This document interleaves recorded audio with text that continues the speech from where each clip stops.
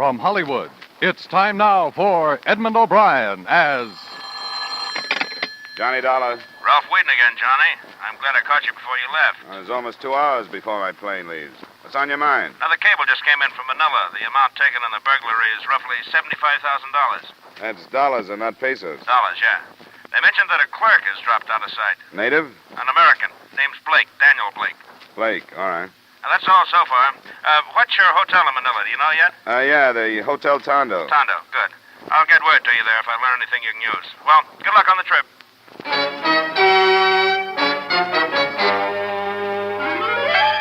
Edmond O'Brien in another adventure of the man with the action-packed expense account. America's fabulous freelance insurance investigator. Yours truly, Johnny Dollar.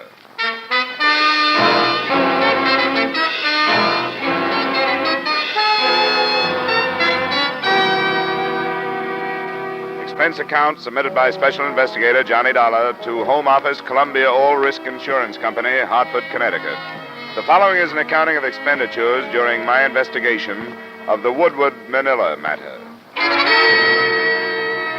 Expense account item 1, $1,850 airfare and incidentals between Hartford and Manila.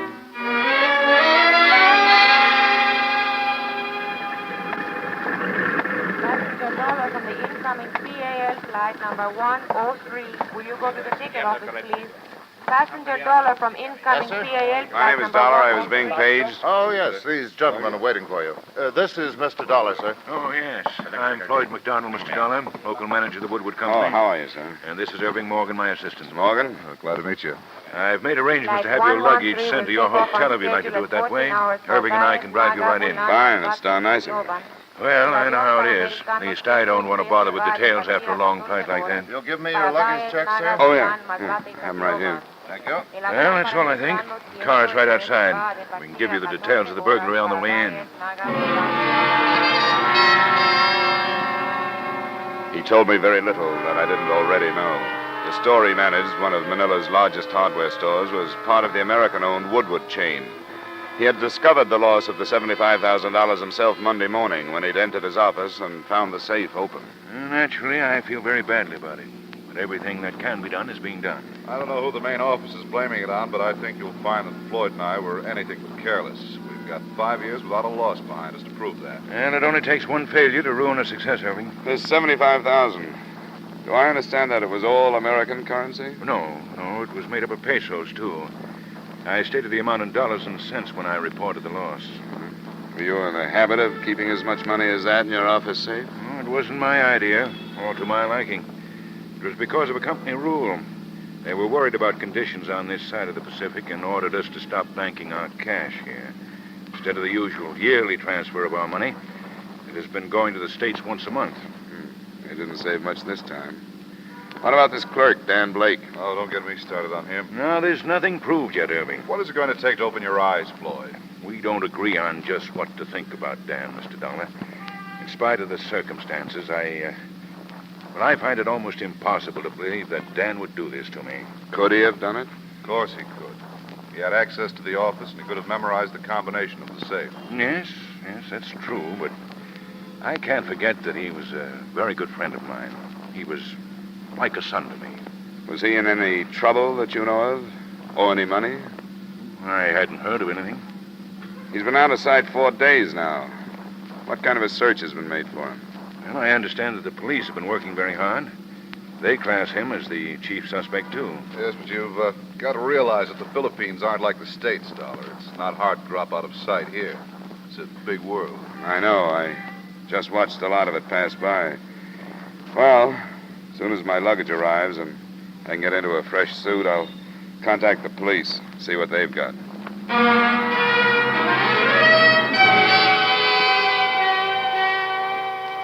Expense account item 2, $350, including tip, a pitcher of gimlets delivered to my room. While I waited for my baggage to arrive, I relaxed in front of a window. My hotel was 2 blocks from Manila's Great Bay in a section called El Puerto. From my room, I could see enough of the Orient, the native craft working the harbor, to give even a common hardware store burglary an atmosphere of intrigue. Expense account item 3, 80 cents cab fare to police headquarters, where I was shunted into a side office to wait for the sergeant in charge of the Woodward case. He finally showed up. Sergeant Malvar, you wait for me? Yes, my name is Dollar. I know. You come to talk of my burglary. You are a policeman? Well, not quite. I've been hired by an insurance company to learn what I can about it. What do you wish to learn from me? Whether you've made any progress. You gotten any place with your search for Dan Blake? Dan Blake? No, I do not look for him now. Oh, you don't? No. I have captured the thief. Oh? Who is it? Miguel Nosaleda. You've recovered the money? He will not say where it is yet, but he will say. Tomorrow, maybe. What evidence do you have, Sergeant? He cannot say where he was that night of the burglary. Is that all? He's by profession a thief. He was arrested while he was robbing another store last night. Does he speak English? Oh, yes. Wonder if I could talk to him. Maybe he's afraid to confess to the police, and maybe I can get him to talk. All right. You come with me.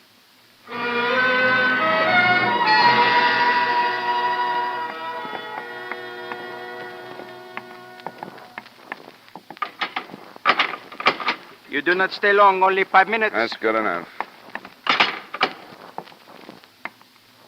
Miguel? Who are you? Why you come here? How old are you, Miguel? 50. Where do you work? No work. Get hurt in bombing, no work. You have any children? See, 2 daughters. Where do they work? Does either one work at the Woodward hardware store? Work in prison. Both work in prison. Sergeant Malvar says you stole some money from the Woodward store. No, Well, you'll make it easier for yourself if you tell the truth and give up the money. I don't got money. If I got money, then why I steal 5 pesos from other place? Why? You tell police why. If I got lots of money, why steal a little more? Why? Because I don't got lots of money. It's good enough for me, Miguel. Sorry I took up your time. You do not stay long? I think he wants to sleep. What would he say to you? That he didn't do it. And if he had, you wouldn't have caught him stealing 5 pesos because he wouldn't have needed it. He need a kick in the head for his lying. Do you have any connection between him and the Woodward place? He tell you he got 2 daughters in prison? Yeah. He lies. They come out, but they do not go back to him because he steal their money. Oh? The daughters have connection with Woodward's? Connection? If we need connection, we find one all right. Tomorrow, maybe?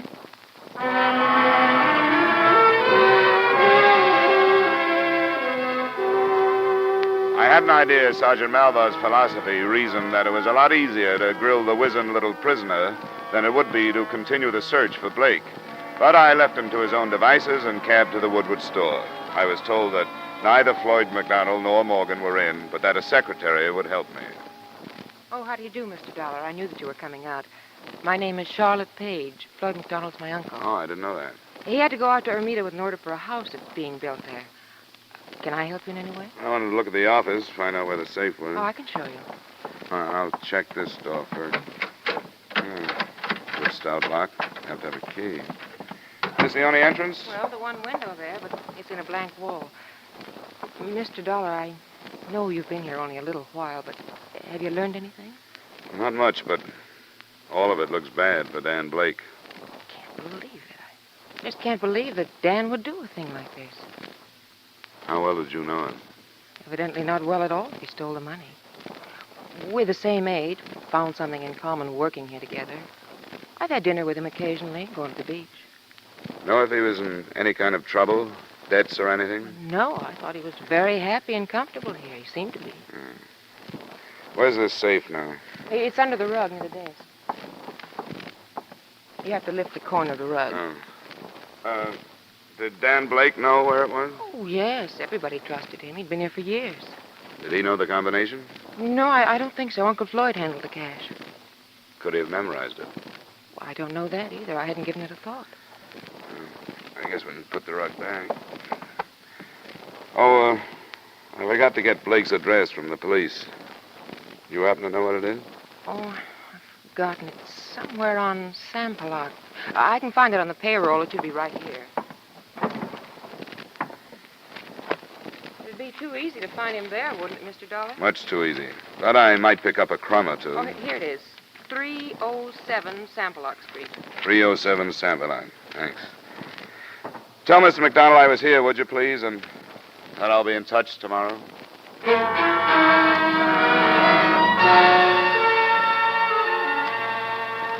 There was a fair biography of Dan Blake in his rooms. I learned that he was born in Duluth, Minnesota, 26 years ago, that his father wrote him occasionally, that he had sailed with the Merchant Marine during the war and had made a few inter-island trips after that. Floyd McDonald had said he was a student of the Philippines, and that was borne out by photographs and receipts from steamer and airlines.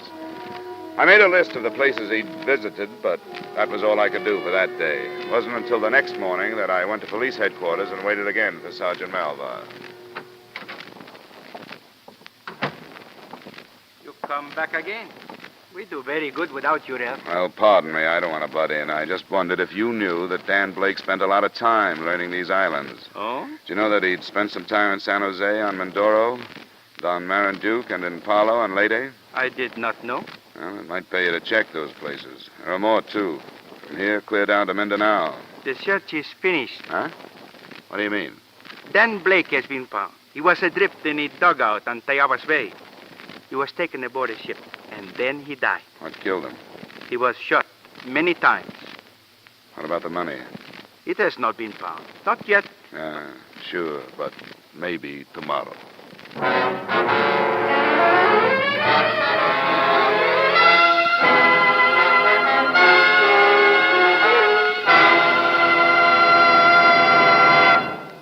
We'll return you to the second act of yours truly, Johnny Dollar, in just a moment. With winter in the wind, driving becomes more hazardous every day. Not as much for you in your car as for the people walking across the street or along the edges of a highway. A shoe touches a tiny strip of ice. Someone loses his balance, falls in the wrong direction, and there is sudden death. Check your car carefully. Make sure your brakes are good. Make sure your tires have a heavy tread. Check your steering wheel. Someone's life may depend upon the efficiency of your automobile, upon the care of your driving. Now, with our star, Edmond O'Brien, we return you to the second act of yours truly, Johnny Dollar.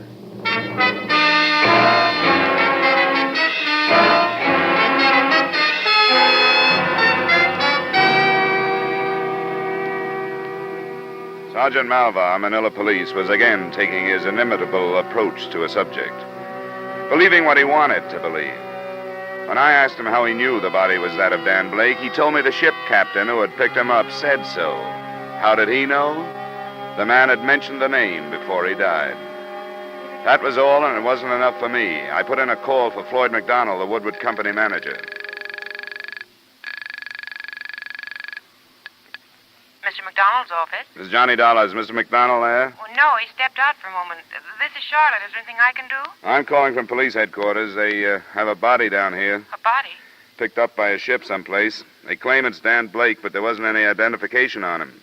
You tell Mr. McDonald I want him to come and look at him? Yes. He should be back any minute. I'll tell him to come right down.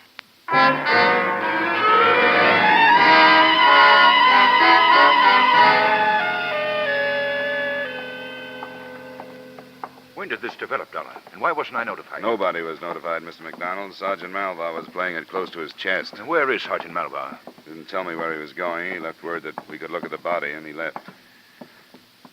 My name is Dollar, Corporal. See, you go in. Thanks. I know this is unpleasant, but we have to find out.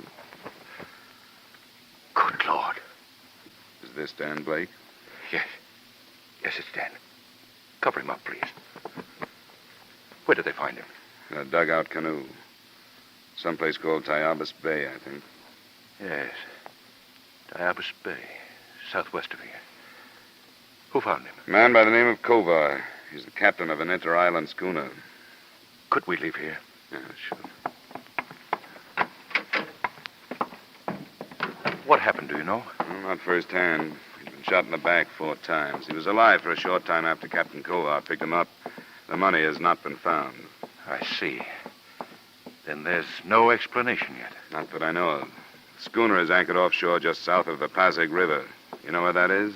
Yes. I'd like to talk to this Kovar. I guess I can hire a boat to take me out there, huh? I'll drive you down to the docks. As a matter of fact, I'd like to go with you. Well, it's a good idea if you have the time. Well, I'll take the time. That's my car there.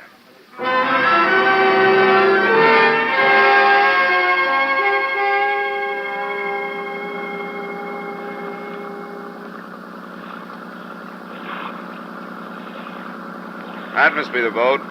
The Sea Nymph, is that the name? That's it. Skipper, that's the one there. The Sea Nymph. That's a little precious for a wreck like that, isn't it? Some are even worse. I don't know how they stay afloat.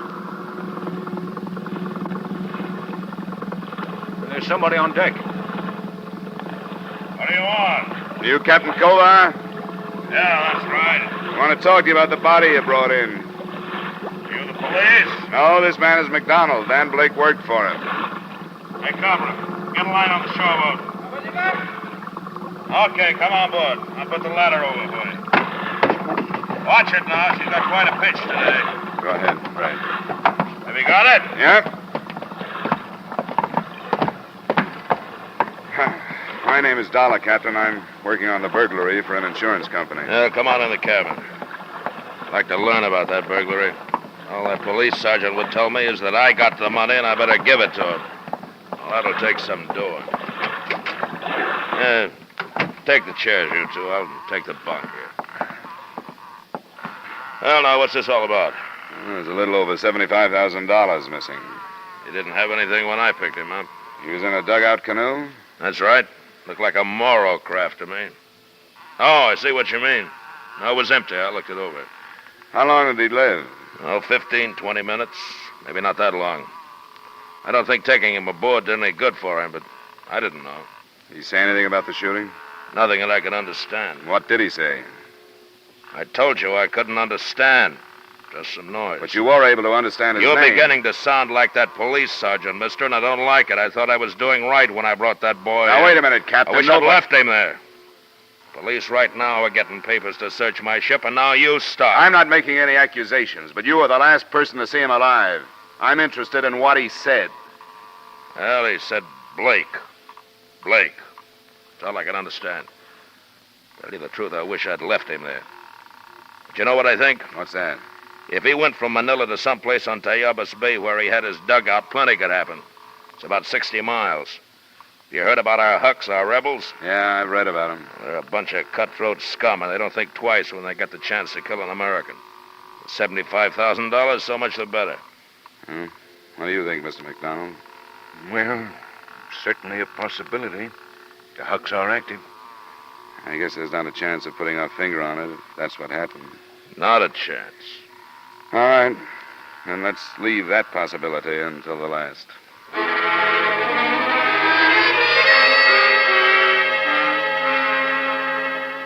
I wasn't sure of Captain Kovar. If he was telling the truth, he was doing so without tact. And if he was lying, he seemed to be doing that with complete confidence. I didn't bother questioning his crew. I knew that Sergeant Malva, if he hadn't already, would take care of them when he returned to search the schooner. I spent the rest of the morning and part of the afternoon in routine legwork on the case, and at 4 o'clock, I got the sergeant's report. There was nothing. From one end of the ship to the other end, my men look. I know it is there, but it was not found. Did you talk to the crew? Yes, I talk myself to them. They do not hear Dan Blake say anything. The captain is the only one who hear him. What have you done with him? What is there I can do? Nothing. I leave his ship, and that is all.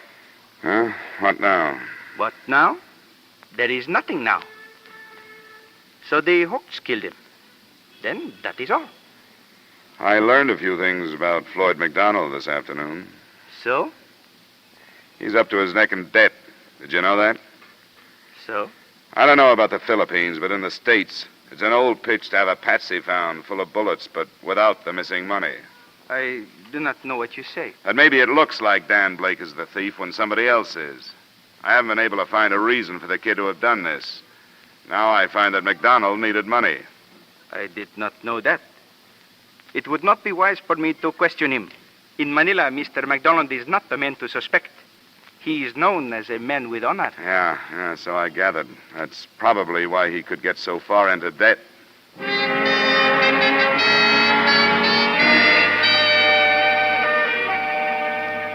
I didn't think it would be wise at that point for me to question Floyd McDonald either. I waited until his store closed that evening and until his assistant, Irving Morgan, had gotten to his home.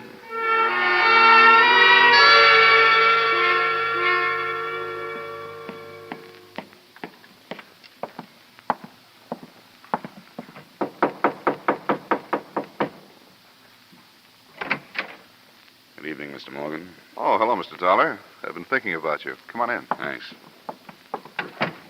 Well, how's it going? It's hard to tell.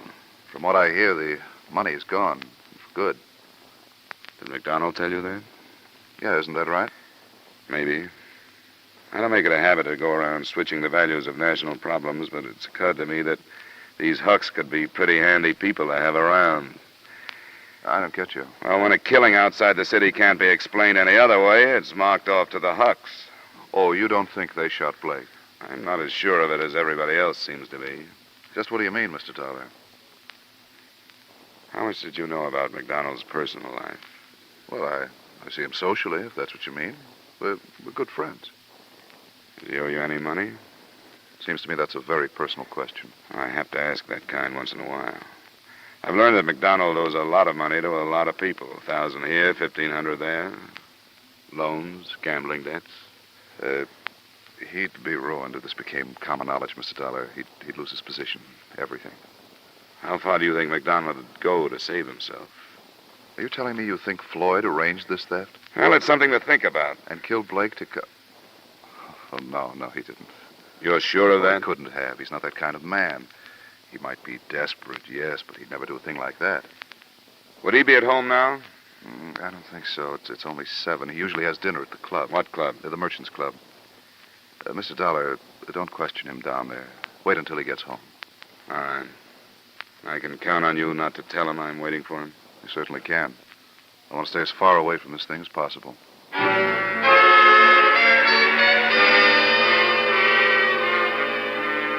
An hour and a half later, a cab dropped me in front of Floyd McDonald's home.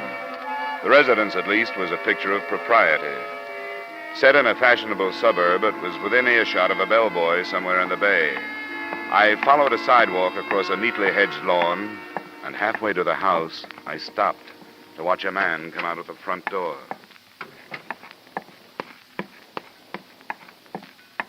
Captain Culver. Who is it? What do you want? What are you doing here? Forget it. Oh, I can't. What's your part in this? Never mind. Forget you saw me. Come here. Culver. Get off. Get off! Culver! Culver!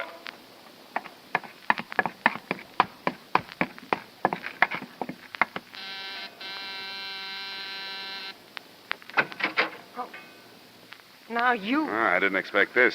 You live here? Yes. I came to talk to your uncle. Is he here? No. And Captain Culver was with you. Yes, Captain Culver was with me. You're hurt. What did he do to you? He hit me. Why? Because he's insane. He thought he had to hit me. He wanted the money. Gave it to him. You gave him the money? Yes, all of it. Every penny of it. I didn't want it anymore. That's not what I mean. You were holding the money for Dan Blake. For us. We were in it together. Culver learned it from Dan before he died. Yes. Dan kept calling for me while he was dying. So this Culver thought he could blackmail me. He thought I gave him the money to keep him quiet. Dan and I were trying to get away from this place. Have a life of our own. We tried. Now I don't care what happens to me. Where's the telephone? Through that door, but you don't have to call. I'll go to the police by myself. I just wanted to wait till Uncle Floyd got home. I'm not worried about your personal problems, Charlotte. That's not my job. Culver and that $75,000 is all I want.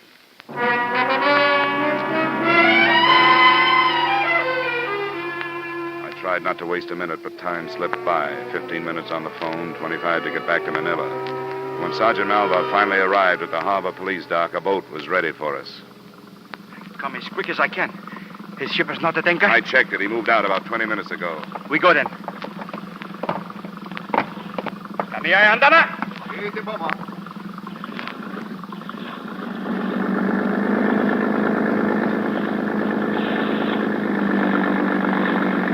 dark night. What if we don't find him? He do not get out of the bay. The boats near Corregidor are right now waiting. The girl, she was an accomplice? She held the money, so if he was picked up, you couldn't prove possession. She was going to meet him later. The hooks shot him? That's what Kova told her. So? But the hooks do not kill him. What's that? Police doctor. He say bullets do not kill Blake. Blake choked to death. Kova choked him to learn the secret. I think we can prove that, Sergeant. We get any more speed out of this thing? Come on, let's get inside out of the spray.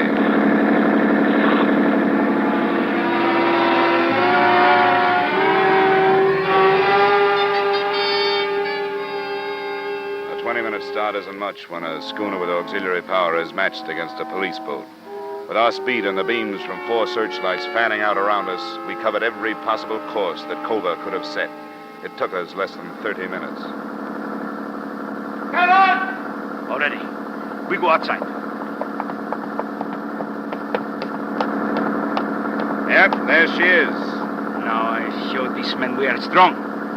But in more! We fire in front of him. That's slowing him down. He cursed me, that man, when I searched his ship. Now Sergeant Malvari cursed back. But in more!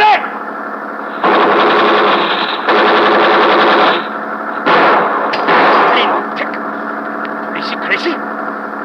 Got one of our lights. You'd better douse the others before he smashes them. But the more! Anguilla! It's crazy. That depends on whether the doctor's works for him or not. All I can see is his weight now. Do not get away. Tayo pamanik sa barko nila! We move in right now. Go on board. He's shouting something. Captain, Kova! There is no use to fight. We come aboard. Abra, get that engine started. Get it started. The crew's turning on him. You won't, won't you? All right, you won't.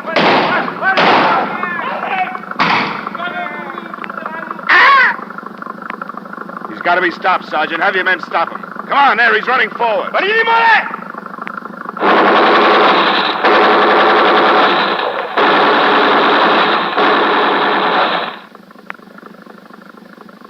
You are my witness. The officials do not like the killing of accidentals. I'm your witness. Now, if you'll put me aboard, I'd like to find that stolen money.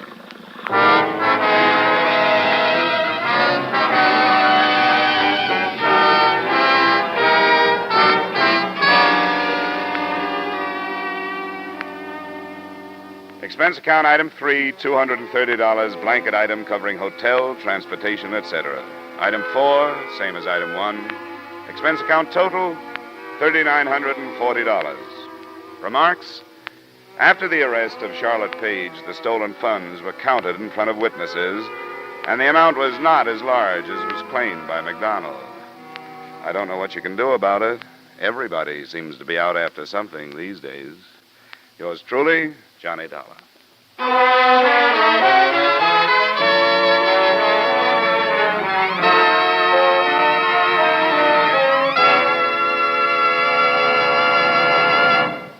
Yours truly, Johnny Dollar, stars Edmond O'Brien in the title role and is written by Gil Dowd with music by Wilbur Hatch. Edmond O'Brien's latest picture is the Paramount Pictures production, Warpath.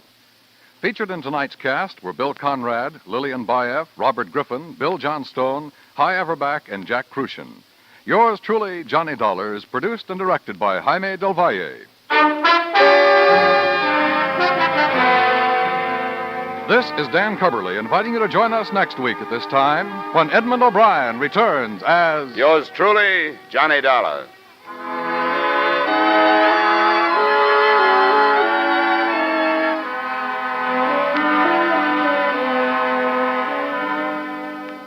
You can sing it again on CBS tonight for a whole hour of fun-packed, music-packed entertainment. And maybe Dan Seymour will be calling you to solve one of the tuneful little riddle songs that lead to a chance at radio's largest cash jackpot, $5,000, plus $10,000 more in wonderful prizes. Alan Dale, Judy Lynn, Bob Howard, the Riddlers, and Ray Bloch's orchestra are on hand to sing and play the riddle tunes leading up to Dan Seymour's coast-to-coast calls. Be listening again later tonight when Sing It Again comes along on most of these same CBS stations. Now stay tuned for Von Monroe's Caravan, which follows immediately on most of these same CBS stations.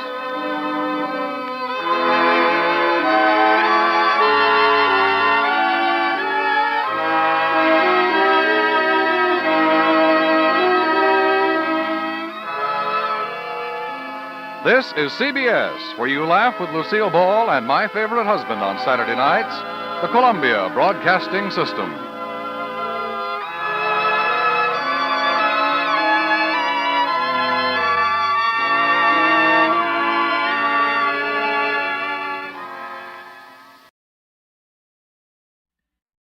From Hollywood, it's time now for Edmond O'Brien as Johnny Dollar. Oh, yes. This is Inspector Sailor, Scotland Yard. Oh, yes, Inspector. Thanks for calling back.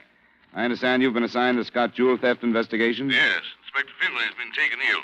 I was given the case this morning. As a matter of fact, I just received the file with your request to telephone. Well, that puts us about abreast then, Inspector. I got in from the States last night. I'd like to get together with you so we could compare notes. Yes, splendid. Could you come to my office? At your convenience. Well, then, why don't you come right over? But first, Mr. Dollar, tell me, did the insurance company send you to London in the belief that the yard is no longer competent? What? We've been reminded, you know, that our reputation has fallen off badly since the Stone of Scorn is stolen. But perhaps you and I shall have better luck, huh?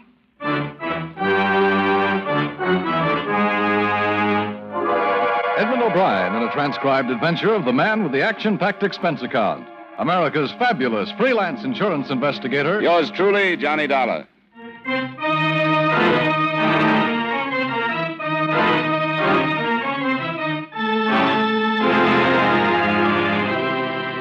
Expense account submitted by Special Investigator Johnny Dollar to Home Office Financial Surety Company, Hartford, Connecticut. The following is an accounting of expenditures during my investigation of the Hatchet House theft matter. Expense account item 1, $432.50, airfare and incidentals between Hartford and London, England. I arrived in the evening and learned by phone that the original inspector assigned to the case had been replaced. The next morning, I was in contact with his replacement, and at 10:30, I was directed to his office. Here we are, sir. Inspector Sailors? Yeah? Mr. Dollar, sir. Oh, yes. Come in, Mr. Dollar. Thanks very much. All right, you are, sir. Pleasure, Mr. Dollar. How do you do, Inspector? Yeah. Speaking to an acquaintance of yours a few moments ago. Inspector Finch? Oh, yes. Yes, I worked on a case with him over here last year. How is he? Oh, quite well, thank you. He complimented you quite highly, sir. Well, that's very nice of him. But as I remember it, I think I was more of a burden than a help to him. Yeah, I doubt that. Well, I suppose we should face the situation at hand. Yeah. I brought an accurate description of all the jewelry insured by Mrs. Scott. Oh, splendid. But the cable that reported the theft wasn't quite clear as to which pieces were missing. Well, Inspector Finley's information on that score is quite accurate, I think. Yeah, here we are. Oh, thank you. And he's covered the methods used in the commission of the crime quite thoroughly, I think. I'm going to spend the afternoon crime index. I should probably be able to link the method with a few of our known criminals. Gentleman's investigation, huh? I suppose so. Rather tedious, but quite often successful. I'd like to see Mrs. Scott myself, if it's all right with you. Oh, of course. I shall arrange a car and a driver for you. Will early afternoon be suitable? Well, thanks, but there's no reason to go to that bother, is there? Isn't she staying here in London? No, she let a place near Seven Oaks in Surrey, about 20 miles south of here. Quite an historic establishment, I'm told. It's called Hatchet House.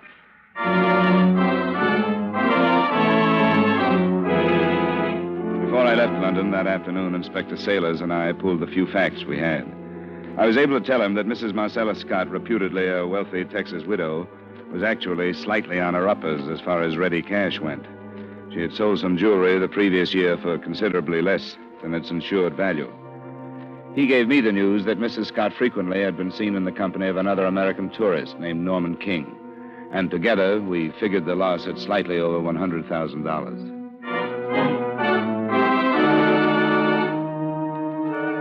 Hatchet House was a medium-sized pile of ivy-draped masonry just on the northern fringe of Seven Oaks. In addition to history, it boasted some seclusion, being set back from the road in the middle of a walled garden. Mrs. Scott was in the village, but was expected back momentarily, and would I care to come in and wait? The library is quite comfortable if you'd care to go in there. In a minute, thanks. Your name is Garrett? Yes, sir. You've been employed here during Mrs. Scott's whole stay? Oh, yes, sir. She bought my services from the other side. I'm not without recommendations in Seven Oaks, sir. And you must know pretty well who's been in the house, at parties and so on. I'd say so, sir. But they've all been genuine people. Class, you know. I wouldn't say that any of them would stoop to thievery. How many other servants are there? 2 that live in. There's Millie Hankey. She's a maid. There's old Mr. Minns. He's the gardener. He's got a cottage out back. Mrs. Scott was entertaining night before last when the jewelry was stolen. Had she hired any extra servants? No, sir. Oh, thanks, Garrett. Oh, there's Millie. Millie, come here, do. Here's an American gentleman to see you. How do you do, sir? You're Miss Hankey? Yes, sir. He's come all the way from the other side, Millie, about Mrs. Scott's jewels being stolen. It's a scandal, that's what it is. But I don't suppose you'd say it's the only one. Watch your tongue, Millie. Watching it. I'll be in the pantry, sir, if I can be of any more service to you. Thanks, Garrett. I will want the names of the people who were here the other night. Right, sir. I'll write them on a paper. He's got a nerve telling me to watch my tongue. A scandal's a scandal, genuine people or not, and he knows it. Just what did you mean, Millie? I suppose the servant's paid to keep her eyes open and her mouth closed. But I haven't been a servant long. I'm only a village girl from Penrith, but I know right from wrong. You don't approve of some of the things? No, I don't. And I'm going to leave when I get married. Maybe next month. Congratulations. Thank you, sir. He's a good man. I'm sure of that. So big and strong. Lots of fun. We'll have an inn of our own someday, and I won't have to be a servant anymore. I wish you a lot of luck. Thank you, sir. I want you to know, Millie, that anything you say to me will be kept in strict confidence. Yes, sir. You look like the honest kind. Now, what things especially didn't you approve of? Something that's caught your eye could be important. I don't know, but one thing. Being a widow at her age, it's indecent, that's what. And I've seen them making jokes in front of the photo of her poor dead husband. He was older, you know. Yes, I knew that. I can't say she hastened his end, but I can't say she's sorry he's buried and gone either. Who made jokes in front of his photograph? Mr. King. Norman King. He was here the night of the theft, wasn't he? The night of the theft. He's been here more than he's elsewhere. He's a filthy leech, if you ask me. I'm only a country girl, but there's a look in his eyes I didn't mistake. Not for a moment. He's slimy. I wish you'd think about the party night before last, Millie. You were here on the ground floor through most of it, weren't you? Yes, sir, the whole drunken time. I wish you'd try and remember if anybody went upstairs and stayed long enough to have gone into Mrs. Scott's room and forced open the drawer and stolen the jewelry. I'll try, sir. Don't mistake me. We aren't sure that's what happened. It could just as well have been an outsider who knew a party was going on and had a way of entry, or even somebody passing by who found the rear door unlocked. I'll try, sir. Thanks, Millie. I won't keep you from your work any longer. I'll just wait in the library for Mrs. Scott.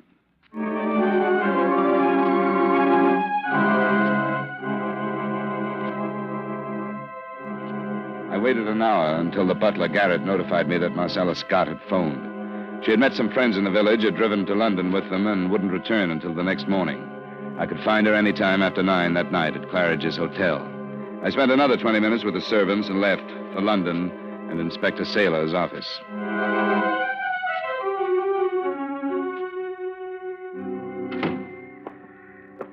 Well, I expected you to return before this, Mr. Dollar. I hope I didn't keep the car and driver too long. No, not at all. Especially if the time was well spent. Most of it was wasted. While I waited for Mrs. Scott in Hatchet House, she was on her way to London. Huh? She's here now? Claridge's. She came in with friends. Well, doesn't seem to be upset over her loss, does she? Nor the loss of her husband either, I take it. Huh? I'm interested in the association between her and this Norman King. I see. Then you did have a talk with Miss Mildred Hankey, the maid, hmm? Yes, I did. Why? Did you? No. Inspector Finlay did. What did he say about it? Well, she suffered from an insane hate or jealousy because of this Mr. King. I didn't see it quite that way. That he berated the friendship shared by Mrs. Scott and him. This is what he jotted down. Investigate possibility of collusion between Hanky Girl and King. Well, as I said, I didn't see it that way, but maybe he hit something. Perhaps. King's from New York. I'm going to make a phone call, see what I can learn about his background. In the meantime, I hope to meet him. At least I think he's here with Mrs. Scott.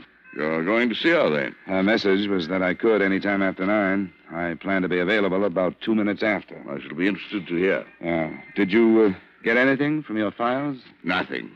Dreadfully and absolutely nothing.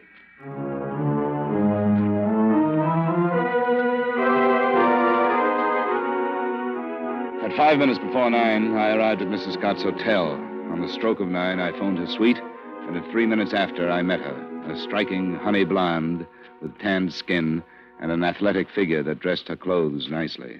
I'm sorry I missed you in the country, Mr. Dollar. It's all right. I should have phoned. I suppose you're here to save what money you can for the insurance company in case my things aren't recovered. Insurance companies don't operate that way, Mrs. Scott. They can afford not to. Please sit down. Thank you. It's the expected thing, I guess. But I suspect one of the servants had something to do with it. Do you have any special reason for that suspicion? Oh, they're strange people. I don't know anything about them. I've had them 2 months, and I've never been comfortable with them around me. Anything else? Well, the more I've thought of it, the more it seems to make sense. The house was full of people to be suspected. One of them could have taken advantage of that. The men at Scotland Yard say that it took between 15 and 20 minutes to force that drawer open the way it was done. Did you miss either of your servants for that length of time? Not that I remember. It got a little confused by 11 or so. Do you suspect anybody else? Any of your guests? Oh, good Lord, no. Most of them have a lot more than I do. Did you know Norman King in the States, or did you meet him here? Are you telling me suspect Norman? I asked when you met him. Why? I wondered if you knew him well enough to know he has a record as a forger. I don't believe it. Checks. He signed the name of another widow. Copy of the record is being mailed to me. I don't care. Doesn't make any difference. Norman didn't steal my jewelry. He wouldn't do that to me. I wonder how many times the other widow said that. You don't understand me. Norman and I are the same kind of people. You don't think I married a 70-year-old Texan for love, do you? Well, Norman's made up his mind what he wants out of life, too. He's talked about it. He doesn't care how he gets it, but he wouldn't take it from me. Sure. Well, I wanted to meet you, Mr. Scott, and I have. Norman King checked into the Dorchester yesterday. He checked out today, and now Scotland Yard can't find him. If you hear from him, maybe you'd better let us know.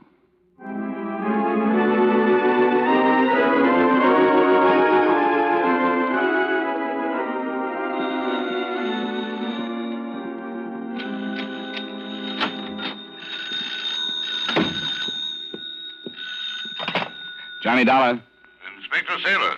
Oh, hello. I'm sorry I took so long to answer. I just got up to my room. Yes, well, I spoke to the clerk at the desk. He thought you might be going up and I asked him to ring you. Saw Mrs. Scott? Yes, I didn't learn much, but I don't think she's mixed up in it. No. Well, perhaps I have some news for you. What's that? I just received a report of a killing in Limehouse. The constable described a piece of jewelry found at the scene, and it corresponds quite closely to the description of Mrs. Scott's emerald brooch. Oh? Who was killed? No identification yet. A man. I'm driving over. I wondered if you'd like me to pick you up. Yes, I would. I'll be waiting in front of my hotel.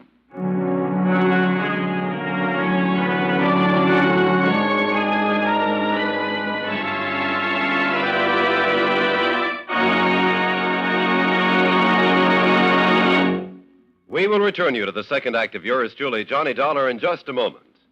What is the secret of Dr. Walter? Sorry, we don't have the answer, but we know where it can be found. Tomorrow night over most of these same CBS stations, with a tale well calculated to keep you in suspense. The unique theater of thrills called Suspense looks into the eerie matter of Dr. Walter's private life. Another thrilling CBS suspense drama tomorrow night. And now with our star, Edmond O'Brien, we return you to the second act of yours truly, Johnny Dollar.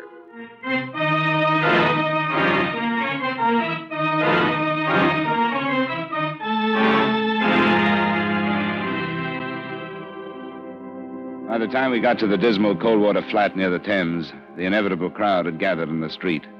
The body was one flight up in a grubby room that showed plenty of signs that a struggle had taken place. The man obviously had been killed by a blow on the back of the head. He'd been identified by the landlady as George Kenzie, the renter of the room. It was a bootblack who discovered the body. Said this George Kenzie owed him some money and wouldn't pay. He came up here tonight and found him dead. I found the brooch myself just under the chair there, sir. Oh, yes. Thank you, Constable. Right, sir. I'll be outside. Here now, you people that don't belong here, don't crowd the corridor. Move along now. Come along, move along. Is there any doubt in your mind, Mr. Dollar, that this is Mrs. Scott's brooch? Not at all. Look, the jeweler's mark on the back. Well, then, we've made some progress. I hardly think we'd be so fortunate as to find the 4 remaining pieces here. No. Offhand, it looks like there was trouble over dividing the loot, and the winner took the rest, don't you think? Quite possibly. Norman King? I'd feel better if he was found. So would I. Matter of fact, I wish you'd keep your American criminals in America. We've quite enough to keep us busy without them. Get your hands off me. Hello. I haven't done nothing. I was going to Mr. Kinsey's digs of me own free will, and I don't need no help from nobody. Not half, you don't. Miss Glory Stokes, Inspector. She said she'd come to pay a visit to Mr. Kenzie, but she made off the other way when she heard the news. Well, come in, Miss Stokes. I will not. Not with him lying there like that. Very well. Constable, ask Miss Stokes if she'll please accompany you to the yard. Mr. Dollar and I'll see her there.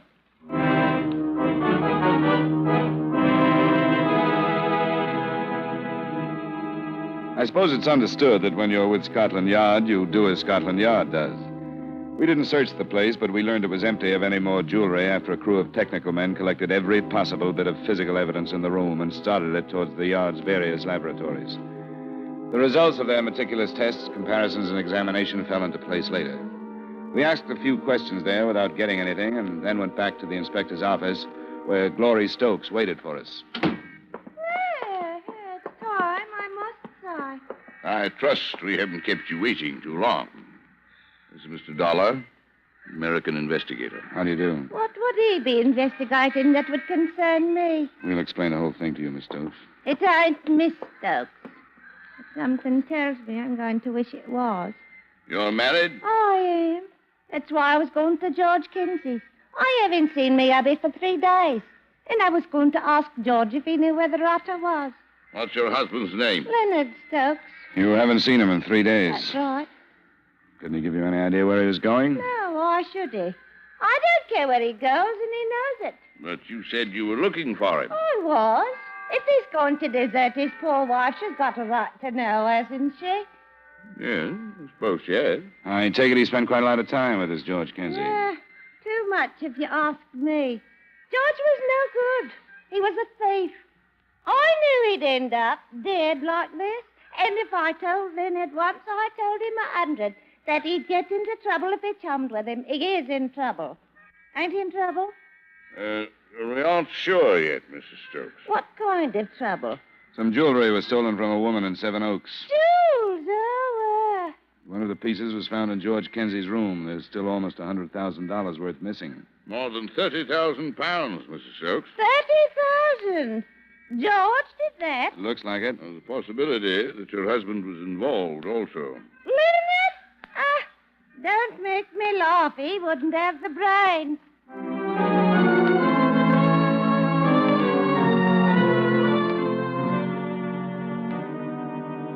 The next morning, armed with pictures of both Stokes and the dead man, Inspector Sailors and I drove back to Seven Oaks. He dropped me at Hatchet House and went on to cover the village himself. Mrs. Scott received me in the library. Good morning, Mr. Dollar. Mrs. Scott, you must have left London early this morning. Yes, I did. Have you made any progress? Some, yes. Have you heard anything? I was very unhappy after you left last night. Why? Did you suddenly get lonesome for your jewels? I think you know why. I made a confession to you. I let you see what I really am. I never do that. It's all in confidence. Forget it. I've been trying to.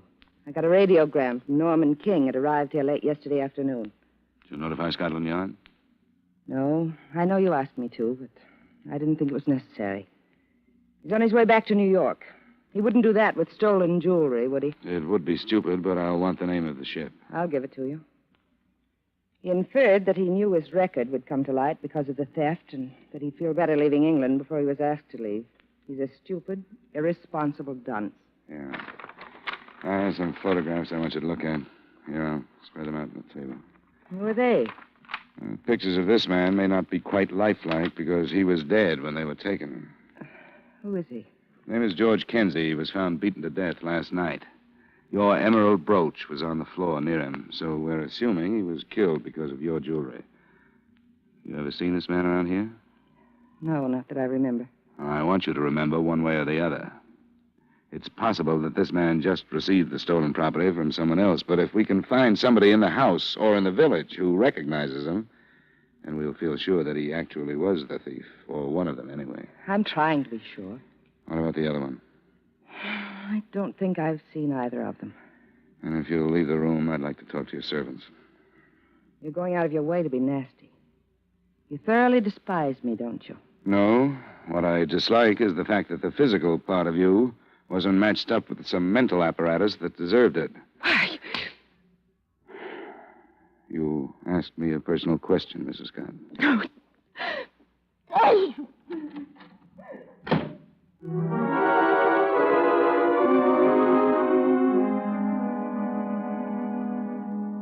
I want you to look at the photographs and think. It's important that we find out if you have ever seen either of these men in Seven Oaks. Which one is deceased, sir? This one. How large was he? A little under 6 feet. Miss Hankey? I don't like looking at them, sir. I don't think I've seen either one of them, though. There's something about this one, sir. George Kenzie? Was he plump? No, I don't think you'd say plump. He was heavy, stocky. There's something about him, sir. Can't put my finger quite on it, but there's something. Could he have made deliveries here? Who brought the luggage, Millie, the day after Mrs. Scott arrived? Oh, I don't think it was him. Or this one either. They had their own lorry with a sign on it. Have you forgot? I'm sure of it, sir. There's something about this one, but I can't remember what. Well, thanks very much, both of you. If you do remember something, please notify Scotland Yard.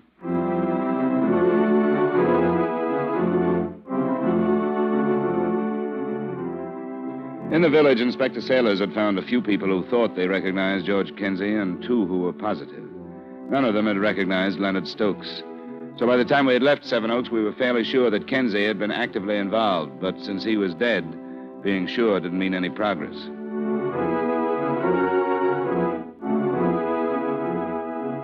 Nothing further developed that day, although in London a stream of suspects was questioned. The next morning, the situation hadn't changed, but I began to feel that in the face of the movement of Scotland Yard, a criminal would have to have more than brains and more than luck to escape.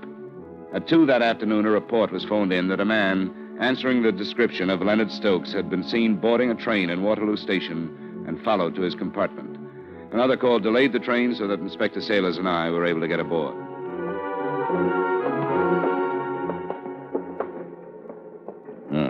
Here we are. If you don't mind, Mr. Lambert. It's your island, Inspector. Yes, thank you. Scotland Yard. What? Are you Leonard Stokes? Am I who? No, I'm not. Who are you then, sir? Well, I don't see how you've a right to You go... must have identification. Let me see it, please. All right. I'm Leonard Stokes. Who's he? An American, Mr. Dollar, sent here to recover Mrs. Scott's stolen property. You know where it is, Stokes? Answer him. It's all right. All right, I know when I'm beat. Yes, I know where it is. But I didn't kill George. How did you know he was dead, Mr. Stokes? Well, I tried to telephone him. That's how I found out. He was killed because of the jewelry, wasn't he, Stokes? I don't know. I don't know why he was killed. When was the last time you saw him, Mr. Stokes? Tuesday night. You went to Seven Oaks? I went to Seven Oaks, yes. Look, I'm willing to cooperate. Inspector, I'll tell you my part of it. Well, that will make it a great deal less difficult for all of us. Yes, sir. Well, he asked me to go to Seven Oaks with him. I didn't know what he was up to. I thought we was just going for a little drive. Out of 5 pieces missing, Stokes, we found 1 in Kenzie's room. Now, if you know where the rest of them are, you must have known what he was up to. Well, if I had, I wouldn't have gone. That's the truth. Before I knew it, he stopped off at this Hatchet house and told me to wait in the motor. He must have explained why he stopped. Well, he said he had a friend to see, a gardener. Gardener at Hatchet House? That's what he told me. He came back in a while, and then we drove off. And you still didn't know what was happening? No. When did you? when it was too late. On the road back to London, he told me. He told me whether I knew it or not, I'd just stolen some jewels. Well, I thought he was joking. Then he showed them to me, and he says, who's going to believe you, Len boy, when you say you didn't know nothing about it? Oh, what could I do? What did you do? I'll go back to London. Why was there only one piece of jewelry in Kenzie's room? Well, that's all he took. Said he wanted to give it to a chum. And you took care of the rest of it? Well, I was afraid to do anything else, sir. He kept telling me I was complicated in it.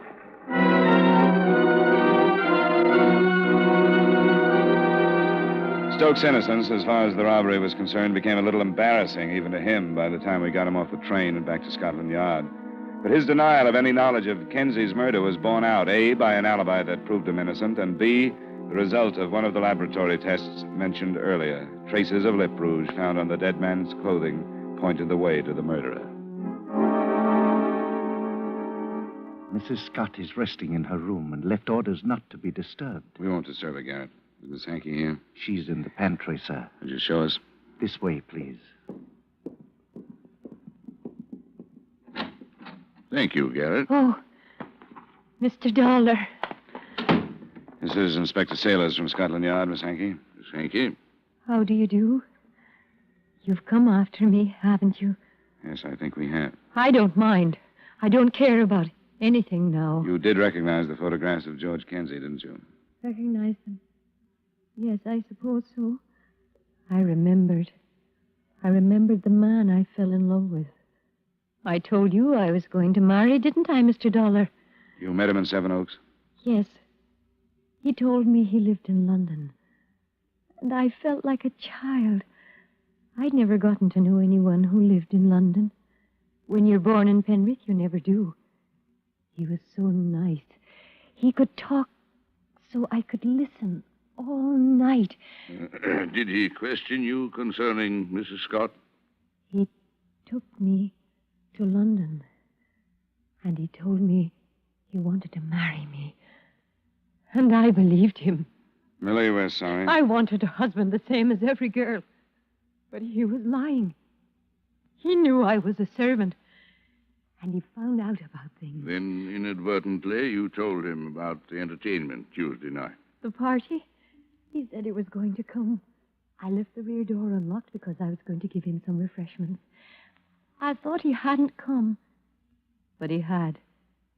He lied to me. That's why I killed him. You went to London last night? Yes.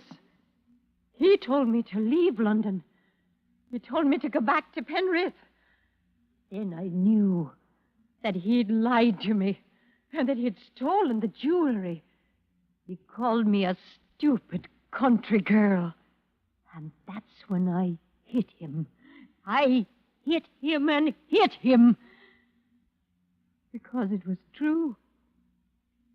That's all I am. A servant. And I'll never be anything else.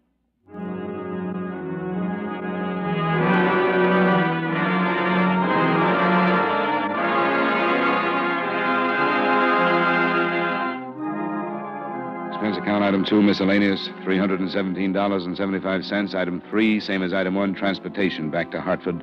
Expense account total, $1,182.75. Remarks?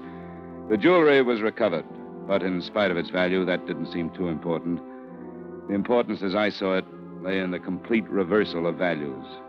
Mildred Hankey, who only wanted goodness, had found badness. And Marcella Scott? Marcella Scott left for Capri the following day. Yours truly, Johnny Dollar.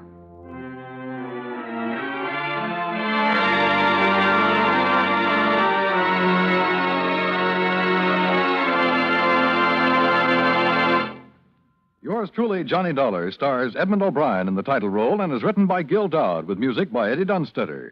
Edmond O'Brien can soon be seen in the Paramount Pictures production Warpath. Featured in tonight's cast were John McIntyre, Ben Wright, Tudor Owen, Jeanette Nolan, and Virginia Gregg. Yours truly, Johnny Dollar, is transcribed in Hollywood by Jaime Del Valle. This is Dan Cubberly inviting you to join us next week at this time when Edmond O'Brien returns as... Yours truly, Johnny Dollar.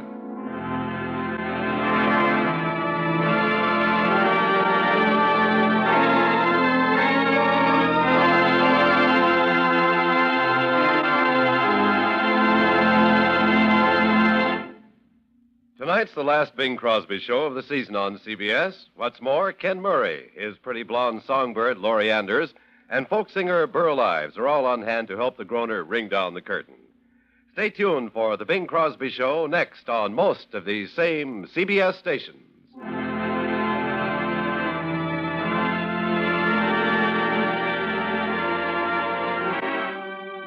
This is CBS, the Columbia Broadcasting System.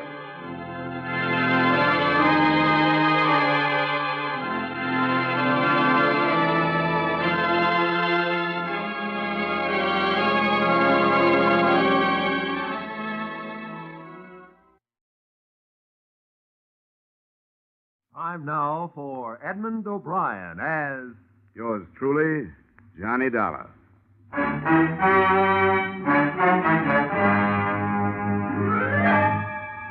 Edmond O'Brien, starring in another adventure of America's fabulous freelance insurance investigator, Johnny Dollar.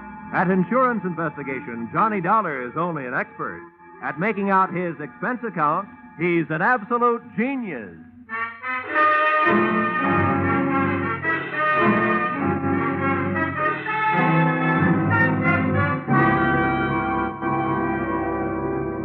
Expense account, submitted by Special Investigator Johnny Dollar to the Great Columbian Life Insurance Company.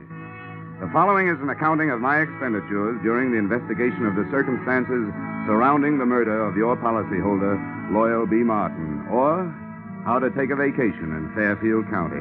Expense account, item 1. $3.20 mileage from Hartford, Connecticut to the country estate of the deceased. I drove up a long cement driveway towards a mausoleum-type manor house. There were rolling green lawns liberally sprinkled with statuary. And the thought occurred to me that if he had spent much of his life here, the late Mr. Martin was most fortunate. He'd feel right at home in a cemetery.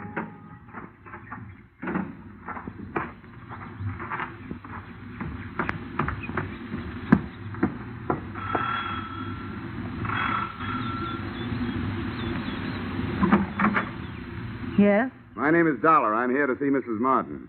Oh, yes. Mrs. Martin. Uh-huh. I'm afraid I'll have to disappoint you. The widow has gone shopping the day after the death of her husband. Something attractive in mourning clothes, I'm sure. Well, what time is she expected back? I have no idea. But it shouldn't be long.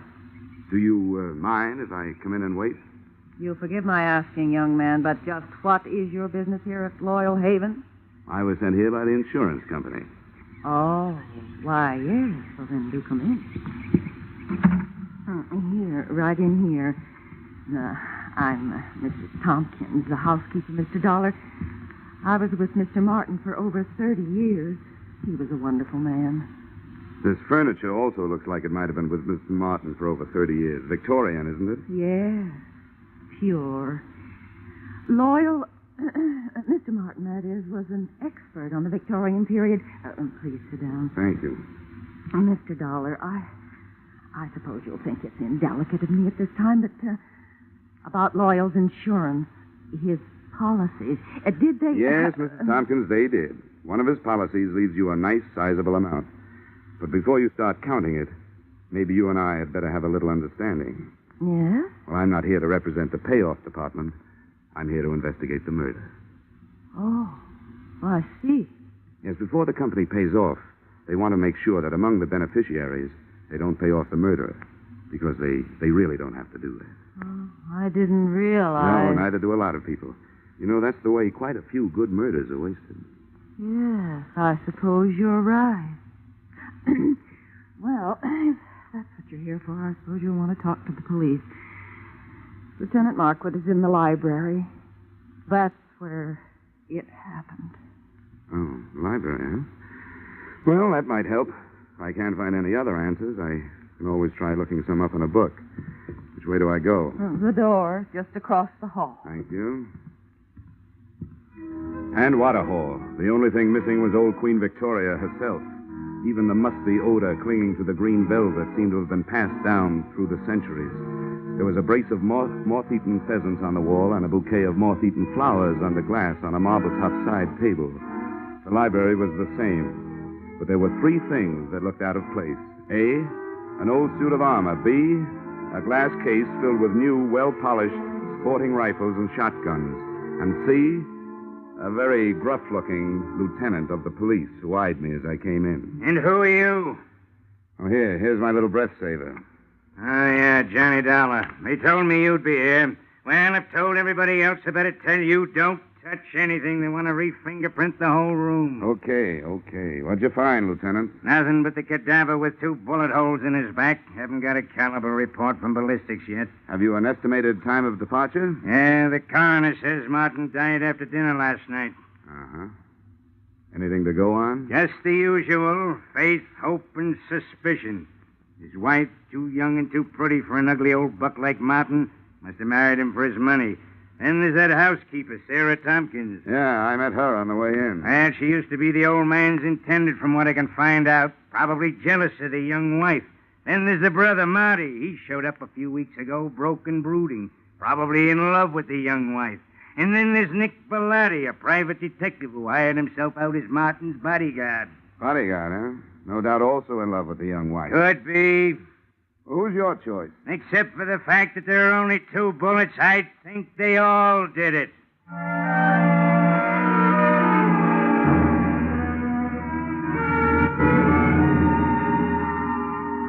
The nose through which Lieutenant Markwood talked was a long one, and in more ways than one, a horn of plenty, for out of it had poured enough motives and suspects to furnish a dozen murders. I started through this cast of characters and found that all of them had very little to say and didn't want to say it. The first I dug up was the bodyguard, my brother investigator, Nick Bellotti, as he returned from a horseback ride. Glad to have you on the case, Dollar. The police have tied my hands. They told me to stay out of it, but to stick around. Have you got any ideas? Everybody seems to think it was an inside job, that somebody in the household did it. I'm not so sure. The reason I was around was because old man Martin made too many dollars and too many enemies doing it. But that's only my opinion. Why don't you talk to the old boy's younger brother, Marty?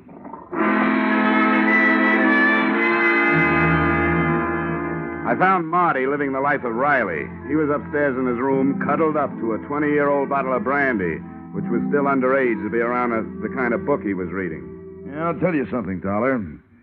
My brother and I never did get along. Yeah, you'd find that out anyway. Why'd you come back here, Marty? Because Loyal's little bride, Joy Ann, sent for me. She was afraid of him, and she didn't know if he was on to her. Was he? About that, you'll have to talk to Joy Ann.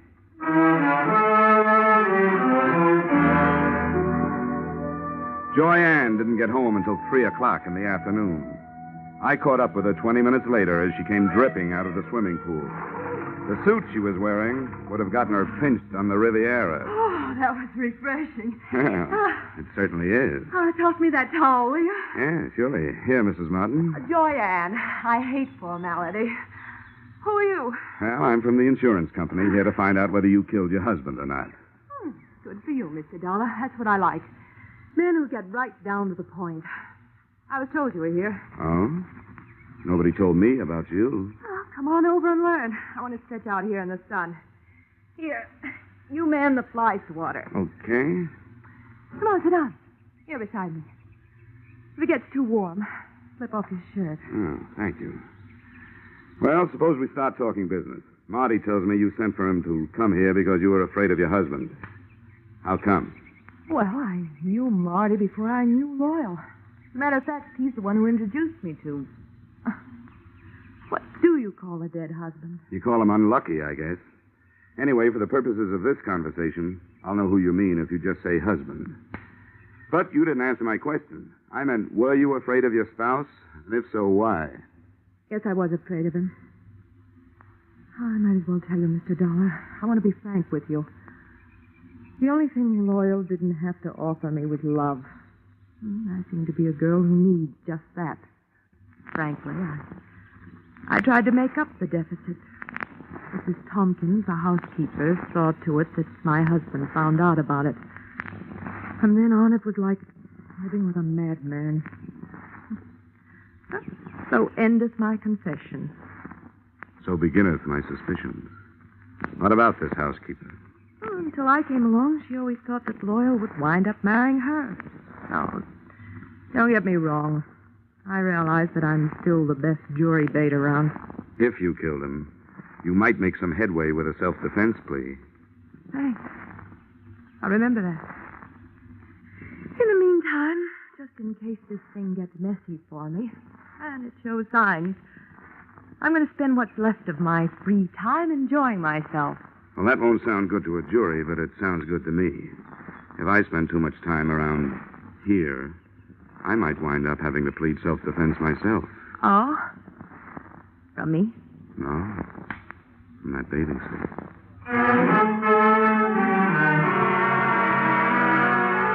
I spent the rest of the afternoon trying to keep 2 eyes on 4 people, reading from left to right.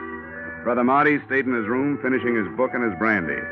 Nick Bellotti, the bodyguard with no body to guard, got back on his horse and cantered off into the sunset. The joyous widow, Joy Ann, locked herself in her room, and all I could get through the keyhole was the sound of a light and lovely snore. I couldn't tell whether it was the genuine article or not. Having no way of checking, I picked up the trail of Sarah Tompkins, the housekeeper. She, at least, was apparently up to no good. I found her in the library doing just what Lieutenant Markwood had told her not to do, smearing the surfaces of Mr. Martin's desk with a dust rag. And as anybody knows, you can't fingerprint a dust rag. Hey, cut it out! How dare you? Mr. Martin's private study. Those are the police private fingerprints you're messing up. I was doing nothing of the sort. I was dusting his desk. I always do it at this time of day. Get out of here. You don't belong in here. Keep your wig on, Mrs. Tompkins. I'll not be told what to do by outsiders. Everything was all right until outsiders started coming in. If it wasn't for outsiders loyal, it'd still be alive. First that girl, then his brother and that detective. Now it's the police and you. Why did any of you have to come here? Why couldn't you leave us alone? Now, calm down, Mrs. Tompkins. Try to calm down. Yeah, now, what's going on in here? What? Oh, and what are you 2 lovebirds up to? It's all right, Lieutenant. I'll tell you about it later. All right, but get her out of here.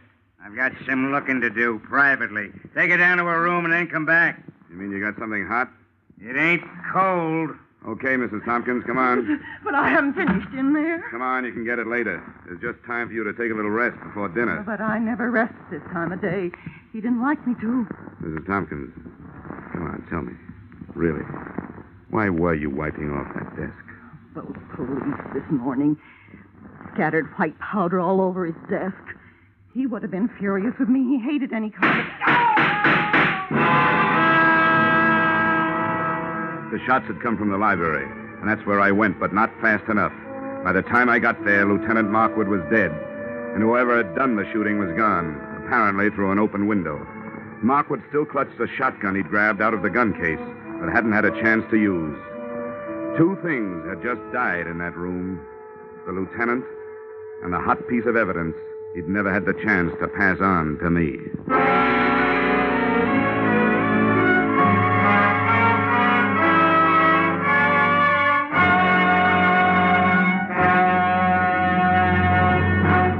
In just a moment, we return to the second act of Johnny Dollar. But first, the cream of the wit and the best of the music, which Arthur Godfrey brings you in the daytime on CBS, can now be heard on Godfrey's Digest, a new Saturday evening show heard on most of these same CBS stations. Listen tomorrow night and hear the week's fastest flashes of the Godfrey humor, the top songs sung by Jeanette Davis and Bill Lawrence, the finest singing of the Mariners. Arthur Godfrey's Digest and the Goldbergs are the latest addition to CBS's Great Saturday Nights. Now, with our star, Edmond O'Brien, we return to the second act of yours truly, Johnny Dollar.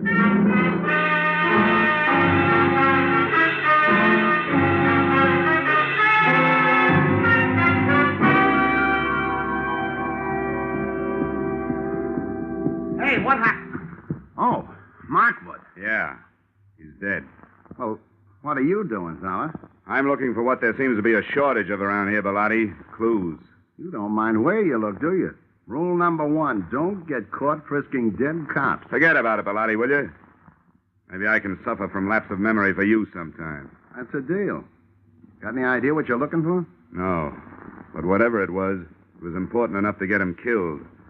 I'd hoped maybe there'd be something in his notebook, for instance. Any luck? Well, very little. It's a brand new book, only one notation in it. Here it is. Check tattooing diameter.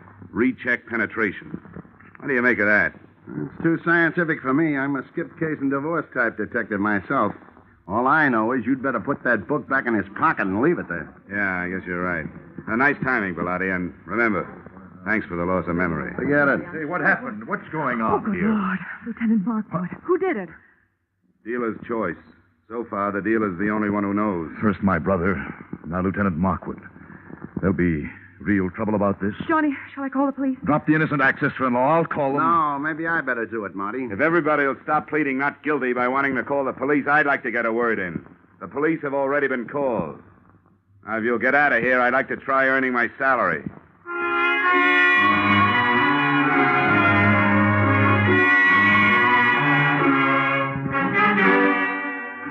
If I had had longer ears and more soulful eyes, I would have been all bloodhound, because I could sniff out the first of the trail.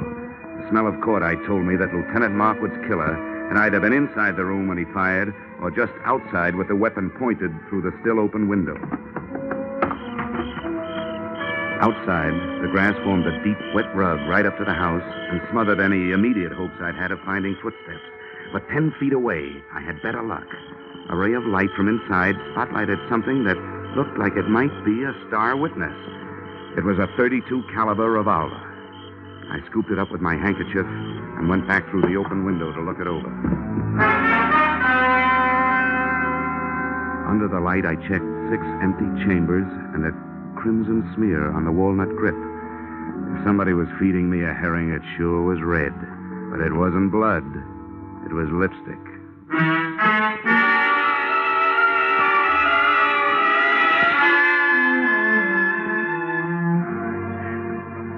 I'd like to introduce myself, Dollar. I'm Sergeant Norrin McDougal. How are you, Sergeant?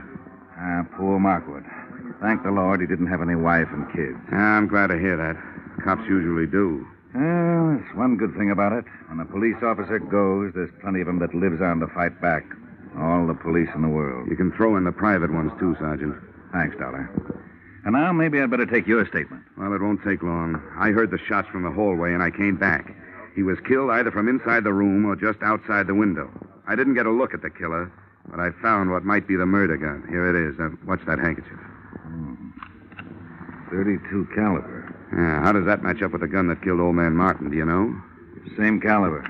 Uh-huh. I wonder what he was doing with this shotgun.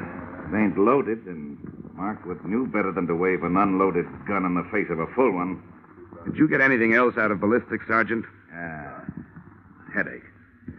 Dollar, what we got from ballistics don't add up with what we got from autopsy. Well, how's that? Those 2 slugs entered Martin's body 1.5 inches apart. But, according to the shallow penetration, they were fired from a distance of 300 yards. Now, do you know anybody who could do that kind of shooting with a .32? Well, that's pretty fancy shooting. Could it have been done with a stationary mount? No, not a chance. The body would have started falling after the first shot, and you can't re-aim a stationary mount that fast. Yeah, you're right. You know, I didn't have a chance to spend much time with Markwood before he got it, so I don't have much to work on. You got anything to spare? Just a lot of routine confusion so far. You know yourself, Dollar. You take 4 witnesses, you're bound to get at least 2 different stories. Now, 2 of the people that heard the shooting when Martin got killed last night said they heard 2 shots. The other 2 ear-witnesses said they heard 1. The only thing the whole 4 agree on is that they didn't see anything. Well, that sounds familiar. Thanks anyway, Sergeant. Sure, anytime. Hey, Sam. Yeah? Take this gun into town. Tell ballistics to run it through for fingerprints and check it against those slugs in the Martin case. I want to report right away. I hitched the ride with that gun into the ballistics department.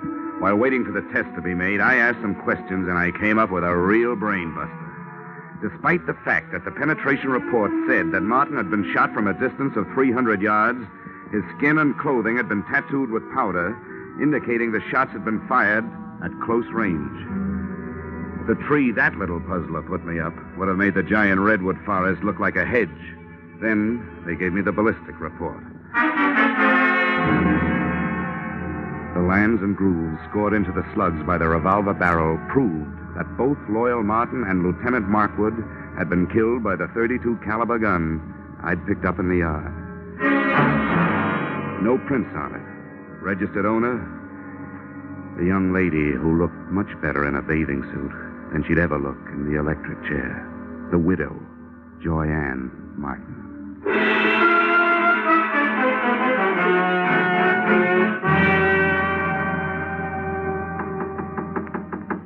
Yeah? Who is it? The Hartford Hawkshaw. Dollar, I want to talk to you. Oh, I'll be with you in a second. I'm just out of the shower. Okay. First she was in the pool, now it's the shower.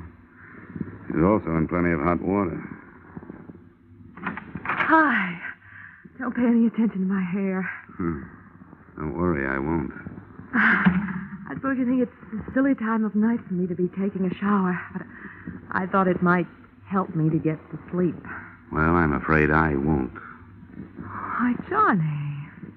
You were pretty careless with that gun, weren't you? What gun?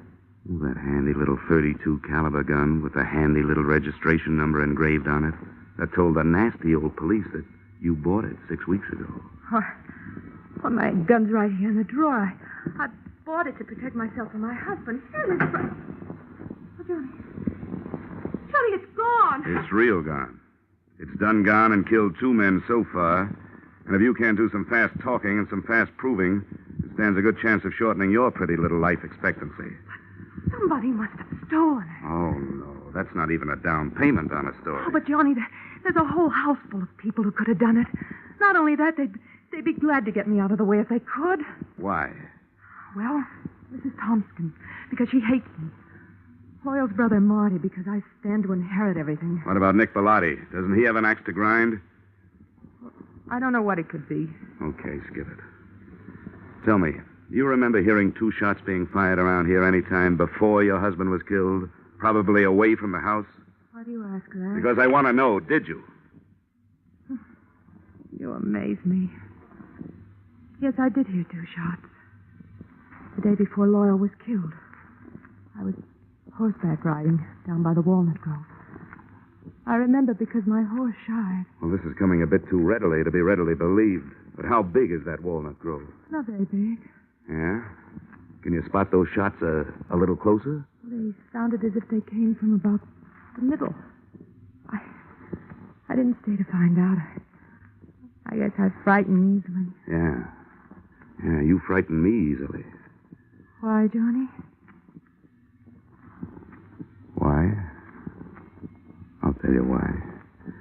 Because whether you shot anybody or not, you're murder, baby. Oh, Johnny. I didn't kill them. Got to believe me, Johnny. I don't have to. But just for a minute, I will. What is there about police drivers? Even out in the country, they got to lay on those sirens. Johnny, please. Come on, you better get dressed, sweetheart. I told them I'd keep you occupied till they got here. Why, you... The police took Joyanne and her hurt feelings off to the pokey. I took myself and my hurt cheek off to bed. The next thing I had to do had to be done by daylight. So I took over Joyanne's painfully empty and prettily perfumed sack, set the alarm for dawn, and snort up a storm.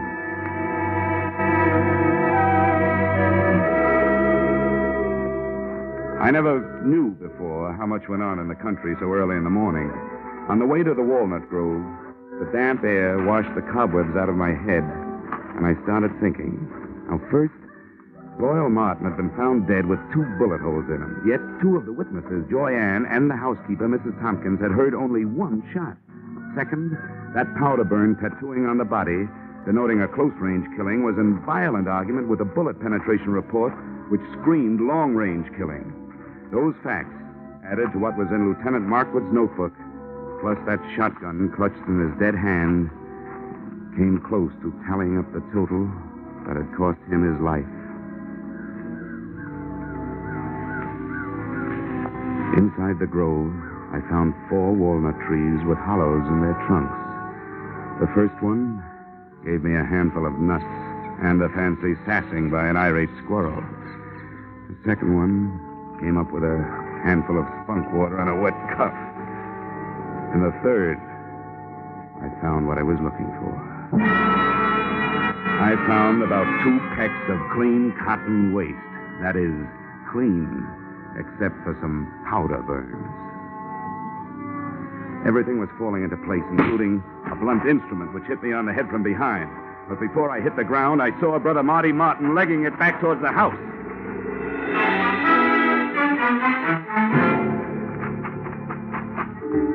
I made it up the house and up the hill and onto the trail, and was just starting up the stairs when I heard another out-of-season 4th of July. Okay, Dollar. I got him. Yeah. So I see. It was self-defense. I had to do it. I hated to butt in on your case, but all of a sudden everything stacked up, and I knew he was your man. When I threw it in his teeth, he made a try for his gun, so I dropped him. You sure did, Bellotti. Well, I owe you a lot of thanks. But if you don't mind, I'll take over from here. Sure, help yourself. Good. And, I think the first thing you'd better do is hightail it into town, get your story filed with the police. Yeah, I guess you're right. You're all straight now, so you can back me up. 100%, Nick, all the way. Now get going. Come on. Okay, Dollar. See you later.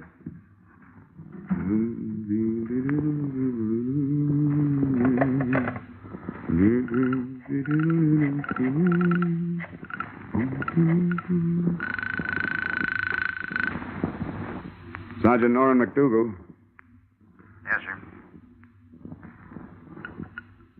Sergeant McDougal. Johnny Dollar, Sergeant. Oh, yeah, Dollar. What's new? Well, just another corpse. And in just about 15 minutes, the guy who made it one and conspired on the other 2 killings is going to walk right into your arms through the station house door. What? Who is it? Nick Bellotti, New York private license. He just shot his partner in this thing, Marty Martin. You're crazy. What about this girl? It was her gun. That was their fondest hope, Sergeant, to pin it on her. They borrowed her gun, fired 2 slugs from it into some cotton waste, then took the slugs and stuck them in a shotgun shell. 1 shot, just like both ladies said they heard. The shotgun Lieutenant Markwood was looking at when he died was really the Martin murder weapon. Oh, that takes care of the powder burns and the shallow penetration, yeah. Well, thanks a lot, Dollar. I'll be waiting for him. Hey, wait a minute. What's he walking in here for under his own power? To tell you an early morning bedtime story, just before you go off duty. He'll give you a pitch about a self-defense killing. It's a lie. The victim wasn't carrying a gun. If he had been, he would have used it on me. But he didn't. He used the sap. The sap.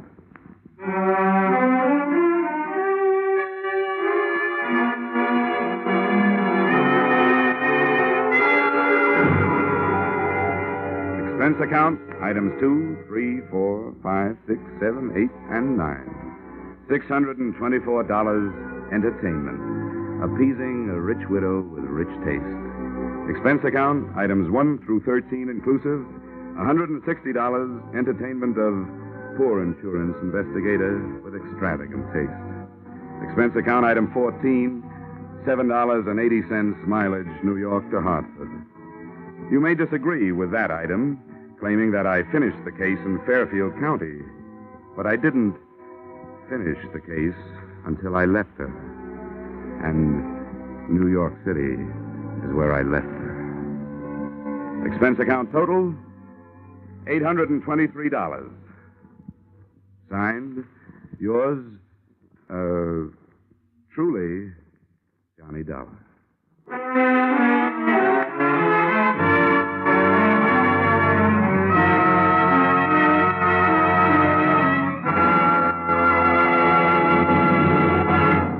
Yours truly, Johnny Dollar, stars Edmond O'Brien in the title role and is written by Paul Dudley and Gil Dowd, with music composed and conducted by Leith Stevens. Edmond O'Brien can currently be seen starring in the Harry M. Popkin United Artists production, DOA.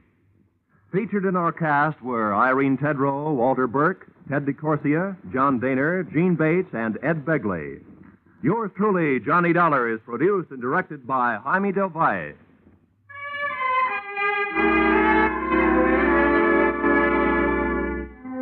Join us again next week when Edmond O'Brien returns in another adventure of... Yours truly, Johnny Dollar.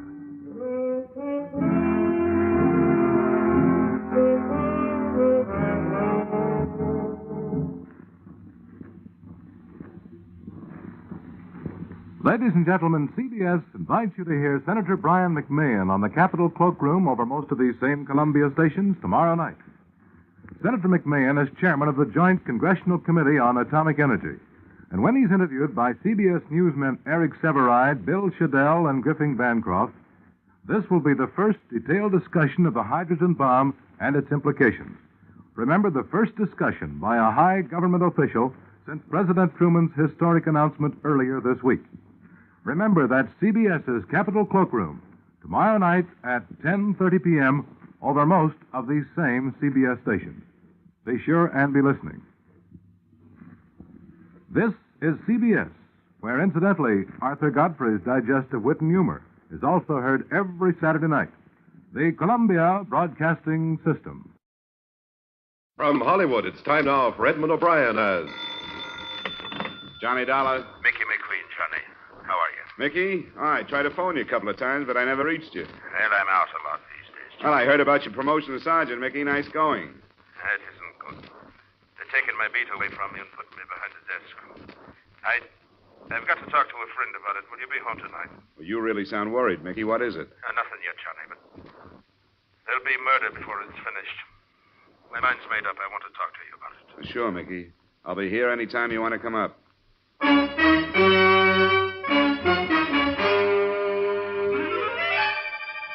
Edmond O'Brien in a transcribed adventure of the man with the action-packed expense account, America's fabulous freelance insurance investigator. Yours truly, Johnny Dollar.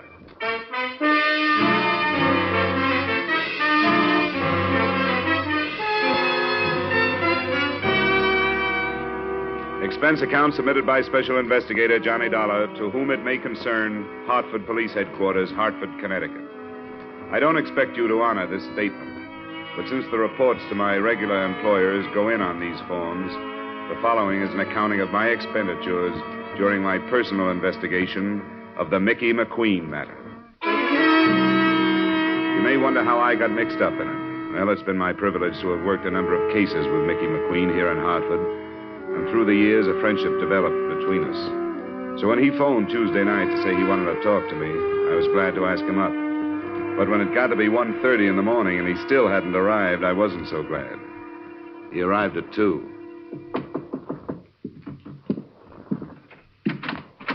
I'm sorry I'm late, Johnny. Yeah, what held you up? I was about to drop off. I had to think, Johnny. You're in uniform, Mickey. What about your beat? Yeah, my beat won't miss me. After 20 years of walking it from dark till dawn, checking its doors and passing the time of night with its people, drunk and sober. Is it too late for a drink, Mickey? I got your brand, some Irish. Yes, that was good of you. I've been a good policeman, Johnny. I can say that without sounding like I'm stuck on myself, can't I now? Oh, I've never heard anybody else say anything else, Mickey. And I've got more friends to my credit than I have arrests. I'll say that. But I've got a quiet beat. I think there are quieter beats in town. Maybe you're lucky. Here's to it. All right. But be careful what it is. There's murder being done and planned right this minute, Johnny, and them that could stop it don't have the heart, right or wrong. What are you talking about? I know what I'm talking about. Are you feeling all right? Feeling all right? I'm as healthy as I was yesterday, ain't I now? I didn't see you yesterday. Yet they're taking my job, putting me behind a desk. A degrading end for a man that's been active for 20 years. After 20 years on your feet, you should take a rest. You've earned one. The very words of the commission, Johnny. But, Johnny, Yeah, Mickey? Never mind. The devil take them all. I've used up enough of your time. Now, wait a minute. You came over to talk about something more than your new job. What's this stuff about murder being planned and being done? I shouldn't have said it. I wish you'd forget it. What's the matter with you? You know me well enough to tell me. You know me well enough to know I'll keep any confidence you want me to keep. You're a good friend, Johnny. Maybe that's why I've changed my mind about telling you. Then why did you come over? Because I thought I was going to talk to you, but I'm not now. All right, it's your business. But you're acting like a kid. Now, if you don't have anything to say to me, it's after 2. I have a job in the morning. All right, Johnny. I'm sorry I bothered you. I'll say good night.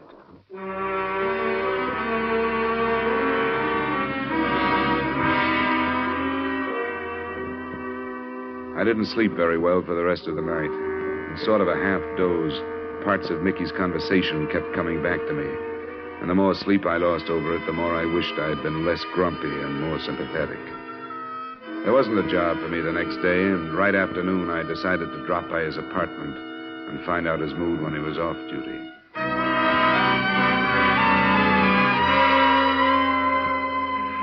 Mickey's apartment occupied the ground floor of a narrow gray row house not far from mine. I could hear a woman crying somewhere inside. I smelled domestic trouble, but I pushed the buzzer anyway.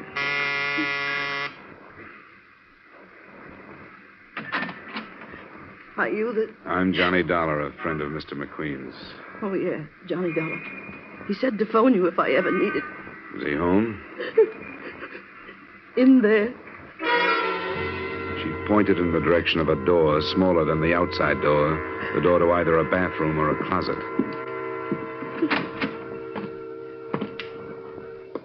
It was a closet.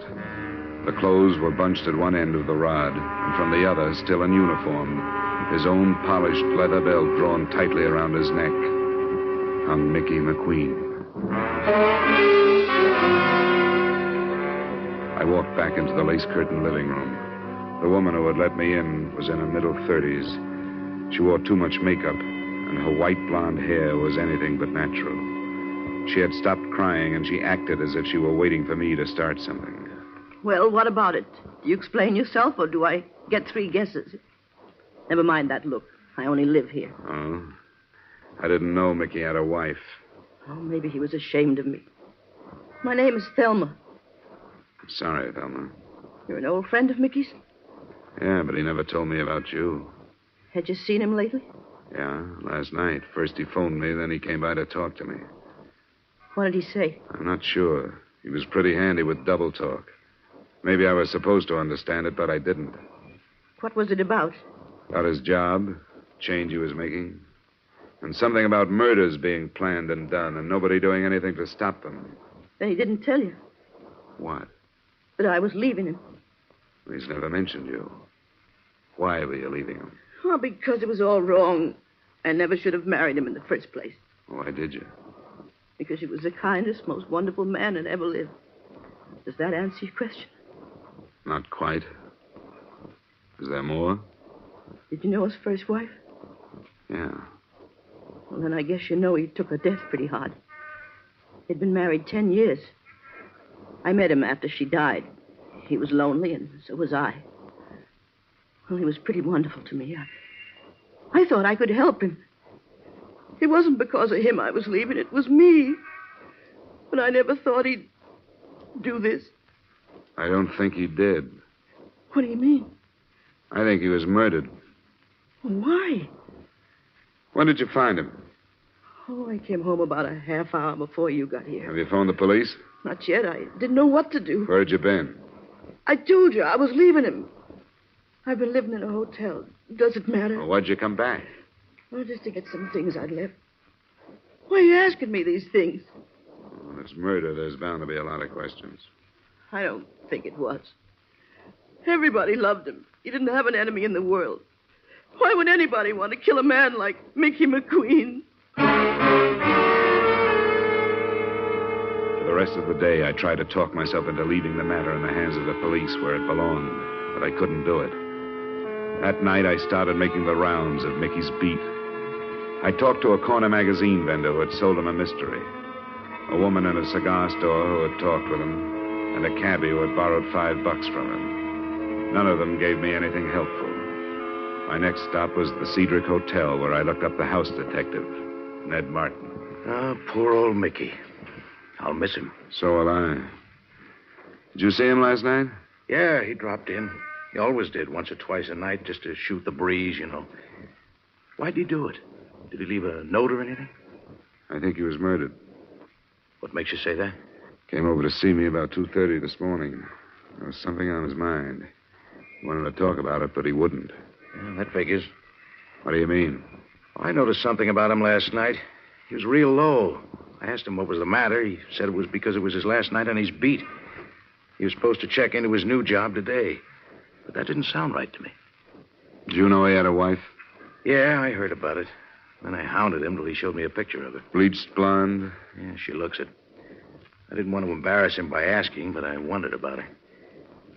What makes you think it was murder, Dollar? Now, do you think Mickey was the type to kill himself? Well, no, but how can you tell? I guess you can't. All you can do is try to find out. Well, if you don't have anything more, I'll be on my way. Wait a minute. Huh? I guess it was a dirty trick, and I wish I hadn't done it, but I snooped that marriage. I found out who she was. Her name was Thelma Weaver. She did a couple of years at Joliet. Where'd you get that? Things like that don't stay hidden. I'd drop it if I were you. I really would. What are you holding out on me? It's for your own good, Johnny. I'll shake it out of you if I have to. Okay, hero. You know Fred Koo, the Calcutta Club over in Bartlett? I know of him. He's a police informer, isn't he? They're part-time. Uh-huh. If you won't take my advice and forget it, go talk to him. And don't tell him who sent you.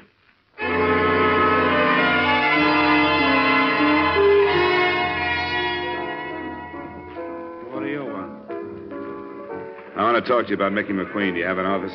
You're a cop, too? Only a private one. I was a friend of Mickey's. Oh, sure. Roy. Yes? I'm in my office for a little while. If there's any trouble, buzz me. Roger, Fred. Come on, this way.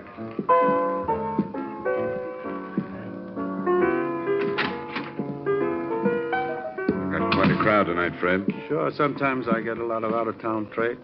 Did you see Mickey last night? No, I didn't. I get along fine with Mickey. He won't take any payoff, but he don't push me around. How is he? Do you know his wife? His wife? I didn't even know he was married. Her name was Thelma Weaver before Mickey married her. She did some time in Joliet. Why do you bother me with this? I got work to do. You knew Mickey was dead. No, I didn't know that.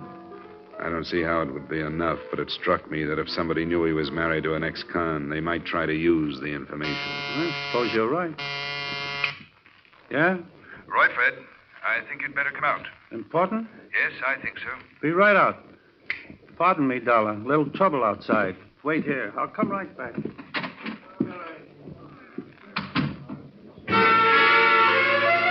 I waited, and while I did, I took a quick look around the office for another way out in case I might need it. There wasn't any unless the steel door in one of the walls was it. But before I could try it, the other door opened. I wasn't expecting Fred Koo to return so quickly, and neither was I expecting who did come in. I didn't expect to find you here, Mr. Dollar. Likewise, Mrs. McQueen. I was looking for Mr. Koo. What for? Well, I thought I might help if I could. Mickey kept this notebook, you see, where he wrote down all the places he stopped when he made his rounds. This place was one of them. I thought if I could talk to this Mr. Koo. Did you know Fred Koo? Oh, I know. You know anybody named Weaver, Thelma Weaver? All right, mister. That's enough. Reach. Don't be crazy. What good would that do? Stay where you are. Don't try anything. I really mean it. She looked like she really meant it. It was a small revolver, Colt 25.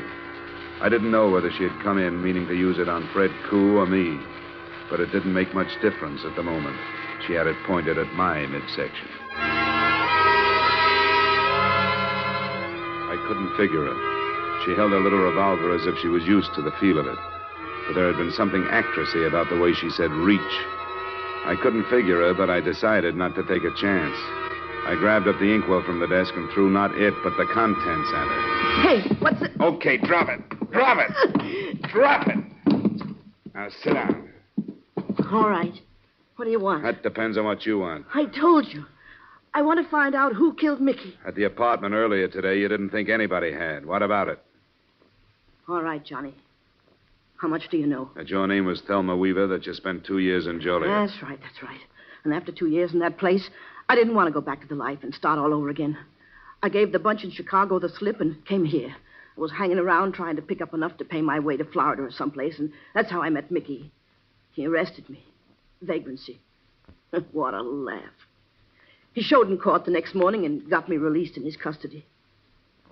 Oh, he treated me like a daughter.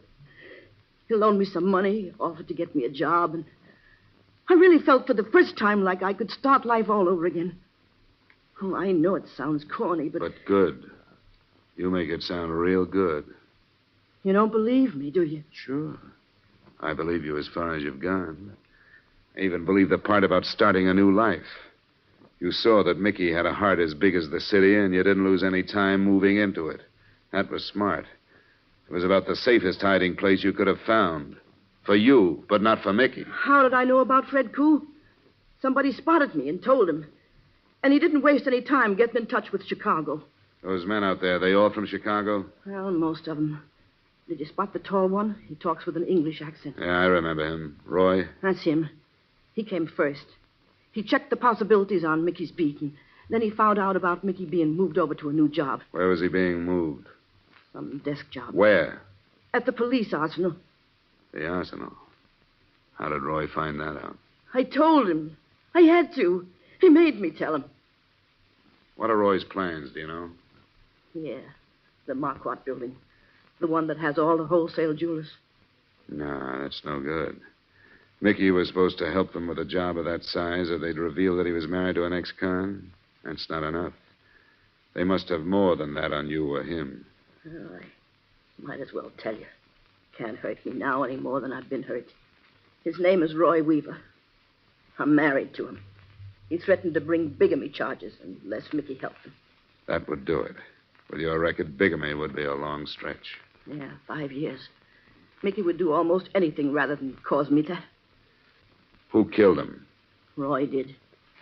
I wasn't there. I swear I wasn't. But they met him after he got through work at 5:30 this morning. Why did they kill him? Mickey was all ready for his new job, and he had the keys to the arsenal. Here's your gun. If you're on the level, you may need it, and the caliber's too small to do me any good. What are you going to do? I'm going to the police. Why not use the phone? It'll be tapped, and it would take too long to explain it. That bunch would be in here before I got started. I wouldn't try it if I were you. Where are you going, Dollar? I'm going home. I was waiting for Fred Koo, but I guess he decided not to bother. Fred had to leave. Did Mrs. Weaver entertain you with her sordid story? Yeah, it was very pleasant. She's a charming girl.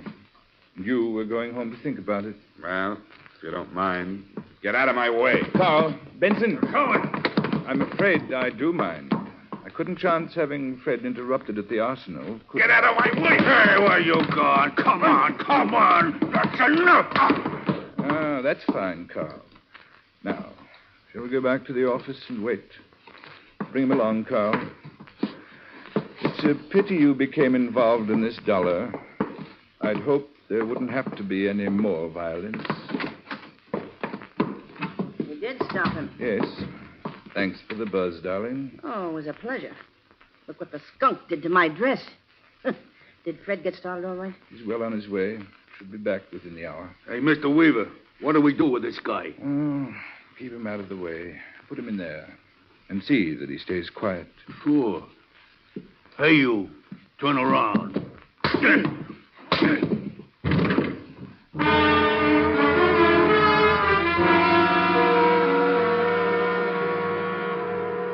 At least I found out what was behind the steel door I'd noticed earlier in the evening. When my eyes opened and I got accustomed to the light from a single dust-covered bulb, I realized that I was in a sort of wine cellar. There were some bottles, but most of the storage space was taken up by a large and varied assortment of burglar's tools. There were a few weapons, too, but I knew they were nothing compared to what Fred would bring back if the raid on the arsenal was successful. I glanced at my watch at 11:15, and right after that, I heard the heavy latch on the door being turned. I got back into my position on the floor, closed my eyes, and listened. Don't forget the bars, Carl. We'll need them for the inside doors. I got you. Hey, Benson, you take these. I'll bring the rest. You want the guns in there, Mr. Weaver? We won't need them. Crocker. Yeah? Listen closely now. We're behind schedule. Both cars are in back. In the Buick, you'll find the things from the arsenal. Yeah. I want you to move half of them over into the Cadillac. What about the grenades, Roy? They're in a case marked CN-DM, irritant gas M6. I got it. Open the case and put half in the Buick. The most important is the cordite powder for the vaults. There are 2 boxes. Put one in the trunk of each car. Right. Be careful. It's very touchy stuff. Yeah, I know. I've handled it before. All right, get along then, and hurry. It won't take long. Now, Fred will be in charge of one car. I'll be in the other. It's all right. We're agreed that we'll meet at the north entrance at midnight, both to approach the building from the east on Lincoln. You will have dropped 2 men to guard the south entrance. 2 of my men will subdue the guard at the north. Yeah, they better. They'll spring the alarm in a big hurry. You can trust me. They'll use Thompson's. Thelma, Yes, Roy? where are you going? Well, don't be so snoopy. I'm going to powder my nose. You're coming with us. Sure, Roy, if you want me to. I don't need you, but I don't think I should feel safe without you with me. Don't be long. I'll be right back. Think everything is ready from in here, Mr. Weaver. Good. Go to the cars then, Carl. What about the Seamus there? Oh, lock him up again. We'll decide what to do when we come back. I guess he can't cause no harm in there.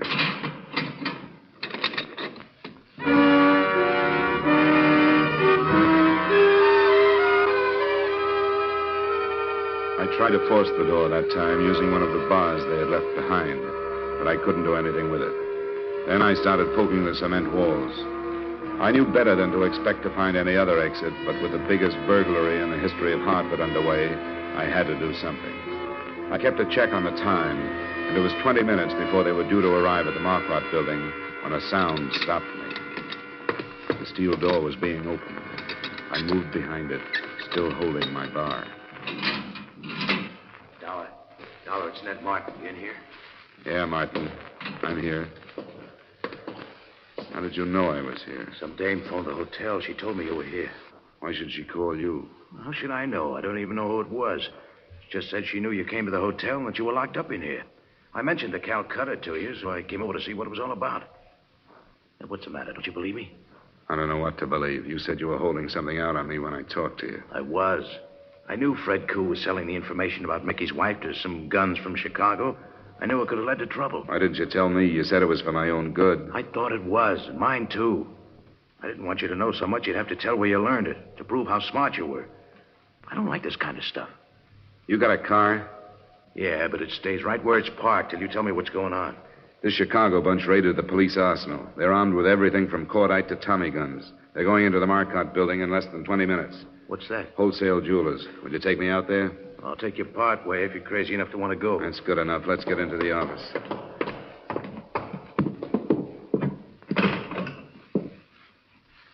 It's dead.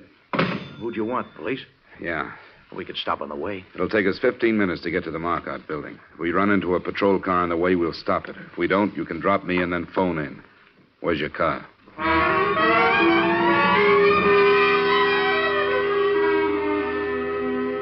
At the speed we traveled, we should have at least picked up a traffic cop, but we didn't. Martin wouldn't take me any closer than the corner of Atlantic and Milton. And we reached there at 12 minutes after 12. That gave me 2 minutes to get to the Marquardt building. I didn't make it before they arrived, but it didn't make any difference. Both cars had pulled up and were unloading men. From a doorway about 50 yards down, I spotted Fred Koo and Roy Weaver. Then I saw Thelma. She got out of the Buick and started toward me. Thelma, where are you going? Weaver shouted at her, but she didn't answer. Instead, she stopped, and I saw the little gun glitter in her hand as she turned back to them. Then I saw what she was aiming at. The trunk of the Buick, where the cordite powder was. Thelma! Thelma! Stop it! The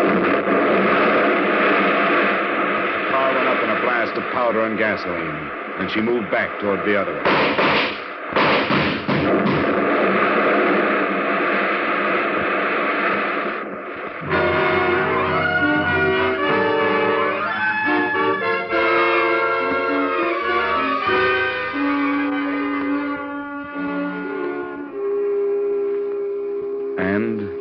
That was it. Thelma Weaver McQueen, as the department knows, was DOA at Emergency Hospital.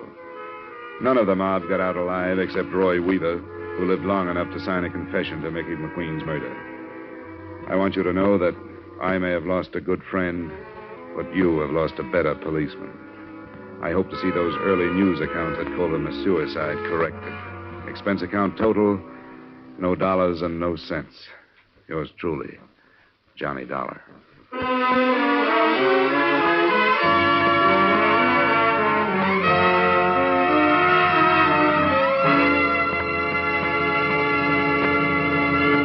Yours truly, Johnny Dollar, stars Edmond O'Brien in the title role and is written by Gil Dowd with music by Wilbur Hatch.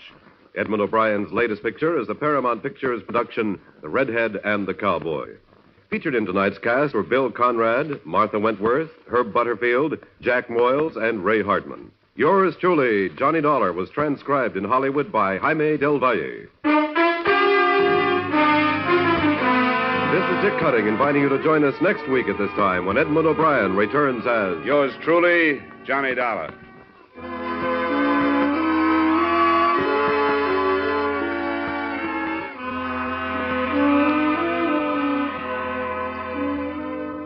There'll be fast-moving, true police adventure on CBS tonight when Gangbusters comes your way again on most of these same stations. This evening, Gangbusters presents The Case of the Stranger in the Hall. Stay tuned now for 5 minutes of the latest news.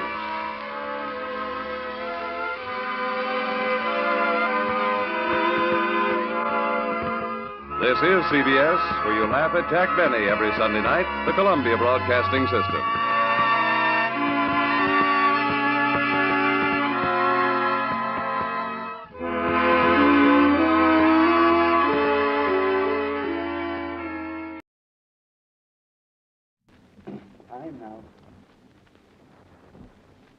From Hollywood, it's time now for Edmond O'Brien as...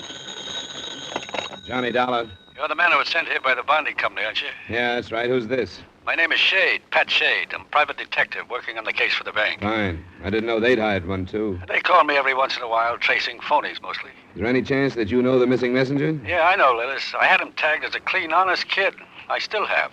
What do you think happened then? I'm afraid he was either snatched or killed, or both. But that's just my opinion. I wondered if you'd like to get together and compare notes. I don't have any notes yet, but I'll be glad to pick up your brain. Pick up your what? I don't have any notes yet, but I'll be glad to pick your brain. Any place you say.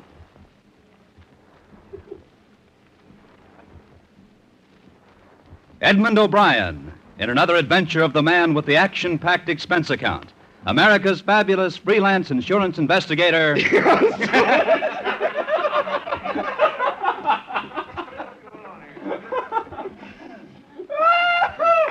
While we're stopped... Let's go back. Let's take the whole opening again. And Bob, I have just a little too much voice. Oh, jeez. You mean I'm screaming? From Hollywood. From Hollywood, it's time now for Edmond O'Brien as... Johnny Dollar? You're the man who was sent here by the bonding company, aren't you? Yeah, that's right. Who's this? My name is Shade, Pat Shade. I'm a private detective working on the case for the bank. Fine. I didn't know they'd hired one, too. They call me every once in a while, tracing phonies mostly.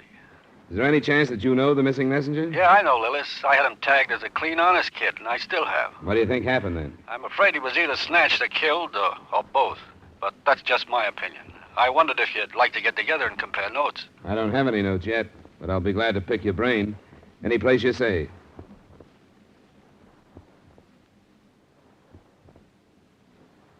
Edmond O'Brien, in another adventure of the man with the action-packed expense account.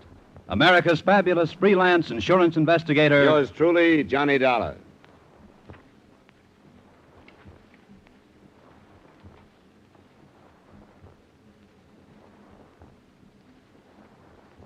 Expense account submitted by Special Investigator Johnny Dollar to Home Office, Great Northern Bonding and Surety Company, Hartford, Connecticut. The following is an accounting of expenditures during my investigation of the Lillis bond matter. Expense account item 160... Expense account item 1, $62.80 airfare and incidentals between Hartford and Chicago. A few phone calls after checking into a hotel bore out the details given me when I was assigned the case.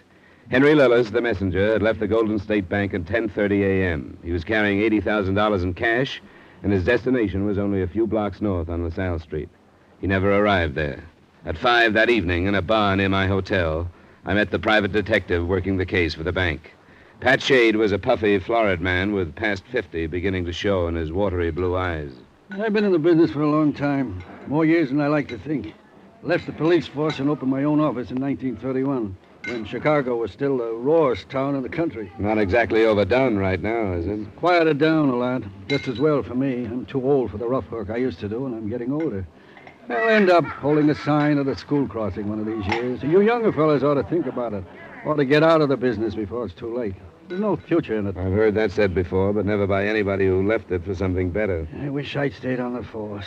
I'd be on pension now. You know, Scotty Dyer's old man and I walked a beat together. Scotty's a good cop. What'd he tell you? Nothing, really. I just phoned to check in with him, and he gave me a free hand.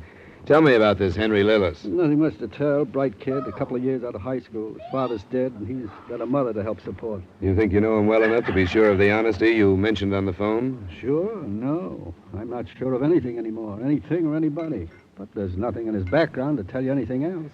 He had to have a pretty good record to be bonded by this company, you know that. That's why you think somebody grabbed him, huh? That's my hunch, yeah, I think so. Do you know anything different? No, but it strikes me that a snatch would be pretty hard to carry off in a street as busy as LaSalle at 10:30 in the morning without drawing some attention. Sergeant Dyer tells me none of the people who were near there at the time saw any trouble. It would depend on how it was done. Now, understand, this is only my hunch. I don't have the case solved yet. Has anybody talked to his mother, do you know? I think the cops went out this morning. I guess it'll be all right for me to go out this evening. Worrying about his son, she's probably not going to be in very good shape. Maybe not. But sometimes people who are in bad shape drop a lot of information they wouldn't drop otherwise. Shall we have another round?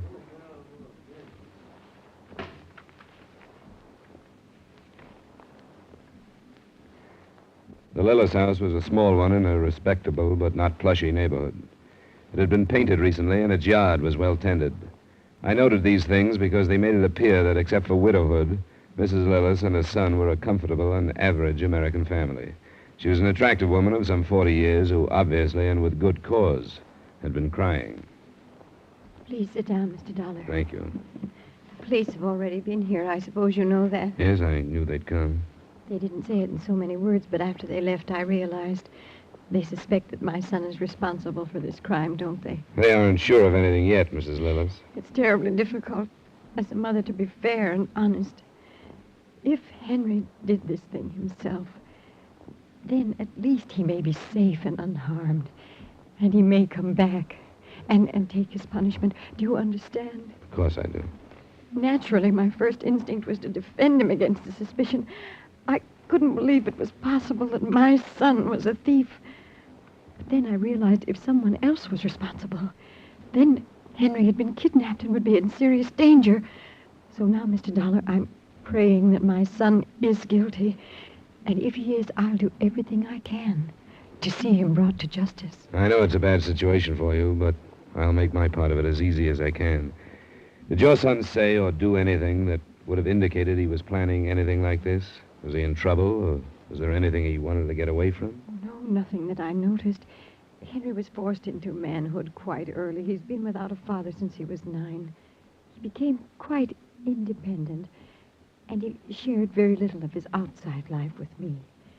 He may have wanted to get away from me, however. You mean that he didn't like his responsibility? Yes, he wants me to marry again. I understood that he wasn't your sole support. No, my husband left me a small income from his insurance. I own this house, but Henry's earnings have always helped. Who are his friends, Mrs. Lillis? I may want to talk to them. Well, he sees hardly any of the friends he made in school. Most of them went on to college. There's one I know of, Raymond Lockhart. He works in a service station on North Michigan Avenue. And you don't know who your son spent the rest of his time with? I'm afraid I don't. Oh, I was very wise. I wasn't going to make the same mistake so many widows do with their sons, with possessiveness and too much prying in the name of protection. I let Henry work out his own life and asked very few questions. I was so wise. If Henry is guilty, I'm to blame for it. And he must be guilty and not dead.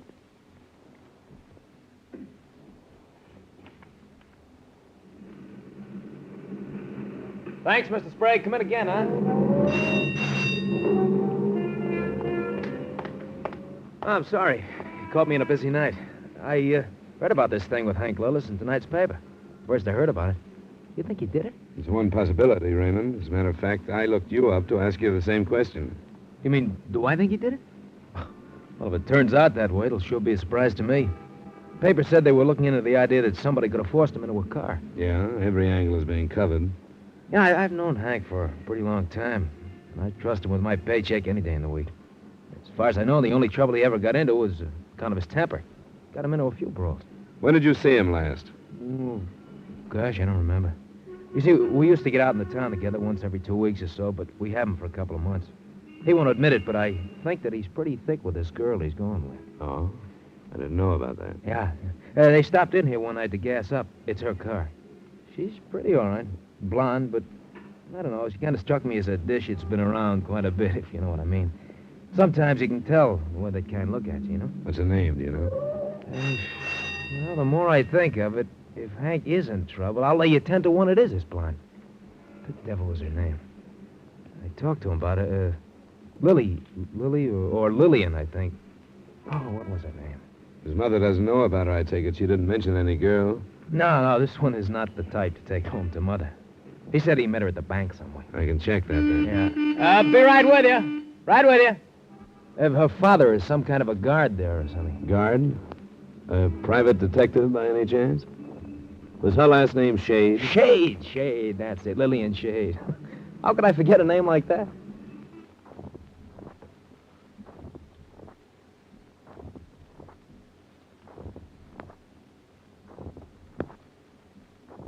Go ahead. Pour yourself another drink, Shade. I've got an extra bottle in my luggage. Yeah. Did you tell the police about this? Not yet. This will be the end for me if she's mixed up in it. You know where she is? Yeah, she told me she was going to spend a couple of days with a friend. Why don't you check the friend? Maybe your daughter is there. She didn't mention any names. She never does.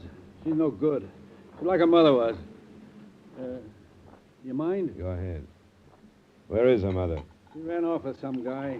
Lillian was about 5. I shipped her off to my sister in Minneapolis, but I had to take her back when my sister died. She started running wild when she was 13, and I never could stop her. If they pull this together, it's liable to set child psychology back 20 years. The son of a mother who really tried to do the right thing, maybe tried too hard. And the daughter of a guy who didn't try at all. Did you make a point of not mentioning her when we were talking about the Lillis kid earlier? I was waiting for you to ask that.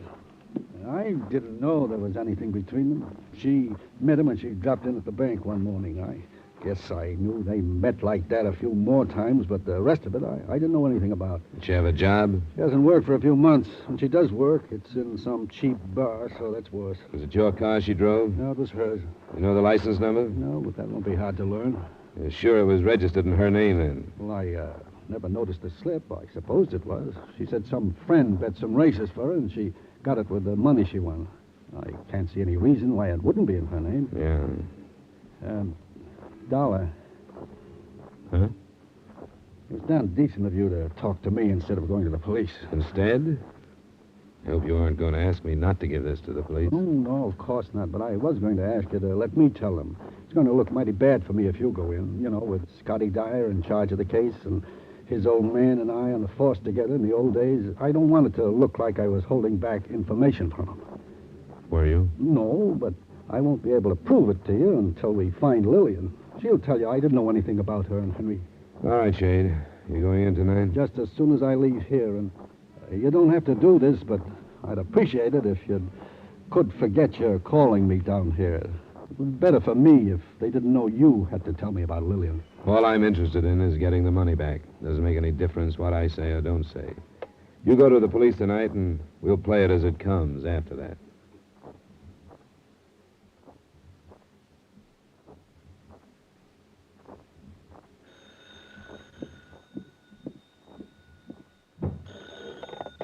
Johnny Dollar. This is Sergeant Dyer, Dollar. Oh, yeah, Sergeant. You're on it early this morning. Anything doing? Henry Lillis just gave himself up.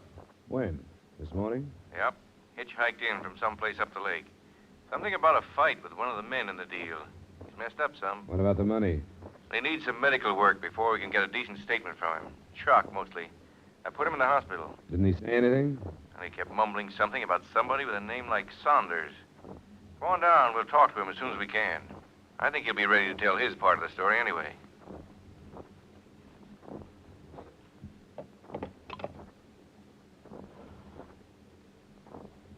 I met Sergeant Dyer at 10 that morning.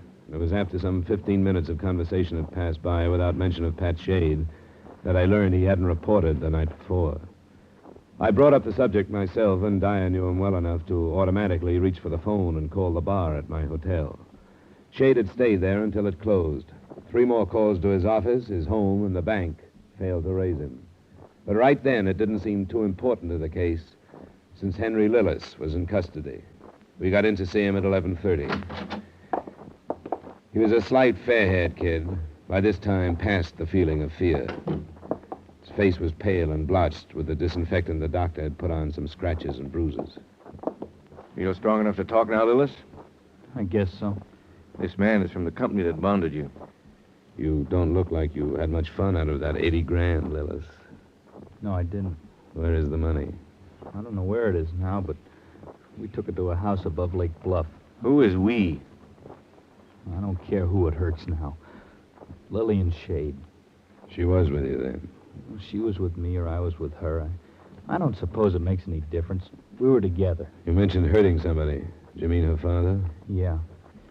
He talked to me about her once. He told me she wasn't any good for me. I hated him then for saying that about his own daughter, but I sure wish I'd listened to him. I wish I'd believed him. None of this would have happened if I had. It did happen, Lillis. We want to know about it. Everything about it. Well, I don't know exactly how it started. I met her and I was stupid. I'd never known anybody like her before, and it sort of seemed as if we were in the same boat. What do you mean, the same boat? Well, neither one of us had all the things we wanted, and it looked like we never would. If everybody in that boat turned criminal, there wouldn't be enough banks to go around. Well, I never thought about it before, the way she did, but the longer I went with her, the more I began to. She'd done other things, never anything like this. What kind of things? Well, the way she got the money for her car. She met this man and learned some things from him. She did it so that it could never be called blackmail, and she got the money. The Badger game, maybe. I don't think I know quite what that is. Go on. Well, I don't think I have to go through all of it, but, well, one night she kept talking about how I carried large amounts of money all the time, and that we didn't have... I don't think I have to go through all of it. But, well, one night she kept talking about how I carried large amounts of money all the time, and that we didn't have any of our own. She said she wouldn't marry me unless we could be rich. So we planned this thing. She waited down the street in her car 4 days in a row until I knew She waited down the street in her car 4 days in a row until I knew I was making a big transfer. You knew how much you were carrying? Not exactly, but, well, I'd worked there long enough to know when it was a big amount, you know, according to where it was going and things like that.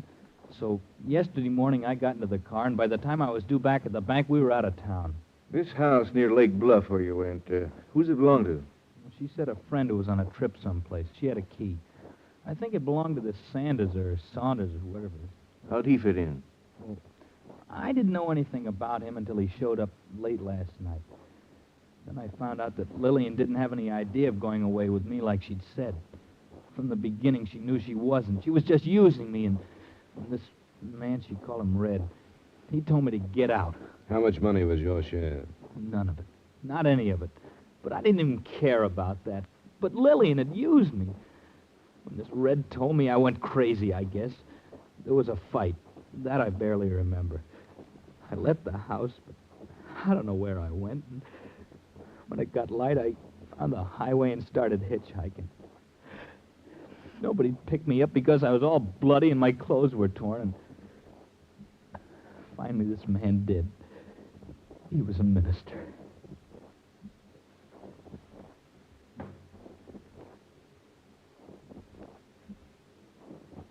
We left him after he gave us the best he could in the way of a description. The only thing Lillis seemed sure of was the route to the house near Lake Bluff.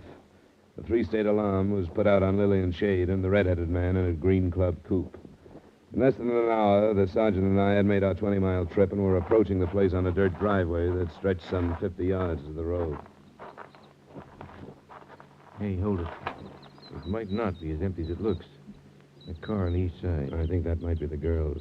Service station attendant described it for me. Means they both left in one car, don't you think? Well, probably does. Guess with 80,000, one abandoned car wouldn't mean much. I think the house is empty, all right. Wouldn't make sense for it not to be.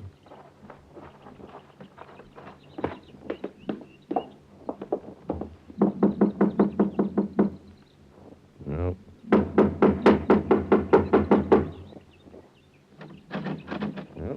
It's locked. Look, through here. Look at the furniture. That's where the fight went on. Must have been quite a ruckus. A friend of his told me Lillis packed quite a punch when he got started. Pretty good temper. Yeah, there by the wall. That lamp was thrown. It ought to carry some prints. Now, we'll look through the rest of it, but I doubt if we'll ever find... Sergeant Dyer, over here in the kitchen.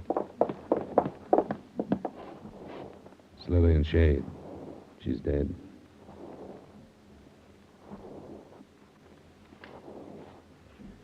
And so homicide entered the picture and a new alarm was broadcast. Sanders or Saunders in a green club coupe. Wanted on suspicion of grand theft and murder. I had a different idea. I couldn't sell it to Sergeant Dyer, but it was one... I couldn't sell it to Sergeant Dyer, but it was one of those things that I couldn't drop. The police laboratory men started combing through the house, and I went back into the city. It was about 2 p.m, and Pat Shade was in his office. Now, I can explain if you let me. Never mind that. You know that Henry Lillis surrendered to the police, don't you? I didn't handle myself very well last night. I'm not talking about last night. I know. What I'm trying to tell you is that I didn't get around until late today, and I just read about it. Where is Lillian? You know the house she goes to up near Lake Bluff? No, I never heard her say anything about a house up there. Is that where you found her? You were pretty drunk last night. Where'd you go? Yes, I was pretty drunk last night. It's not every day you come to the end of your rope. That's where I got last night after more than 20 years in this filthy business. Where did you go after you left the hotel bar? I went home. What time did you go to bed? I don't remember. Do you remember leaving again after you got home? Where'd I go? Your daughter was murdered last night. But... what are you accusing me of, young man? I'm not accusing you of anything. I wish I could talk about this later. I don't seem to be thinking very well. I'm afraid we have to talk about it, Pat. Yeah. You asked me if I knew about a house near Lake Bluff because you think I might have killed my daughter. That I might have waited until the red-headed man left for some reason and that I went in.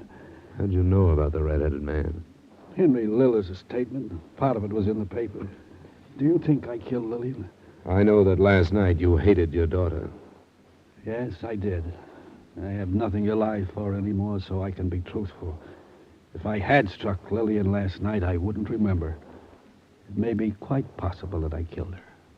I don't remember.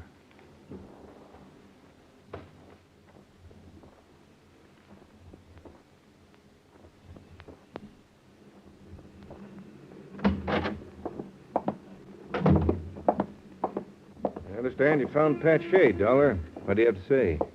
I'm not sure what he said because I don't know if his mind was working well or badly. Here, this is the on-the-spot report from the lab men. There's more you can see before we start back.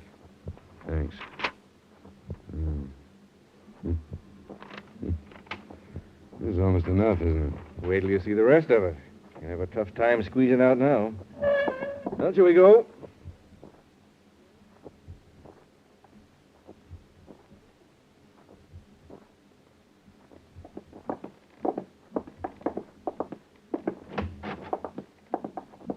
I hope you don't mind us busting in like this.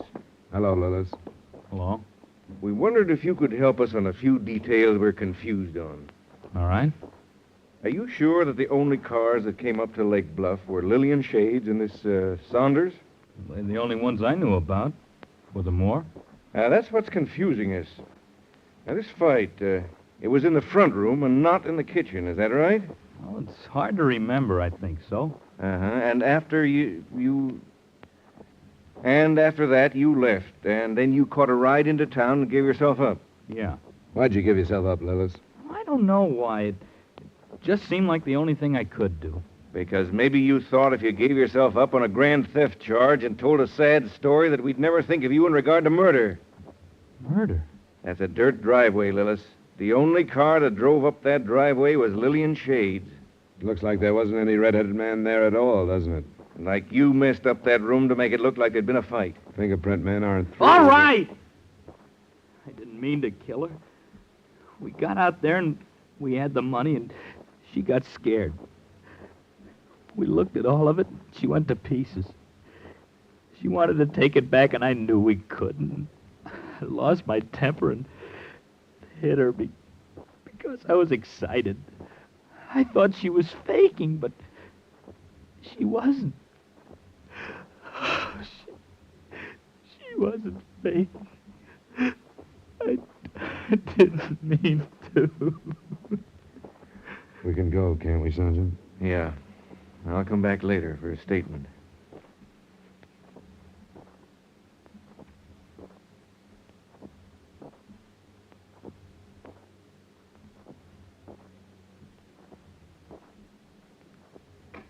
Expense account item 2, $183.30, miscellaneous. Item 3, same as item 1, transportation back to Hartford. Expense account total, $308.90. Remarks? In his next statement, Henry Lillis revealed the hiding place where he'd put the stolen money, so the company won't lose. That's more than you can say for the two parents involved, either the deserving or the undeserving. Yours truly, Johnny Dollar.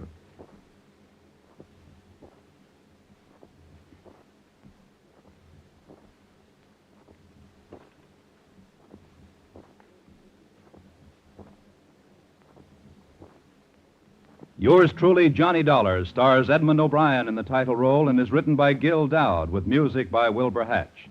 Edmond O'Brien can soon be seen in the Paramount Pictures production Warpath. Featured in tonight's cast were Herb Butterfield, Jeanette Nolan, Tony Barrett, Tim Graham, and Gil Stratton, Jr. Yours truly, Johnny Dollar, was transcribed in Hollywood by Jaime Del Valle. This is Bob Lamond inviting you to join us next week at this time when Edmond O'Brien returns as... Yours truly, Johnny Dollar.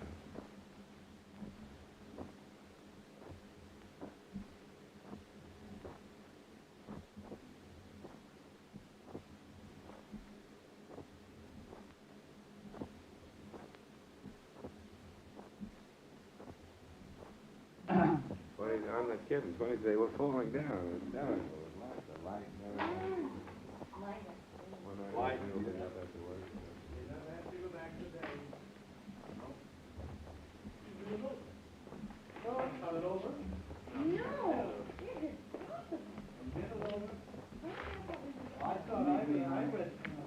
This is only a... Maybe I didn't do it. This is only a 15-minute show.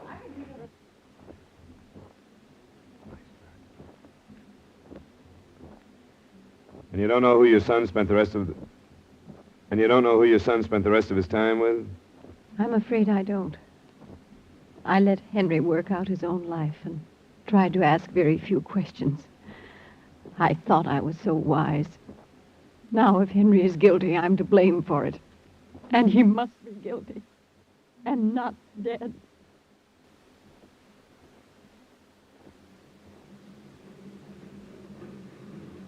When did you see him last?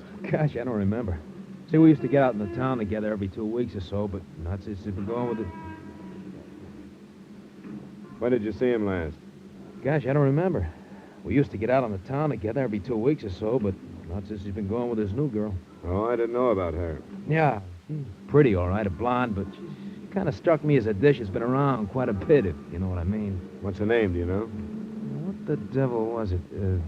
Lily or Lillian, I think. His mother doesn't know about her, I take it. She didn't mention any girl. Well, she's not the type to take home to Mother. Her father's some kind of a guard at the bank. Guard? Private detective, by any chance? Was her last name Shade? Shade, that's it. Lillian Shade. How could I forget a name like that?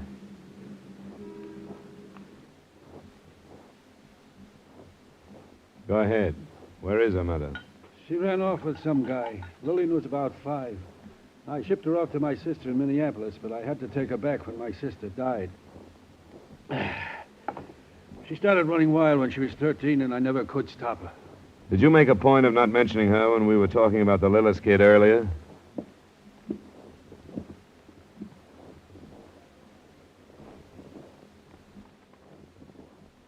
I met Sergeant Dyer at 10 that morning, and it was after some 15 minutes of conversation had passed by without mention of Pat Shade that I learned he hadn't reported the night before. But right then, it didn't seem too important to the case, since Henry Lillis was in custody. We got in to see him at 11:30. He was a slight, fair-haired kid, by this time past the feeling of fear. His face was pale and blotched with the disinfectant the doctor had put on some scratches and bruises.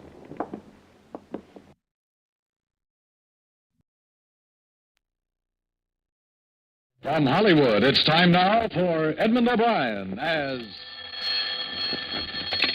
Johnny Dollar. Philip Martin, Johnny, I've got a job for you. Fine. What is it? Mr. Carl Baskerville is insured with us. I've heard the name. Retired, wealthy. That's the best way. His brother is the beneficiary. Baskerville called us a little while ago and said he wanted the money to go to a charity in case of his death.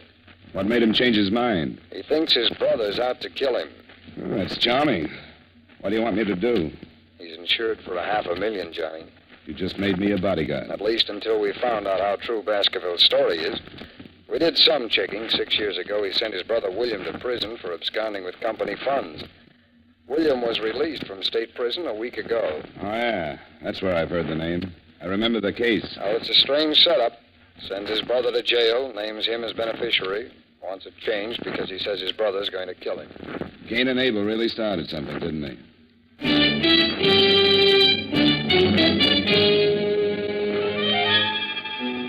Edmond O'Brien in the transcribed adventure of the man with the action-packed expense account. America's fabulous freelance insurance investigator. Yours truly, Johnny Dollar.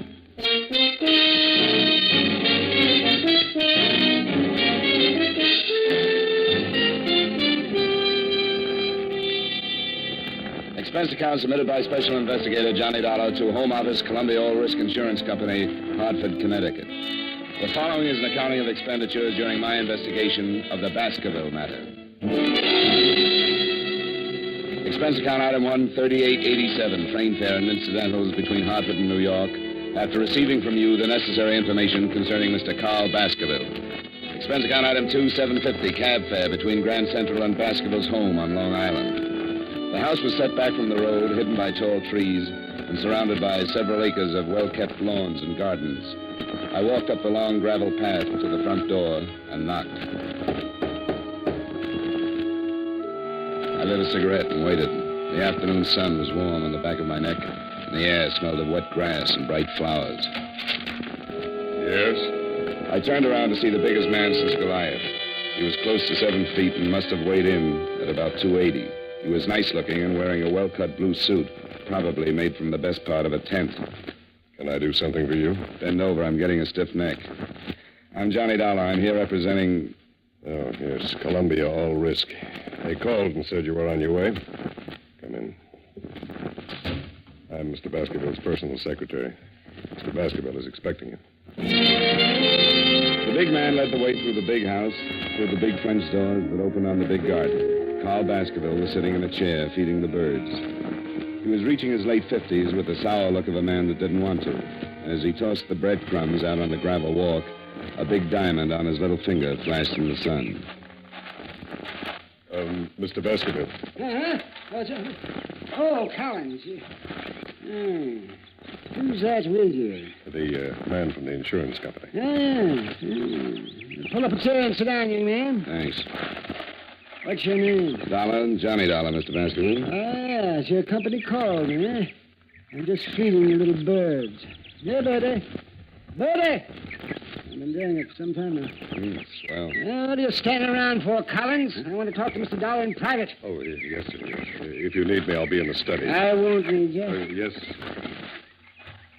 How tall is he? 6 feet 9 inches. He's been with me for some time. I've been retired for 5 years, Mr. Dollar. I always wanted to spend my afternoons in the garden feeding the birds. I used to get up at 6 and go to work and have breakfast and look out of that window right over there. I used to see the little birds. I always said that someday I'd spend my afternoons out here feeding the little fellow. I'm glad you made it. All right. Mr. Baskerville, I was sent here. I know why you were sent. Sit down. Mr. Dollar, I'm 57. I spent most of my life making money, making a success of myself. Success in terms of what you consider success. That's an interesting statement. How is it? Why do you say that?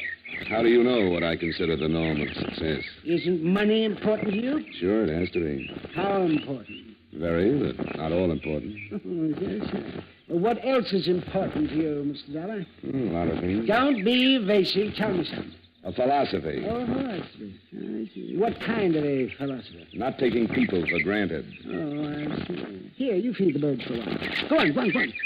Makes you feel real good. Good. Here, Birdy. Birdy. Oh, that's fine. Get a load of that one. He thinks he's a pheasant. Yes, he's a greedy one. He always does that. They're a lot like people, aren't they? I suppose you know about my brother, Mr. Dollar? William Baskerville worked for you 6 years ago. Supposedly took some company funds. Definitely took some. $100,000. Sent to state prison for 10 years. Was paroled last week after serving 6. You're insured with Columbia all risk for $500,000, and your brother is the beneficiary. That is correct. Now you want to change. That is again correct. Want to tell me some more about your brother? Oh, your company's worried. Is that it? $500,000 worth. I suppose you consider it strange I'd send my brother to prison, then make him my beneficiary. I guess strange is a good word. I don't particularly care if you believe this or not, but I hated to prosecute my brother. But he was guilty, and it became more than just a family matter. There were stockholders to be considered, and his guilt was discovered before I could do anything. You're not feeding those birds. I'm out of crumbs. Oh, well, here. Take some right here. Now, feed that little fellow up here. He's the timid one. He doesn't get as much as the others. You know, you're right about them being like people. The timid ones never get enough and generally fall by the wayside. You made your brother your beneficiary, and now you want to change it. Yeah, well, only as a precaution. With my money out of the way, perhaps William will think twice before he attempts anything foolish. I'm having my will changed, too. You see, I originally left my entire estate to him. What makes you think he might try? This letter. This way down. Okay. I spent 5 years hating you, but I learned a trade. I used it drawing blueprints for your shroud. Poor William always did go for the dramatic. When'd you get this? I got it yesterday. It's the first I've heard from William since he went to prison. Well, it'll never get a Pulitzer Award. Yeah, William always did go in for the dramatic. Since boyhood, he's envied my get up and go. We never got along. And it was even too much for my poor mother. She died very young. Probably overworked from knitting straitjackets. What's that? Don't be flippant, young man. That was uncalled for. Yeah, I guess it was. And I have a strange habit of getting flippant when I get confused. I'm confused, Mr. Baskerville. Yeah. Well, William is the last of the Baskervilles. Hothead, childish, weak, and insecure. But he's a Baskerville. If he kills me, he'll be caught. If he doesn't gain by my untimely death, he may reconsider.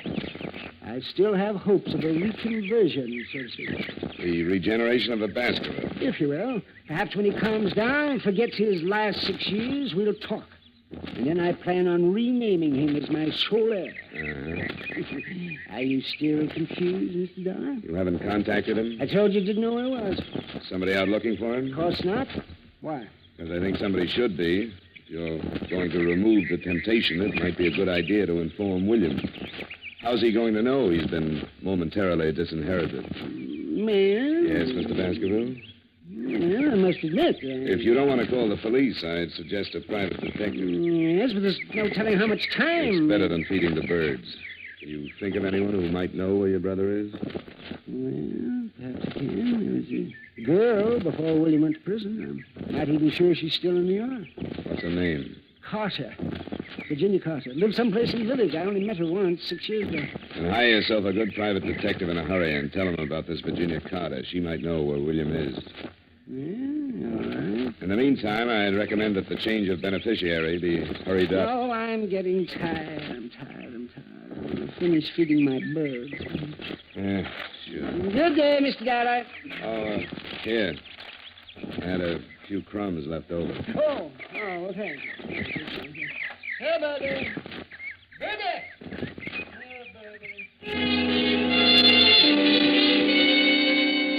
I left him sitting with his friends. He'd have one good deed to take along with him. I went back through the French doors and started back through the house. I got as far as the hallway.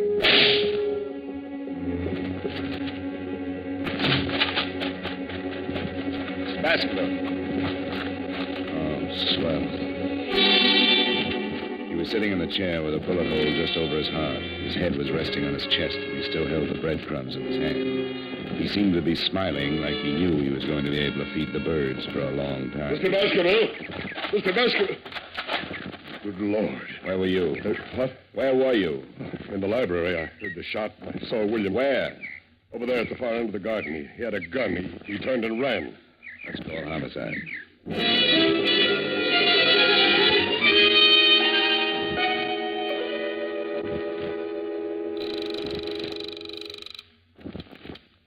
Renner's homicide. Lieutenant, this is Johnny Dollar. Well, hello. Haven't heard from you in a month. I've got a killing for you. Who? I'm out at the Baskerville estate. The Baskerville? He used to be Carl Baskerville. He was shot a few minutes ago in his garden. Oh, William did it. I saw William with a gun. What? Baskerville's secretary says he saw William Baskerville with a gun. The brother? The one who just got out of state? That's right. I'm here because Carl thought William was going to kill him. He showed me a letter. Holy... A letter? Get out here. I think I just made the mistake of my career. I shoved Collins aside and ran back out in the garden. Baskerville was still smiling, and things looked about the same. I went through his coat pockets and found what I was looking for. Nothing. The threatening letter from William was gone. I went back in the library faster than I'd come out. I remembered what Baskerville had said about a girl named Carter. I grabbed a phone book on a wild hunch and started looking up the Carters in Greenwich. Only one Virginia in that part of town, so I said a quiet prayer to the gods that be, visioned my employer's reaction when they found out their investigator had been on hand when they lost a cool $500,000, and called a cab in the hopes that I might at least save half a face. I told Collins not to touch anything and to wait for Lieutenant Brenner's. Expense account item 3, $8.75 cab fare to Greenwich Village.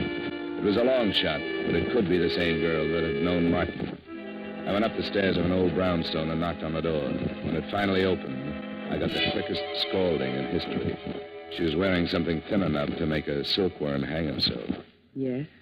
I bet you had a hard time finding something to wear in July. I'm not cold-blooded. What's on your mind?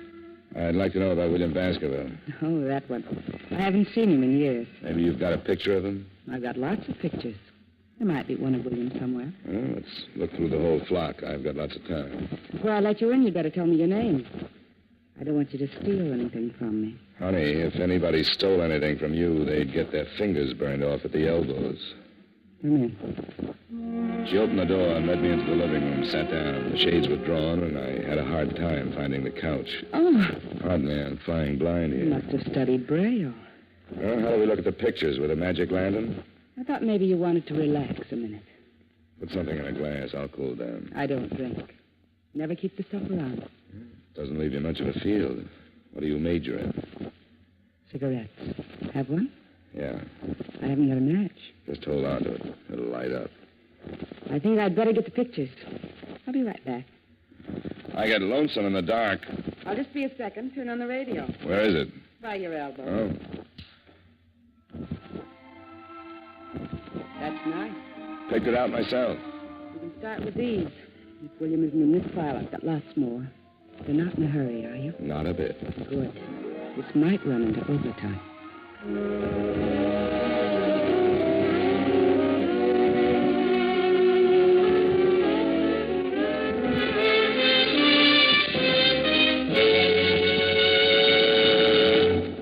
We will return you to yours truly, Johnny Dollar, in just a moment. Saddle up the sofa and ride off to adventure with CBS Radio every Saturday night. That's when most of these same stations bring you the Gene Autry Show and Bill Boyd as Hopalong Cassidy. Rustlers don't stand a chance. Crooks of the range go down under fire when those two riders for justice, Gene Autry and Hopalong Cassidy, empty their holsters. Enjoy their latest adventures tonight on CBS Radio. Now with our star, Edmond O'Brien, we bring you the second act of yours truly, Johnny Dollar.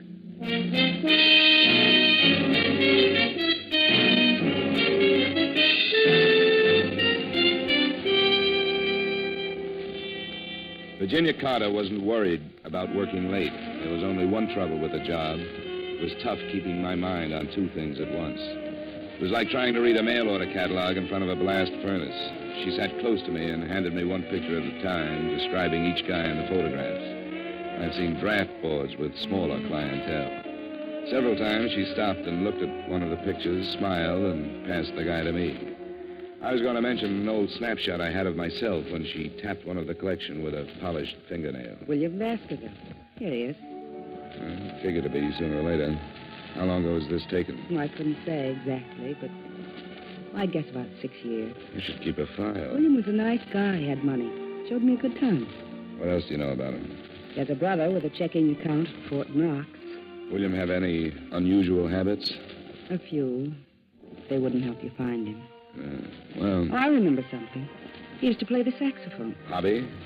No, not exactly. He played around town with several small bands. He used to pick me up after work and we'd go to a dive someplace and he'd sit in. He loved it. He was a nut on jazz.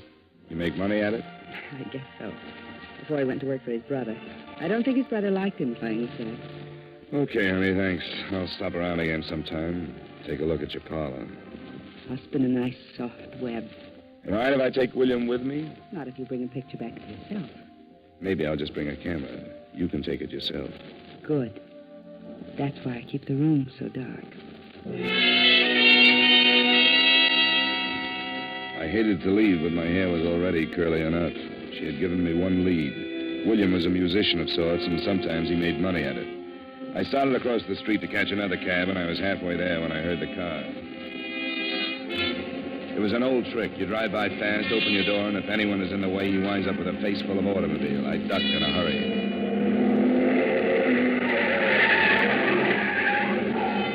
I picked myself up and thought about chasing him, but he was so far down the street I couldn't even get the license number. Expense account item 4, $3.35. Another cab to local 802 of the Musicians Union. I went in, and a little short guy with a twitch looked up at me from behind a big desk. Yeah, something I can do for you, Pops? That twitch? Yeah. Too much, Pop. You know a William Baskerville plays sax? Has he got a card? He makes money. Well, if he ain't, he better have. See if he does. I'm an old friend, and I'd like to get in touch with him. Between twitches, he found what I was looking for. William had just renewed his card. It didn't show a home address, but his mail was being sent to one of the swing joints on 52nd Street. I said thanks and left the little man in the middle of the twitch. Expense account item 5, $3.85. Still another cab to the address on 52nd Street. Want a table, huh? I'm looking for William Baskerville. Baskerville? Plays the sax. Yeah, you'll have to ask one of the musicians. I don't pay no attention to the music. Tone deaf. Thanks.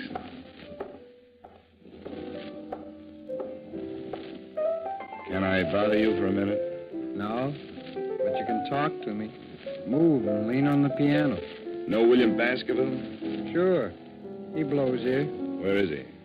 He's off tonight. He got a phone call and took off. Why? I want to find him. He took off. He left rehearsal and just took off. Was he headed someplace? Sure. Everybody's headed someplace. You can't go nowhere without heading someplace. I never quite looked at it that way. What time did he leave? About 4:30. What do you want Willie for? I got a message for him. You a cop? What makes you think so? I don't think so. I was just asking. I just thought maybe, not for sure. What? What do you mean, what? How do you feel? Oh, the end. Sometime when I got the patience, I'll tell you all about it, but don't bug me now, though. Here's 5. Come down and tell me where William Baskerville lives.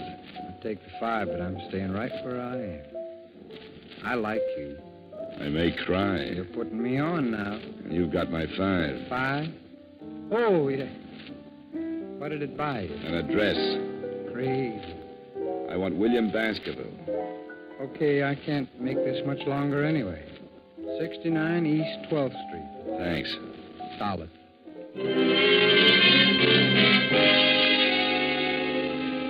Expense account item 6, cab number 4, 75 cents to the home of Brother Baskerville. I climbed the stairs of a beat-up building and stopped at a door on the 3rd floor.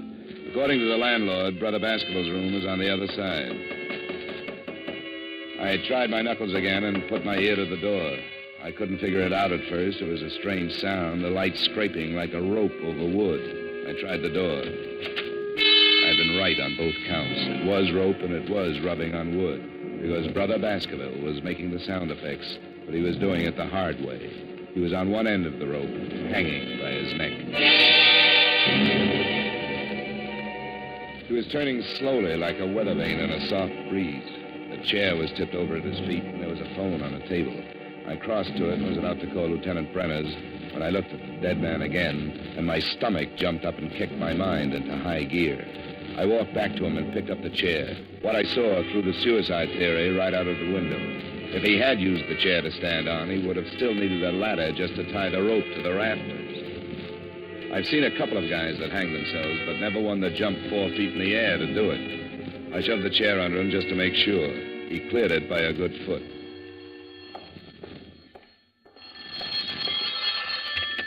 Hello? Hello, William? He's tied up right now. Who is this? Hello, who is this? Sometimes you get lucky. A guy would have to be congenitally deaf to Miss Virginia Carter's lovely voice. She'd been lying when she told me she didn't know where William lived, and I just have a natural aversion to lying women, especially when they're mixed up in a murder. You guessed it. Expense account item 7, cab fare, $1.55 back to Greenwich in Virginia Carter's darkroom.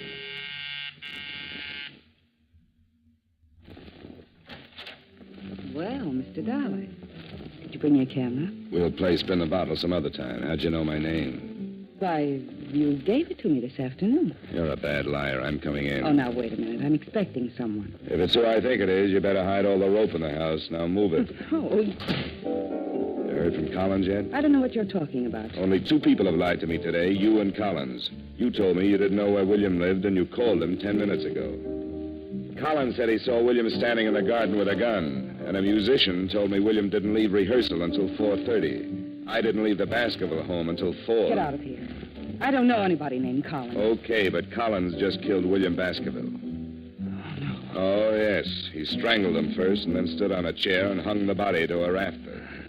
How do you know it was Collins? Because he forgot he's a foot taller than most guys. He gave William a boost, but he left him hanging too high. Wait a minute. He just left William waiting for oxygen. You didn't say anything about killing William.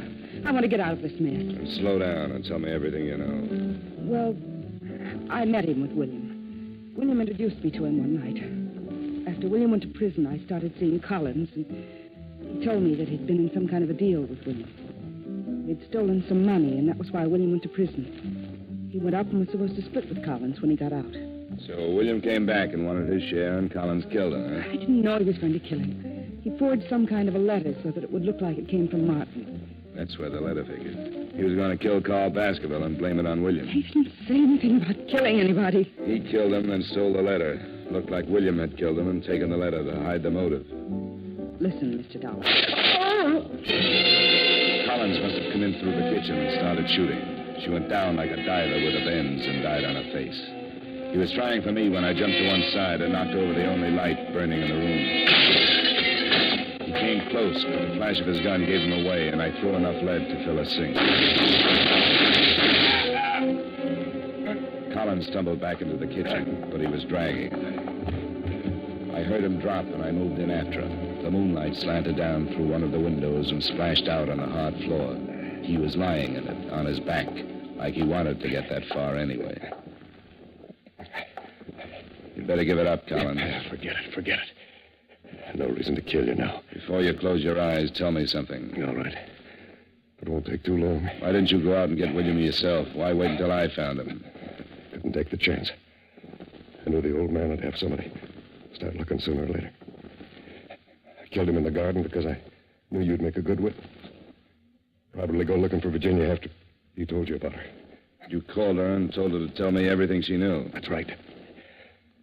Wanted you to find him so it looked like a suicide. You nearly got away with it. You just forgot how tall you were when you hanged William. You tried to run me down? No. Just wanted to scare you. Make you think it was William. I'll call an ambulance. No. I got 3 of them. Should be raining now. Too nice a night to die. Yeah, not a cloud in the sky. It's a beautiful night. Yeah. Well, I can't use it.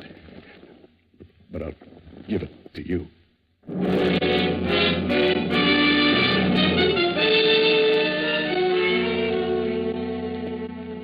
I called Brenner's, and he came over with his boys and cleaned it up. Virginia, the girl with the rogues gallery, was dead, and Collins wasn't long catching up. It was pretty simple. Collins and young Baskerville had taken $100,000 from the brothers' company, and William was caught. He did 6 years, knowing that when he got out, there would be $50,000 waiting. In the meantime, Collins had his girl, and enough time to think that $100,000 was better if it wasn't split in the middle. Collins framed William with a letter and then started killing.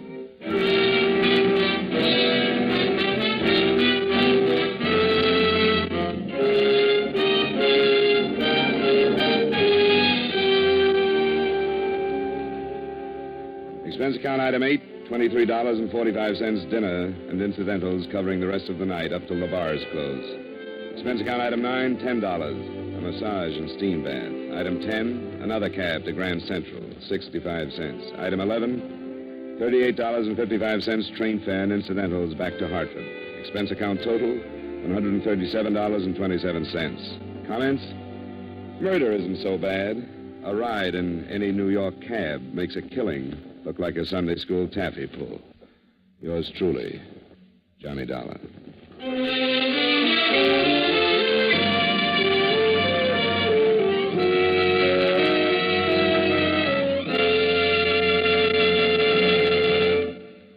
Yours truly, Johnny Dollar, stars Edmond O'Brien in the title role and was written by Blake Edwards with music by Wilbur Hatch. Edmond O'Brien can soon be seen starring in the Paramount Pictures Technicolor production, Silver City. Featured in tonight's cast were Stacey Harris, Bill Boucher, Howard McNear, Sidney Miller, and Virginia Gregg. Yours truly, Johnny Dollar, is transcribed in Hollywood by Jaime Del Valle.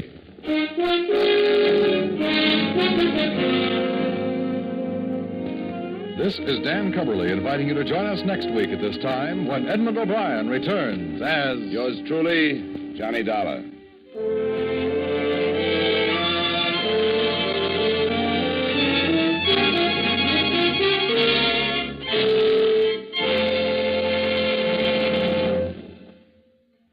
This is Edmond O'Brien again. I'd like to speak to you for a moment about one of the most important duties of American citizens. Today, every American has an opportunity to share in our common defense effort. And right now, this opportunity has become a duty for all of us. The armed forces of the United States need blood, our blood. The Korean campaign has gravely depleted the supply on hand, and this must be replenished if we are to afford our servicemen the protection they are giving us. No matter what your age, sex, or station in life, you can contribute to American defense by donating a pint of your blood to the men of your Army, Navy, Air Force, or Marines.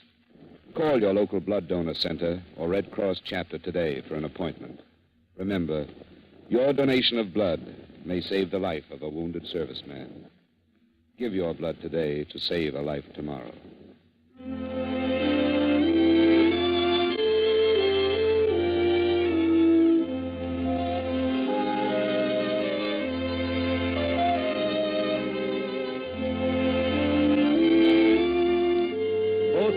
Archer's grandmothers are due to arrive in force to add complications to the already busy existence of America's favorite teenager. This invasion of grandmothers is scheduled for tomorrow evening when you meet Corliss Archer on most of these same CBS radio stations. Listen for the family fun with Corliss and all her friends tomorrow night. Stay tuned now for the Vaughn Monroe Show, which follows immediately over most of these same stations.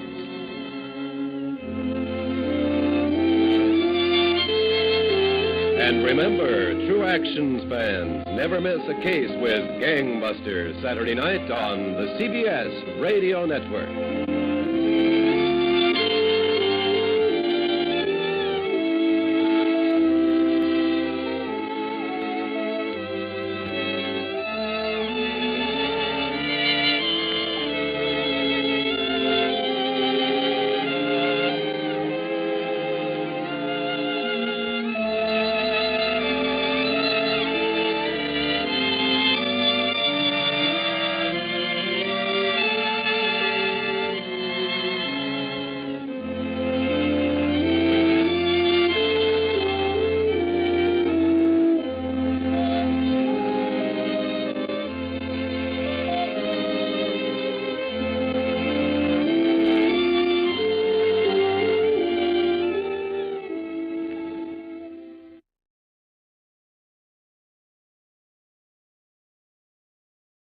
From Hollywood, it's time now for Edmond O'Brien as...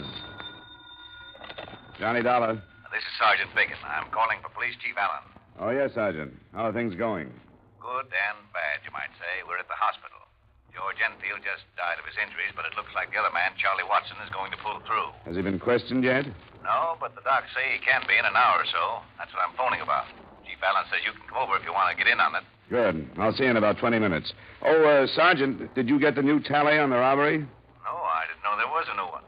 It stands at 48,000 now. And murder, too. I guess this one will rip Youngstown to pieces, all right.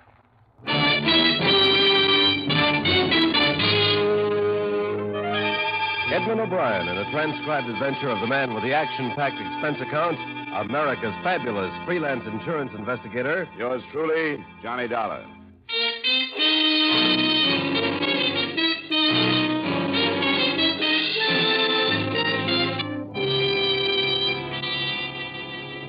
Expense account submitted by Special Investigator Johnny Dollar to Home Office, Columbia All Risk Insurance Company, Hartford, Connecticut. The following is an accounting of expenditures during my investigation of the Youngstown Credit Group matter.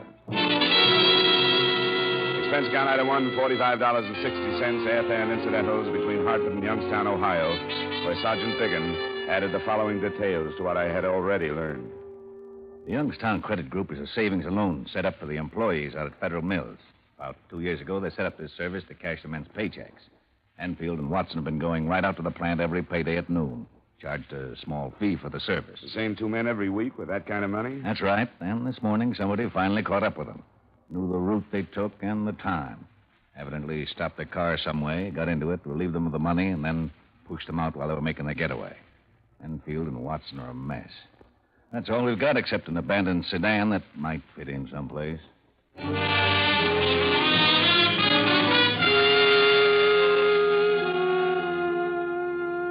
It was a couple of hours later when I was told that one of the victims, George Enfield, had died as a result of being thrown from the speeding car. I went to the hospital and there met Chief Edward J. Allen, a man I'd read about and admired as the police officer who had led the fight that finally forced Detroit's Purple Gang out of Youngstown. I was surprised at his being on hand so early in a case and said so. Because I haven't gotten used to not being a sergeant, I guess. I answer a call with the boys anytime I can. We won't be able to press Watson too far. He'll be in pretty bad shape from the sedatives. Yeah. Does he know about his partner being dead? Not yet. And we'd better hold it back. Here. Oh, Watson. Feel like talking about what happened? Sure. I'll try. Thanks. This is Mr. Dollar. He's an insurance investigator. You've had some rough going, Watson. I'm Chief Allen. Yes, sir. You tell us when you want us to leave, Watson, and we will. But we want to get on this as fast as we can, and the more you can tell us now, the better it'll be. I will. They stopped us just after we crossed Spring Common Bridge. Were they waiting, or did they follow you from town? Followed us. They started to pass us and forced us off the road. You didn't suspect that you were being followed? I didn't think about it. How many men were there? 4. They had white handkerchiefs over their faces. Well, can you give us any kind of a description? I couldn't swear to anything. What about clothes? Can you remember if they wore overcoats, hats? Hard to remember. They all seem to look alike now. Mm-hmm. Yeah, they wore hats, all of them, and overcoats. Were they armed? Yes, sir. All of them were armed. Well, what can you give us on the type of weapons? I don't know very much about guns. Enough to know if they were automatics or cylinder type? The man that took me had an automatic. I remember that. Oh, would you say it was a large gun or a small one? I don't know how to answer it. Didn't look either way. Or was it nickel-plated or blue steel? It was dark, I think. Blue steel. How tall are you, Watson? 5'9.5". Was this man as tall as you? A little taller, sir. Was he heavier? No. Thinner, I'd say. I weigh 170. Yeah, you're doing fine, Watson. Just a few more questions. Did this man say anything to you? Just get out. He held the gun on me and said, get out. At the same time, another one was taking Enfield out. Enfield was driving? Yes, sir. It was his car. That was a blue 1948 Plymouth sedan, huh? Yes, sir. They made us get in the back seat on the floor, kneeling with our heads down. Where did you have the money, Watson? In the trunk. Locked in the trunk? Yes, sir. in a briefcase. They must have known that. Yeah. How did they operate then, Watson? Well, they made us stay on the floor. They left their car and got in Enfield's, all of them. Then later, maybe 15 minutes, they pushed me out, and that's all I remember. They say anything? Just a word or two to keep us on the floor. Well, Watson, see if you can help us with this. Somebody knew an awful lot about the way you and Enfield operated, even to the point of knowing they'd have to take the car because you carried the money in the trunk. Who would have known all that? Quite a few, sir, but I think I would have recognized them. They wouldn't have to be there, Watson. Somebody who could have given the information to the four men. Well, I can't think of anybody who'd do that, sir. Well, give us the names of as many as you can remember right now. That bunch had to get the information from somebody.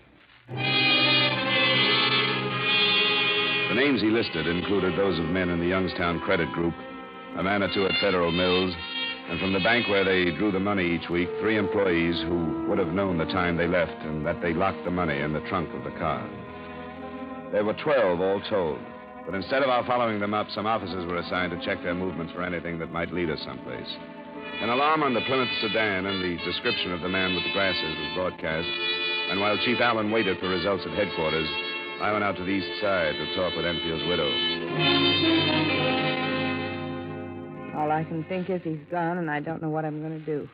I don't know. I don't know how to tell the kids that he's gone.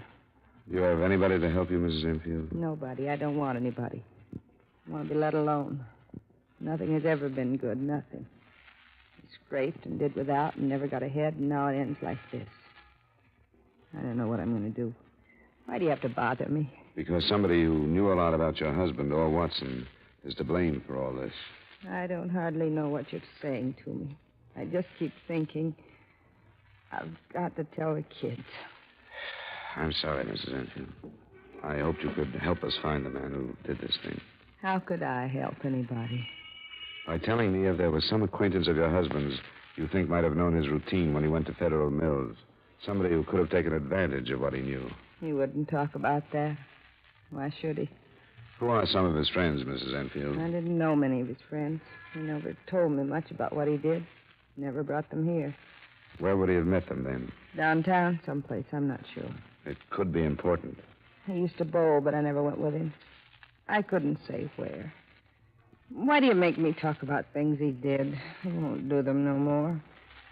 Not right you're bothering me like this. Not now. Not so soon like this. Leave me alone. All right, Mrs. Enfield. Believe me, I wouldn't have come if it weren't so important to learn as much as we can, as quickly as we can.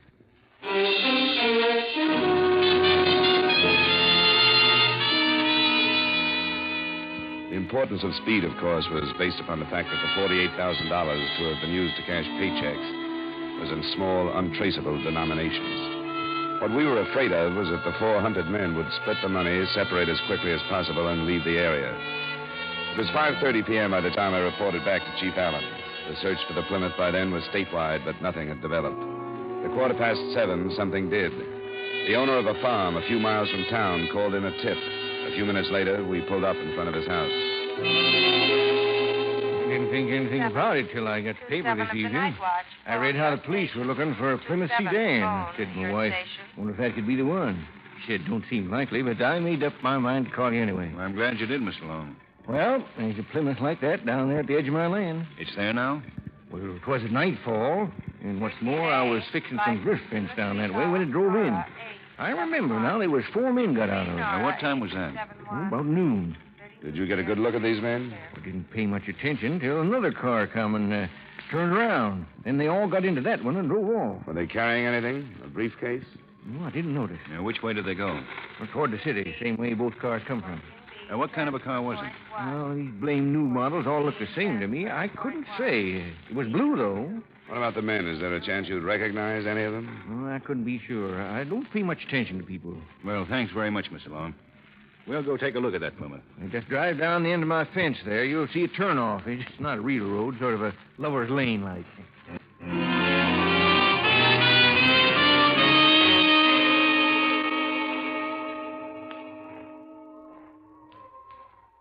It's the car, all right, Dollar. Yeah, they dumped it in a hurry, didn't they? Here. Key's still in the trunk lock. We're up against a really well-planned thing here, aren't we? They're sure ahead of us so far. Another car and a fifth man to figure now. You think they went back to town? Would you have planned it that way? Maybe. If I had, I would have thrown you a curve. You and all the deputies and the state police would be looking for a group of 4 making a getaway. Yeah, that's right. But I'd be back in town, not part of a group anymore, but anybody on the street. Yeah. With a drawer full of unmarked bills someplace. Well, we'll get the sedan in and see if it'll give us anything. I can drive it if you want without messing up too many prints. Yeah, that would save some time. Hey, come here. What have you got? Look at the stain on the floor there. Would that be blood? It's hard to tell with just a flash. Let's get this thing in and put somebody to work on it.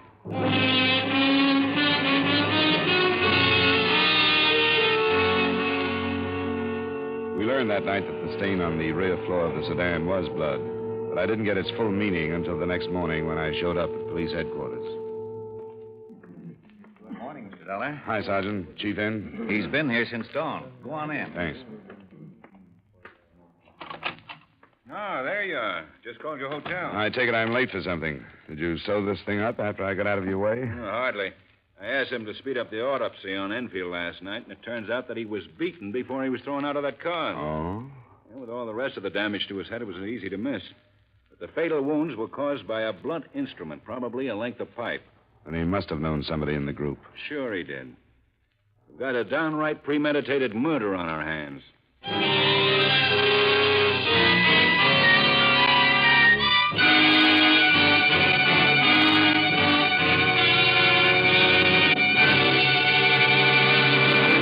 We will return you to yours truly, Johnny Dollar, in just a moment. One of the most informative and forceful campaigns for freedom is being scheduled by the Voice of America during the last week of December. Special dramatic programs, news roundups, and musical programs will be beamed around the world by this great organization. You are urgently requested to write to your friends overseas and tell them not to miss the Voice of America's special year-end overseas program. Now, with our star, Edmond O'Brien, we bring you the second act of yours truly, Johnny Dollar.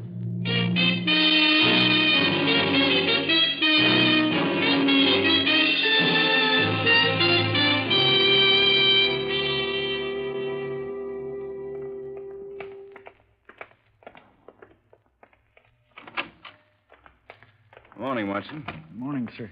How's it going today, Watson? Better? Yeah, I think so. You caught those guys yet? Not yet. Have you been told that George Enfield is dead? No. He died? They killed him, Watson. They beat him before they pushed him out of the car. The reason must have been because he knew one of the men, or maybe more than one. Now, I know at a time like that, things get a little out of focus. Most level-headed man in the world isn't likely to think quite straight. But we want to go over what happened with you again. Sure, but I don't see how it could have been anything like that. It almost has to be, Watson. They didn't kill you, so why would they kill him if they didn't have a darn good reason to? I don't know. Tell me, what did Enfield say while this stick-up was going on? I don't think he said anything. I didn't hear anything he said anyway. Not any names, if that's what you mean. Well, that's what I want you to be as clear about as you can. Oh, I'm sure I didn't hear anything. I was talking so myself. Maybe he could have said something I didn't hear. While you were still in the front seat? Yes, sir. I was scared stiff, and I kept telling this guy not to shoot me. That's all I was thinking of. I was scared stiff, and I couldn't help it. All I remember is him sitting with his hands still on the wheel and those men with masks on coming for us. When you were both on the floor of the back seat, Watson, did he say anything then? No, sir. What about you? I was begging for my life, and I'm not ashamed to say so. You don't have to be. I was saying I don't care about the money and to let me out of there. I thought they were going to kill us then, because I couldn't think of any other reason why they should take us with them. And Enfield said nothing? No, I'm sure he didn't. I remember now, one of the men even said something. He said, "What's the matter with you? Why aren't you begging like your buddy?" And George still didn't say anything. Did this man call him by name? I don't think so. No, he didn't. Dollar? Yeah, I think we've stayed long enough. Thanks very much, Watson. Sure. You may have helped us quite a lot. You get some rest now. We'll see you later. Yes, sir.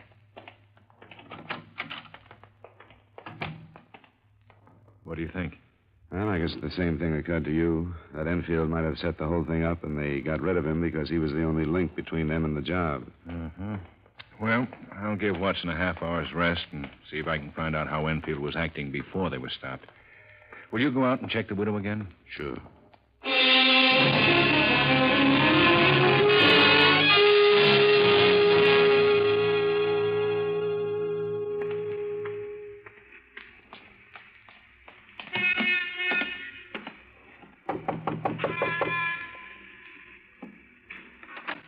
Hello, Mrs. Enfield. What do you want? Well, we've learned some new things about your husband's death, and I wanted to tell you about them. What kind of thing? May I come in for a minute? For a minute? I got work to do. Thanks, Mrs. Enfield. What kind of things did you find out about George? That he didn't die because he was pushed out of the car. How was he then? He died as a result of a beating. The men who stole the money killed him for one reason or another. I don't see any difference. He's gone, and it don't change things how it happened. Is that all you came to tell me? Miss Enfield, I don't understand you. Don't you want to help us find the men who killed him? It's over with. Now I'm going to try and forget. No, I'm afraid it's not as simple as that. I can tell you this, Mrs. Enfield. The police think it's possible that your husband was involved in that robbery. Why do they? I told you yesterday, those men knew so much about the habits of your husband and Watson that they must have learned from one of them or from somebody very close to either one. And Watson is pretty much cleared in their books. I don't know. You don't know what? I'm all mixed up. I knew something was wrong. I even thought about what you just said. But I tried not to.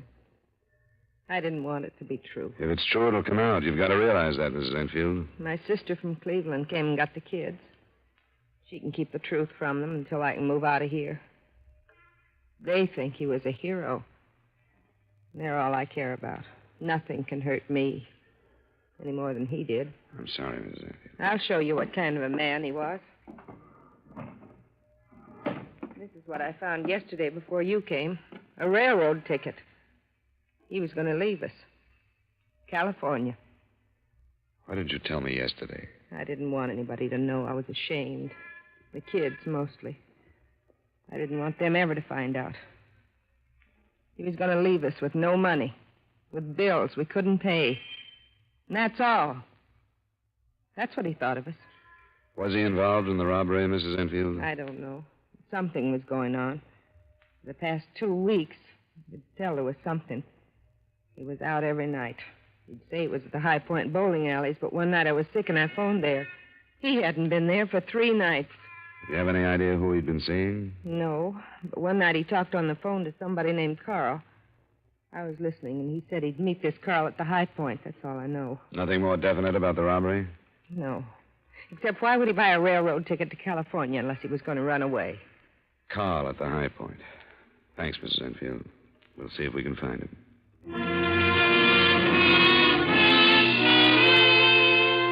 Comparing notes with Chief Allen made it look all the more like we were on the right track. Watson had told him that Enfield's attitude when they left the bank could have meant that he was under some kind of strain. Surprisingly, the name Carl fit in almost immediately. Carl Huffman, a punk with an unimportant police record, had been seen meeting Enfield in the High Point alleys. He was easily located and brought in for questioning. You remember me, Huffman. What are you doing still in town? No law says I can't be here. Who told you to say that? Nobody has to tell me to say something that's true. Remember the last time you were in here? No. Well, I do. You were playing it big then, too. You were counting on some friends from Detroit who didn't come through. Whose gang was that, Huffman? I don't remember. Yes, you do. You thought it was the strongest organization in this part of the country. You thought hiding behind them you couldn't be picked up. You had the idea that just because you were on the fringe of organized crime, nobody could hurt you. But you got hurt, didn't you? A year on the last rap. So I got a year. It settles it. If you had any brains, Huffman, you wouldn't be where you are now. You'd be a decent citizen. But here you are. You just can't get along in the world like everybody else. All right, let's talk about George Enfield. What about him? Do you want to take the rap for his murder? I can give it to you. What are you handing me? What murder? All we need is the fact that he was with you night before last. We've got that. It's a lie. I'll believe our witness under oath before I believe you. It's a lie. What witness? Ben Hochek, at the High Point. He says you were there the other night. Well, sure I was. There's no law against that either. Kochek says you've been meeting Enfield there and leaving with him. He says you've been doing that for a couple of weeks. Well, that don't mean anything. You ought to play it smart, Huffman. He's got a lot on you. How can he? I didn't do nothing. You were seeing Enfield. Even his wife knew that. She knew he was planning to leave town, too. I can't help that. You were seeing him so you could set up that robbery, isn't that right? I don't know what you're talking about. Let's get back to that other thing you don't know about. Where were you the other morning between 11 and noon? I've already told you. I slept late. Your hotel clerk says he saw you leave at about 10:30. Well, he must have been mistaken. Do you want to take this rap alone? What rap? You got nothing on me. We've got enough to make a charge stick. You can't have. I didn't do nothing. I'll show you what we've got. You're in a bad way, Huffman. He didn't tell you yet about the witness. How can there be a witness? A farmer out where you dumped the Plymouth. He saw you drive it in. He watched you open the trunk and take the briefcase out. He's on his way in now. All right. You ever see this before, Huffman? No. I don't even know what it is. Don't know what it is. What does it look like? It's a piece of pipe we found in a ditch along the highway out past Federal Mills. About a half mile beyond where you tossed Enfield out of the car. I tell you, I don't know what you're talking about. Look at it close, Huffman. See these marks up here? They're small, but they're bloodstains. It don't mean anything to me. It did to Enfield. That's what killed him. I don't know anything about it. I never saw it before. And how come it's got your prints on it? That's a lie. I never touched it. I wasn't even... Oh, what's he? That's right. Why take it all yourself? Look, I didn't know there was going to be any killing. If I had, I wouldn't have got mixed up in it. Who were the rest of them? Bill Lewick and Vern Clark. But it was Enfield's idea. He started it. There are two more men, aren't there? Now, look, what kind of a break do I get for giving you all this? You can make a deal with me, Huffman. You know that.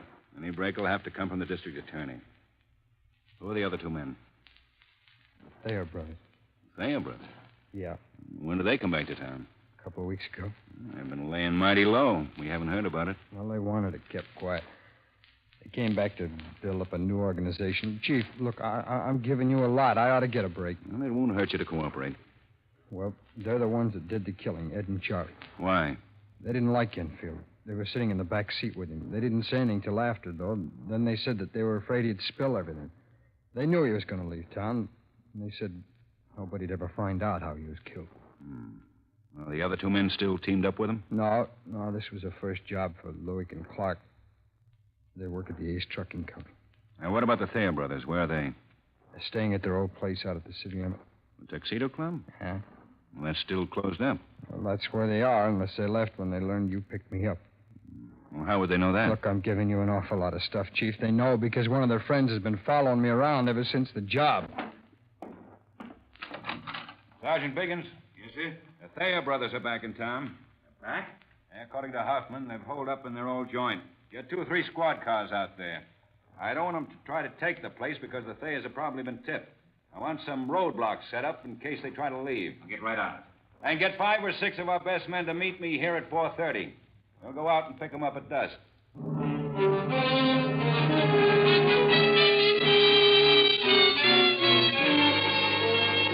I got the background on the Thayer brothers while Chief Allen and I were on our way to pick up the other two men named by Huffman. They'd been at the bottom of most of the organized crime in Youngstown when Allen had taken over. The fight against them had become almost a personal one. It ended when the Thayers left town, and the fear now was that it would be reopened. There was no trouble from William Lewick and Vernon Clark, a couple of first-timers out for some easy money. Their statements bore out Carl Huffman's that the Thayer brothers had done the killing. At 4:30, the process of bringing them in got underway. According to Fredericks, they tried to leave a little after 3. They pulled out in a gray sedan, but when they saw the roadblock, they turned back. So that's what we face. They know we're coming. They're waiting for us. You men were picked because you've all been up against them before. You know what to expect. Anybody have a question? All right, we better get started.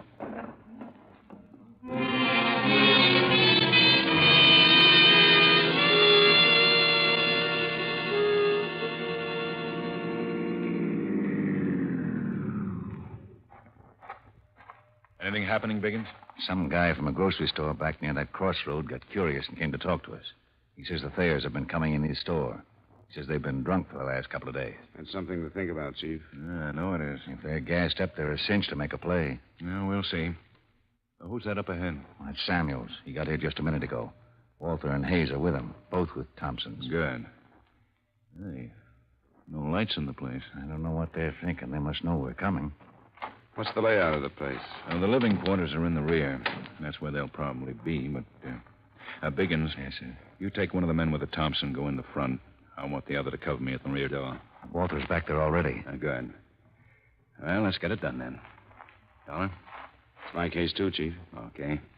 Good luck, Biggins. Yes, sir.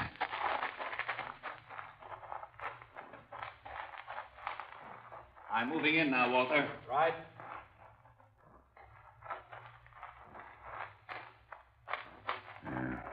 That's the door, Dollar. Good. There aren't any windows. No. You can cover me from here. Don't be a hero in front of that door. I'll watch it.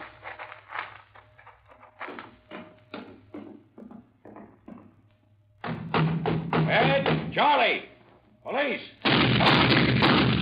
Keep Allen. He's all right. All right, Walter. The Thompson, if they want it that way. Hey, come on, give me a hand.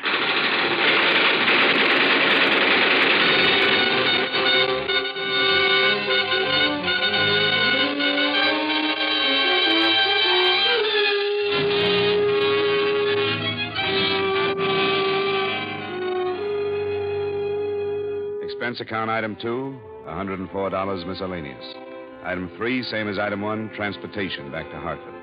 Expense account total, $195.20. Remarks? A reasonable figure, I think, considering not only the recovery of most of the stolen money, but also the fact that the company received the personal services of my good friend, Chief of Police Edward J. Allen. Yours truly, Johnny Dollar.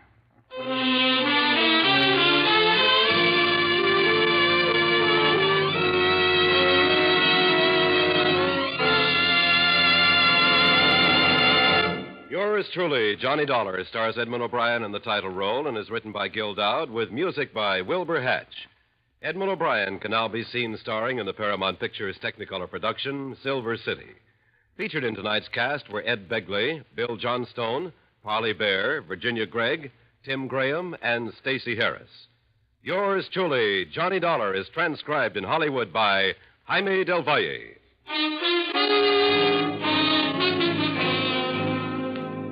This is Dick Cutting inviting you to join us next week at this time when Edmond O'Brien returns as... Yours truly, Johnny Dollar.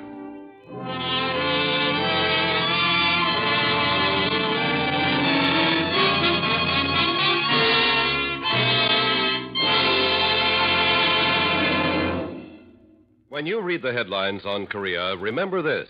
Industry can produce the bombers, the munitions, but only you can give the blood. And it's your blood that is saving the lives of 97 out of every 100 wounded men. Don't wait till it's too late. Give now. Call your local Red Cross Blood Center for an appointment. And then keep that date to save a life.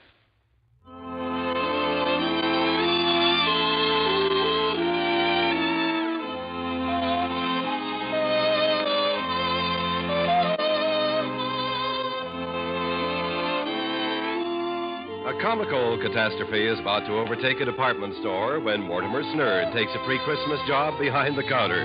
The full details, plus a visit by musical comedy star Lisa Kirk, will be heard tomorrow night on The Edgar Bergen, Charlie McCarthy Show. Stay tuned now for The Vaughn Monroe Show, which follows immediately over most of these same stations.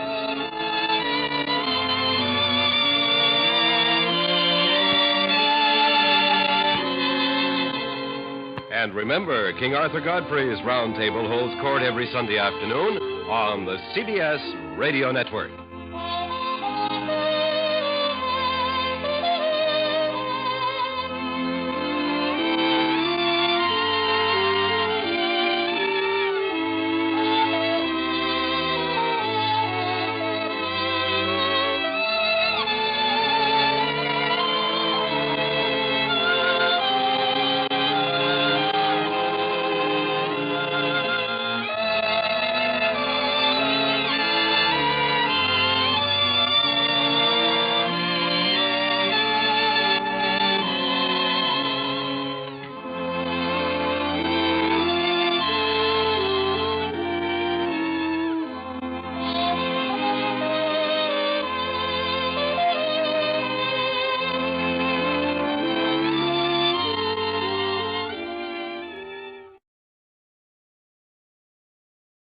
From Hollywood, it's time now for Edmond O'Brien as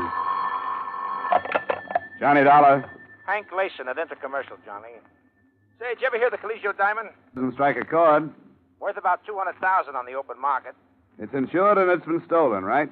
Well, can't say definitely that it's been stolen, but it's gone. The owner's name was Benson, lived here in Hartford. Why the past tense? They found him last night in his study, murdered.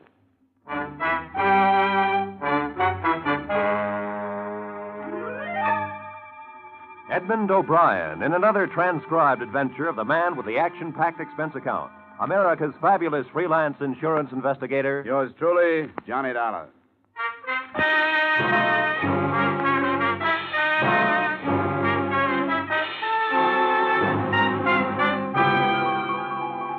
Expense account submitted by Special Investigator Johnny Dollar to the Intercommercial Insurance Companies of America, Home Offices, Hartford, Connecticut. Attention, Henry Layson. The following is an accounting of my expenditures during investigation of the Caligio diamond matter. Expense account item 1, $1.20 taxi fare to the western part of town where the better homes are situated. Mr. Charles Benson's home was back from the street and encircled with a high, well-trimmed hedge. The black wreath was already on the door. A young lady, very pretty in a black dress, received me in the study. You're Mr. Dollar? That's right. Mr. Layson phoned and said you were on your way. I hate about a matter like this right now. Miss Benson, is it? Yes. It's quite all right. Maybe if I go over it all again, it'll help me realize that it's happened. That Dad's gone. It's still like a bad dream. The beginning was when Dad bought the Caligio diamond. When was that? About 3 years ago in Italy. He bought it from a diamond trader who'd just come into Florence from South Africa. Your father had interest there? No, he was just a tourist. He'd heard about this diamond from a friend of his, a collector. Seems the diamond had belonged to a minor official to the Medicis, a man named Caligio. It was given to him in return for a favor. Since then, it's passed from hand to hand until Dad bought it. What did he pay for it, do you know? About $200,000. Or the Italian equivalent at that time in lira. But, Mr. Dollar, the diamond has a strange history. Now, don't tell me there's a curse on it. No, nothing like that. But I guess it amounts to the same thing. Everyone who's owned the diamond has died with it in his possession. Died violently. There's nothing particularly mysterious about that. Anything worth as much as that piece of glass is worth killing for. Say, who's living with you here now? My mother. Just the two of us. You have no idea how hard it's been for her, Mr. Dollar. She's hardly been out of her room since Dad died. Can you tell me about last night, Miss Benson? Well, I was out with Bob, might I say. We were out till about 3. Dad was home alone. He had a habit of reading very late. In this room, as a matter of fact. The light in the study was on when we came in. It was the only light on in the house. Bob and I went in. Dad's back was to the door. Please go on. He was slumped over in his chair facing the window. His book had dropped to the floor. The wall safe was wide open, and on the desk was the velvet-lined box the diamond was kept in. The diamond was gone. Dad had a bullet hole in his temple. I see. He kept the diamond right on these premises? Always. We warned him time after time not to. We told him to keep it in his safety deposit box at the bank, but he refused. Always said that a diamond wasn't worth having unless you kept it in your possession and enjoyed it. Who knew about the diamond, Miss Benson? Oh, so many people. Family, of course. Myself, Bob. The papers were filled with the news when Dad came back with it from Italy. Well, I mean, who knew where it was? Who knew the combination of the safe? Nobody but Dad. And, of course, Mother. Oh, yes, and Mr. Corrigan. Who's Mr. Corrigan? Dad's lawyer. Dad kept the will in there and a few other papers that Mr. Corrigan would come and get every once in a while. Well, Corrigan came into the house and got papers out of your dad's safe anytime he wanted to? Anytime he wanted to. I think I'd better talk to Mr. Corrigan before I go any further. Now, Mr. Dollar, Mr. Corrigan wouldn't have stolen Probably not. But we'd better have a talk just the same. I'd like to have his address, please.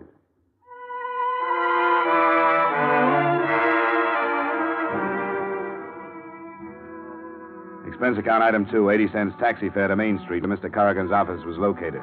An elevator ride and a walk down a marble hall took me to the frosted glass door on which was printed Corrigan and Bishop, attorneys at law. I talked myself past the receptionist and the secretary and wound up refusing a cigar from Corrigan himself. You're in the insurance business? The investigation end. I understand you were Mr. Benson's lawyer. That's right. Mr. Benson had the utmost... Oh, excuse me. Yes.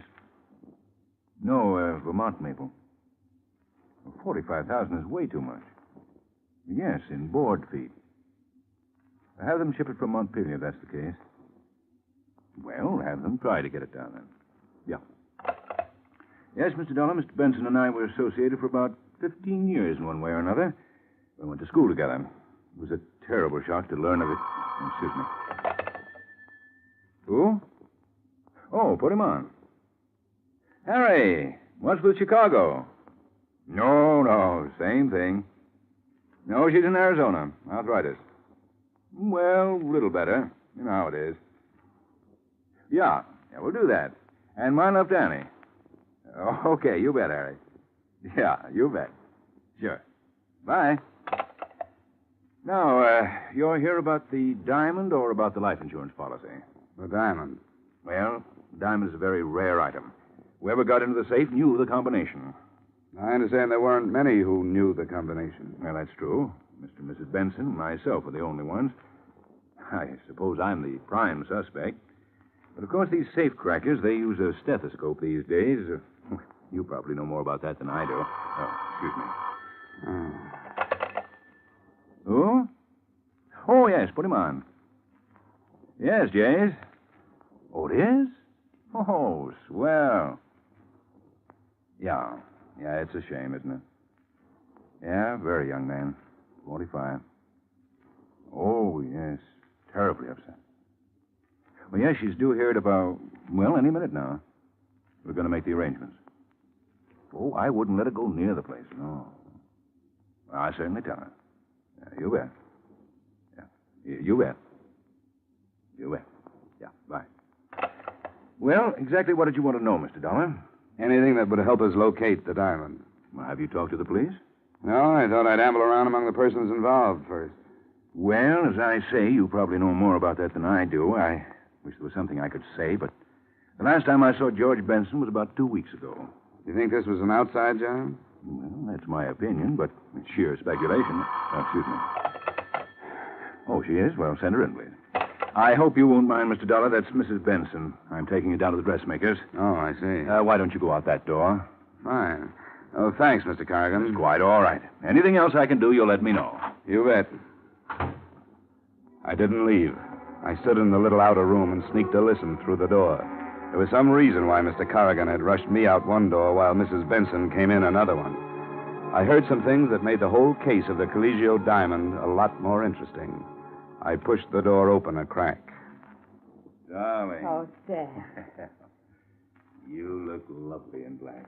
I'm going out of my mind. All those people calling, having to act unhappy. Well, this is your opportunity to be a real actress. I'm awful at tears. You're beautiful. Stan, what if somebody should see us? Well, let them see us. What do I care? We're as free as birds. There's a little place down in Bermuda, a resort. I got a folder the other day. Beautiful place to have. You won't believe how beautiful. And as soon as it's proper... What about Kitty? Well, I told her before I left that I wanted a divorce. I told her, and she knows it.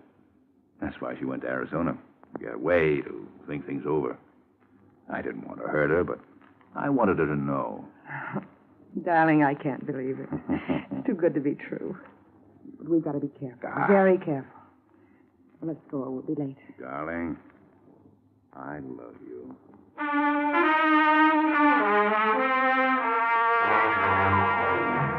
On that somewhat touching note, I quietly closed the office door, turned toward the door that would lead me out into the corridor, put my foot to a rough edge of carpet, and promptly fell flat on my face. This brought Corrigan running. I thought you were gone, Mr. Dollar. I thought so, too. Do you consider it quite ethical listening at keyholes? Didn't you know? Investigation is just a very polite word for snooping, Mr. Corrigan. Who is it, Stan? He's an insurance investigator. You heard everything? Not everything, Mrs. Benson. Just enough to tell me that black is not your color. No, it isn't. I loathe black. Ditto your husband. I tolerated my husband, Mr. Dollar. You don't have to explain anything to him, darling. He's just an insurance man. The police might be interested to know about this little relationship. There are a number of angles here. Could be that you and Mrs. Benson killed Mr. Benson and removed the diamond to make the whole thing look like robbery. Yes, Mr. Dollar, it could be. I welcome any police investigation. Fine, I'll go right over. Wait. I don't think right now would be quite the opportune time. Guilty or not guilty, I have a reputation. In the light of that corny love scene you two just played, I can't imagine why. Mr. Dollar. Sorry. Well, what do we do? All stand around embarrassed? Let's have it. Why did I get the Rush Act out of your office? Well, that's simple, Mr. Dollar. I was afraid that Diane would give away our relationship. He's right. I'm not a very good actress. When did this thing start? Must you know everything? I think so. About 7 years ago. The wool you were pulling over Benson's eyes must be pretty worn by now. We did nothing to be ashamed of. I resent this. I resent the whole thing. I don't think I want to tell you anything more, Mr. Dollar. I don't blame you. And you know, it's all kind of dull anyway. I'll go to the police. They'll probably have something much more interesting. Don't worry, Corrigan. I'm not going to breathe a word of this unless I feel it necessary.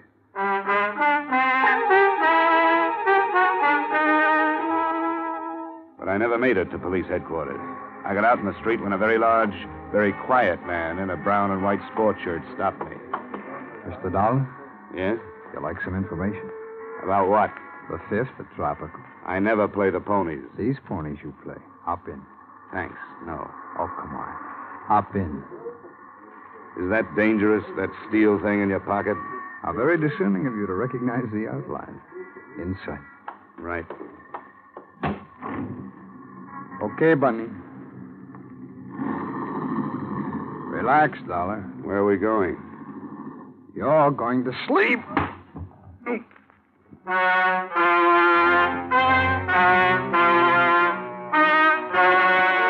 awoke with a groan in my own apartment. Nobody was there, but nobody.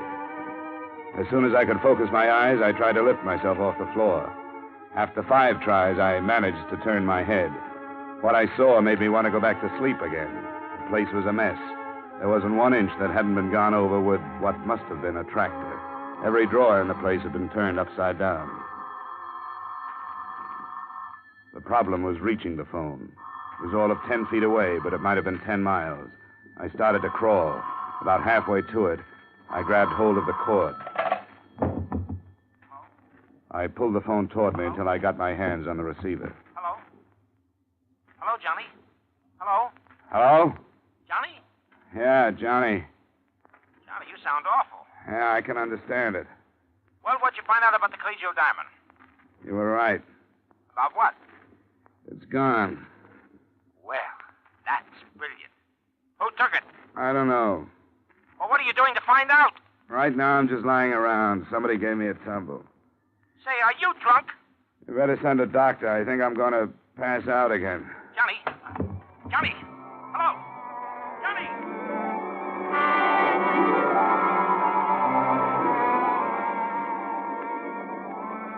Johnny? I can't talk to you now. I'm not on the phone. I'm here. Huh? Oh. You look funny with 4 heads. Well, I might as well put this phone on. Oh, come on. Stop that nonsense. Now, look, I hate to bother you with business, but what happened to you? I'll tell it all to the police. You think I want the police in on this? Well, why keep them out? Publicity for the company. I want the public to think Intercommercial is able to take care of itself. Now, come on, what happened? Somebody asked me for a ride. Asked me if I wanted a ride. Then they gave it to me. Oh, it looks like they were looking for something. Did you have something they might have been looking for? If I had something they were looking for, I wouldn't know it. But they must have thought I had something they were... Look, I'm going round and round already. Ask me no questions. Have you got any idea what it might be they were looking for? Maybe the diamond. Yeah, say, maybe the diamond. See, that's right, that could be. Now go away. Well, we'll take you off the case and put someone else on, so you can have a nice rest. Oh, no, you don't. Well, I thought that would pep you up. Yeah, money always does. Now get out of here and let me fasten my head back on. Do you want something? Yeah. Get me an aspirin. Hello? Mr. Dollar? Yeah? This is Betty. Betty Benson. Oh, yeah, sure. How are you? Mr. Dollar, the police have just been here. What happened? They found the gun that killed Dad. Oh, good. Where was it? in my purse.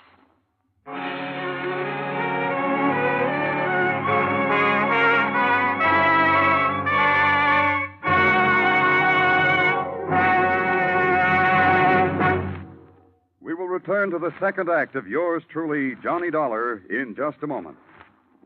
For an hour of rapid-fire entertainment, the show goes on. It's the show for you these Friday nights on most of these same CBS stations. It's an intimate glimpse into a fascinating angle of backstage life, a series of honest-to-goodness auditions for jobs in theater, nightclubs, and radio. The singers and comedians you hear are face-to-face with managers, agents, and bookers ready to hire them on the spot, take an option, or turn thumbs down.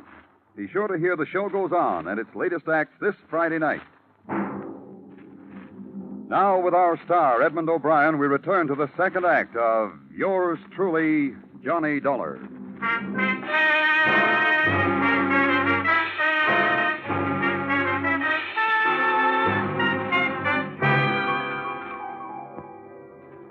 Expense account item 3, taxi fare again. $1.30 to the Hartford City Jail, where an old buddy of mine by the name of Lieutenant Parnell was quizzing Miss Benson with the nastiest bunch of leading questions I've ever heard. Now, why did you kill your father, Miss Benson? Oh, come on. We'll make it much easier for you if you'll only... Hey, Parnell. Come on, give her a break. Oh, the insurance man. I wondered when you'd be over. Hey, what happened to your head? When I find out, I'll let you know. Don't let him talk you into a thing, Betty. Get a good lawyer. Well, for one thing, Corrigan is on his way over. For another, the best lawyer in the world couldn't do it any good. The gun had her prints all over it. Would I put a murder weapon in my purse with my fingerprints on it, Lieutenant? Now, would I? If you didn't have time to get rid of the gun, why not? You're getting woozy, Lieutenant. Why don't you take a break? They've got the Giants game on the radio out there. Why not go out and see how they're doing? No. I might miss something, Dolly. Maybe you can do better with it than I can. I'll just sit down over here and listen. All right, now, how's that? Fine. Okay, now, Betty. How did the gun get into your purse? I don't know, Mr. Dollar. The lieutenant was searching through my room and found this purse. And there it was. But I didn't carry that purse the night Dad was killed. I haven't used that purse in a long time. Somebody put the gun in there. Can you prove it? Well, no. Nobody saw you that evening, huh? Nobody but Bob. Bob, your boyfriend, huh? All right, now I've got the necessary papers. You leave her alone. Dollar, what are you doing here? I just came over to add to the confusion. Betty, are you all right? Hello, darling. I'm all right. Looks like Grand Central Station. Come on, Betty. We'll have you out of here in jig time. This is Bob Gorman, my fiancé, Mr. Dollar and Lieutenant Parnell. Hello, how are you? Yeah, that was nice. Like a Washington hostess. Now, let's try to wind this thing up. Mr. Corrigan, were you anywhere in the vicinity of the Benson home the night Mr. Benson was murdered? Absolutely not. Oh, yes, you were. You were visiting Betty's mother. That's a deliberate lie. I was nowhere near... I don't know why I'm submitting to intimidation from you, Gorman. Seems to be a little difference of opinion here, Lieutenant. Mm-hmm. You were quite a comfort to Mrs. Benson during the period of her bereavement, weren't you, Corrigan? I refuse to answer on the grounds that it might incriminate me. You're darn right it would incriminate you. The way you've been carrying on with Mrs. Benson, everybody knows about Bob. it. No, I'm going to get it off my chest. Betty's father was no sooner dead than he was hustling Mrs. Benson this place and that Why, place. you young... Temper, Mr. Corrigan. Let's save that for the jury. He can't make accusations like that. They aren't just accusations, Mr. Corrigan. They're true. Nobody had a better reason to kill Dad than you did. Love, huh? Say, anybody in this room happen to know where the Caligio diamond is? No. Huh. I didn't think so. But if you Mr. like Corrigan, to know I my know idea... perfectly well that... I just wanted to say goodbye. Okay, now go ahead. If Mr. you'd like to know Corrigan, who I you think know it perfectly well is...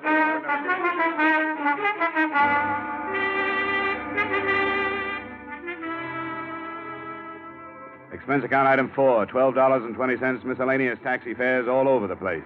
I went on a little visit to Corrigan's apartment and found something of interest. A little slip of paper on which was written in the highest form of legal language, of course, I owe you $2,000, George Benson. I worked my way into Bob Gorman's apartment. There I found a bill from the Garant Detective Agency. Then to police headquarters again, where I found a picture of a man who was tall and thin and had a little, well-trimmed mustache. Then I went home, where I found a man who was tall, thin, and had a little, well-trimmed mustache. He was drinking my bourbon. You're drinking my bourbon. It's lousy bourbon. Look what you did to my head. It's an improvement.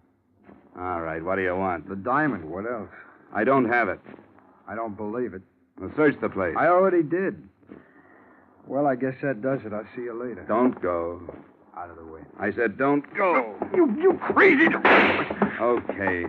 Drop the gun. Let go. Now, sit down and finish your drink. I didn't come here alone. If I'm not downstairs in 3 minutes, you'll come up. The more the merrier. Who do you work for? Myself. That's right, friend. I want all the excuse I can get to beat the pulp out of you. Go on. Now cut it. Who do you work for? Corrigan. What's the deal? He wanted me to get the gun. So you planted it in Betty's purse? I didn't. And I didn't kill Benson either. I went to get the gun, but it was gone. And I thought you had it, but you didn't have it. So you were working for Corrigan? Yeah. Okay. Now let's start all over again. Who do you work for? I told you, Corrigan. This isn't going to be much fun for you, friend. Now listen, lay off of me. I'm telling you the truth. I tell you the truth, and you keep on hitting me. Now, that ain't fair. Who do you work for? Oh, okay. Mrs. Benson. What's the deal? She hired me to get the diamond. Why? She killed her husband so she'd get away with Corrigan. She wanted me to break in and get the diamond so it looked like robbery, see? Robbery and murder, see? Here we go again. Will you leave me be? I can keep this up all night if I have to. Why don't you tell me who you think I work for, then, instead of beating up on me? I want to hear it from you. Look, chum, since you knocked me on the head, I get spells of bad temper. All right. All right. The Garand Detective Agency. Now we're getting someplace, Vic. How did you know my name? Well, it's a byword in every precinct police station from here to Ishpeming. You were hired by Bob Gorman. I was hired by Bob Gorman. You killed Benson. I don't know who killed Benson. What were you hired for? To get the diamond. Bob's got it in his apartment. Do I start working on you again? No, don't act so tough now. Well, who's got the diamond? Corrigan. Well, look, if you've got all the answers, what are you asking me for? Vic, my boy, I'm amazed. I've seen liars in my time, but I've never run across anything like you. How can you do it with such a straight face, huh? Years of practice. Now, I'll tell you the truth as you see it. Don't you hit me no more now. Bob Gorman hired you. That's the truth, all right, and he hired you to get the diamond. But you didn't find the diamond there. You found Benson dead. I walked in there. I'm telling you, I was never more surprised in my life. There was Benson in that chair. Well, I hired out to do a lot of things. But murder, that's not for me. There ain't money enough in the world to make me commit murder. Slugging, you do. For good money. Vic, I'm not interested in who killed Benson. Personally, I don't think you know. I want to know where the diamond is. How do I know where the diamond is? It was gone when I got there. I thought you had it. That's why I slugged you. Period. All right, Vic. I'm tired. I got a splitting headache. Finish your drink and get out of here. No, thanks. It really is lousy bourbon.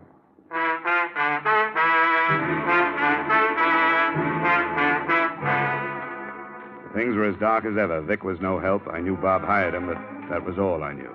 The next stop seemed to me to be Bob himself. I called him and told him to come over. He was very accommodating. A half hour later, he was tapping gently at my door. Hello, Mr. Dollar. Come on in. Don't mind the dirty glass on the table there. I just got through entertaining one of your employees. One of my employees? I believe he said his name was Vic. Vic Hastings. Never heard of him. Come on, Bob. You can be yourself with me. Vic talked to me like a brother. I never heard of him. You may not be conscious of it, Bob, but you're in plenty of trouble. The police are looking for the diamond, and they're sure whoever has the diamond killed Mr. Benson. I'm just an insurance investigator. I have nothing to do with the police department. All right, Mr. Dollar. I did hire Vic Hastings. I sent him after the diamond. He thought I had it? Yes. When he found out you didn't, he came back and threatened me. He wanted money. I didn't have any, but I told him I'd give him a cut when I got it. Is this a regular business of yours, stealing diamonds? Look, Mr. Dollar, I didn't kill Mr. Benson. I didn't ask you that. I asked you about the diamond. I heard about the diamond when Mr. Benson bought it. I had to have it. I wasn't going to sell it, not then. I just wanted it. I crashed a party at the Benson house about 4 or 5 months ago. I met Betty, and I started to date her. That's as good a way as any. Oh, you've got it wrong, Mr. Dollar. Sure, I wanted to get at the diamond. That's why I started taking Betty out. But things are different. I love her. We want to get married. Very sweet. Only you didn't hire Vic to get the diamond 4 or 5 months ago, Gorman. So get that pleading look out of your eyes. You don't do a thing to me. You're not going to the police. Put it down, Gorman. Stay where you are. Don't try to follow me or I'll blow your head off. So long, Dollar.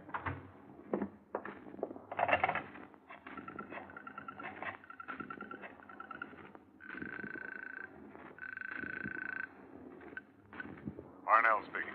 This is Dollar, Lieutenant. Better send out a code 1 on Bob Gorman. What's he wanted for? Well, you can call it suspicion of murder.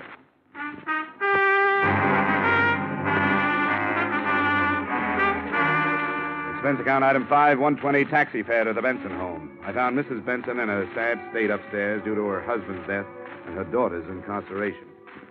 Why must you pester me about a thing like this now, Mr. Dollar? Haven't you any consideration? Sorry, Mrs. Benson, but it's a job. The sooner we get over this hurdle, the better off we are. Now, I know all about your relationship with Carrigan. All of that has nothing to do with the case. Well, perhaps not. I know who killed my husband, and I know why, and I know who has the diamond. Who? I can't prove it. I couldn't take it into a court of law. Well, let me worry about that. What's your idea, Mrs. Benson? Bob Gorman. Why do you think he did it? He has a violent temper. He hated George, hated him like poison. George never wanted him to marry Betty. Sorry, that motive doesn't click with me. Now, let me tell you who killed your husband. You and Corrigan. How dare you? You wanted to get rid of him. You two were the only ones who knew the combination of the safe. You took the diamond and killed Benson. Why, you... And you planted the gun in Betty's purse. Do you mean to suggest that I would try to make my own daughter out to be a murderess? That's just what you hoped the police would think. That if anybody were framing your daughter, it wouldn't be you. You knew the police would clear Betty because she was nowhere near the house when the murder occurred. And you thought they'd assume that Bob Gorman planted the gun in Betty's purse. That's a lie. Come on, Mrs. Benson. It's all out in the open now. Stay where you are, Dollar. Corrigan. I was expecting it. You're pretty good at this business of investigation, aren't you? It's a shame to have to end such a brilliant career. Well, that's the way it goes. Here today, gone tomorrow. You aren't going to mess up Mrs. Benson's pretty bedroom, are you? Not at all. We'll just go out the back way. Open the door, Dollar. Glad to.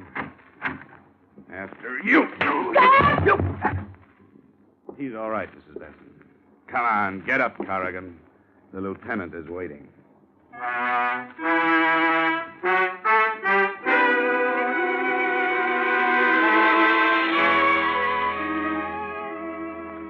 In case you should ask, how did you know, Mr. Dollar, that Corrigan and Mrs. Benson killed George Benson? The answer? I took a big guess. I told them my guess, and with the authority of an Illinois judge, they swallowed it and they confessed. To wind it all up, I might add the following. They got Bob Gorman. He's being sent up along with Vic Hastings. His police record makes Vic's look like a bad report card, which means Betty is going to have to look for a new boyfriend. The insurance company has saved a good deal of money.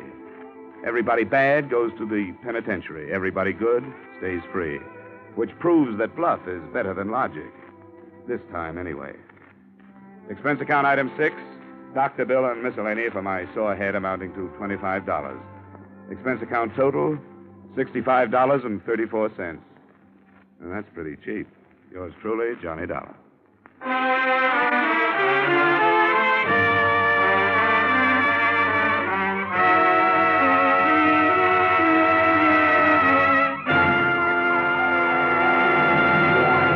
Yours truly, Johnny Dollar, stars Edmond O'Brien in the title role, is written by Gil Dowd and David Ellis, with music composed and conducted by Leith Stevens. Edmond O'Brien can soon be seen in the Columbia Pictures production 711 Ocean Drive. Featured in our cast this evening were Wally Mayer, Jane Webb, Bill Johnstone, Virginia Gregg, Stacey Harris, Bill Boucher, and Harry Bartell. Yours truly, Johnny Dollar, is produced and directed by Jaime Del Valle.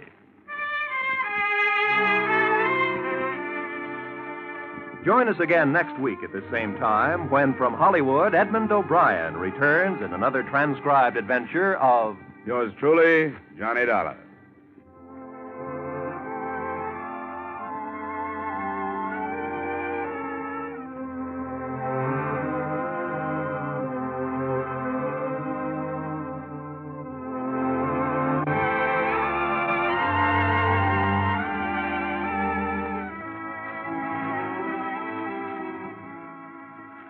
Crime goes down for the count on Friday night with two of CBS's top thrillers. Broadway is My Beat and Up for Parole, heard over most of these same CBS stations. The Gay White Way is the scene for many an exciting criminal chase with Danny Clover on Broadway is My Beat. From the actual files of parole boards across America come the stories of men and women who are up for parole. For a thrill and a chill, Broadway is My Beat and Up for Parole, fill the bill.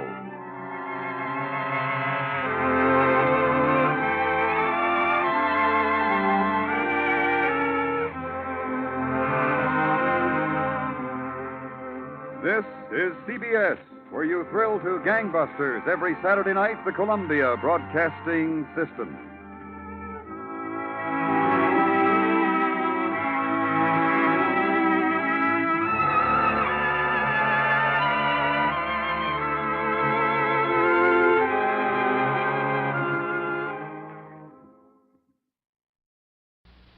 From Hollywood, it's time now for Edmond O'Brien as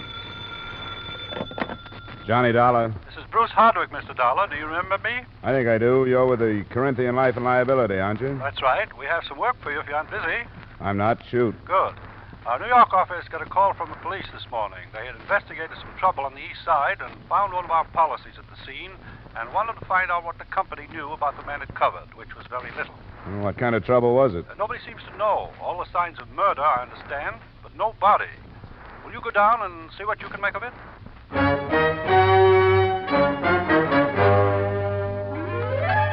Edmond O'Brien in another adventure of the man with the action-packed expense account. America's fabulous freelance insurance investigator. Yours truly, Johnny Dollar.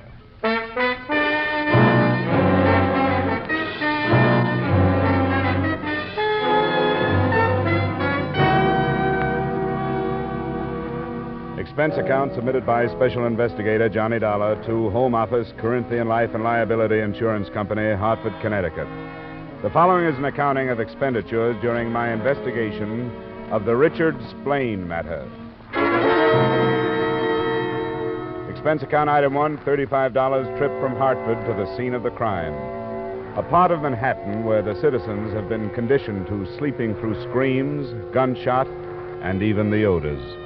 I was met by a homicide sergeant, and the tenement flat he took me to lived up to its first description. It did bear all the signs of murder, except a body.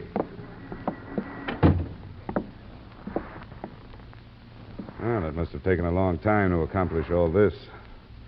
The place rented in the name of Richard Splain. Yeah. What's the address on his insurance policy? The number on 2nd Avenue. How does the report read on this so far, Sergeant? You can see everything we saw. From the amount of busted furniture, a violent struggle. From the amount and placement of bloodstains, a sustained beating of someone there by the radiator. Nobody heard it? Nobody cared if they did hear it. We've asked questions, but the people won't admit anything. They don't want to get involved. The landlady phoned us after she saw the door open and looked in. Any bloodstains out in the corridor? Haven't found any. You seen enough? Yeah, I guess so. What's this? Part of some wrecked ship models. Seem to be Splain's hobby, collecting them. Yeah, there's not much we can do. We put this flat under lock and key. We can hold it that way for a while and wait for him to come back, but that's about all. Until we have some concrete evidence. Like a body? That would help. Are you going to wait for us, or follow it up yourself? Oh, I've got that address on 2nd. That's his wife, isn't it? And beneficiary in the policy. Well, you can't do much with her until she makes a missing persons report or something, and she hasn't. Yeah. Well, I get anything from her, I'll let you know.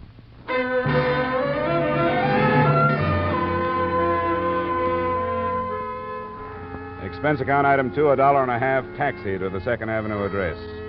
Mrs. Splain was a rather dumpy blonde with tousled hair and half-applied lipstick.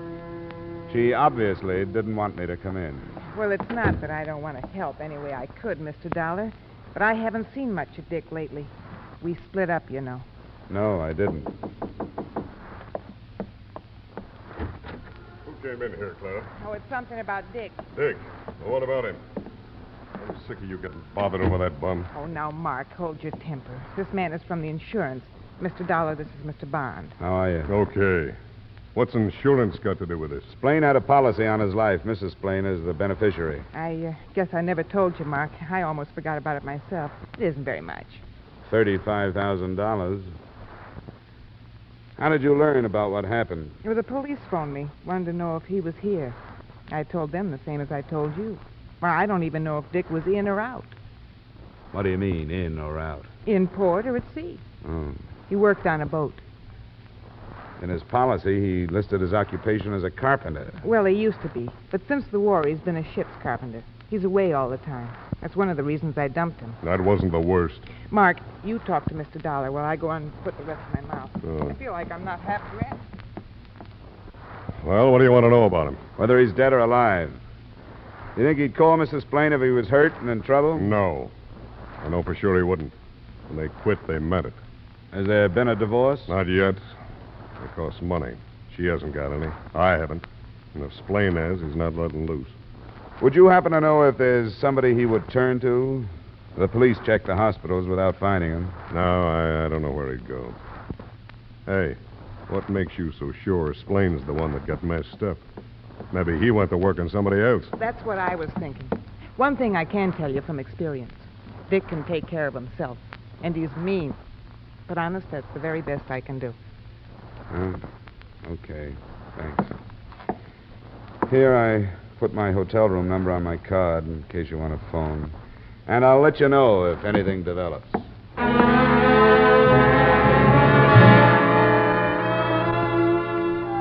Expense account item 3, $1.50 to Splain's flat. I decided that it would be easier to learn there the name of his last ship.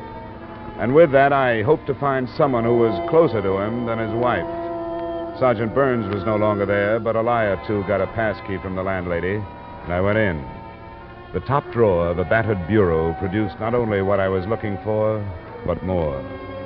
The name of the ship was the Tangier, and an envelope that contained a seaman's papers also contained a small address book with enough names and addresses to keep at least one investigator happy. I started to jot them down, but got no more than halfway through.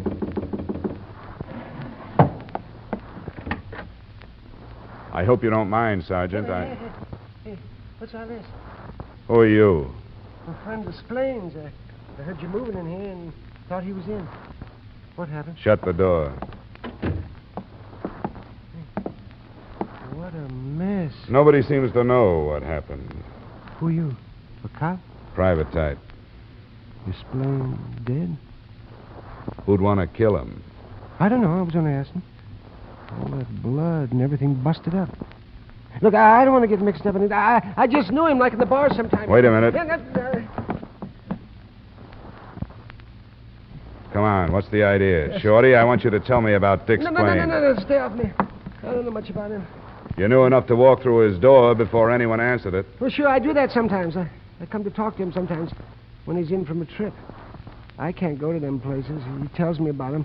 I'd like to hear about Tangier and them places. And he shows me them ship models he makes. Do you know any of the people he does? Well, all I know is where he's been. He never stays in more than a week. He eats at Sweeney's sometimes. That's just across the street. I can't help you, mister. Let me go. Come What's on, your name? It don't make no difference what my name is. I don't want to get mixed up in something I don't know anything about. Come on, now, please give me a break, will you? Okay. Hey, what are you reaching for? My wallet. Will $10 pay for your time? Sure will. Thank you. You're a good guy. I'm sorry I can't help you more.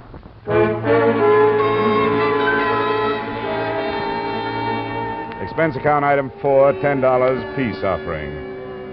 I had a feeling I'd paid for lies with it and covered the possible loss by tailing the rabbity little man to an address a few blocks away. His name turned out to be Paul Krell. What was left of the afternoon was spent on routine legwork, and at 6 I was on the phone in my hotel room. Sergeant Burns. This is Dollar, Sergeant. Oh, how'd you make out? I've got nothing. Splain and his wife separated and can't afford a divorce. She's taken up with a guy named Mark Bond. But they both say they haven't seen or heard from Splain for a long time. Yeah, a lot of people don't know anything about that guy. It seems he's a ship carpenter. I got the name of his ship and went aboard. He's been with it for a couple of years, same one, plies between here and North African ports. Those people don't know much about any of their crewmates' shore life, so I didn't get much. Few names I can check tomorrow. What's the ship? The Tangier, white flag line, Pier 80 on the East River. Have you run into anything? I'm still waiting. Well, you've got my hotel. Yeah, thanks for calling, Dollar. Something may turn up tonight. If it does, I'll phone you first thing in the morning.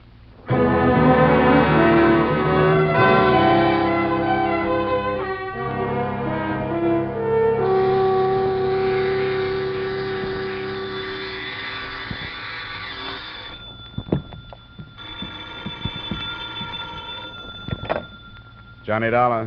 This is Clara Splain, Mr. Dollar. Oh, hello. I gotta see you right away. Sure, what's up? They arrested Mark. You know, you met him. Yeah. They found your husband? Yeah, last night. I've been down to the morgue already this morning to identify him. Yeah. Where are you now? I'm right downstairs from you in the lobby. All right, Clara, come on up.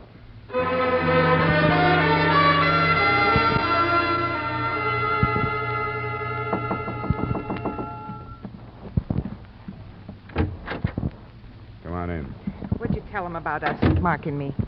Nothing that would put the heat on Mark by itself. If they're holding him, they must know more. I think he's lying myself. He couldn't prove where he was when the police said my husband died. Are you sure you didn't mention that $35,000 policy to Mark? I don't think I ever did. No, I'm sure of it. Why did you come here? What do you want me to do? I'm trying to get up my nerve, Mr. Dollar. The real reason that I left Dick was because I found out something awful that he was doing. Such as? He built little boats, models, and they were hollow.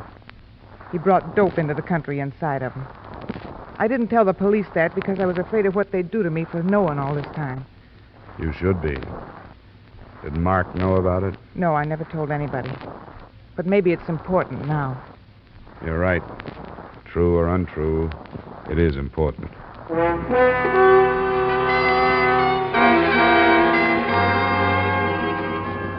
On the way back to the Splain flat, I lined up the things that bore out her story. 1, the remains of the ship models in his wrecked room.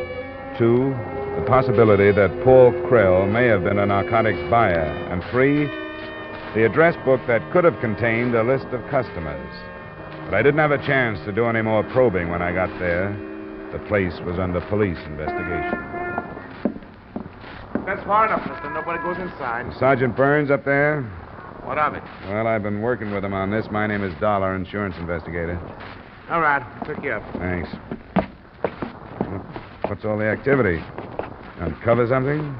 Just another body. What? Yeah. First, not enough. Now too many. Who can figure these things? I could figure it when I got to Splain's door. Now the evidence I'd tampered with concerned 2 murders. The body of Paul Krell lay beaten to death in the middle of the wrecked room.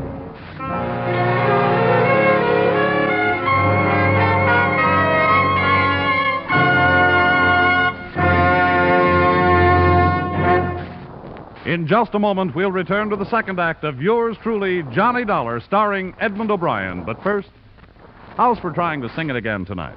$5,000 in cold, hard cash and $10,000 in fine prizes are waiting for the CBS listener who can solve the Phantom Voice mystery. Dan Seymour will be on hand with those coast-to-coast phone calls again. Alan Dale, Eugenie Baird, Bob Howard, and the Riddlers will be making the music. And remember, there's many a fine prize for solving the tuneful riddle songs that lead to the Phantom Voice mystery. It's an hour of fun and music to entertain you and perhaps pay off every Saturday night on most of these same CBS stations. Here, sing it again tonight, won't you? And now with our star, Edmond O'Brien, we return you to the second act of yours truly, Johnny Dollar.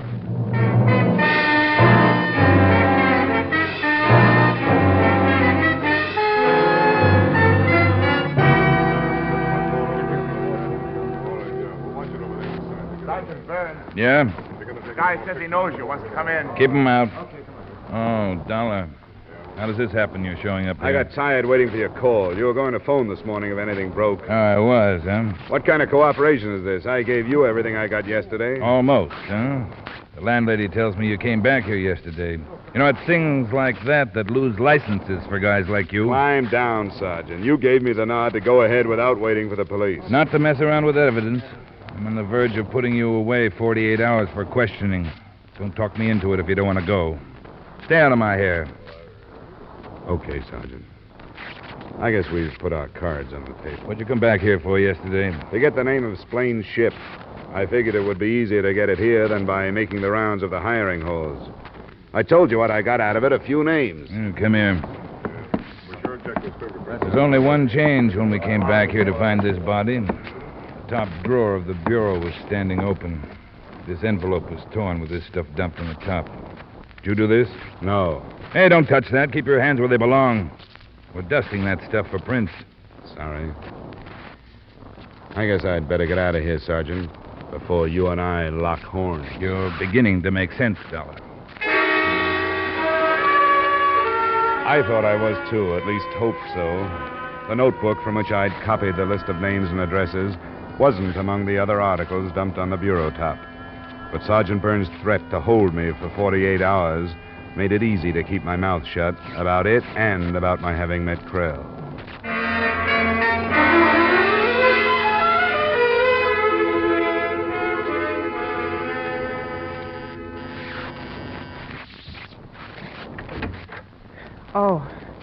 Oh, did they let Mark loose? Don't be funny. Of course they didn't. Well, did you tell them about the little boats and that? I thought it was better not to. There's been another murder at your husband's place. Who? Little guy named Paul Krell. That name mean anything to you? I never heard it before. What's it all about? A lot of people are wondering. Where was Mark Bond last night? They don't think he did that one, too. I didn't ask. But I know how their minds work. They'll accuse Mark of going back to cover tracks. Where was he? He was right here with me. Any witnesses to prove that? There's me. I know he was here, don't I? Under $35,000 circumstances, that's hardly enough. How do I know this narcotics tale of yours is true? I don't get it. Why would I admit it if it wasn't true? It's liable to get me in a lot of trouble, isn't it? It could throw up a whale of a smokescreen for Mark, too. All right, I'll show you something. I got one hid in the closet. It's in here someplace. Yeah, here.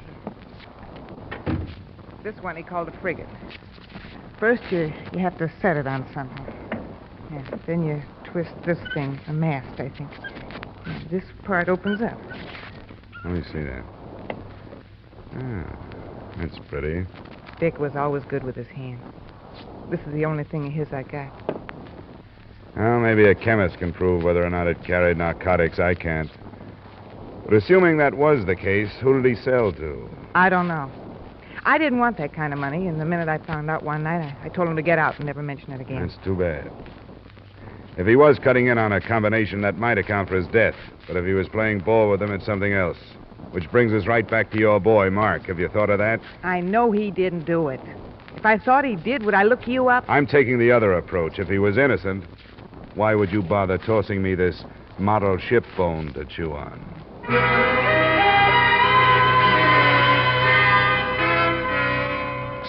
Expense account, item 5, $25, blanket item covering transportation for the rest of the day.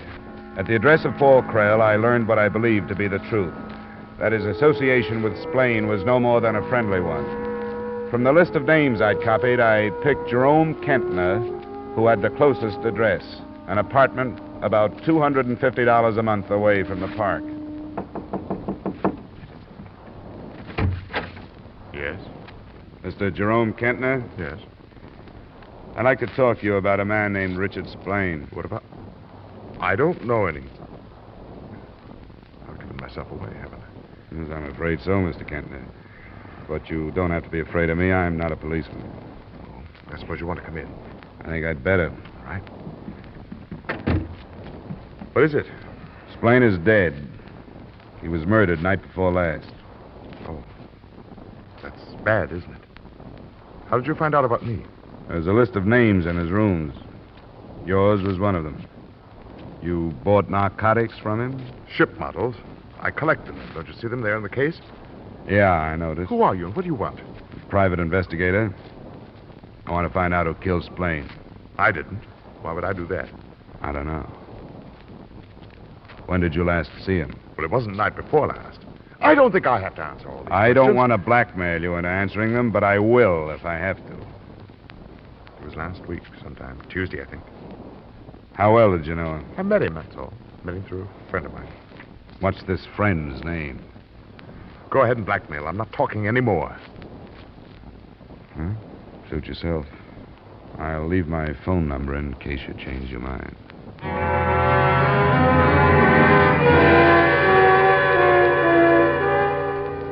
The next two stops yielded nothing. The names were either conveniently or coincidentally out of town. The next, Miss Francine Wells, an address on 82nd Street.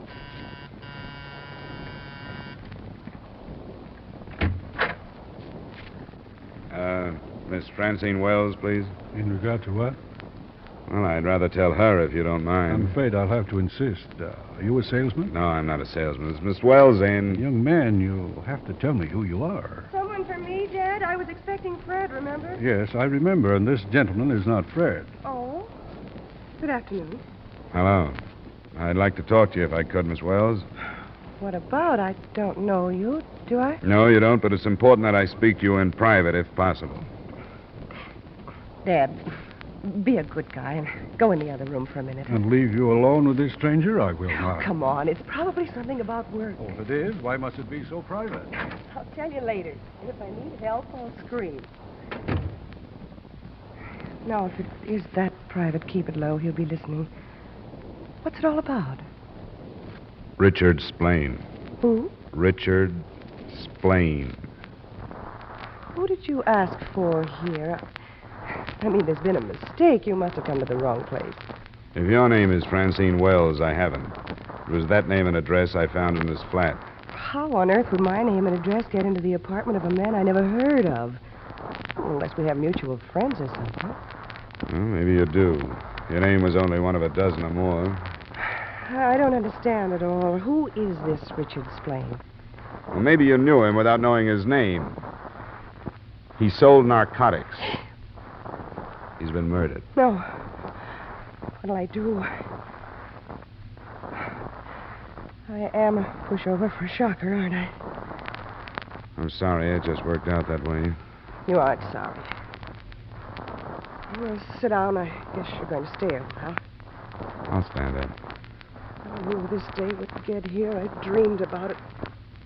Here it is. What happened? Well, I'm not being paid to press the narcotics charge. I'm trying to find out who killed him. Being paid? By his insurance company. When did you see him last? A day or two ago. What are these names you mentioned? So far, all customers. You have the list? I made a copy of it. And you think that one of them is the name of whoever killed this Splain? I really didn't know his name. How did you run into him? I don't think that's important. I was introduced to him by a friend. Not a man named Mark Bond, by any chance? Or a woman named Clara, Splain's wife? No, I don't know anything about him. Just enough to watch for the date of his ship when it was due to arrive. I suppose the government men would be the next to show up at my door. Well, it's not up to me. I can't promise you any help, but I want you to look at this list of names and tell me if you know any of them. Anything I can do, I will do. No, I don't know any of them. I feel sorry for them. I don't want to sound as if I feel sorry for myself. I don't. I was going to say I thought he deserved to be killed, but it's not his fault any more than it's the fault of... Oh, what difference does it make? I want to leave my card with you in case there's something you haven't told me. I'll jot down my hotel.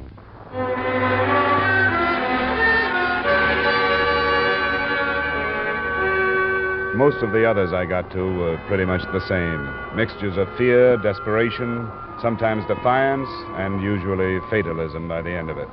I arbitrarily set the name J.L. Tucker as the last for that day. He lived in a cold water spread close to Greenwich Village, and he was different. Doesn't make any difference who knows it. I've been through these things before, so you're wasting your time. You ask me how I got in touch with Splain? I knew his wife, that's how. She was shilling for him before they got tired. Go ask her. Here's her address.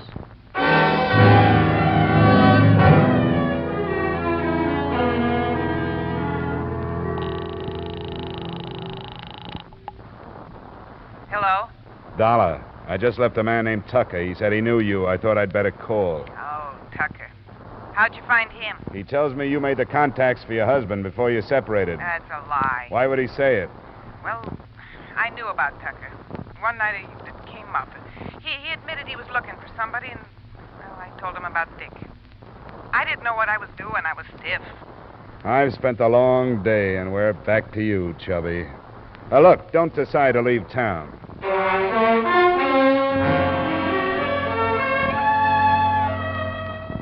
Expense account item 6, $4 dinner at my hotel. Item 7, same amount, few brandies at the bar. I had the idea I'd spend a lot of energy for nothing until the elevator dropped me at my floor, and I turned the corner toward my room. It's all right.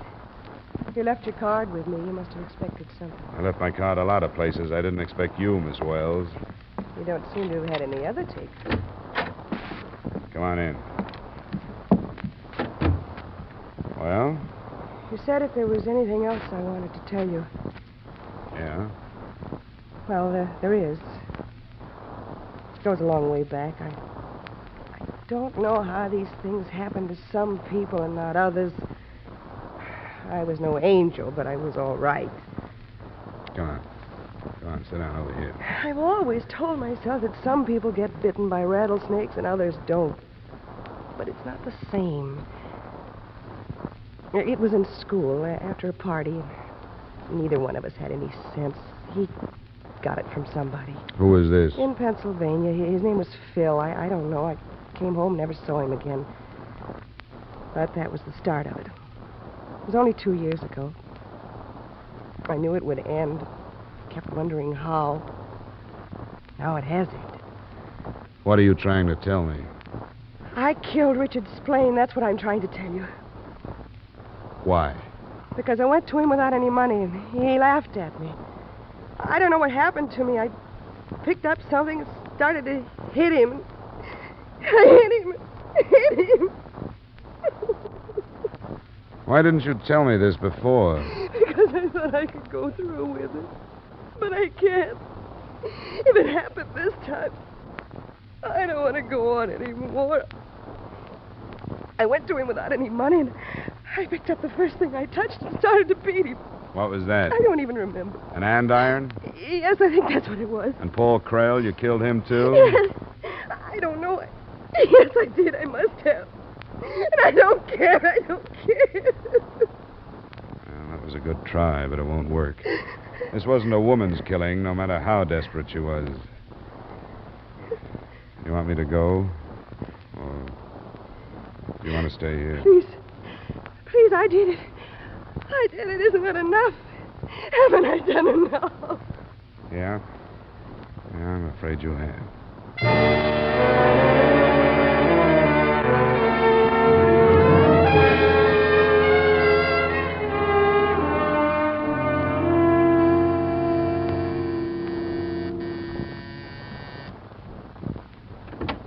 Yeah? Oh, it's you. Where's my daughter? I want to talk to you about her. Where is she? Mr. Wells, somewhere in this apartment, if you haven't destroyed it, there's a piece of very important evidence. What's that you say? A notebook containing a lot of names, among them your daughter's. Oh, she told you this? Hardly. She was trying to protect you. She confessed to killing Richard Splain. They haven't arrested her. Not yet. She was lying, you know that. I'm afraid I do, Mr. Wells. Oh, I'm glad. I told her about it after I heard you leave. Are you married? No. If you were, and you were my age, and had a daughter, you'd understand. You know what it's like to watch her change. I didn't know for a long time. I wondered, and I followed her. And when I learned the truth, I killed him. Surely you don't blame me.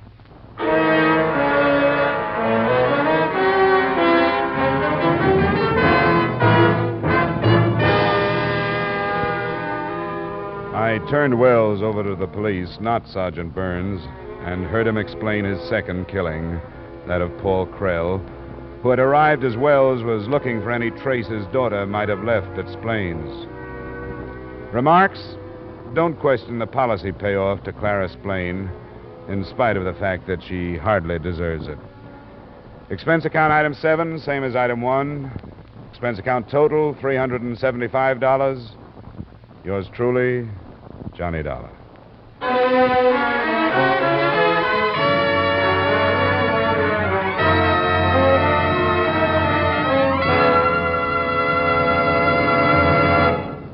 Yours truly, Johnny Dollar, stars Edmond O'Brien in the title role and is written by Gil Dowd with music conducted by Wilbur Hatch. Edmond O'Brien may soon be seen in the Paramount Pictures production Warpath. Featured in tonight's cast were Herb Butterfield, Raymond Burr, Joe Gilbert, Bill Boucher, Howard McNear, Barry Kroger, and Mary Lansing. Yours truly, Johnny Dollar, is produced and directed by Jaime Del Valle.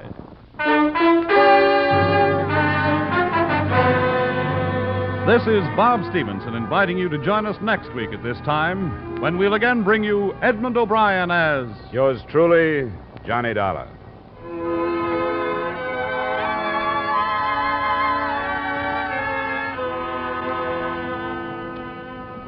Have you met the Coopers, Liz and George? They're the young married couple who keep things humming and keep you laughing in that hilarious domestic comedy, My Favorite Husband, broadcast every Saturday night over most of these same CBS stations. So tune in every Saturday night to My Favorite Husband. And now stay tuned for Vaughn Monroe's Caravan, which follows immediately over most of these same Columbia stations. This is CBS, the Star's address, the Columbia Broadcasting System.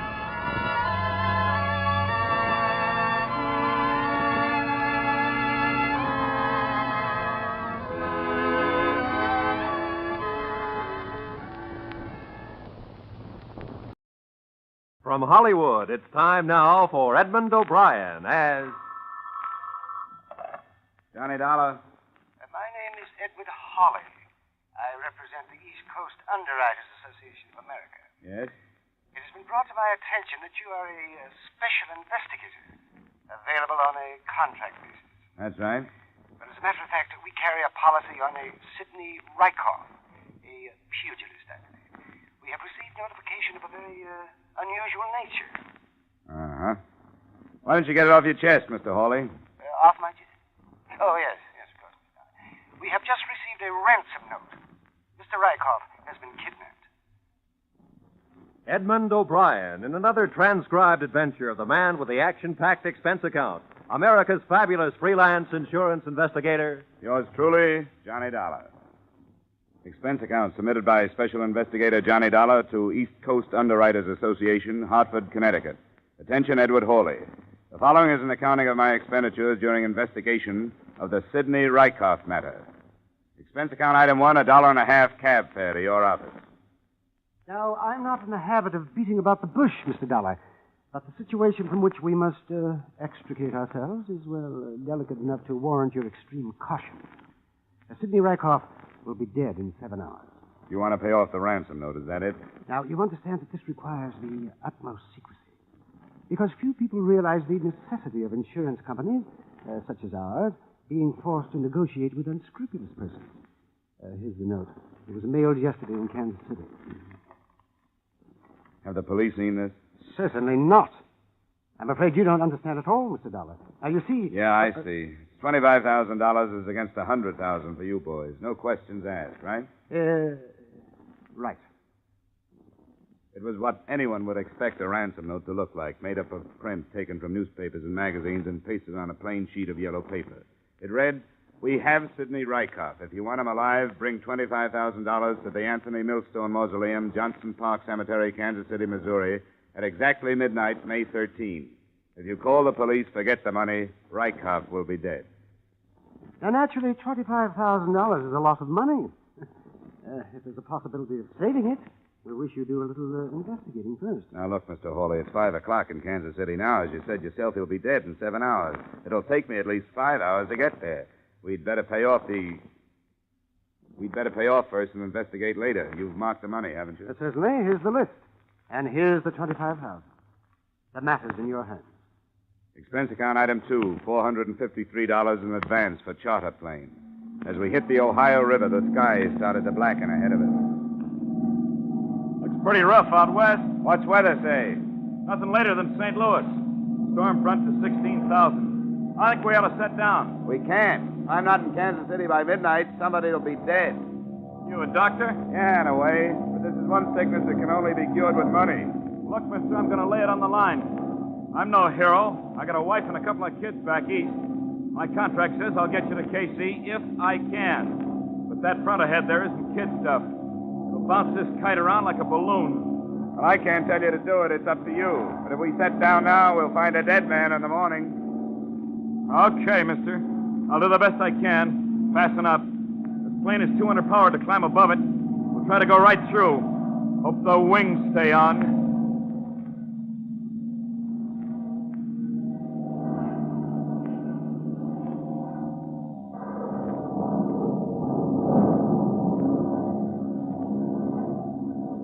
What was left of us coasted into Kansas City at 11:40. Expense account item 3, an extra $100 for a pretty good pilot.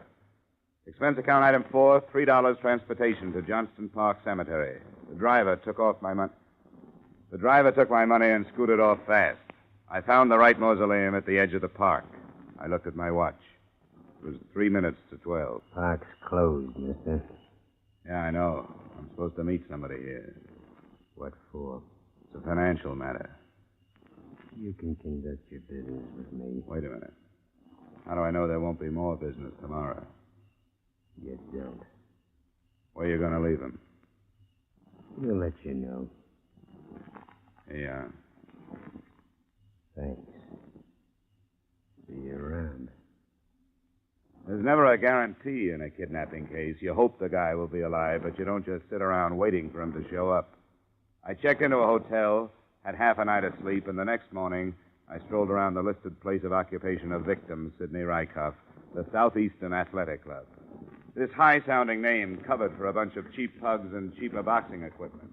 Sidney's manager made his shabby office livable by spraying the corners with Sweet Air household deodorant and keeping the door closed. Close the door. What's the matter with you? Crazy or something? You want that smell coming in here? You know what trouble I go to keeping that smell out of here? Sorry. People come in here, what do they care? It's not their office. They wouldn't do it at home. What do you want? I have information that you're Sidney Rykoff's manager. Is that right? Yeah, you know where he is? That bum. Smashed him against Malone next week, and he's off on another binge. You want him, you can have him. There are 1,000 fighters I could have. 2 years ago, I should have torn his contract to pieces, but I fell in love with his right cross. Did you ever see his right cross? No. Stand up here. That won't hurt you. Put your hands up. Now, higher. That's right. Now, look. It's the 5th round. I've been throwing body blows at you, see? Let me loosen my tie. Forget it. Are you listening to me? Yeah, go ahead, go ahead. Now, look. Your defense is dropped. See, I telegraph a left. A left what? Cross! Oh, cross, yeah. Then, bam! Hey. Well, with me, it never works. That's how Rykoff won the Golden Gloves in 47. Say, how do you know he's off in a binge? He mixes it with milk. You ever hear anything so disgusting? Bourbon and milk. Thinks he's still in training that way. When was the last time you saw him? Friday afternoon. He was working out. He looked great. But when he comes back, he's got no manager. What kind of shape can he be in for Malone? I'll have to bail him out. I know it. If I don't, who will? Not his wife, that's for sure. I was going to ask you about his wife. Let me tell you something about that woman. In one way, she's the greatest gal on the face of the earth. And on the other hand, she can be a demon. Let me tell you something what she did. Yeah? You know that big boy from Chicago who come up through the middleweight? What was his name? That Snyder, Ryder, or something like that. Anyhow, she told Sidney if he didn't beat this guy, she wouldn't let him in the house. Well, Sidney gave the greatest fight it was possible for him to give. But he got it in the 8th. He was a mess, mister, a mess. You know they had to sleep in the hall? She wanted a winner? Yeah, he never lost again. I'd rather have her under contract than him any day. He don't fight for money. He don't even fight to be great. He fights to keep her from leaving him. Hey, who are you, anyhow? I'm from Hartford. What, with Milosky? No, not Milosky. Was it with Milosky? Did you have a stable of welterweights? No, I'm thinking of that. What am I thinking of then? Thanks for the information, Mr. Medill. I think it stopped raining. Wait a minute. Who are you? Insurance. Oh. Well, for the love of Charlie, close that door!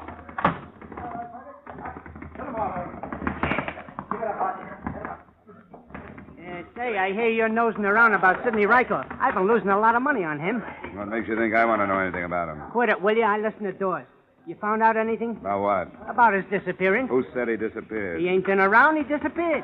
Some people think he went off on a binge. Nah, it ain't his cycle. He had his last binge in March. He ain't due again till September. You a friend of his? Allow me. My name is Al Barsumian. I handle wagers. Where do you think Rykoff is? I don't know, but the longer he stays there, the better I like it. The betting ain't good when he's around. Why's that? He's erratic. Sometimes he wins in the 8th and sometimes in the 10th. Well, that's the way it goes. His wife still live in the same place? Yeah, just follow the broken glass. I didn't get on the trail of the busted gin bottles until about 11 that night. I knocked at her door and she yelled, "Come in," from the kitchen. She was sitting at the table in a soup-stained kimono, peeling the polish off her fingernails. Sit down. Or just throw them stockings on the floor. You drink? Not right now, thanks. I'm an insurance investigator, Hartford, Connecticut. When did you see your husband last? Oh, Sidney? He comes home when he feels like it. Why? Something happened to him? I think you ought to know, Mrs. Rykoff. Your husband has been kidnapped. The company I'm working for received a ransom note. I paid somebody $25,000 last night to get him back. $25,000? For Sidney? Gary Medill, his manager, took out a $100,000 insurance policy on him. Will you throw me that bottle? Who'd know about that policy? $25,000 for Sidney. The papers know about this yet? Hey, I gotta get fixed up for the reporters. I look like a perfect slob. Nobody knows about it but you and the insurance company. Now, how about giving me some answers? Why, so I can get him back? What do I want to get him around here for? Who'd know about that policy, Mrs. Rykoff? Besides Medill, I don't know, but he's Gabby. Who did you pay that $25,000 to? Well, the man that gave it to me didn't give me his name. Wait a minute. If that bum walked out on me, if he picked up 25 grand by kidnapping himself, well, he can stay out. He's not getting back in. What did he look like, who you paid it to? It was dark. Couldn't see much but his size. About up to here. Oh, then it wasn't Sidney. He's a light heavy, 5'11". Could have been a friend. Any idea who? No, and if I had, I'd tell you. Ah, he can't get away with this. What makes you think he'd try? Because he got no guts anymore. Wants to quit fighting. When he does that, he quits having me. And he knows it. I'm not the type for any milksop. Hey, you sure you don't want a drink? No, thanks. Why not? Well, Mrs. Rykoff. Who's that? It's me, honey. Who's he? That your husband? No, it's another stumblebum, Mickey Snell. Hey, who's this guy? Never mind who's this. You lost your fight. Oh, Joe, honey, what's up? I heard it on the radio. Joe, it was a bad match. I'll win the next one for you. Then you can come back. But you lost, and I get out of here! Hey, Joe! Get out of here! Go on, you two-bit mug! She backed him into the living room and reached up towards the mantel as she passed it. She finally found something heavy enough. A 2-foot wrought iron candlestick. She didn't have to swing it. Her guest took one look at it and went out the door. I thanked her for her hospitality and followed him. He went down 2 blocks and into a bar. I got his name from a waitress and slipped into a booth with him. What was you doing there, buddy? Business, Mickey. I was asking her about her husband. Yeah? What for? What difference does it make? He's missing and I want to know where he is. I don't believe you. You're part of why she kicked me out, and I don't like it, see? You know why she kicked you out. She likes winners. You lost your fight tonight. Well, she knew I was outmatched. That guy had the reach and everything. Look at my face. Hey, how long you a friend of hers, buddy? I'm not a friend. I just met her. Came in from Hartford, Connecticut. Yeah? How well did you know Sidney Rykoff? What is it? Look, I'm working for an insurance company. They want to know where he is, that's all. How well did you know him? He beat me a couple of times, that Red Cross of his. You know where he is? No. Did he take a run out on his own, or was it somebody else's idea? Who could have that idea, buddy? I hear he was winning a lot of fights. He was. He beat me a couple of times. Well, who was losing money? Al Basumian? This is too public. Where you staying? Commodore Hotel. It's not far from here. You know it? Yeah, I know it. But I can't go with you. I'll meet you in the lobby. We'll go to my room. It's got to look like I ain't meeting you. Sure, it's easy. We'll order another drink here. I'll leave, and then you saunter over in about 20 minutes. Okay? Okay. I pulled only one double cross on Mickey Snell. Instead of waiting in the hotel lobby for him, I waited outside the bar. He came out 20 minutes later, and I followed a quarter of a block behind him. I was half expecting him to make a wrong turn at the first corner, but he didn't. He stopped to wait for the traffic signal to change, and then stepped into the street.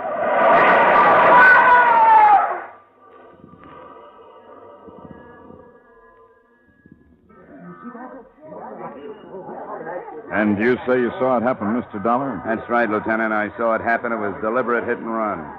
You get the license number? No, only the first 3 numbers, M176. Uh-huh. Now, any other witnesses? Well, I don't know. There were a lot of people around. Well, that doesn't necessarily mean witnesses.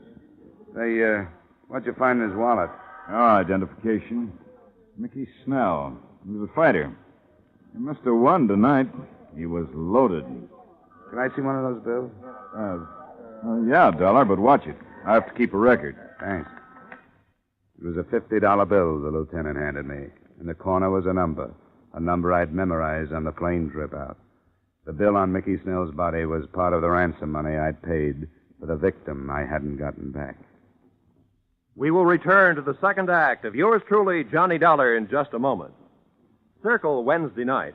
That's the night George Burns and Gracie Allen drop by to visit with you over most of your CBS stations. Each Wednesday, Burns and Allen bring you 30 minutes of rich laughs and hilarious characters. Remember, Burns and Allen this Wednesday night. Now, with our star, Edmond O'Brien, we return to the second act of Yours Truly, Johnny Dollar. I knew Mickey Snell had died for something, and his inglorious death pointed to one of three possibilities.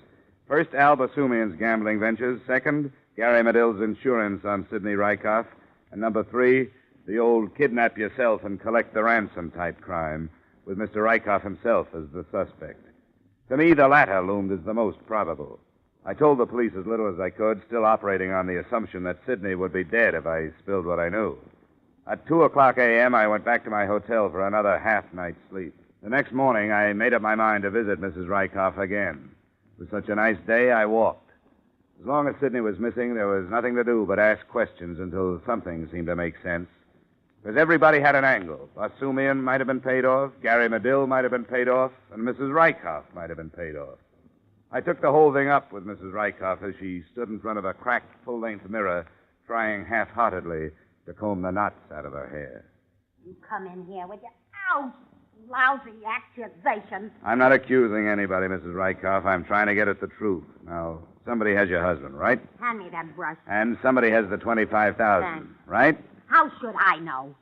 Look, I don't have any interest in Sidney Rykoff. I don't care if he's alive or dead. I don't care about your $25,000. All I know is I'm sick of hearing about Sidney Rykoff, Sidney Rykoff, Sidney Rykoff. I had a good mind to go out and change my name. You two must have had a fine romance. Oh, he was okay for a while. Was winning steady. I can't stand to go with a guy that can't win. And when he lost... He slept in the hall. Exactly. A man has to fight for me. I ain't just sitting here waiting for losers. Sidney was winning, wasn't he? Winning? Winning what? With that Medill as his manager, what could he win? What kind of a contract did Sidney have with Medill? Medill got everything, including Sidney's third molars. So what was I supposed to do? Look at this place. Sofa needs covers. Boy, could I use some clothes. Tatters. Look here. Seams busting out all over. I like Sidney to win, but I like him to win something big. Maybe you can if you bet on him. Take Basumian, for instance. Never gamble. It's against my whole way of life. And then there's the possibility that you got in debt and, knowing about Medill's $100,000 policy on Sidney, talked Sidney into kidnapping himself and writing to the insurance company for ransom. That's a dirty crack. But a pretty fast way to get out of debt. I've been scouting around. You owe a lot of people. I'd put the figure up to around $10,000. For a girl who lives like you do, that's a big sum. You make me mad. Get out of here. Bet you didn't think it would be like this when you first met Sidney, huh? Golden Gloves winner, handsome boy, trips around the country. I'll bet Get you... out! I'll put down that candlestick. I'll get it. You finish your hair. I'll get it. You stay where you are. Oh, copper, huh? Yeah, what is it, Sergeant? Mrs. Rykoff live here? Hi, Mrs. Rykoff. What is it? Well, I'm afraid I've got bad news for you, Mrs. Rykoff. Your husband, Sidney. What happened? They found him on the highway just outside of town. He's dead. I studied Mrs. Rykoff. Her face showed only what could have been contempt and maybe a little relief. The officer made an embarrassed exit, and I closed the door. Mrs. Rykoff walked to the window. I followed her. We didn't say anything for a long while, and then she turned to me. What do you expect me to do? Cry? Not if you don't feel like it. I feel like I felt when they paroled me. I didn't know you did time. Twice. For what? Burglary and a couple other things.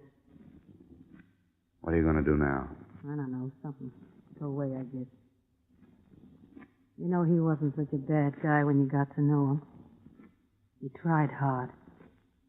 I used to sit in the front row, and when they knocked him down, I'd stand up and yell at him and call him every name in the book until I saw how mad he got, and he'd get up and win. Funny guy. I never could figure if he won because he loved me or if he won because he couldn't stand me. Hey, have a drink with me, will you? I'd appreciate it. Sure.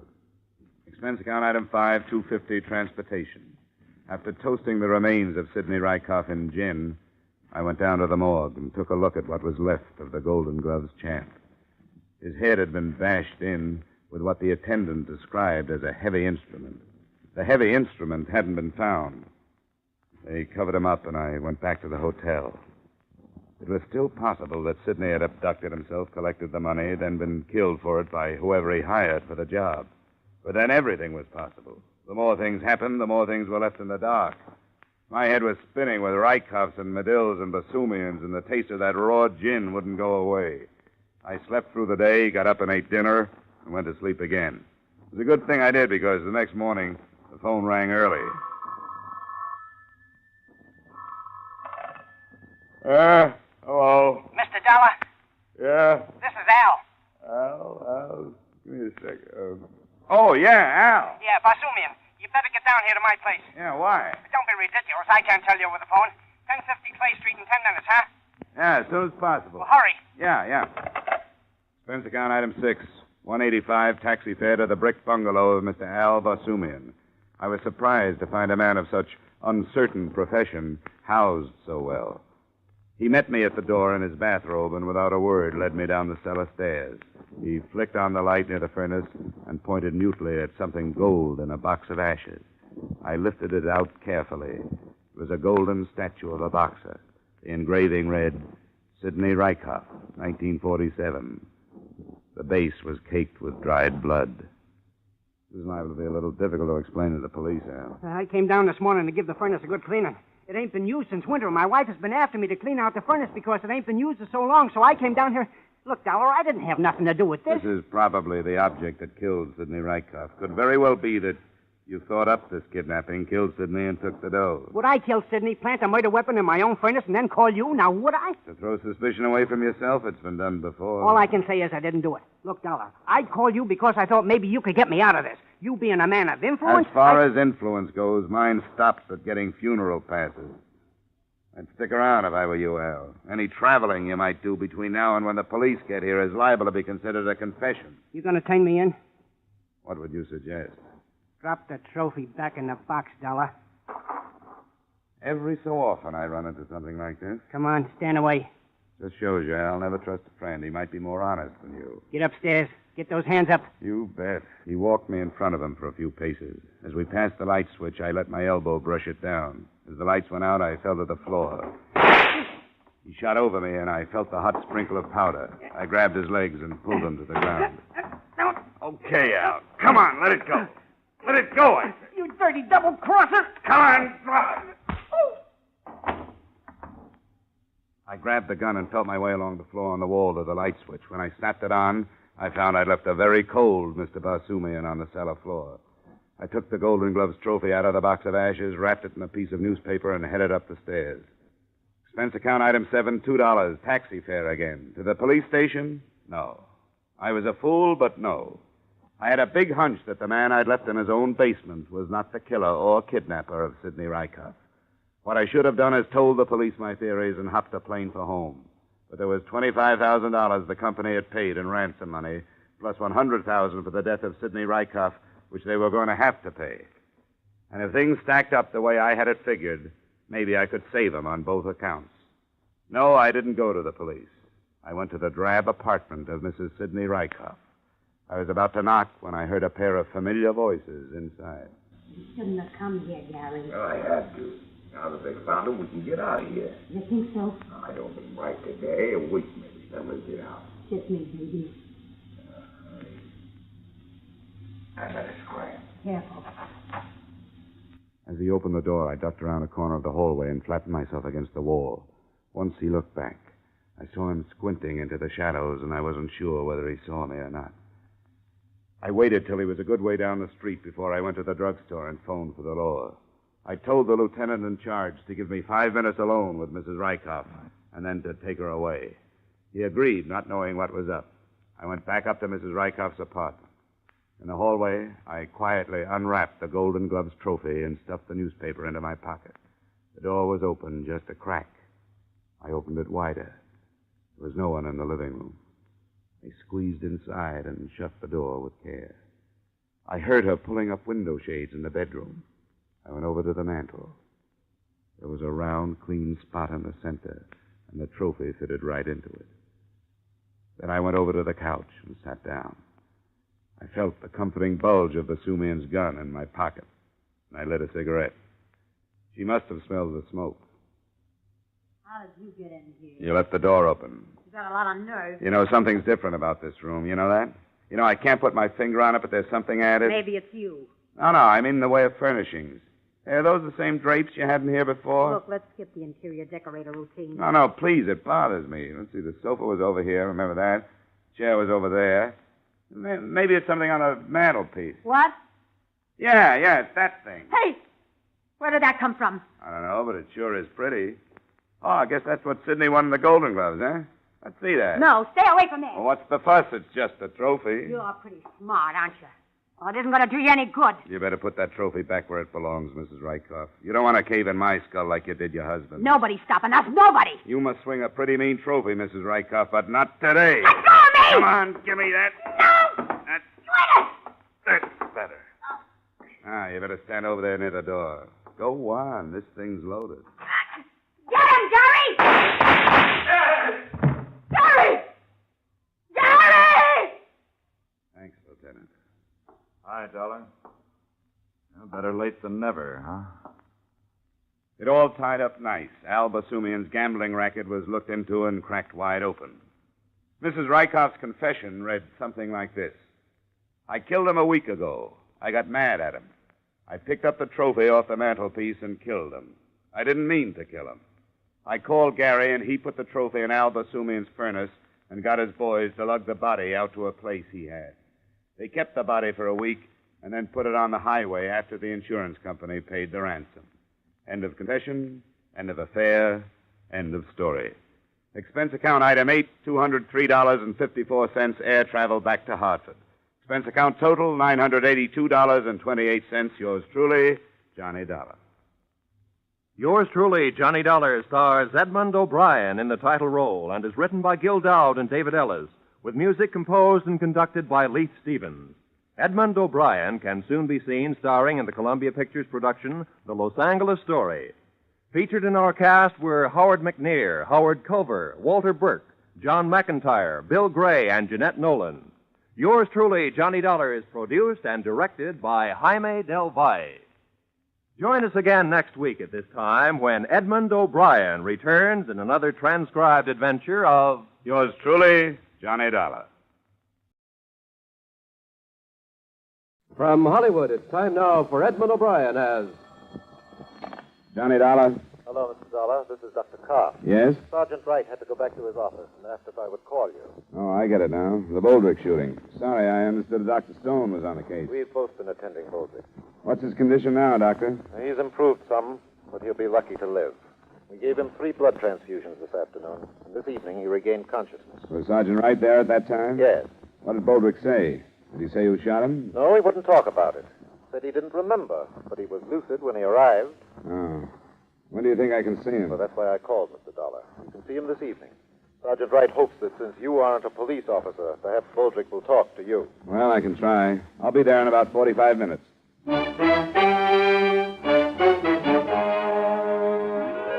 Edmond O'Brien in a transcribed adventure of the man with the action-packed expense account, America's fabulous freelance insurance investigator. Yours truly, Johnny Dollar.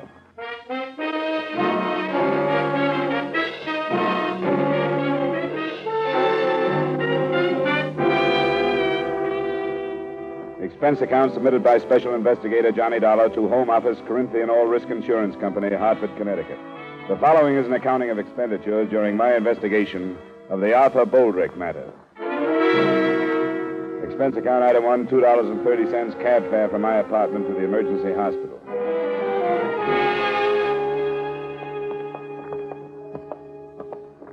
I wouldn't stay with him too long, Dollar. All right, Just Doctor. a few minutes. You'll be able to tell when he tires. This is the room. Well, Boldrick, how are you feeling now? I don't know. You're coming along fine. This is Mr. Dollar. He represents your insurance company. Hello, Boldrick. Sorry about what happened. Yeah. Mr. Dollar wants to ask you a few questions. I've told him not to stay too long, but if you feel tired, you can tell him to leave. I'll drop by and see you later. You think I'm going to die? Is that why you're here? Oh, of course not. Doctor told me you were out of danger. I've just got some routine questions to ask you. You say it was a man that shot you? Yeah. Somebody I never saw before, that I can remember. But I don't know what happened. You remember where you were when you were shot? It was in the backyard near the garage. I was right by the garage door, and this guy come around from the alley, and What did he say to you? he was after the car keys. I had them in my hand. He made a grab for me. He said, "Give me those keys," or something like that. And I gave him a push, and that's when he shot me. After then, I didn't even know he had a gun. You didn't see it when he asked for the keys? No, if I'd have saw it, he could have had the keys. I don't fight no man with a gun. What did he look like? Well, that's one of the things I don't remember too good. It happened so fast. He was wearing like overalls or something. What color? Well, blue. It seems like only faded. Could have been shirt and pants too. It was awful fast. There he was, and then it happened. What else about him? That's about all. I think he was sort of dark, but I don't think I'd even know him for sure if I saw him again. Maybe I would. Maybe you'll remember more if you try. I will. I figure this guy, whoever he was in trouble or something, and he just needed a car in a hurry. But he didn't take the keys. Well, I figured he lost his nerve. Wilma come running out when she heard the noise. Will Wheeler from next door. This guy was gone when they got to me. Well, I won't bother you any longer, Boldrick. You will help find this man if you'll think about it as much as you can and try to remember what he looked like. Don't worry, I will. Hey, mister, do you think they'll let my wife come to see me tonight? I'd sure like to see her. I don't know. But I'll ask Dr. Karff on the way out. I'll see you later, Boldrick.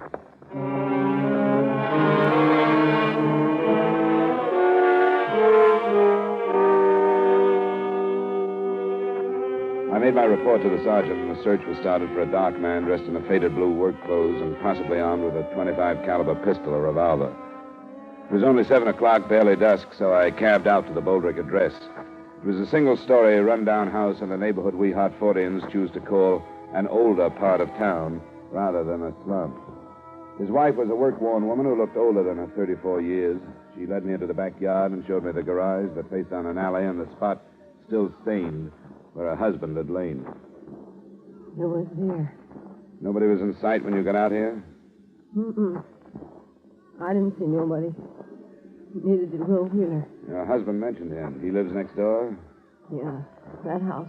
And this man must have run down the alley. Does it open onto a street at both ends of the block? Yeah. It runs clear down to Lawrence and up to about Cedar the other way. I should think that most of the people in the neighborhood would be home at that time. The time he was shot, wouldn't you? I should think so, yeah.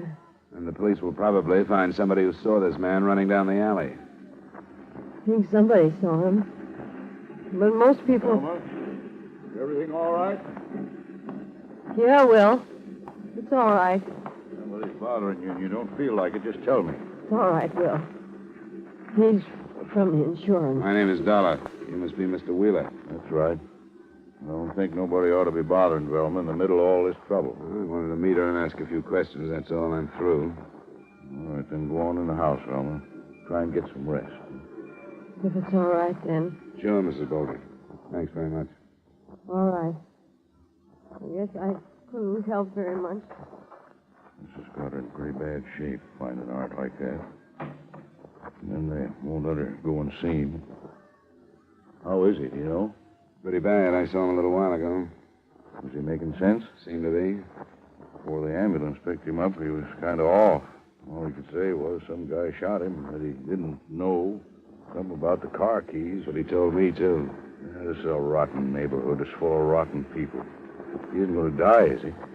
They don't know. You didn't tell Velma that, did you? No, but I think somebody should before she reads it in the papers. One of the dangers is a wound he got in the last war. Yeah, in the lung. 2 slugs he took this afternoon may take care of the other one. Oh.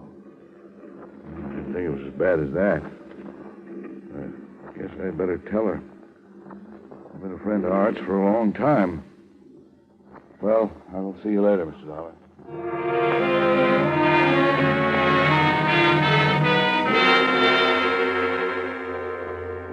As I left the neighborhood, I noticed 2 police cars, so I knew Sergeant Wright's men were at work. I was in his office a little later when 2 of the men brought a witness in. This is Mr. Dollar, Mrs. Cole. How do you do? Mrs. Cole? It was nice of you to come in. I thought it was my duty. The other policeman wanted to know if I was in my backyard near the alley when there was that shooting, and I was. How far from the Boldrick house do you live, Mrs. Cole? Well, there's 2 houses between theirs and where I live. Those policemen told me they were looking for somebody who saw a man running down the alley. I've got a garden out back, and that's where I was when I heard the shots. I didn't see no man running, but I saw a car come from that way. Which way do you live from the Boldricks, Mrs. Cole? Down from them. South, that is. And did you recognize this car? No, I didn't. I didn't see the man in it either, but it came from that way. Did you see anybody else in the alley at the time? No. At first, after I saw the car, I thought it was backfired. But then when I heard about the trouble, I remembered the car. Well, we're glad you did, Mrs. Cole. Was the car traveling fast or slow, would you say? Oh, about medium, I'd say. They can't go too fast in the alley on account of the chuck holes. What color was it? Tan or brown. I don't know much about what kind it could be. I think you could call it a sedan. Anything else, Dollar? Not right now. The officers you came in with will want to ask you a few more questions, and then they'll drive you home, Mrs. Cole. No. I want to thank you very much. Well, I hope I've been some help. Good night, Mrs. Cole. Good night. Nothing fits, Dollar. 3 witnesses on the other side of Boldrick's place swear they would have seen anybody running in the alley at that time. And this one says she saw a car leaving. Oh, it's still early. I guess we'd better phone the hospital, find out if we can see him, huh? Yeah. Yep. I'll put out an alarm on a brown or tan sedan, and then I'll call.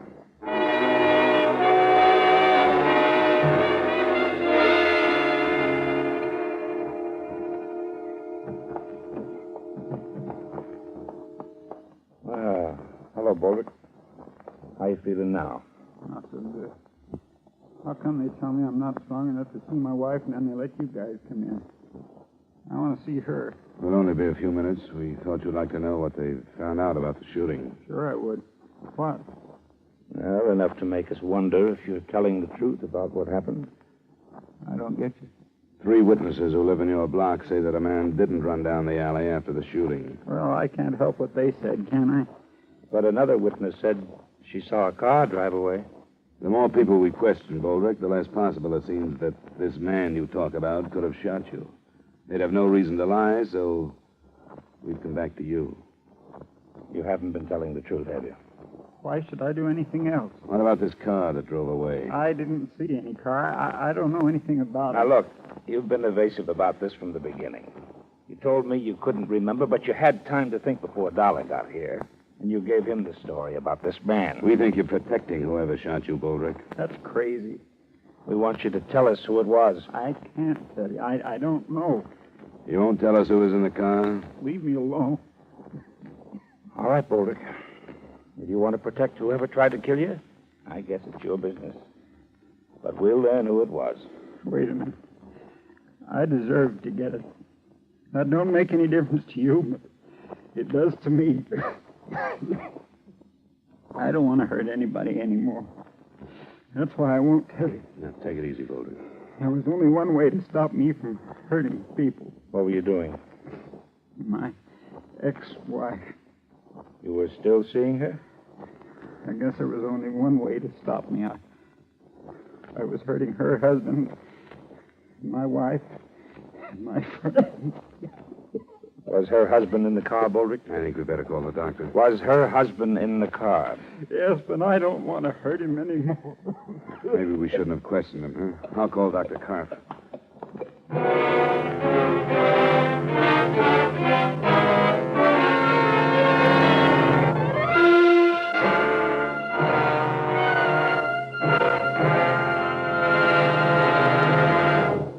We will return you to the second act of yours truly, Johnny Dollar, in just a moment. Johnny Dollar's listening fans will want to make a special note of Johnny's time change, beginning this coming Wednesday, June 20th, over most of these same CBS stations. Follow yours truly, Johnny Dollar, on his San Francisco search for a missing medico, a puzzling case Johnny calls the Malcolm Wish matter. Enjoy it when you hear yours truly, Johnny Dollar, moving to Wednesday nights on CBS, starting on the 20th, next Wednesday. The Now, with our star, Edmond O'Brien, we return you to the second act of yours truly, Johnny Dollar.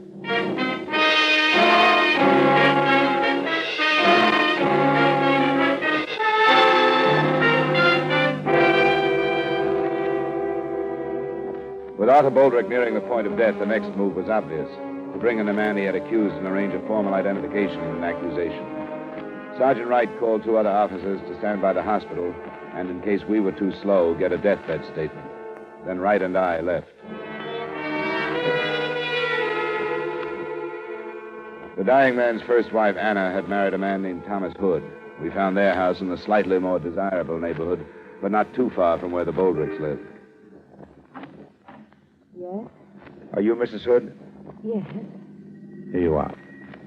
Here you are. Police. Is your husband at home? No, he's out of town. What's the matter? I think we'd better come in and talk to you then. What do you want with me? We want to talk to you about Arthur Boldrick. What did he do? He was shot this afternoon. Now, may we come in? All right. This is Mr. Dollar. He's a private investigator. Mrs. Hood? Art is dead? No, but he's not expected to live. Why did you come here? We just left Boldrick a short time ago. He told us your husband shot him. Oh, no. No, he didn't. You said your husband was out of the city, Mrs. Hood. When did he leave? This afternoon. Why did he leave? He went on business. He's a salesman. He's out of town. He couldn't have shot him. What time did he leave? It was this afternoon. I think about 4 or so. He left this house about 4? I think that's when it was. Boldrick was shot a little after 5:30, between then and 5:45. Is your husband's car a sedan or a coupe or what? Oh, sedan. What color? Tan. A sedan driven by a man and described as brown or tan was seen leaving the alley near where Boldrick was shot. It was seen a few seconds after the shots were heard. No. No, he didn't do it. I'd better sit down, Mrs. Hood. Come on, sit down. He didn't shoot him. I swear he didn't. I swear. You mean he approved of your saying Boldrick? He did. Who told you that? Boldrick? My husband didn't know. I know I was wrong. I shouldn't have seen him.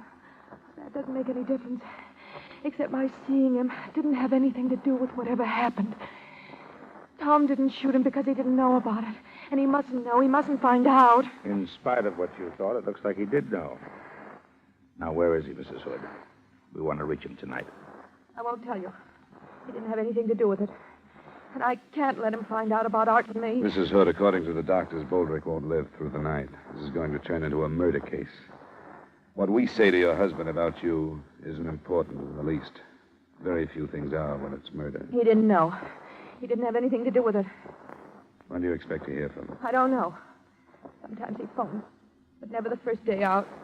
Usually to say he'd have to stay out longer than he expected to. We'll have to have more than that. We'll get in touch with his company. I wish you'd listen to me once more. I tell you, Tom didn't do it. If you talk to him, all you're going to do is bust up our lives. That's all you're going to do. Then I guess that's what we'll have to do. You ready to go, Dollar? By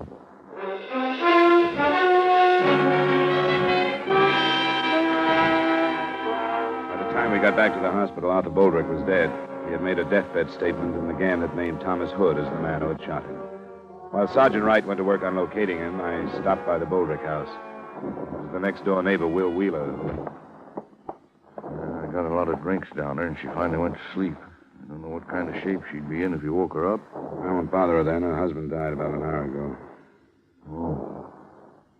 Well, I sort of knew, I guess, after I talked to you this afternoon. Poor old Art. Sure going to miss him. He had a lot of faults. Everybody knew about those, I guess, but there were a lot of good things about him, too. Hardly anybody knew about them. Was there any more on the guy that killed him? He changed his story. He finally told us Tom Hood had shot him. Tom Hood? Anna's husband? Yeah. Well, I don't get it. What? Well, he's holding to one story and then changing it. The first one didn't hold up. The police could find plenty of people who would have seen a man running away, but nobody that did. But a woman saw a car that checked with the one Hood drives. I guess you knew about Boldrick and his ex-wife. Yeah, but I still don't see why he told the first story and then changed it. I don't either. He said he deserved to get shot, that he'd hurt a lot of people, and there was no other way to stop him. He said he didn't want to hurt Hood anymore. And that's why he didn't say it was him. That's what I mean about the bad side of him and the good side. Did his wife know about Anna? I'm not sure. Cinch, I never talked to her. Oh, you think he told that first story to keep her from finding out? It could be. The police will call her in the morning. When she hears about it, tell her there are some insurance papers for her to sign, will you? I'll leave them now.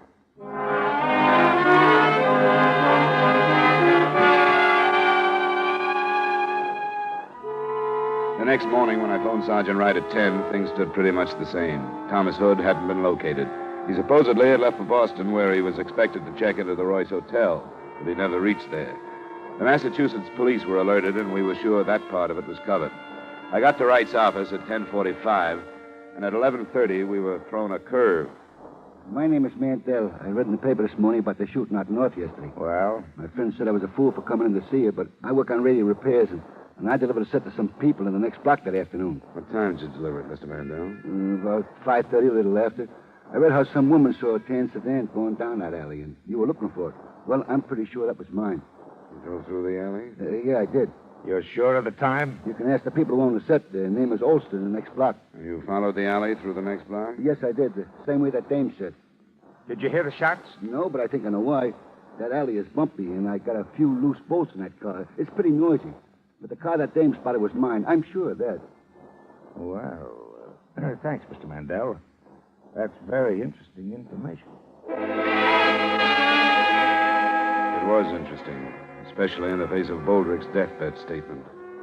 As far as we could see, Mr. Mandel had no reason to lie. Sergeant Wright and I went back over everything we had. When we'd finished, there were only a few points from which to start the investigation again.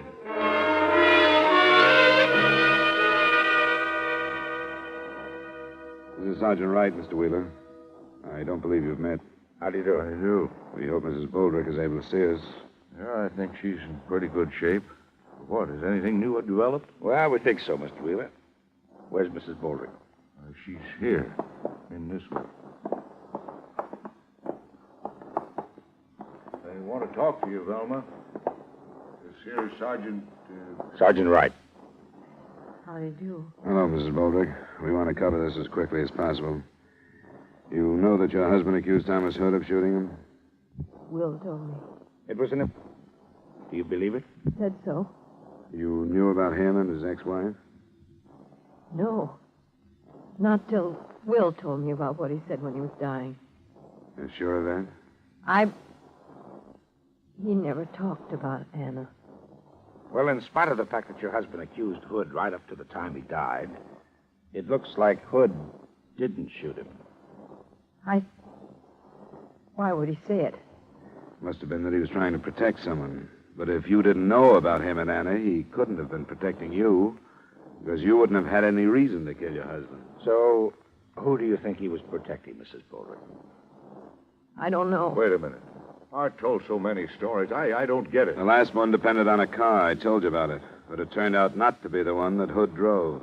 What was the matter with it? Well, it looks like he was just trying too hard. Only one or two people could have really seen whoever killed Boldrick. We've covered the alley both ways. We've covered the houses across the alley where the killer could have slipped through. This house and yours, Wheeler, are the only ones we didn't bother to check. I can't do any more, Will. Wait a minute. What's the matter? I can't do any more. All right, I'm all right. It wasn't my idea. I went as far as I could. It was his idea. Was it you he was protecting, Mrs. Boldrick? It wasn't her fault. I mean, anyone would have done it. He's over too far. Because of that. Because of Anna. Yes, whatever. She's as much to blame. I couldn't stay away from her, but she could have made him, and yesterday, with her husband out of town, it reached a peak. We all knew it would someday. You seem to know quite a bit about it, Wheeler. Yeah. I'm in it, too. I lied along with Art and Velma. It's not Will's fault. He did it because he was a friend. He didn't lie. He just... I killed Art. That's what's important, isn't it? Yes, it is, Mrs. Boldrick. He was going to see her. He even told me. And I couldn't help what I did. I followed him out and shot him. But I'm sorry. I'm sorry I killed him.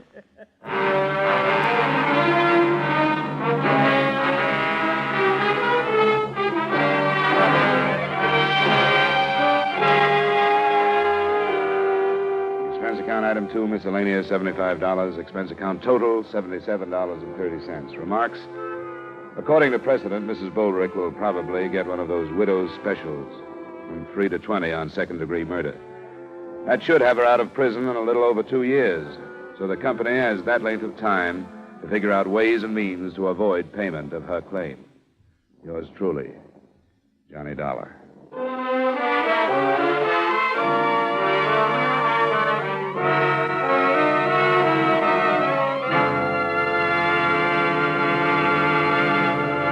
Beginning next week, yours truly, Johnny Dollar, will be heard on Wednesday at 9 o'clock Eastern Daylight Saving Time. Consult your papers for the time change in your area. Yours truly, Johnny Dollar, stars Edmond O'Brien in the title role and is written by Gil Dowd with music by Wilbur Hatch. Edmond O'Brien can soon be seen in the Paramount Pictures production, Warpath. Featured in tonight's cast were Edgar Barrier, Parley Bear, Jeanette Nolan, John McIntyre, Wally Mayer, Virginia Gregg, Gene Bates, and Harry Lang. Yours truly, Johnny Dollar, is transcribed in Hollywood by Jaime Del Valle. This is Dick Cutting inviting you to join us next Wednesday at 9 o'clock Eastern Daylight Saving Time when Edmond O'Brien returns as Yours truly, Johnny Dollar.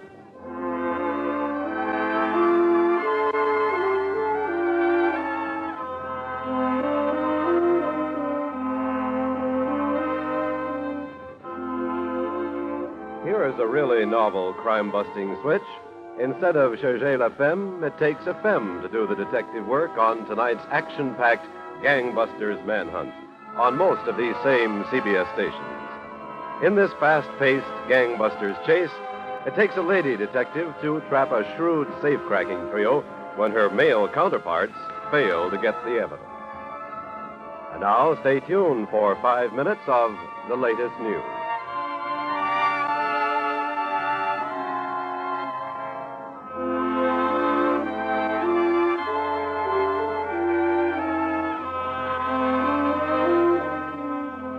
This is CBS, the Columbia Broadcasting System.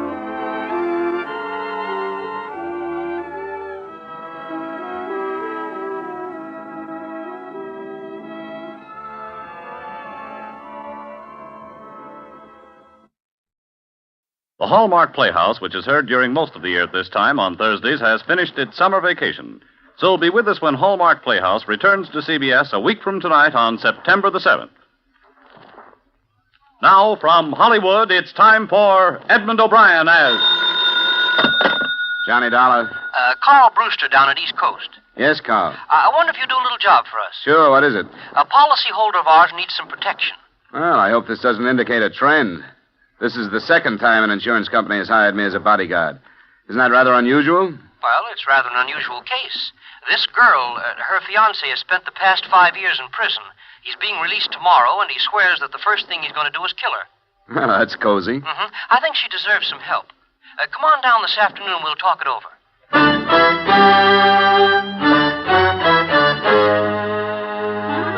Edmond O'Brien in a transcribed adventure of the man with the action-packed expense account, America's fabulous freelance insurance investigator. Yours truly, Johnny Dollar.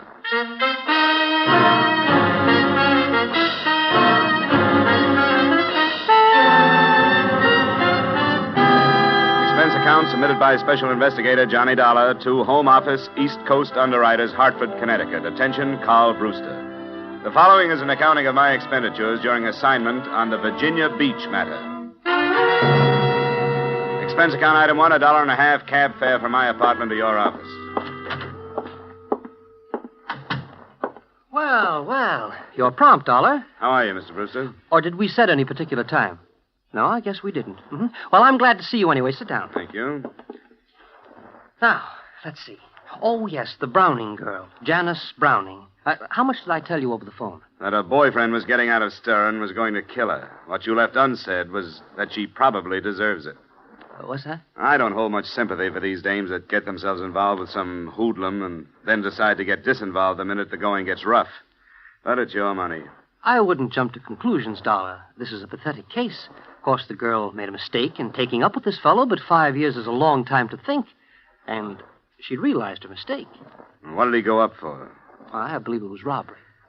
Do you know if she spent all the loot before she realized her mistake? Now, Dollar. Why doesn't she hire a bodyguard herself? Because she can't afford it. She has nothing. She turned to us because there was no place to go. Poor thing is in desperate fear of her life, Dollar. Surely you can appreciate that. Okay, give me the rest. And there's a little more. She's living in Virginia, outside of Norfolk, Virginia Beach. Janice Browning, was it? Uh-huh. I have her address for you. Her fiancé's name is Robeson, Mark Robeson. And he's due out tomorrow. From the state penitentiary at Richmond. Just stay with her until we see what happens.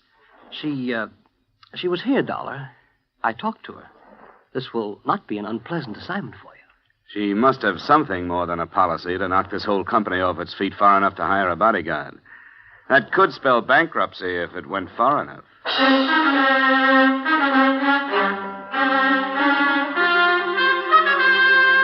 Expense account item 2, $110, transportation and incidentals between Hartford and Virginia Beach, Virginia. Virginia Beach seemed hardly the scene for potential murder. A white strip of sunny beach on one hand and a friendly forest of pine on the other. I found Janice Browning's address just south of the village proper. A fair-sized cottage surrounded first by a small, well-kept garden and then undeveloped land. When I got out of the cab, I was looked over by a trim little honey blonde thing in shorts and halter who waited for me on the veranda. Hello. Hello. You seem to be carrying a suitcase. Are you sure you haven't been misdirected? Are you Miss Janice Browning? No, I am her personal maid. Who are you? My name is Dollar. I'm the investigator from the insurance company. Did you say personal maid? Yeah. Did you say investigator? That's right. Well, I hope you'll pardon me if I'm confused. I was not notified of the arrival of no investigator. What is it you want? Miss Browning asked for me. She went to her insurance company and requested a bodyguard. A bodyguard? Well, I don't know about that. But then there are lots of things I don't know as yet. I'm new here. But if she asked for you, you may as well come in. Thanks.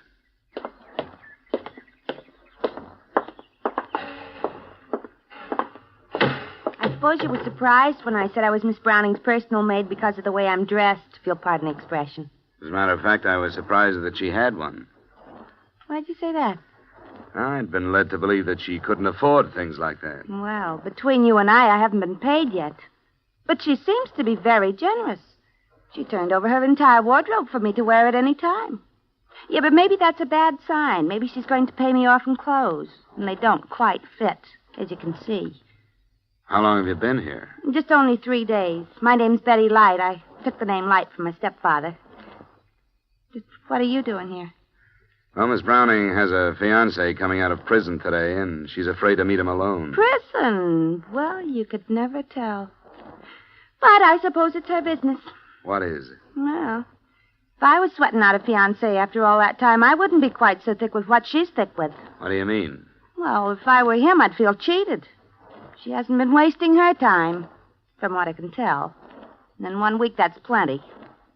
But I shouldn't be gassing like this. Who is he?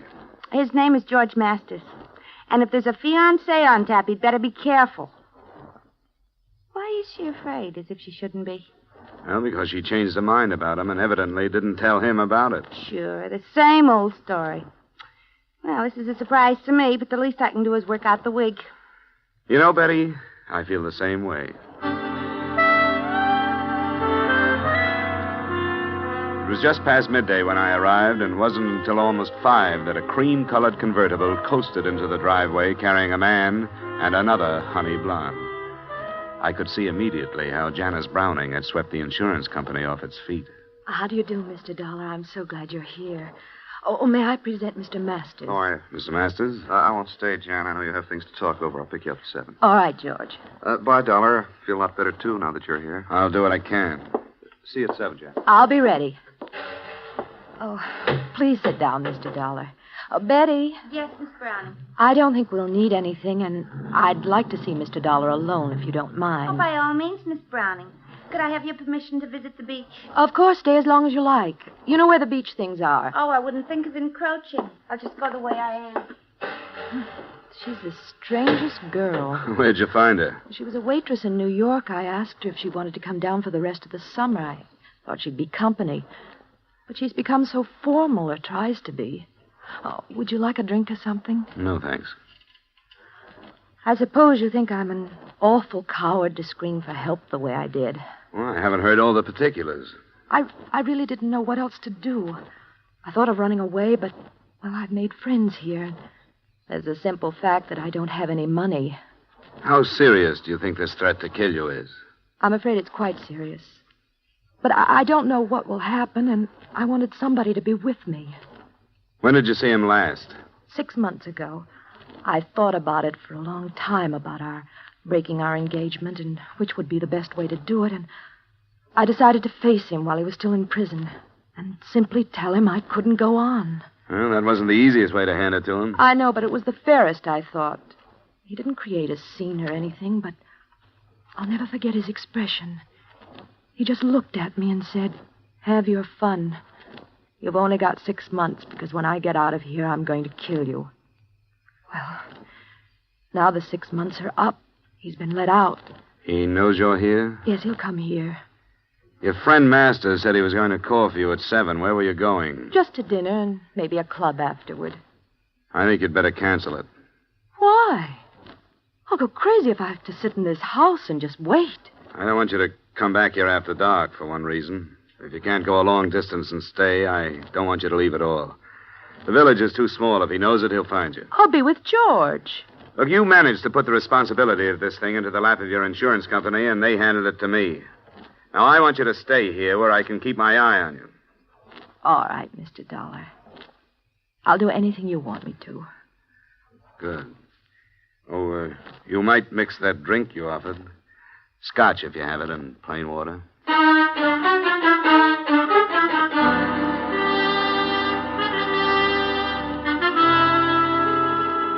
The rest of the evening was spent with small talk and mounting tension. The state penitentiary was no more than 100 miles from Virginia Beach, and since it's the habit of prisons to turn out their guests at dawn, Mark Robeson had had plenty of time to make the trip. In spite of a sultry night, I closed and locked all the doors and windows, and by 11, the cottage was dark, with everyone retired.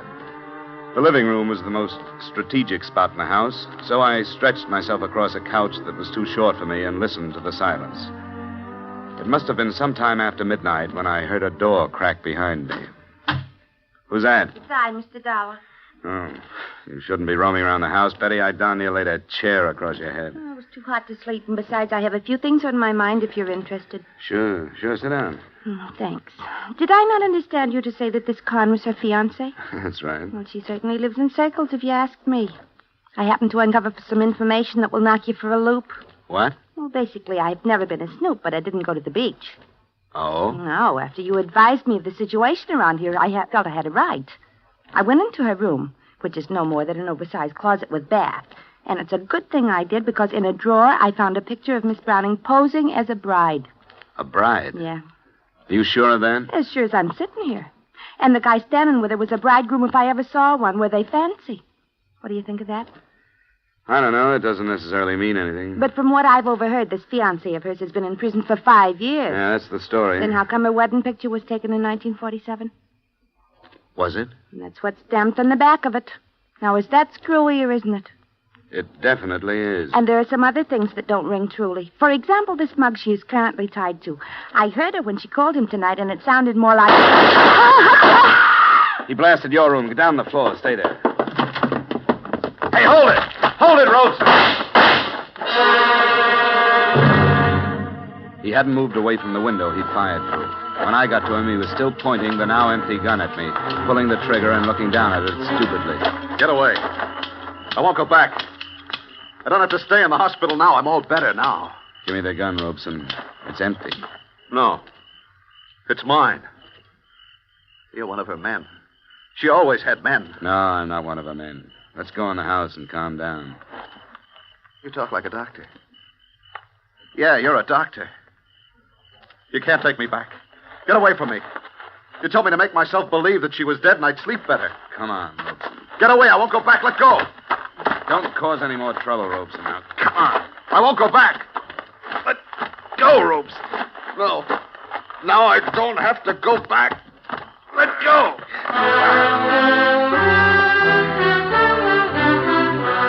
I'd heard stories of the unbelievable physical strength of those whose mental strength is gone. I got his hands away from my throat by sinking my knee into his stomach. There was nothing I could do to hold him. He lumbered off into the darkness and disappeared. I didn't need a medical opinion to know that I wasn't protecting Janice Browning from a released convict. I was protecting her from a homicidal maniac.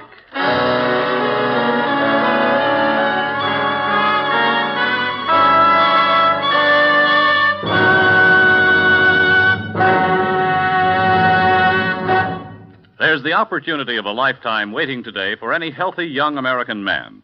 An opportunity to begin a profitable and stable career for himself and at the same time to offer assistance to his nation, to the United Nations in their present conflict against armed aggression. The United States Armed Forces need volunteers today in every branch of the service. You have the chance to choose not only the branch, but the type of work which you feel will be of the most benefit to you in the years ahead. May we suggest that you go to your nearest recruiting office now to see if you are eligible to volunteer and inquire about the many opportunities open to you. And now, back to our star, Edmond O'Brien, and the second act of yours truly, Johnny Dollar.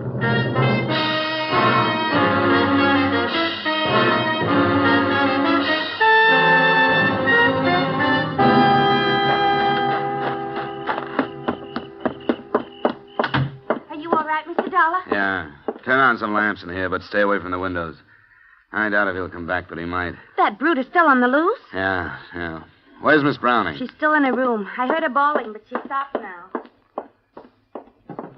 Miss Browning? Yes? I'm coming in. Where is he? I couldn't hold him. Where's the light switch? No, don't turn on the lights. He thinks he killed you. He won't come back tonight. Well, why don't you go ahead and say it? Oh, I'd better not. As a matter of fact, I don't mind your lies or the way I was dragged into this. But what really stinks is you're hiring that girl because she looks enough like you to be mistaken for you at a distance. You give her your clothes to wear and you put her into your room. Well, she'd be dead now if she hadn't come into the living room. I'm not trying to pass the blame, but it was George Masters' idea. He remembered her and thought bringing her here might be a way to save my life. Robeson's your husband, isn't he?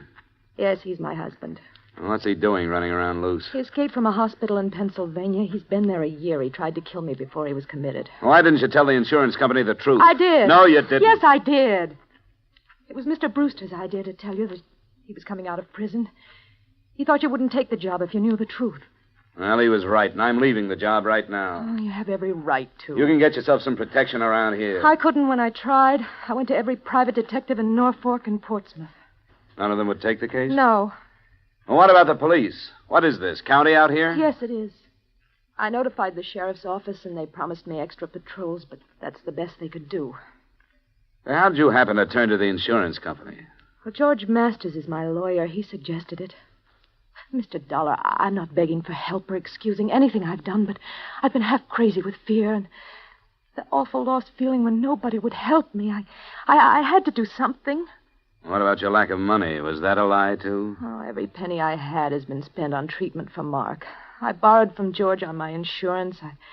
I sold our house in Connecticut, and that money's gone. This property is all I have left, and I've borrowed against it. I guess you've had your troubles. Who can I talk to about your husband? You mean a doctor? Yes, I thought maybe a doctor might know what Robeson would do next. Well, Dr. Becker came on to Norfolk after he warned me that Mark had escaped. His phone number is in the little book on the stand. Well, I hate to bother him, but I'd like to have him come out tonight. Mr. Dollar, Yeah? you're staying? Well, not any longer than I have to.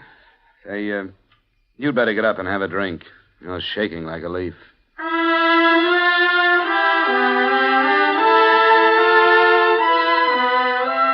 I changed my mind about dropping the case, Mr. Brewster, not only because she was a beautiful woman in a tough situation, but also for another reason. I awoke Dr. Becker at his hotel in Norfolk, and after I outlined the night's events to him, he agreed to come out.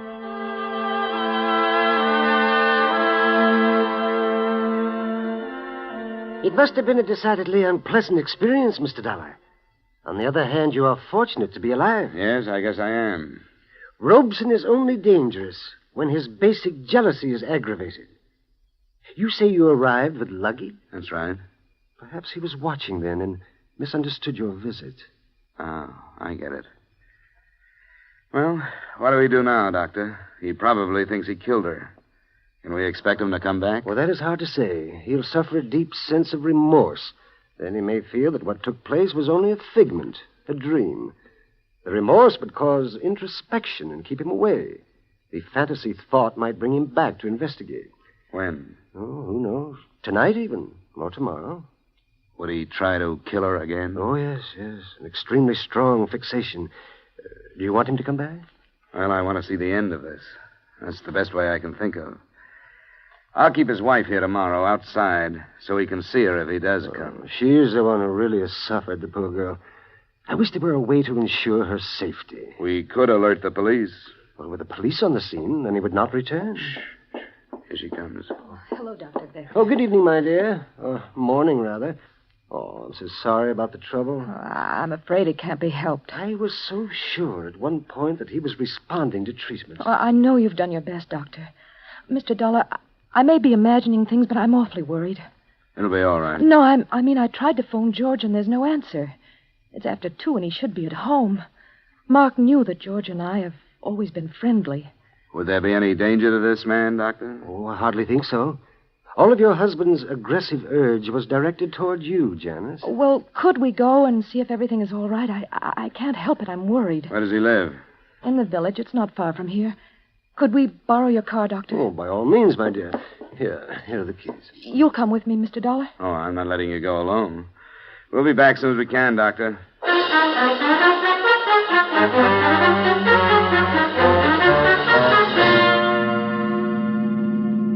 Oh, this is his house, the white one. Oh, there's his car in the driveway. There's a light on. Maybe his phone is out of order. I told him I'd let him know if anything happened.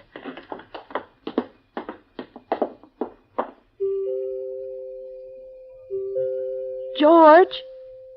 George, it's Jan. He doesn't answer.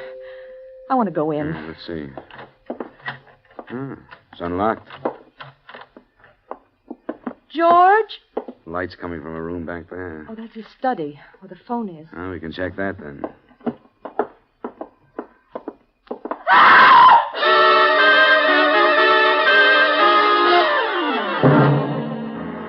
George Masters was lying face up in the middle of a room that had been pretty well torn up by the struggle. The first thing I noticed were the bruises left on his throat by the hands that had choked him to death. I noticed another thing when I went to the desk to phone the police. There was a gun lying on it, and I would have sworn that it was the same police special Mark Robeson was carrying earlier in the evening. It took Dr. Becker to quiet Janice Browning after I literally dragged her out of the master's house and got her home. And I hope she can rest now, but she's dangerously near to mental collapse herself. Yes, I can understand that. Is there anything further that I can do, Mr. Dollar? Nothing now, Betty. Get some sleep if you can. Sleep? Who could sleep? Well, and spend your time packing. You're going back to New York in the morning. I certainly am. As for me, you can give Virginia Beach back to the Indians. Was Janice in love with Masters, Doctor? I think so. A great feeling of loyalty, at least. He had helped her so much with monetary loans and so on. But you said he wouldn't remember the association between Masters and his wife. Yes, I was convinced that he wouldn't. There was a police special in Masters' study. I'm positive it was the same one that Robeson used here. Oh? I tried to take it away from him. I couldn't. Now, why should he leave it at Masters? Well, I don't know. Say, did they know one another before Robeson broke down? Oh, yes, they were quite friendly. And Good heavens, Dollar. What are you driving at? Janice borrowed from Masters on a life insurance policy. That usually means making the lender a beneficiary. I don't know how much the policy was for, but I'm going to find out. Well, I dislike having to agree with you, Dollar, but I do. In Robeson's warped mind, Janice was the archenemy. It would have been quite easy for Masters to inflame Robeson to the point where he would kill his own wife. Oh, Mr. Dollar! Mr. Dollar! What is it, Betty? He's back. That man, he came back. All right, now take it easy. You're all right. But I saw him. He was looking in the window. The one he shot through. Doctor, take care of her, will you? I'd better get back to Janice's room.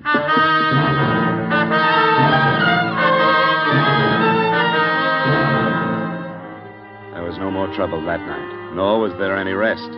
We knew that since Robeson had come back, he realized his mistake, and we knew that he would try to come back again. We agreed that instead of calling for police protection, we would let him return and try to handle him when he did. An hour after daybreak, we felt it safe to relax, and it wasn't until noon that I drove Betty Light into Virginia Beach and put her aboard a bus bound for the comparative safety of New York. Before I started the return trip, I made a swing past George Masters' house, convinced the deputy sheriff in charge that I had a right to poke my nose in, and got myself back into the study. I suppose it'd be all right if you go in. They took up all the evidence they wanted, I guess. What was that, Sheriff? All the things that'd pick up prints. Here you are. What do you want to look at? Some of his papers. I won't interfere with your work, but I'd like to know how he stood financially. You think that has something to do with it? Oh, I don't know. It might. They dusted all them drawers, so I guess it's all right if you pull them. He's a lawyer, you know. Yeah, I know. Say the field's wide open. A lot of people didn't like him. Oh? I didn't know that. What's that book? It's a ledger. Kept his accounts in it. What'd you find? Janice Brown. Who's that?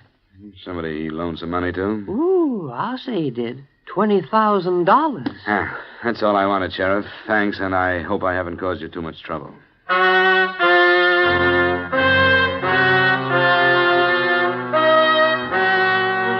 What I'd found was another link in a chain of circumstantial evidence that would never be used since George Masters was dead. He had loaned Janice Browning the thousands she had spent on treatments for her husband, and it was obvious that there was no chance of her ever being able to pay him back. The last notation revealed the fact that a $5,000 loan had been made on her insurance policy in April. A long-distance call to the company told me that the policy was for $50,000 and that George Masters had become the sole beneficiary the same month, April.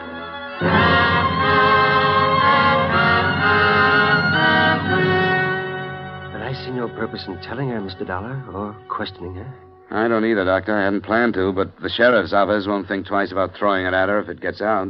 If you will allow me the privilege of perjuring a certain amount of expert testimony, I think I could manage to gloss over it. Well, the deputy saw it, but I don't think it sank in. I hope not.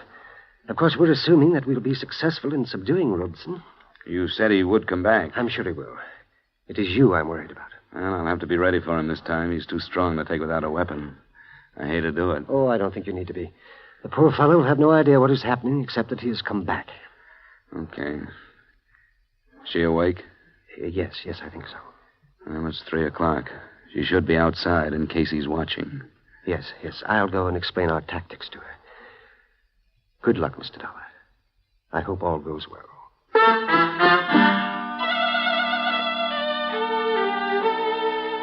It seemed almost cruel baiting the trap, but it had to be done.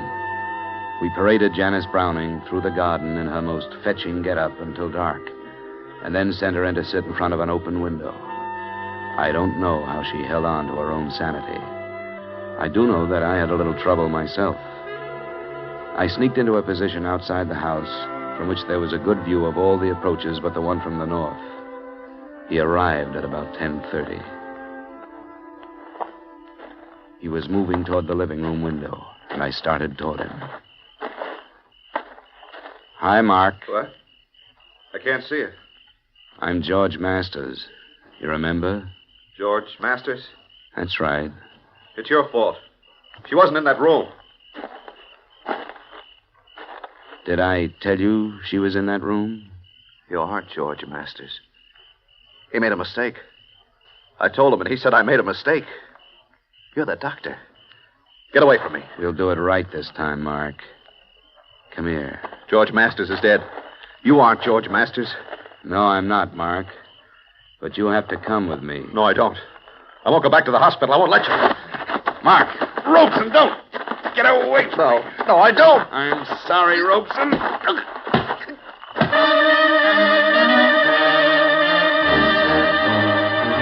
I don't know what Becker is going to say to the police, but I do know what he learned from his patient after he was returned to the hospital and quieted down. Enclosed, you will find the doctor's confidential statement. He did go to Masters, hoping to ally him as a friend. Taking advantage of his escape, Masters armed him in the hope of realizing a profit from Janice's insurance policy. But Robeson, in his agitation, fired into the wrong room. And because he placed the blame for his mistake on Masters instead of himself, he became violent, and as a result, Masters was killed. Expense account item 3, same as item 2, transportation back to Hartford. Expense account item 4, and this is to you personally, Mr. Brewster. Payment for deceit in acing me into this matter, $500. Expense account total, $855.75. Yours truly, Johnny Dollar.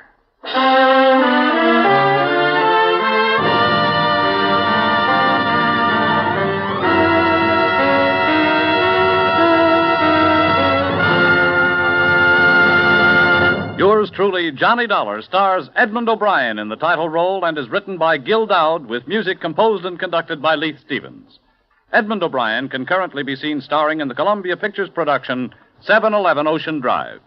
Featured in tonight's cast were Bob Sweeney, Virginia Gregg, Gene Bates, Hy Averback, and Howard McNear. Yours truly, Johnny Dollar, was transcribed in Hollywood by Jaime Del Valle.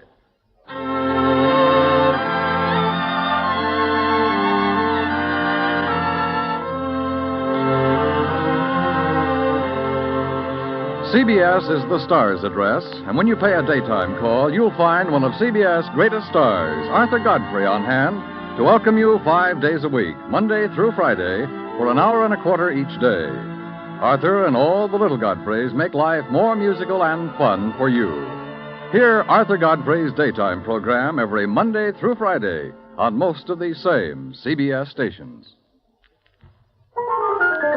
To hear each and every star, leave your dials where they are, 'cause this is CBS, the star's address. Yes, CBS, the star's address. Yes, this is CBS, where Philip Marlowe takes the case every Friday night on the Columbia Broadcasting System.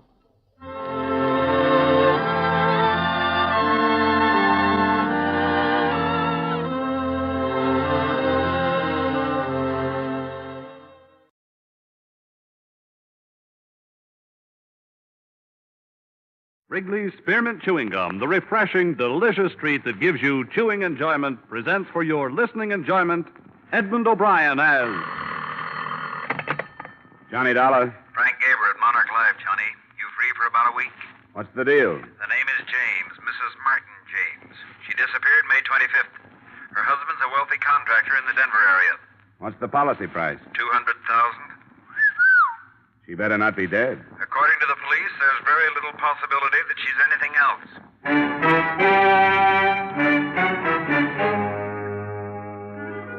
The makers of Wrigley's Spearmint Chewing Gum bring you Edmond O'Brien in another adventure of the man with the action-packed expense account.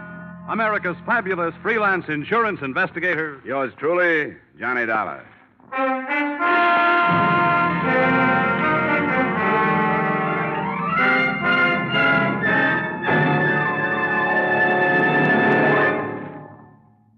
To make every day more enjoyable, treat yourself often to refreshing, delicious Wrigley's Spearmint Chewing Gum.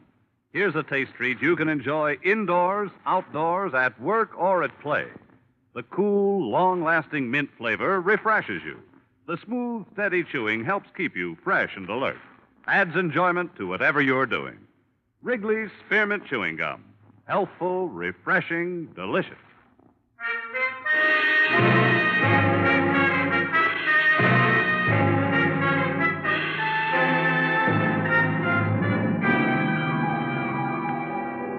Expense account submitted by Special Investigator Johnny Dollar to the Monarch Life Insurance Company, Home Office, Hartford, Connecticut. Attention, Mr. Frank Gaber. The following is an accounting of my expenditures during investigation of the Barbara James matter. Expense account item 1, $73.87, transportation to Denver, Colorado. Expense account item 2, $2.30, taxi fare from airport to police headquarters, where I spent a few minutes getting myself up to date. Detective Lieutenant Harrison locked his hands in back of his head, leaned back in a swivel chair, and filled me in on the meager facts. And a swimming pool. He must have loved her. Well, he could afford it. And tennis courts, anything to hang on to her. See, Dollar, he's one of these silly old fools dreaming of a sparkling youth. What about his wife? She was 28. I got a picture of her here. Now, would somebody like this be interested in a 50-year-old baldy with a paunch? For money? She was originally. But when she got all the money she wanted, she started cavorting. It's my guess that's what happened. Oh, what am I saying? My guess. That's what did happen. Up till the time she disappeared, anyhow. Married long? 3 years. No children. Her first husband was under contract to one of the movie studios. He lost his contract, went to New York to starve a while, found he had no wife when he got back to Hollywood. Don't tell me. James met his wife in Reno. Reno it was. He had just let go of something his own age. Wanted a little romance before he died. 6 weeks ago, he called up the department and said she was missing. In the last 6 weeks, he's aged 10 years. Looks like a very unhealthy 60 now. Nothing from the travel bureaus, out-of-town hotels? Nothing from railroad stations, bus depots, airports, auto rental services, other police stations in the U.S. and Canada, et cetera, et cetera, et cetera. So? After 6 weeks, murder.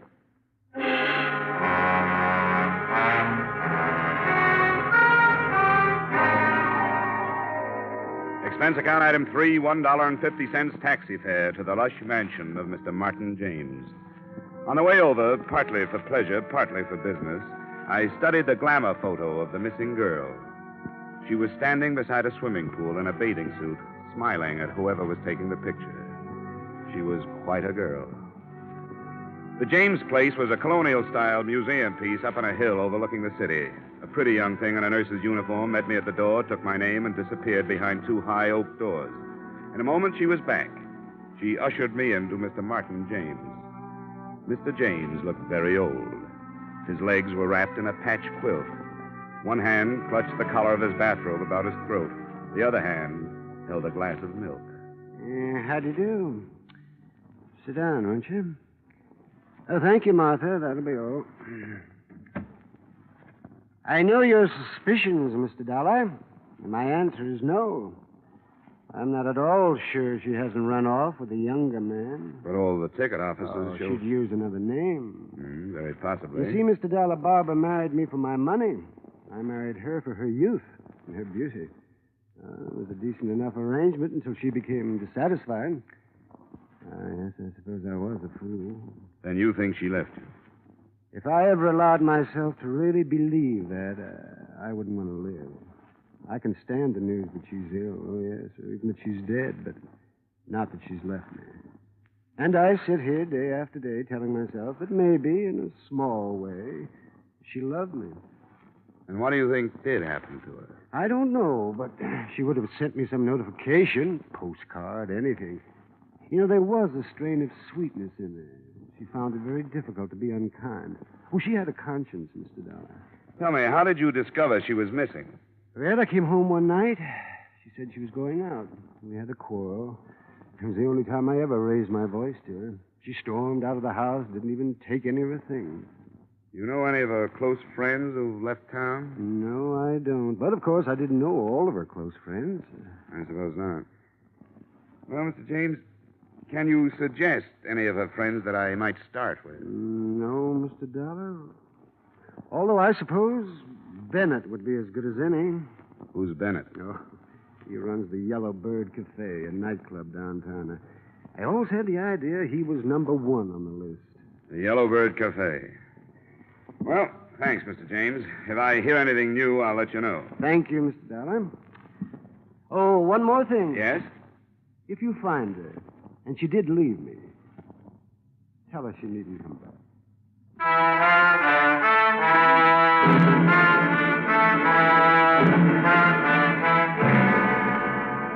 Expense account item 3, 90 cents taxi fare to the Yellow Bird Cafe, a blue-lighted night spot. In a minute or two, I was seated opposite a slick-haired leading man in a dinner jacket. From the size of the bills on his desk, I'd say his wallet was pretty well dressed, too. Don't look at him too long. They'll burn your eyes out. Must be awful to have to rake all that off the lawn every morning. Oh, I just wanted to impress you. That's a whole week's take. Denver isn't what I call a good club town. My place in Frisco does much better. The only town worse than Denver for club trade is Cleveland. Cleveland pulls in the gutters at 6 p.m. Well, I'll keep that in mind if I ever get the urge to open up a clip joint. I'm here about Barbara James. It's funny how that name keeps cropping up. I suppose it'll keep cropping up until somebody finds her. You have any ideas? Sure, lots of ideas. Could have crossed against the light, fallen into the Great Divide, thumbed her way to Hungary. You're a comedian. Oh, now, look, Dollar. I'll tell you what I told the lieutenant. I don't know anything about it, and if you insurance rubes had any brains, you'd check with the cops first before making fools out of yourself. You saw quite a bit of her. Saw, that's right, saw. That was a long time ago. Listen, guy, I got a book in my pocket with names of girls to make Barbara James look silly. Now, why should I take away an old man's child bride? That's not the way I heard it. All right, for laughs, sure, I used to take her out. She was lonely. She used to come in here and sit alone at a table. I had nothing else to do. We'd dance. I'd buy her a few drinks. That was it. She gave you the brush, Bennett. Oh, yeah, sure. You don't like to be given the brush. Anytime I can't hang on to a dame like Barbara. She gave you the brush and you didn't like it. All right! All right, Dollar, she gave me the brush. I took that girl and gave her a new life. She was stuck with that old guy up there on the hill. She poured out her heart to me. Told me how it was to live up there. Well, I listened to all that. Listened like I was interested. And she turned around and kicked me. Who'd you run off with? I should remember. Your cooperation would be appreciated. Oh, get out of here. I'm busy. Thanks. You've been a big help. I hope you find her. Dead.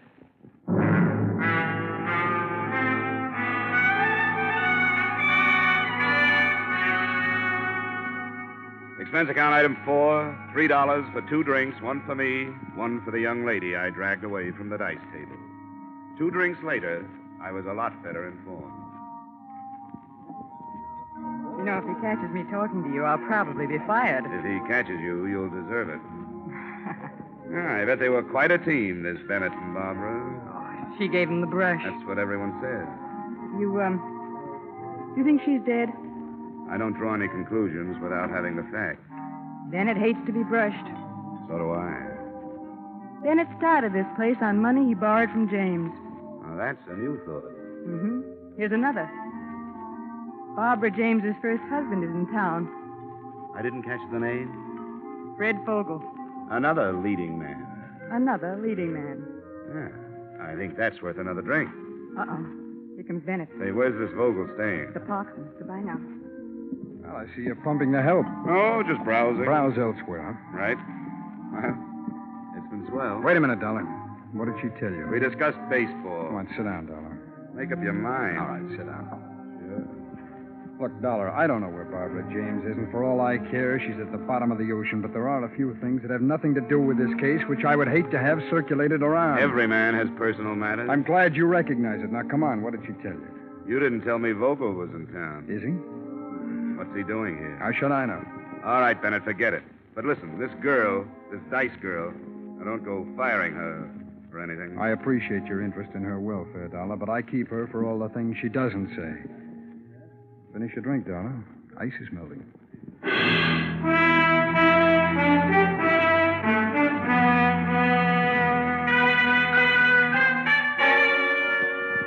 I walked to the Parkson and asked the desk clerk for Mr. Fred Vogel.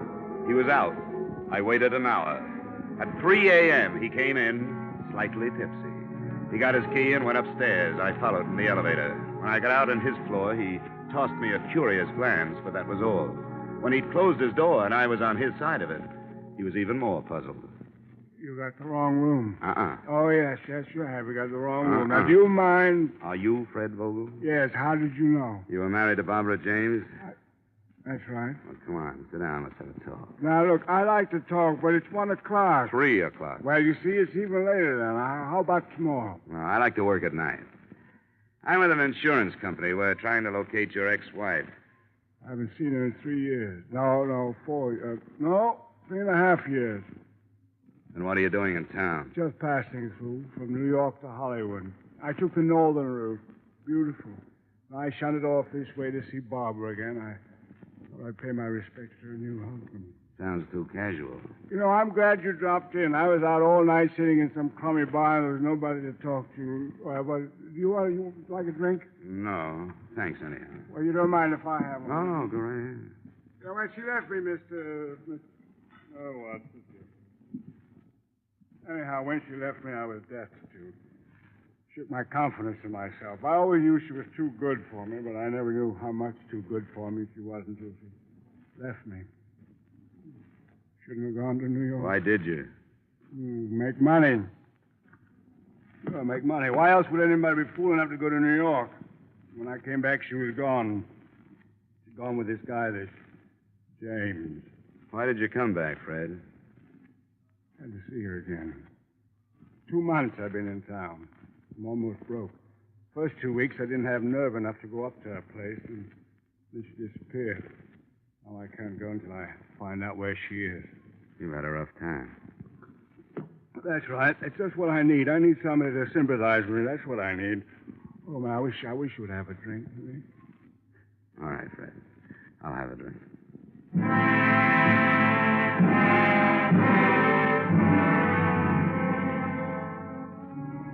I went home at 5 and slept till 11. The only reason I woke up then was because somebody was ringing a telephone in my ears.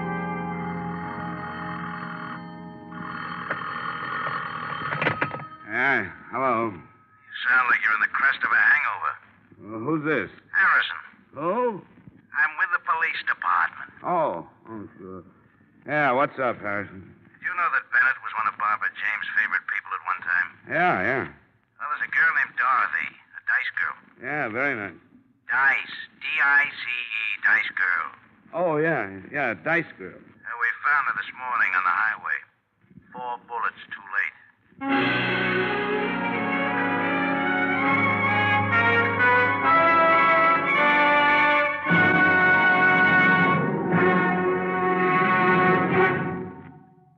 To make every day more enjoyable, treat yourself often to refreshing, delicious Wrigley's Spearmint Chewing Gum. The lively, full-bodied, real mint flavor cools your mouth, moistens your throat, freshens your taste. And the chewing itself gives you a little lift, helps you keep going at your best. So for real chewing enjoyment that's refreshing and long-lasting, always keep Wrigley's Spearmint Chewing Gum handy. Healthful, delicious Wrigley's Spearmint Gum will make every day more enjoyable. And now, with our star, Edmond O'Brien, we return you to the second act of Yours Truly, Johnny Dollar.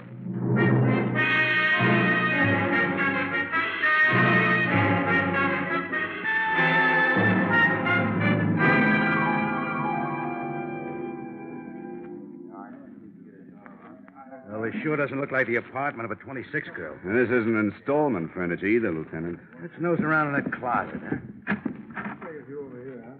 What? Imported brocade. Yeah. My wife's been pestering me for something like this for 10 years. Now, how would a girl like Dorothy rate all this? For being lovely? Or for being quiet? Possible. It's usually the former. Yeah, that's true. Wait a second. What are you doing? Looking at this label. Martin Rifling, Denver. Now lead me to the classified. Yeah, it's a very cute doll. I wish I'd have thought of that. Yeah, here's the yellow book. Thanks. Let's see. Dresses. Here we are. Now, Rifling. Right here. Martin Rifling, early 5687. There you are, Lieutenant. Make the call in the name of the law. 5, 6, 8, 7. I hope they still have the records. On the other hand, a customer like this, hello, say this is Lieutenant Harrison, Police Department. Have you got the records on a Miss Dorothy Weller? No, all right, sure. What's the deal? Says I have to talk to the manager. Hello, say this is Lieutenant Harrison, Police Department. I'd like some information regarding a Miss Dorothy Weller. Yes, Weller. She had quite a substantial account with you, didn't she? 3,000. Wow. Look, who paid the bills? What? She did? Well, did she ever come in with anybody? I see. Yes, I see. All right, thank you. Nothing. She paid everything herself. The bankroll wants to keep itself a secret. Well, let's check on some of this other stuff. Probably the same deal, Lieutenant. She was getting plenty from somewhere, and the gift was strictly anonymous. Got any ideas? Same one you got. I want to mess around here for a while. You go on over to Bennett's and check. I'll let you know if we're right, Lieutenant. And look, why don't you take some of that imported brocade back to your wife? Huh? Don't be silly. Then I'd have to take her someplace expensive to show it off.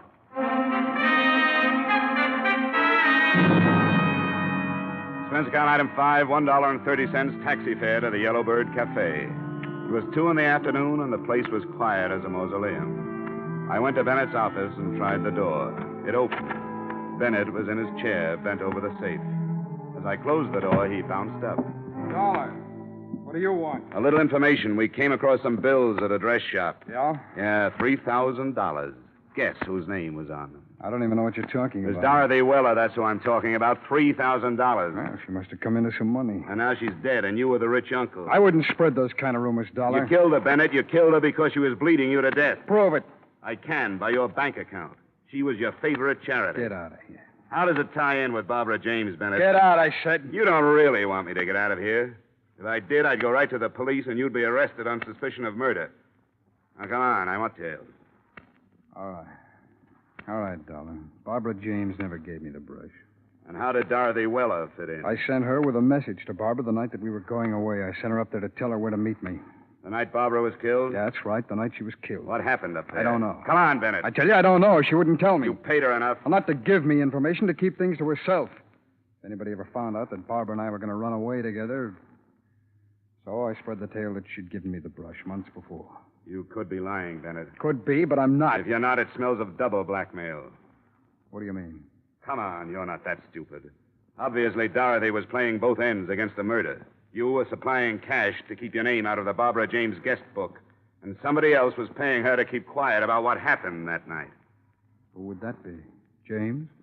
You hit it right on the head, Bennett.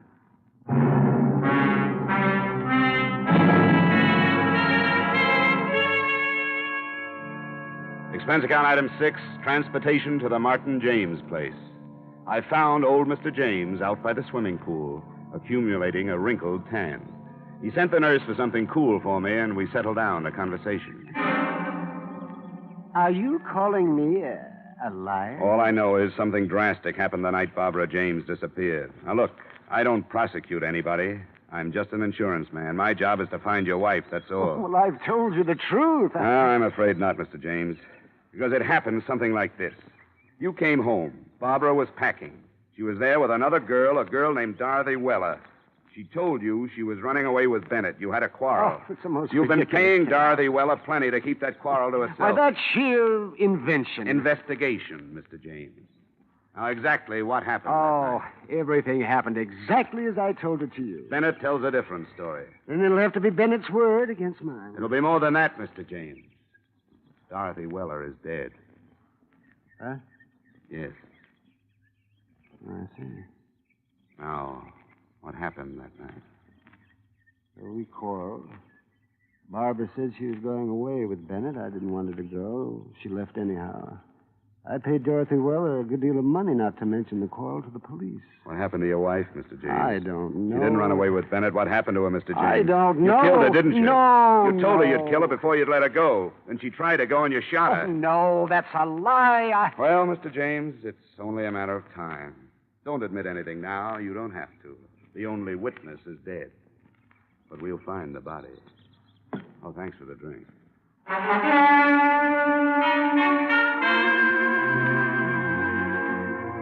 3 weeks passed. Barbara James was still missing. We were stymied, no place to go.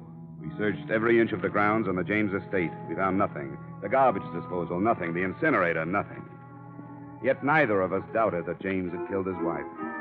Sometimes he'd follow us around, his hands behind his back, a little smile on his face. I got to hate James. It was like losing at canasta night after night to the same guy.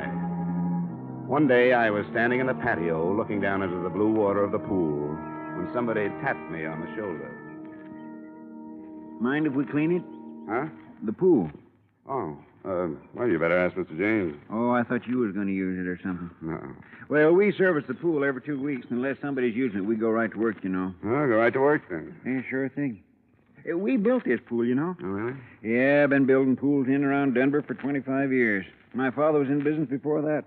This here's a beautiful job we did. We take real pride in this here pool. Yeah, it's a nice pool, all right. Oh, we got some beauties all around, but this here's our pride and joy. Solid gunite all the way through. Steel reinforcements, loot waller, pump and motor. Best equipment you can buy. This thing set old Mr. James back a plenty, but you get what you pay for. Nobody builds a better pool than us for the money. Oh, that's all. Oh, sure. And we take our time. We routine the work so as you get the pool as soon as possible, but that gunite, you know, it has to set at least 28 days. Then the plaster. I wouldn't fill it until all that had a chance to settle. But Mr. James got awful impatient.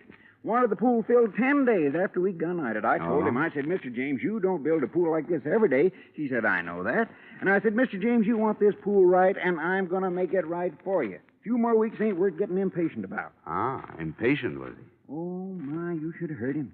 But we stood our ground, you know. Oh, goodness, I wouldn't ruin a $10,000 pool for the sake of 2 weeks. Hey, what's gunite? Well, I'll tell you. Gunite's a fine cement. We blow it out of a gun at 60 pounds pressure. See, poured cement ain't as good for a pool. But when you blow the cement into that steel reinforcement we lay down, that really gets in there and sticks. Practically all swimming pools are made of gunite now. When did you start the pool, Mr. Dolph. Daniel T. Dolph. Oh, we started about, May 23rd. We excavated then. Then we laid the steel, the 26th. Then we So the night of the 25th of May, there was nothing but a hole here. Oh, no, nothing but a big hole. We got the gardener to water down so he wouldn't cave in. Mr. Dolph, I'd like you to do something for me. Oh, sure thing. Drain the pool, will you? Drain it? Uh-huh. Oh, you don't have to aerodrain a Daniel T. Dolph pool. You see, the filter system and the automatic skimmer, they take care of all the I dirt. want you to drain it They and get some air drills in here and then tear out the bottom. What? Tear out the bottom? You crazy? Tear out this pool? Well, you'll be paid for it, and I'll get the authorization. This beautiful pool? After we did a job like this, what for? What for? Maybe for nothing, Mr. Dolph.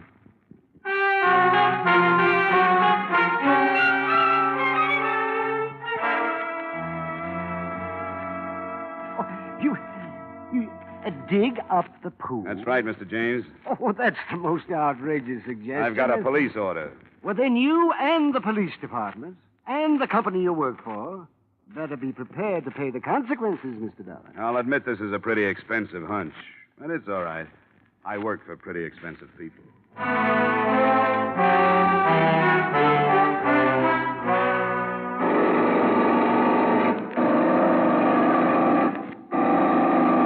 Hope you know what you're doing, Dollar. What? I said I hope you know what you're doing. Oh, it's only a hunch, Lieutenant. May 25th, the girl disappeared. Now, May 25th, there was nothing but a big hole here. James knew that the next day they'd put the steel reinforcement in and then gunite over it. What better place for a body? Oh, here comes James now. What? I said James is coming. Oh. Hello, Dollar. How are things progressing? Pretty well, Mr. James. Yeah, I hope you're having a good time. Just like a small boy watching them tear up the street. Only this time it's going to cost you your job. Yes. And your company. A lot of money.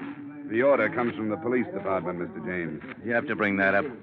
Don't you think this is all just a little bit childish, Dollar? Depends on what we find. If we don't find your wife, it's childish. If we do, it's logic. But rest easy, Mr. James. It won't be long now.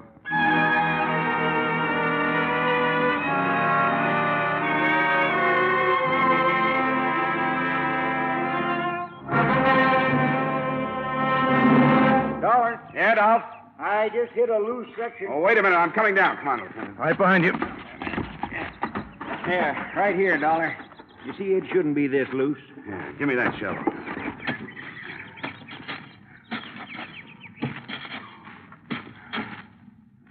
Look, Johnny. Yeah.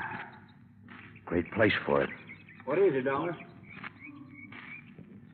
Dollar, what is it? It's a grave, Dolph. What? We better get after James. Hey, he's gone. Let's get up there. There he goes, Lieutenant. Hey, he's up on the porch. Come on, let's go. As you see, I have a gun. You don't want to add 2 more to your score, James. And why not? Dorothy and Barbara, and now you. Not this time. No, you don't.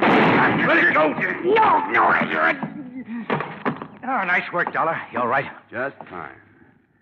But Mr. James isn't going to need a new swimming pool.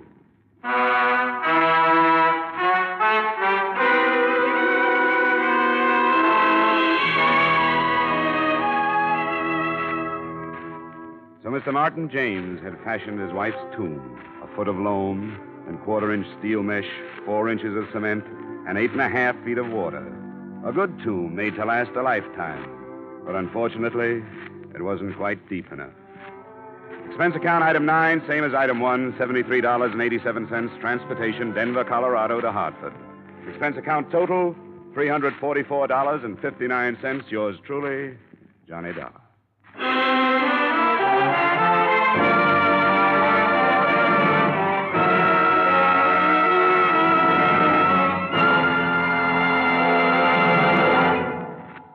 Remember, friends, to make every day more enjoyable, treat yourself often to refreshing, delicious Wrigley Spearmint Chewing Gum.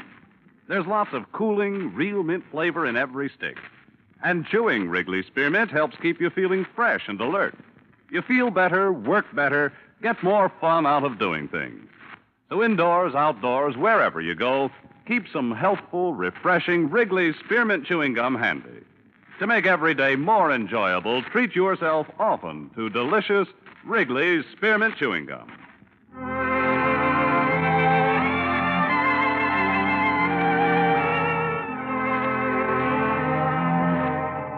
Yours truly, Johnny Dollar, brought to you by Wrigley's Spearmint Gum, stars Edmond O'Brien in the title role, and is written by Gil Dowd and David Ellis with music composed and conducted by Leith Stevens.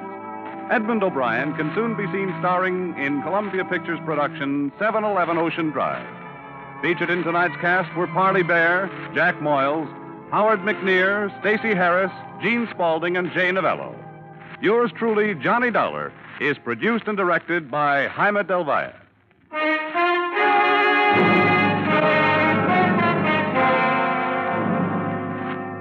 The makers of Wrigley's Spearmint Chewing Gum hope you've enjoyed tonight's story of Johnny Dollar and that you're enjoying delicious Wrigley's Spearmint Chewing Gum every day. We invite you to join us again next week at this same time when, from Hollywood, Edmond O'Brien returns in another adventure of... Yours truly, Johnny Dollar.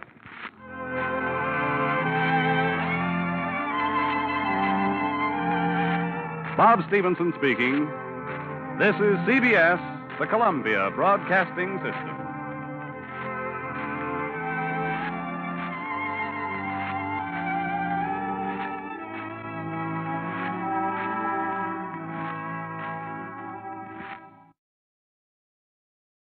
From Hollywood, it's time now for Edmond O'Brien as Johnny Dollar.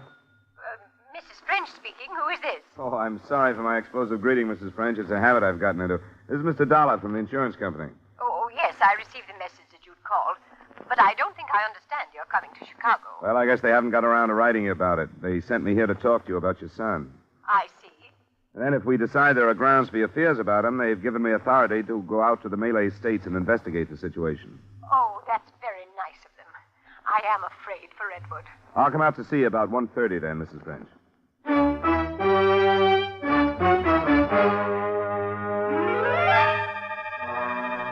Edmond O'Brien in a transcribed adventure of the man with the action-packed expense account. America's fabulous freelance insurance investigator. Yours truly, Johnny Dollar.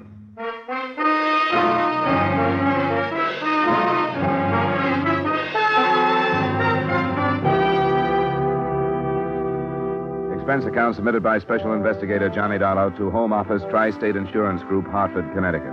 The following is an accounting of expenditures during my investigation of the Edward French matter.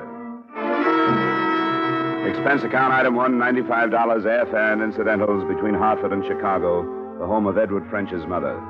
There the story went about as follows. Edward French had left the States after the war and gone to the Malay States, where he managed a tea plantation, concentrating on sales to a buyer for the Jewel Tea Company.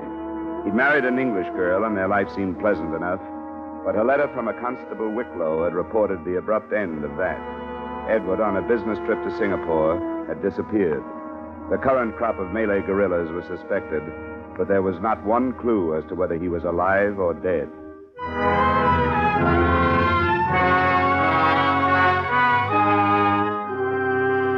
Expense account item 3, $1,283 airfare to Singapore. It was almost a week later that I jostled my way through the crowded streets to the office of the Jewel tea buyer, Mr. Neeps. No, it's odd, Mr. Dollar. You won't believe this, but I was thinking of Ed just as you walked through that door. You knew about the disappearance? Oh, yes. Constable from Raub sent word down a week after he'd been here. Oh, Mr. French did come here after he left his plantation. Yes, we finished our business in the afternoon and went to dinner at the club that night. He left the following morning. Did you hear from him the following morning? Well, no, but I knew that was his plan. Actually, I wasn't worried about him even after I heard about it. Ed's, not peculiar, I guess, but strong-willed. If 50 men told him not to swim across a river, he'd do it just to please himself. You get to expect the unexpected from him. I don't know if I make myself clear. I think I understand. Selfish may be a better word. What I mean is that it would be like Ed to suddenly leave for some place without bothering to tell anyone. Not even his wife? Well, first of all, not his wife. Now, don't misunderstand. I like Ed, but I can't help disapproving of some of the things, like the way he treats Catherine. But none of my business. I like him in spite of those things. I think Ed will show up when he gets ready to and laugh at the trouble he's caused. You don't put any stock in the idea that the guerrillas might have got him, huh? Bandits, I understand you call them? Yes. Well, of course, there's always that possibility. A panther is killed now and then, but I'd expect Ed to be the last one. If he just took off someplace as you suspect, would you have an idea where he'd go? No, I'm afraid I wouldn't. It's a big world, you know. Yeah. How do I get to Raoub?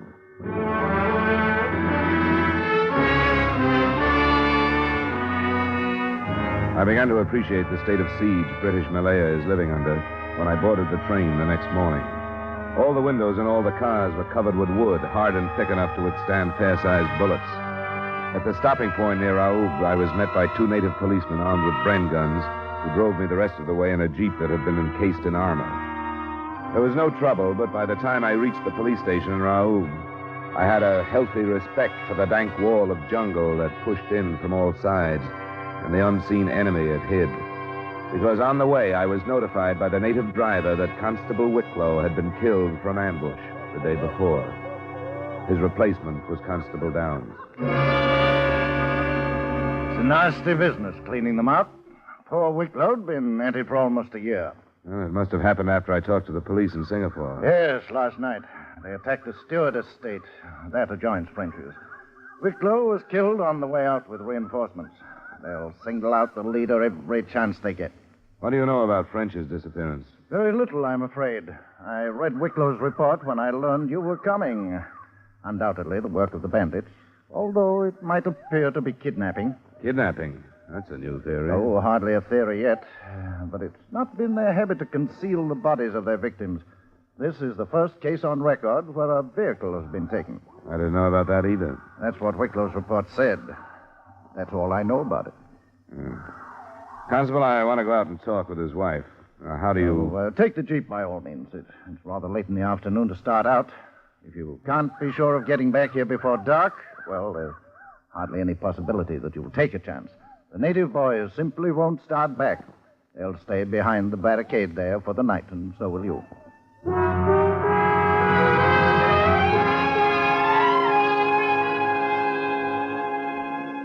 The French estate, like the others, maintained about 50 private soldiers who held defensive positions about the place 24 hours a day.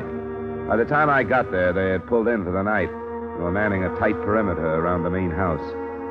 As the Jeep passed through it, I saw that they were fairly well armed with rifles, light automatic weapons, and grenades. In sight of all this, waiting on the veranda, and dressed as though she were about to leave for a cocktail party, Mrs. French looked entirely out of place.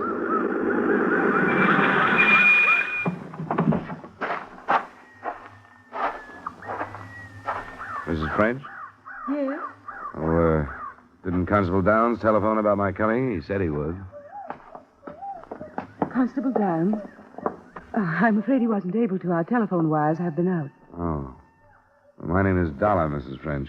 How do you do? I'm here from the States to investigate the disappearance of your husband. The United States? I don't understand. I was sent by the insurance company that carries the policy on his life. It's quite a big policy, you know. Yes. Please sit down. Thank you. Mr. Dollar, you must understand what our fears are. That Edward has been killed by the bandits. There's no proof of that yet. As a matter of fact, Constable Downs seems to think there's a fair possibility that he hasn't been. What did he say? That they never bother to hide anyone they've killed, and your husband's body hasn't been found. Also, that they never steal cars, and your husband's car hasn't been found. I haven't dared to hope. What does he think it means? I don't think he's sure, but he mentioned kidnapping. I didn't know until I talked to him that your husband had been in his car when he disappeared. Does that mean that he drove to Singapore? Yes, he always drove. Through more than 200 miles of jungle during an emergency like this? Why would he do that? Because everybody told him that he shouldn't. My husband was like that. You're convinced that he's dead, aren't you? Well, I haven't dared to hope. I've thought the worst so that it... Mrs. French. Where did it come from? It's hard to tell. That way, I thought. You'd better sit down, Mrs. French. Come on. Come on, sit down.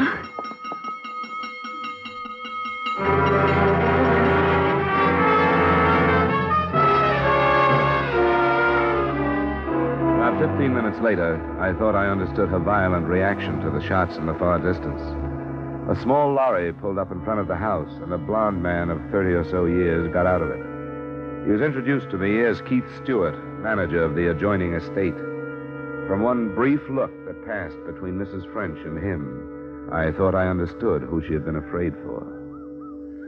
Well, I dare say that nobody would travel all the way out here if I caught it. You Americans are a surprising lot. Yes, I suppose so. And by the way, I very nearly did catch it. We heard the shooting. How many were there, Keith? Hard to tell. As usual, I could scarcely see the beggars. But their number's not as important as the fact that they're still in the vicinity after last night. I'm afraid we shall have to expect another raid tonight. The telephone lines have been cut. Yes, I rather thought they had. I tried to call. That's why I popped over. I think we can expect them here tonight. Is that your Jeep, Mr. Dollar? Constable Downs let me use it. I wouldn't try to return to Raoub until morning if I were you.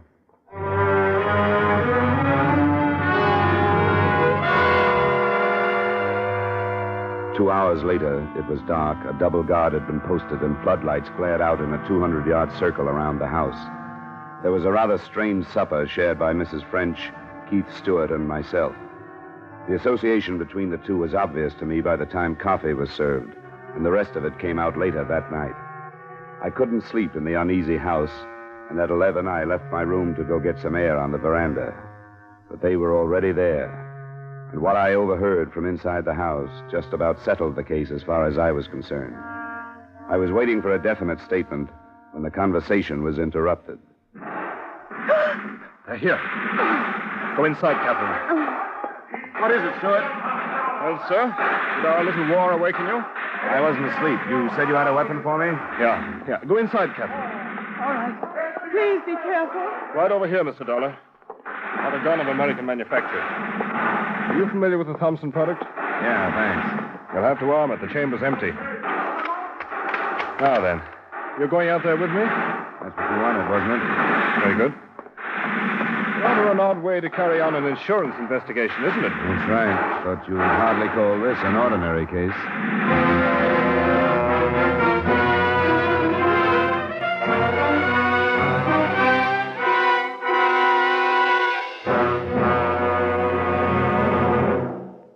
We'll return you to the second act of Yours Truly, Johnny Dollar, in just a moment.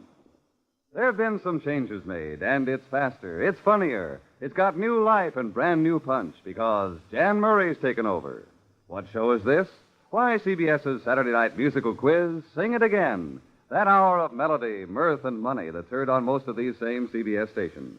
Yes, Jan Murray is your new host. Alan Dale, Judy Lynn, the Riddlers, and Ray Block are your music makers. And there's still loads and loads of cash for identifying the phantom voice. Be sure to hear the new Sing It Again starring Jan Murray tonight on CBS. Now with our star, Edmond O'Brien, we return you to the second act of Yours Truly, Johnny Dollar.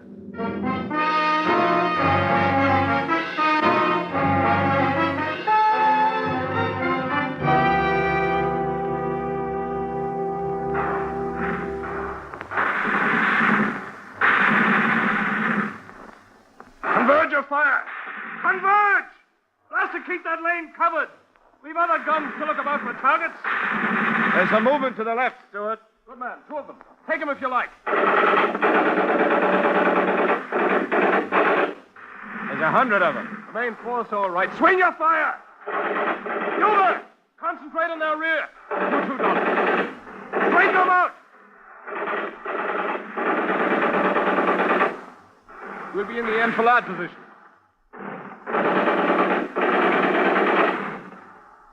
Grenades! Grenades! Now!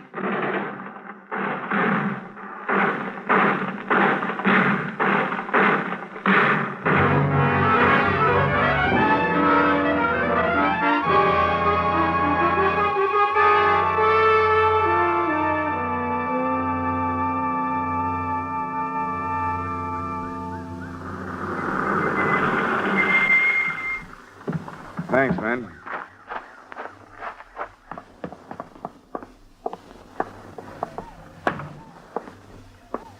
Well, good morning, Mr. Dollar. Bandits gave you a bit of a go last night, I'm It told. was over by 2 a.m. I'm sorry I got your men into it, Constable. Oh, nonsense. They're policemen. You brought them both back, didn't you? Yes, the one death we had was a boy from the estate. Ah, beastly business. What about the bandits? I don't know. I didn't stay to count. There's been a development in the French disappearance that will probably surprise you. Oh? I overheard a private conversation between Stewart and Mrs. French.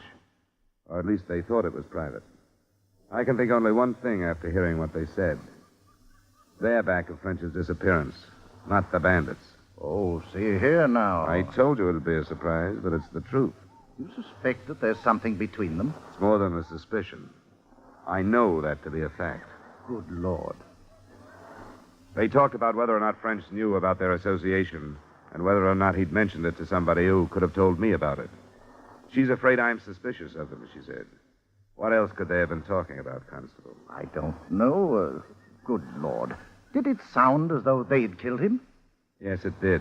But unfortunately, an overheard conversation isn't much in the way of proof. No. Pity the body hasn't been found. That would help. He didn't say so, but I sort of assumed that Stewart has a wife. Is that right? Yes, he has. Rather a pathetic, sickly woman. You can't say that about Mrs. French. Oh, no. I suppose one couldn't. I wonder if you could call Stewart into town for something this afternoon. Maybe a report on last night's action. I'd like to talk to his wife. Why, yes, I imagine I could. I'll ask 2 or 3 of the planters. As a matter of fact, I should arrange a meeting to discuss common defense. But good Lord, Dollar, this possibility is astounding. It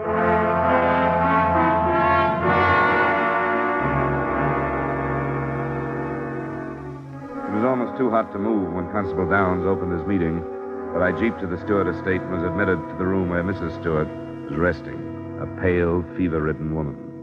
Mr. Dollar, you've traveled a great distance in order to ask questions. I find rather strange your hesitancy now that you are here. There are some questions that are particularly hard to ask. They're about your husband, Mrs. Stewart. Yes? Do you know about your husband and Mrs. French? Of course I've known. He's in love with her.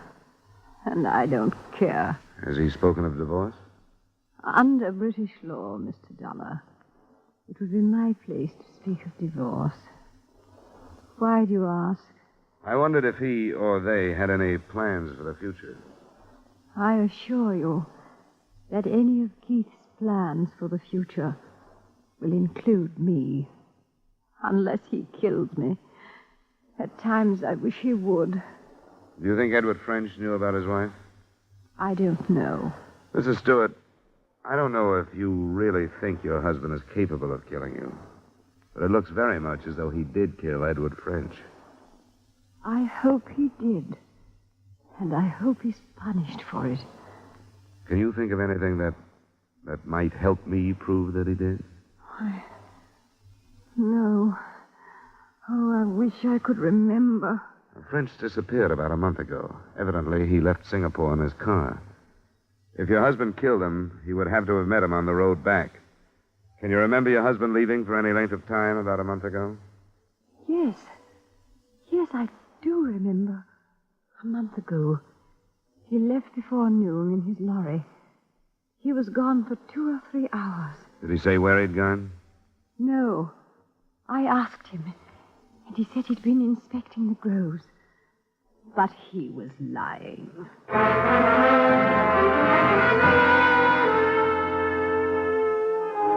It was hard to know whether she was speaking the truth or what was manufactured by her hate for her husband. When I left her, I went back to the French estate. Mrs. French was reportedly too ill from the previous night's excitement to see me at the moment, and I was told to wait. I waited until an hour before dark and then was faced not by the lady of the estate, but by Keith Stewart. My wife told me about your visit, Mr. Dollar. She did? I was hoping that she wouldn't. I'm sorry that you bothered her. She's quite ill. At times, what she says has entirely no basis of reason. Oh? She seemed to be all right when I saw her. She told you that I killed Edward French. Do you think that's a reasonable statement? She didn't tell me that. And why should she say that she did? Probably because I told her. You told her? Yeah. Why would you think a thing like that, Mr. Dollar? Because it doesn't look like natives' work, for one thing. The body hidden, the car missing. That doesn't necessarily follow, Mr. Dollar. A jungle animal might have made off with his body. An armored auto such as his could be sold quite easily for a great deal of money. His body might also offer proof of who killed him. The car, too, possibly. I'm afraid you're in error, Mr. Dollar. Edward was killed by bandits. How do you know that? Considering the number of deaths attributable to them, I think it's safe to assume. You're in love with his wife. I make no secret of that, sir. You made no secret of your conversation with her last night, either. What do you mean? I mean on the veranda last night, just before the attack. I see. You told her there was nothing to worry about, if you'll remember. But you were wrong. I'm afraid you were, too, Mr. Dollar. Spying is not looked upon with any amount of favor here. It's not my usual method, but your stupidity made it almost unavoidable. How do you think the murder is going to be received? I insist there was no murder per se. Edward was killed by the bandits. Keith. Catherine, will you go back to your room, please? No, Keith. I have a right to know what's being said. Nothing is being said, my dear, that would be of any interest to you. Why do you say that, Stuart? I've been listening, Keith. I have a right to be here. All right, my dear. As you know, then, we were discussing the possibility that I might have killed your husband. It's a groundless discussion, since even if Mr. Dollar were convinced that I had, there would be the matter of proof. I've been expecting that. And you have a solution? Not at the moment. But let me tell you this. I have Constable Downs convinced, too. He arranged the meeting of you planters this afternoon only to give me time to talk to your wife. Keith. Please, Catherine, be quiet. The constable has probably radioed our suspicions to Singapore by now, so you can see that the ball is rolling, so to speak. Catherine, be quiet. Go to your room, Catherine. It'll be better if you'll go to your room. You can see she's ready to break down right now. I don't think you have a chance, Stuart. She had nothing to do with it, Dollar. I'll accept full responsibility. We did fall in love. Edward was a beast. That has nothing to do with it, has it? If you'd known him, you'd realize that it had a great deal to do with it. He deserved to die. Life is cheap here in the Malay States. Good men have been dying. He wasn't a good man. He was a beast. And I took the emergency and used it to my advantage. To Catherine's advantage. You met him when he came back from Singapore? Yes, I drove my lorry to meet him. I feigned engine trouble, and when he got out, I shot him and drove away. But I didn't tell Catherine until after I'd done it. Do you want to go into town to give your story to Constable Downs, or shall I send in for him? I'll go in. If you wouldn't mind, I'd appreciate it if I could go to my estate first. It's close to dark. I'd appreciate it. We'll go in the Jeep then. I've got 2 armed men in there. All right, Mr. Dollar. I won't say goodbye to Catherine. If we could leave now. Oh, you're carrying an automatic. I'd better take that. All right, we can go now.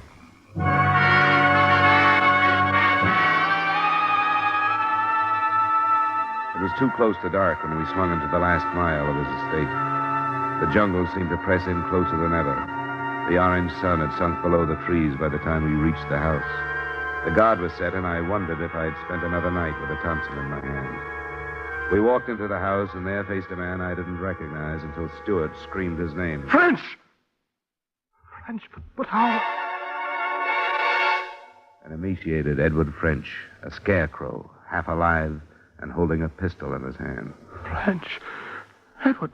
Yes, Keith. No, Edward, no! You are Edward French? Yes, I'm Edward French. I'm still alive.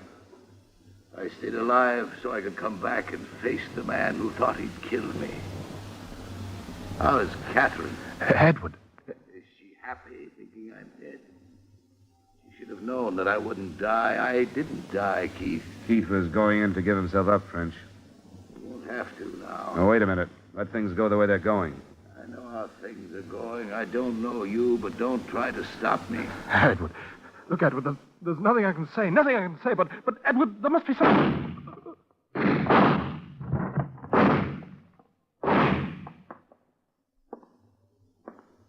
Give me that thing, French. Sure. There it is. Well, I've shown him a thing or two around here. Yeah? You sure have.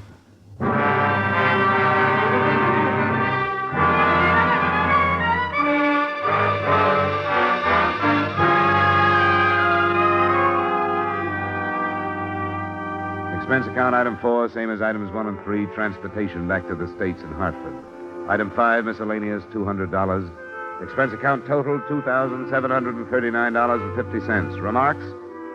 The story of French being left for dead and driving to a settlement hospital is too long to cover here. But he did, without letting anybody know who he was. The last I saw of him, he was being booked for murder himself. I had no idea that a cup of tea might have all this background. But I was there. Yours truly, Johnny Dollar.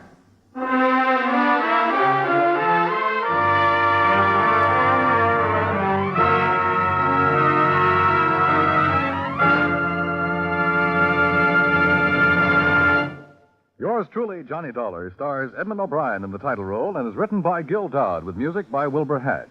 Edmond O'Brien's latest picture is the Paramount Pictures production, The Redhead and the Cowboy. Featured in tonight's cast were Jeanette Nolan, John McIntyre, Tudor Owen, Maria Palmer, and Dan O'Herlihy. Yours truly, Johnny Dollar, was transcribed in Hollywood by Jaime Del Valle.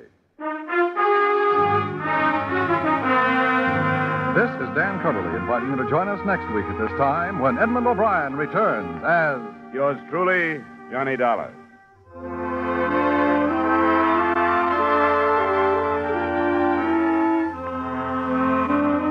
For more adventure and mystery tonight, CBS brings you Hopalong Cassidy, Gangbusters, and Broadway is My Beat on most of these same CBS stations. Stay tuned now for Larry LeSueur with 5 minutes of the latest news, which follows immediately over most of these same CBS stations.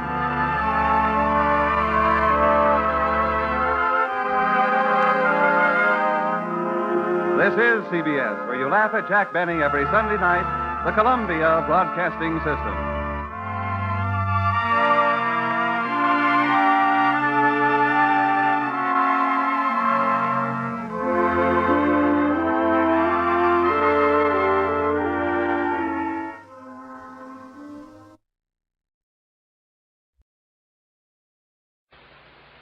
Time now for Edmond O'Brien as... Johnny Dollar. Why in the world are you down here, Dollar? Your train leaves in 45 minutes. Well, I'm taking a quick refresher course in ancient history. You're sending me out to find a missing archaeologist, aren't you? Well, I want to be able to talk his language in case I find him alive.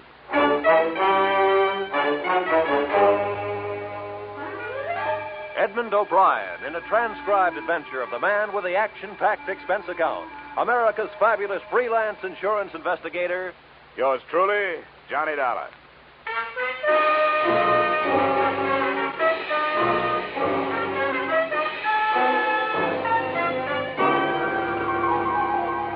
Expense account submitted by Special Investigator Johnny Dollar to Great Corinthian Life and Liability Company, Hartford, Connecticut. The following is an accounting of my expenditures during my investigation of the disappearance of Bruce Lambert, the archaeologist who never should have left his tomb. Expense account item 1, $7.50, railway and taxi fare from my Hartford apartment to room 317, Brighton Arms, New York City, a hotel whose front rooms had a depressing view of an 81st Street mortuary.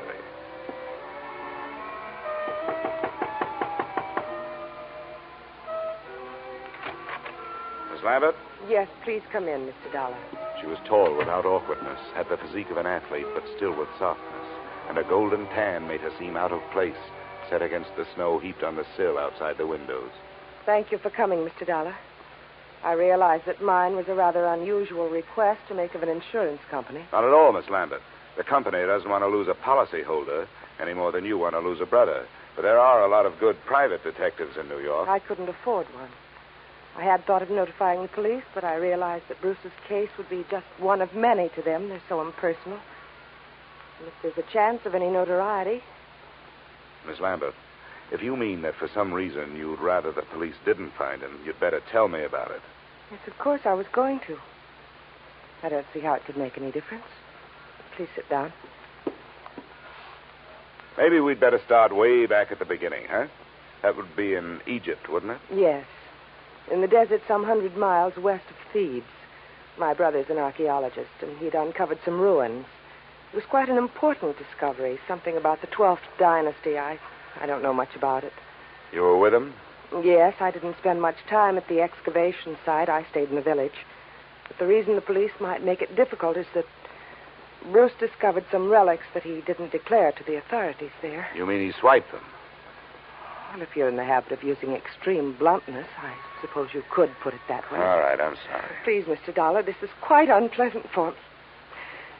If Bruce had stolen all the relics, you wouldn't expect it to make any difference in how I felt about his disappearance, would you? Well, I'm afraid I can't do anything for you. I've got to know these things if I'm going to help you. Wait. I'm sorry. I'll tell you everything I know. All right. What were those relics that your brother didn't declare? Well, I'm not sure how many there were. There was some statuary, an obsidian head of some old king, and then there was a scarab. It was supposed to have been the official seal of this king.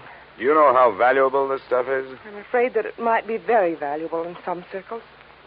That's what I was afraid of, that someone harmed Bruce or even...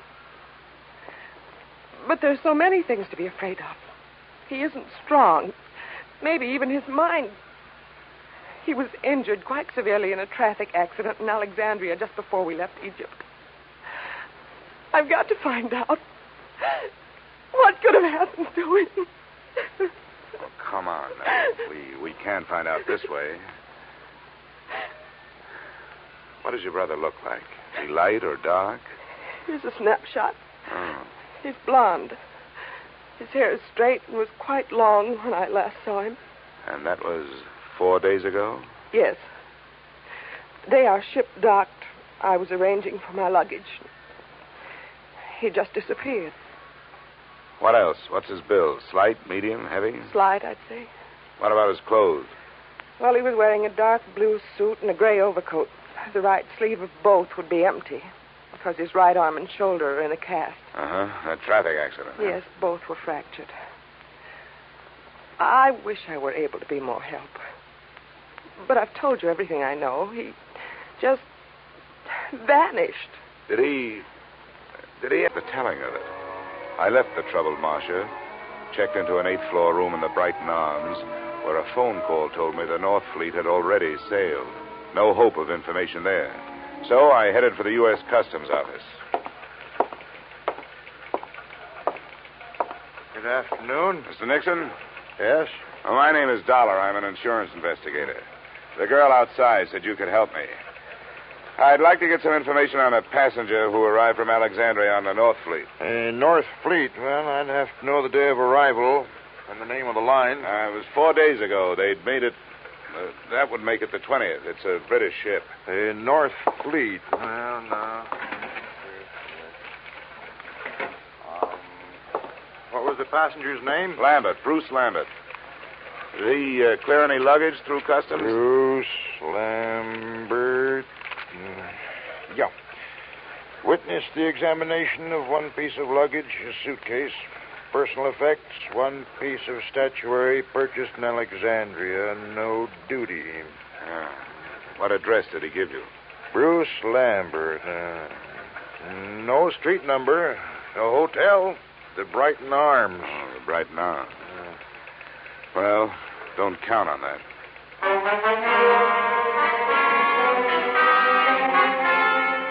Expense account item 2, $30, which, with my ID card, helped impress the cab drivers who worked the entrance to the pier where the North Fleet had docked. Checking these cabs took the whole afternoon, and midway through it, I realized I wasn't the only one interested in that particular hack stand. I wasn't sure at what moment I'd actually noticed him. He was doing a very bad job of hiding behind a Journal American on the other side of the street. All I could see was the lower half of an overcoat, the same of some razor-sharp trousers, and some pointed shoes. But I began to feel his eyes looking at me as I went on with my questioning. That finally paid off through the mouth of driver number 782. You know, you meet all kinds in this business. Some you forget, and some others you remember. Yeah, well, do you remember a guy with his arm and shoulder in a cast? And something you learn in this business. That's to read people's faces. You get to know a deadbeat before he gets a chance to deadbeat you. And you catch on if a guy is scared of something. Well, if he was afraid of something, it's not me. He's been reported missing by his sister. I've been hired to find him. How much does $10 buy? You know, Maybe he don't want to be found. Is that what you think? Sure. He paid me more to climb up than you offered. Well, I've got more. What are you going to do with him? I want to talk to him. I want to find out if he's all right. If he wants to stay lost, that's his business, not mine. How's 25? Get in, my boy. It's not very far from here.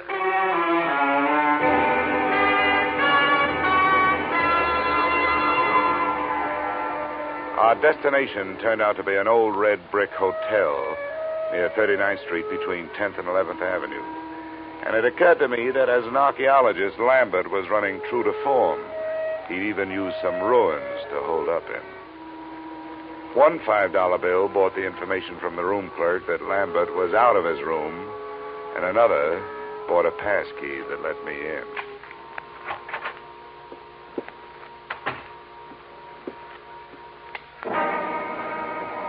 The first thing to catch my eye when I switched on the light was a black piece of statuary shining dully on a chipped bureau, a crowned head with exaggerated features sculptured in obsidian. I posed myself this riddle. If it was so valuable, why didn't Lambert take better care of it? But before I had a chance to try for the answer, a foot nudged the door open behind me. As might be expected, it was wearing a pointed shoe and was followed into the room by a slight yellow ivory-skinned man who rather resembled the black statue. I must thank you for leading us to the hiding place. Where is he? Well, that depends on who he's hiding from. It looks like it's you.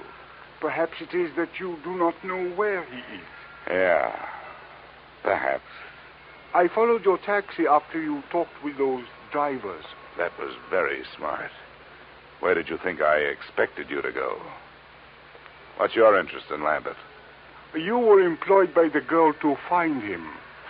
How much does she pay you? I never talk money with a stranger.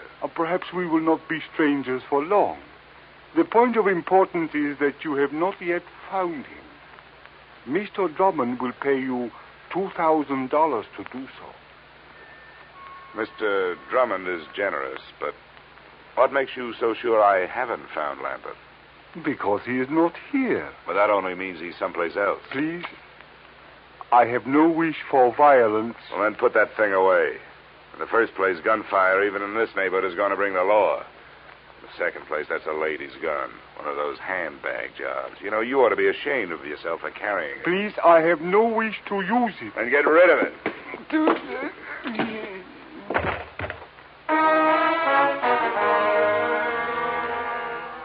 I hate little men who try to play bully. There was more than that behind my fist.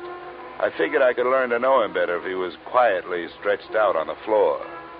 I was half right. An Egyptian passport told me that his name was Ammon Hyksos. Hometown, Alexandria. There was nothing else. I could turn Hyksos over to the police on an assault charge, or I could wait until he woke up and try knocking some information out of him. But I didn't do either. I left him there in the lobby.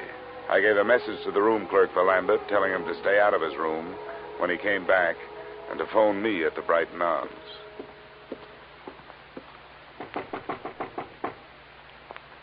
Who is it? Dollar. Oh, just a second. Is there any news? Did you learn anything, Mr. Dollar? Yeah, I made some progress. I met Ammon Hyksos. You told me your brother didn't have any enemies. That little Egyptian is out looking for him with a gun. Why'd you lie to me? I have no right to ask you to believe me now. That's so true. But I wish you would. Please come here and sit down. No, thanks. You sit there and I'll stand here. I think I'll be less inclined to believe you from here. That's not fair. I know. I wasn't fair with you either. I want to be. But there are some things I just can't tell you. Why not? Well, I can't tell you that either. No, nuts. Women like you make everything tougher than it should be. You demand all, but you give nothing. You ask to be trusted, and you won't trust. You make yourselves look soft when you're as hard as steel. You've got warmth, but you only turn it on when you get something out of it. You're wrong. I was trying to help him. Or us. I had to lie. Look, I started this thing wanting to help you. There was something personal about it. But you wanted me to do things your way and not mine. Well, we just stopped doing that. Please leave me alone. Just go away. Go back to Hartford and forget you were ever here. I wish I could. But I'm working for an insurance company looking for a missing policyholder. Well, I'll be up in my room if you decide to help me find it.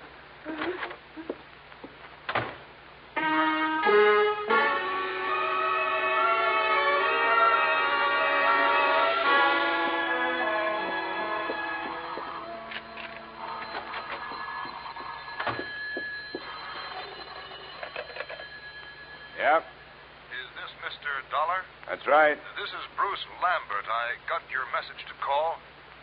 Where are you now?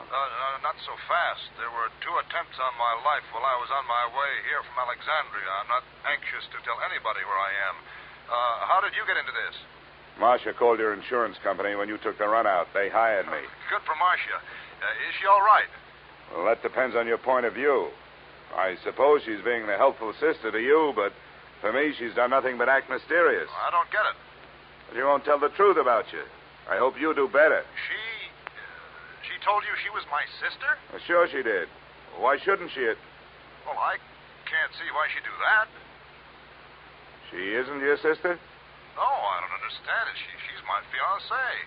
I don't understand it at all. Where is she? I better talk to her. That's a good idea. Room 317, Brighton Arms. I'll be there with her, waiting for you.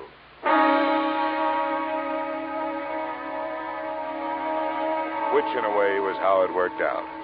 Except that I waited for him in the corridor outside her room. I left Marcia where I found her.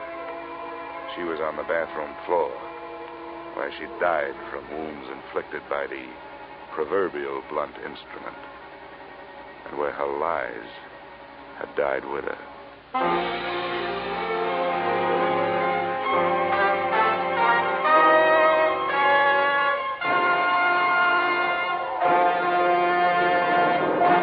In just a moment, we will return to the second act of yours truly, Johnny Dollar. But first...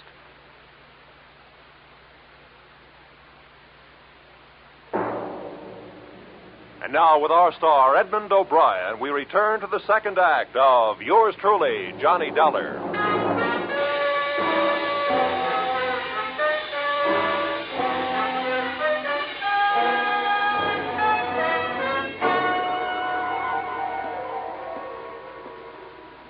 Bruce Lambert? Yes? It's all right, I'm Dollar. Didn't take you long to get here. Where'd you phone from? Just around the corner, a bar. Why do you ask? Where's Marcia? Marcia's dead. I don't believe you. I want to go in there.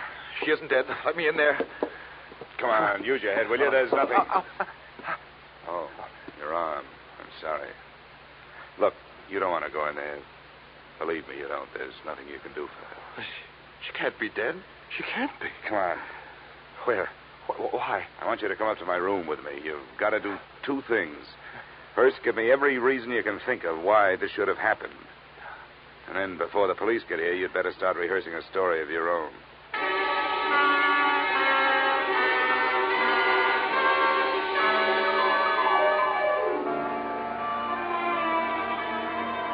Now, Lambert, the first hole in Marcia's story is that she wasn't in Thieves while you were working on your ruins. That's right. I didn't even know her then. I met her in the hospital in Alexandria after my accident. I was there for 2 months, you see. She was my nurse. But she did know about the relics. That statue and the scarab that I haven't seen. Oh, yes. Here it is. This is the scarab. Oh, yes, she knew. We talked about my little deceit. Well, how little is it really? You talk about 2 attempts on your life. Now we have actual murder. You'd better let me have that scarab. Oh, yes, of course. But surely you don't think the relics are at the bottom of this? They're rare, but not valuable enough for this. Unless someone knows more about them than I do. I doubt that. I've made a thorough study of the 12th dynasty and King Amenemhet III. It's a carving of his head. What do you know about a man named Ammon Hyksos? And another whose last name is Drummond? Hyksos? Ammon Hyksos? Do you know him? Does it ring any kind of a bell? No, I'm afraid not. Drummond means nothing. Oh, All right. Let's try the 2 attempts on your life. What about them? Well, they happened on the nights of the 17th and the 18th. Both of them could have been accidental, except that, well, the same small man stood near me both times. It would be too much for me to hope you could describe him, I suppose. Well, it was dark. Well, both times I was on the promenade deck, and something heavy was thrown or pushed from the deck above. I reported the second one, and the ship's officer apologized for the carelessness. But you thought enough of it to disappear? Oh, well, I certainly did. Instead of going to the police? Yes. Oh, I suppose it was wrong, but you must understand, I was desperate. Well, we'd better go down to the 3rd floor. I hope the police think more of your story than I do.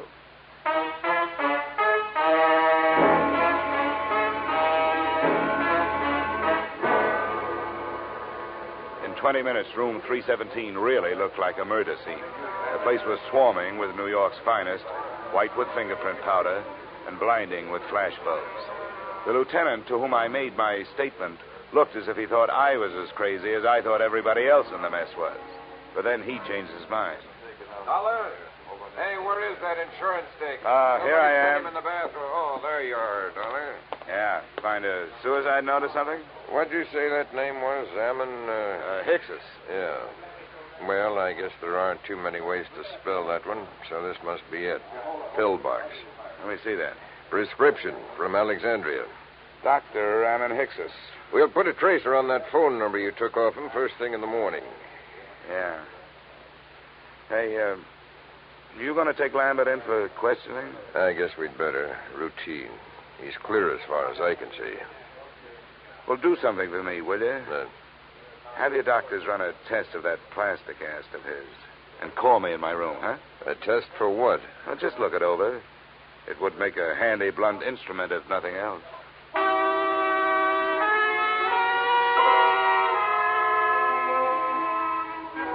Expense account item 3, $7.50. A few late cocktails, a rare steak, and coffee in the Brighton Arms dining room. After which I picked up an armful of extra editions so I could catch up on what I'd been doing. I self-operated my way to the 8th floor and started toward my room. I was looking forward to a hot shower, but I didn't get it. I was still looking forward, but into a familiar gun muzzle. This is the one, Garrett. Ah, yes, Mr. Dollar. May I introduce myself, sir? Garrett Drummond at your service. Our meeting has been postponed too long. Well, there's a difference of opinion on that. You will please open your door. How can I refuse that pint-sized invitation you're still carrying? After you, sir. And I needn't remind you that my friend here is prepared for any rash move upon your part. Look, I'm tired. I don't have a rash move left in me. Close the door, Ammon. I suggest that you sit there, Mr. Dollar, in that unsightly straight-back chair. Thanks a lot. Now, sir, I shall plunge right to the point. Where is that scoundrel, Bruce Lambert? Well? I think I just decided that I don't know. Please, we have no wish for violence. You always say that with a gun in your hand. Well, let's get started. You make your pitch, I'll make my refusal, and we'll see where we go from there. I have already made what I consider to be a generous offer for so unimportant a bit of information as merely the whereabouts of Lambert. $2,000. But if it will expedite matters, I am prepared to expand my offer by another 1,000 on the spot, sir. The higher you bid, the greedier I get. What makes Lambert so important to you? A problem which is entirely out of your province, my boy. How much do you know of Egyptian legends, sir? Oh, no more than $1 worth. Ah, pity. A fascinating subject. Well, sir, Bruce Lambert has in his possession a certain object of great importance, both culturally and economically. Certain landowners in Egypt hold it in such high esteem, sir, that as a reward for its return to them, they would throw open to exploitation untapped oil fields, the richness of which would shake the very foundations of world economy. Are they shaky enough as it is? My boy, think what it would mean to a civilization fast approaching the depletion of its petroleum sources. New horizons, sir, a brave new world. Lambert owes to us all relinquishment of this object so that it may serve humanity. You're right. And it may be easier than you think. Splendid, sir. Where is he?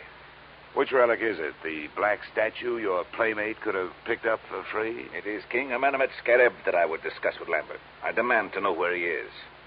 Why waste time on him? I've got the scarab. I find that most difficult to believe, Mr. Dollar. Well, I'll show No, it. no. Keep your hands away from your pockets. Ammon will save you the trouble. Ammon. Please remain still, Mr. Dollar. My wish is for peacefulness. Sure. Right coat pocket. He speaks truly, Garrett.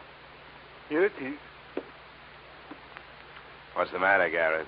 You don't have that brave new world look anymore. I should be the first to admit, sir, that the lie has been put to the tale I created upon this useless gewgaw. But, Mr. Dollar, now that we are forced to fall back upon the truth, I remind you that it sometimes hurts. Your position has not been... The desk knows I'm up here. Answered, Mr. Dollar. But be cautious. Unfortunately, I do not share Ammon's aversion to violence. Yeah? Dollar? That's right. This is Lieutenant Black. Say, was that a hunch you had about that cast of Lambert's? Why do you ask? Well, if it was a good one. The doctors won't let us take it off, but we cut into it. It was put on in 3 layers. The middle one was wrapped in narcotics. Yeah? Don't be so modest, Dollar. There must be $300,000 worth. No, sometimes it's a whole month before we get that much. Looks like the work of your friend, Dr. Ammon Hickses.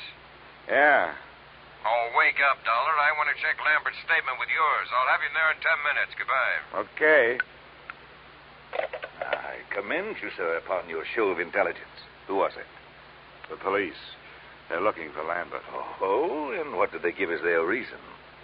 Narcotics.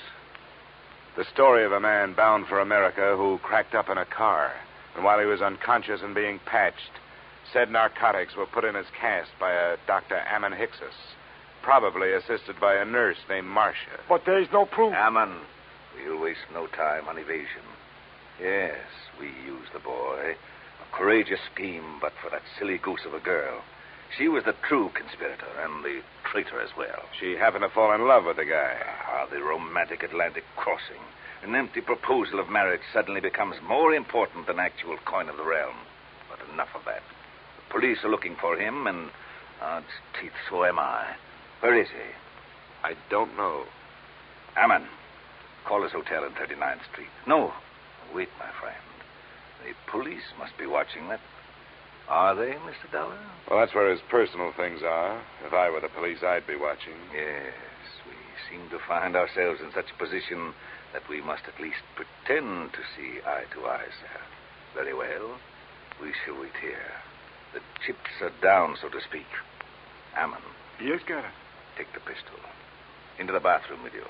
With the door slightly ajar, you shall have a splendid command of the arena, as it were. Yes, Garrett. And remember, the stakes are high. Yes, Garrett, I will remember. And now, Mr. Dollar, it would seem that little remains but to waiting.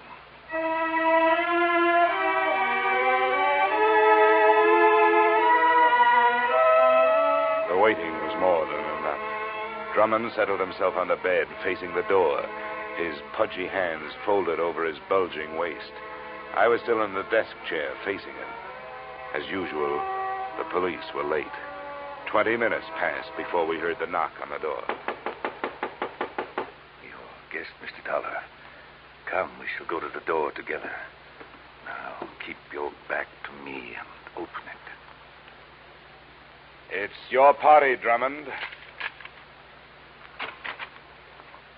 Come in, Lambert.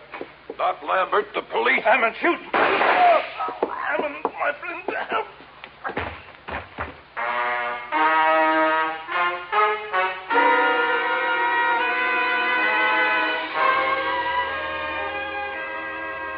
Drummond's wound wasn't half as excruciating as his call for help. The doctors report that his shoulder will be in a cast, that as soon as the state of New York can gather a jury, he will stand trial on the charge of first-degree murder. The body of Ammon Hickses was taken to the morgue. As an insurance company, you are probably less interested in that than in the fate of your policyholder, Bruce Lambert. That's explained in expense account item 4, $280, hospital bill, paid in advance. In view of the possibility that there may be others interested in that $300,000 cache of narcotics he has to carry around with him until his arm is okay, I thought it would be safer to keep him under wraps. Oh, by the way, while he was lying there helpless, I sold him a policy for you covering the scarab and that carved head. Expense account total, $456.90. Yours truly, Johnny Dollar.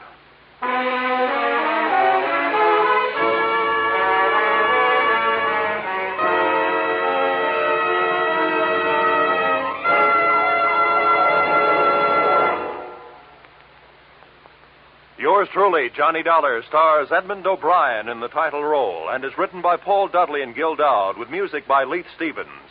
Edmond O'Brien can currently be seen starring in Harry M. Popkins' United Artists production, DOA. Featured in our cast were Virginia Gregg, Jay Novello, Ed Begley, John Daner, and Pat McGeehan. Yours truly, Johnny Dollar, is produced and directed by Jaime Del Valle.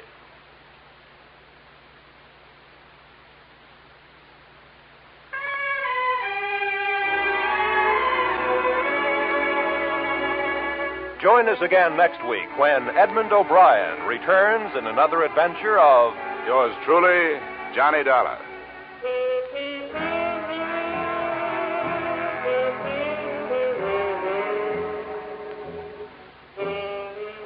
$54,000 is burning a little old hole in that little old jackpot of Sing It Again this week, just waiting for somebody to light up the right answer and drop the cash and prizes in his lap or her lap. Dan Seymour gives the gals the same chance he gives the fellas when he starts putting in those calls from coast to coast. So be listening this Saturday when Sing It Again and the $54,000 Phantom Voice come your way on most of these same CBS stations. This program was transcribed in Hollywood. Roy Rowan speaking. This is CBS, where yours truly, Johnny Dollar, meets adventure every Friday night, the Columbia Broadcasting System.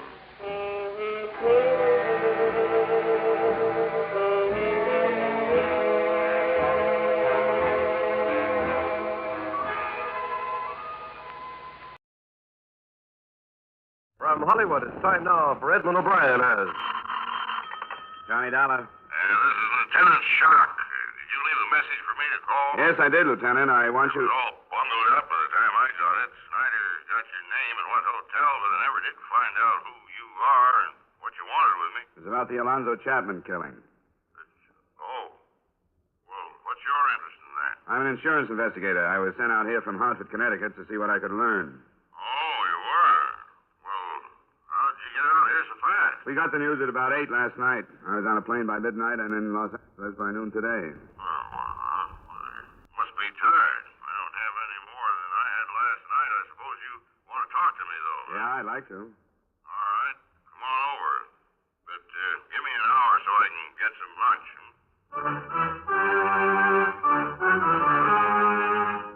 Edmond O'Brien in a transcribed adventure of the man with the action-packed expense account, America's fabulous freelance insurance investigator.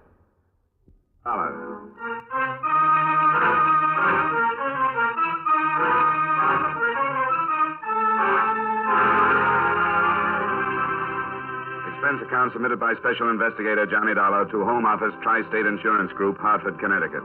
The following is an accounting of expenditures during my investigation of the Alonzo Chapman matter. Expense account item 1, $208.50, airfare and incidentals between Hartford, Connecticut, and Los Angeles, California. After a delay of about an hour or so, I was able to make an appointment with Lieutenant Jim Schock, the detective in charge of the case. I met him at about 2:15, and he brought me up to date. Chapman was registered at the Quincy Hotel. He met this girl in the hotel bar at about 7 last night. They left together about, got it, 7:45.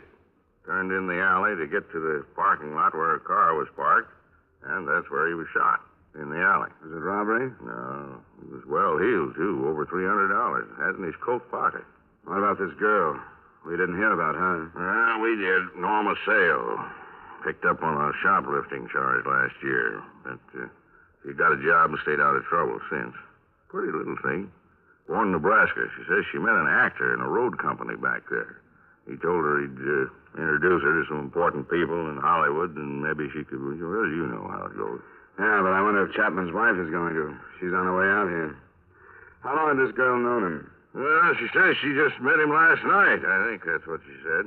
She was transferred to county jail this morning at 11:30 in material witness. I suppose you want to talk to her. Yeah, I'd like to. And so would I. Might as well go on over.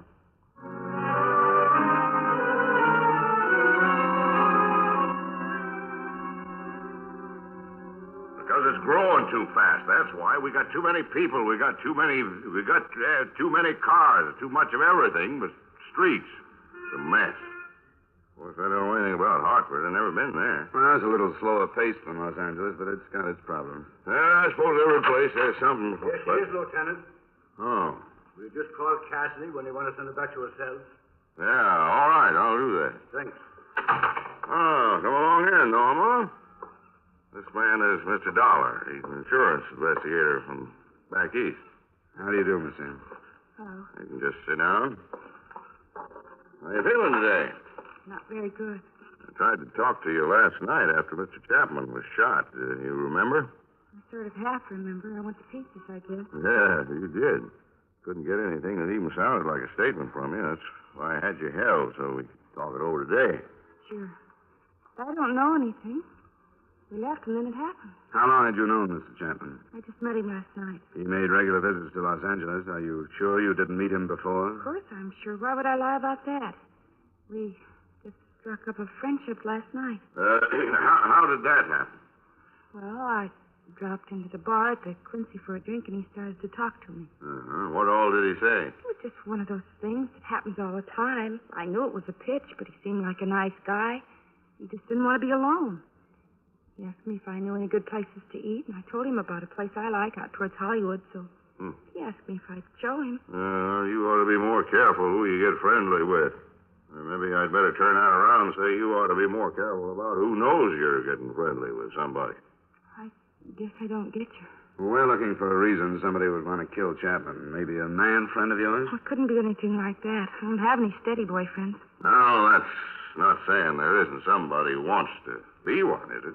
There isn't anybody, and that's the truth. If it had been somebody I knew, I would have recognized him, wouldn't I? And it's possible that you might want to protect him if you did know him. I didn't know him. There isn't anybody who'd do anything like that. No, I can't hold with that, Norma. You're young, you're pretty. Why, I should think there'd be a bunch of young bucks after you. Boys from that store where you work, maybe. I tell you, there isn't. It's the truth. There isn't. If there was, I'd tell you. Well, maybe you would. We've got to find a reason that Chapman was killed. I don't know. It wasn't because he was with me. All right now, Norma. Don't get all upset again. You've got to remember some other things. I hope you aren't holding anything back, Norma. You know that we can learn the truth from other people. Sure I do. Ask the girls I work with. Ask Jeannie Stevens. She ought to know. She's lived with me for almost a year. All right, Norma. Now, when you and this Chapman decided on a place to go for dinner, you left the hotel. You started for your car in the parking lot, huh? Yes. You turned into the alley, which was a shorter trip than going around the corner, and this gunman was waiting there. It wasn't dark, was it? No, not quite. How far down the alley was this man? Well, it was not very good at measuring, but must have been about halfway to the parking lot. There's a big trash box there, behind one of the buildings. This man was waiting behind the box, and when you came by, he stepped out, fired 3 shots, and ran away. And it was light enough so that you could get a good look at him? Yes, it was darker in the alley, but I'd have recognized anybody I knew. Would you remember if you saw him again? I'm not sure. Maybe I would. Now, Norma, it's up to us to figure out how come this killer was waiting there, where he was. It beats me how he knew Chapman was going to pass by that box. I don't know. You can see how odd it looks, Norma. If he didn't know Chapman was coming that way, he must have known that you were. I don't know how it happened. I'm telling the truth. Maybe somebody heard us talking in the bar. Heard enough to know you and Chapman would go through the alley? Maybe somebody could have. I don't remember exactly how it went, but I told him where my car was parked. Yes, I said just down the alley, I remember. And then did you leave? Oh, not right away. We had another drink. Well, that'd take about 10 or 15 minutes, I suppose. Well, how about $1? I don't think I have anything more. Thanks, Norma. All right. I'll get Cassidy to take you down. I'd like to send you home, Norma. Maybe tomorrow. You know how it goes.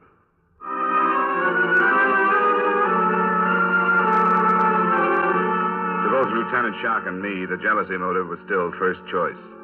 As a matter of fact, at that point, it was the only choice. Nothing in Alonzo Chapman's room or among his effects gave a hint of a murder motive. The Cleveland police had been requested to send anything they had on him, and local men were at work checking his Los Angeles business associates and his movements. Shock left to question Norma Sale's roommate, and I went back to satisfy myself on the beginning of it all. I waited for the evening bartender at the Quincy Hotel. No, I'm not busy. We won't get crowded for another hour. How about last night? Were you crowded about 7:30? Oh, yes. Well, if you'd asked me about anybody else in the place, I couldn't tell you a thing. But I remember this little blonde dame and this guy Chapman. I'm glad to hear that. Usually doesn't happen this way. Yeah, I suppose not, but I'll tell you how it was. You see, Chapman had been in a hotel for a few days, you know. Yeah, I got in Friday last week. Well, I'm not sure when I first met him, but he'd drop in for an early drink, like, 5:45, 5 o'clock. Yeah, we talk a little bit, then he'd go up to his room and come back around 7 and stay for another hour or so. I tell you, it was bound to happen. What do you mean? Oh, not his getting killed, not that part of it. I mean a little blonde. I didn't snoop what he was saying to her or anything, but when she came in, the bar stools were all taken. Chapman spots her and gives her his place. How long had he been there? Just a couple of minutes. I hadn't gotten around to taking his order yet, but when I did, he ordered for the both of them. Then after that round, they moved to one of the booths. Did you happen to notice another man who could have been interested in them and could have been close enough to overhear them? Oh, no, gee, the place was full. I didn't notice. Or maybe the bar girl did, Grace Curcio. She'll be in at 5:30 if you want to talk to her. I'll have to come back later. Chapman's widow is due to arrive in about 20 minutes. That masher had a wife? Yeah, how about that? Oh, I'm no stuffed shirt, but if that guy acted this way in all the towns he hit, she's better off without him. Now, I'll ask Grace if you want. What's your hotel? The Larkin. If she does remember something about it, I'd appreciate a call. Huh? Sure. My name is Howard. Thanks a lot, Howard. See you later.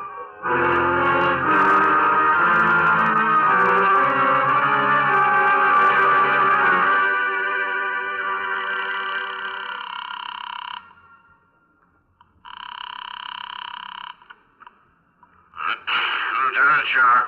Lieutenant, this is Dollar. You got anything to report, Dollar? Nothing that does us any good. Mrs. Chapman just checked into the hotel. I'm in the lobby there now. How did you make out with Norma's roommate? Oh, just fine. She seems like a level-headed sort of girl. She says Norma hasn't gone with any one particular man for a year. That man's name was Clyde Mills. Served a 6-month sentence on some charge or other, not important what, but they're all washed up. She says he's not even in town, but we'll look for him anyway. Yeah, I'm going up to talk to the widow, if it's all right with you. Sure, go right ahead. Make a suspect out of her if you can. We need some. Could be. From what I hear, she had a motive, not counting the insurance money. But I don't know whether she knew it or not. I'll check with you later.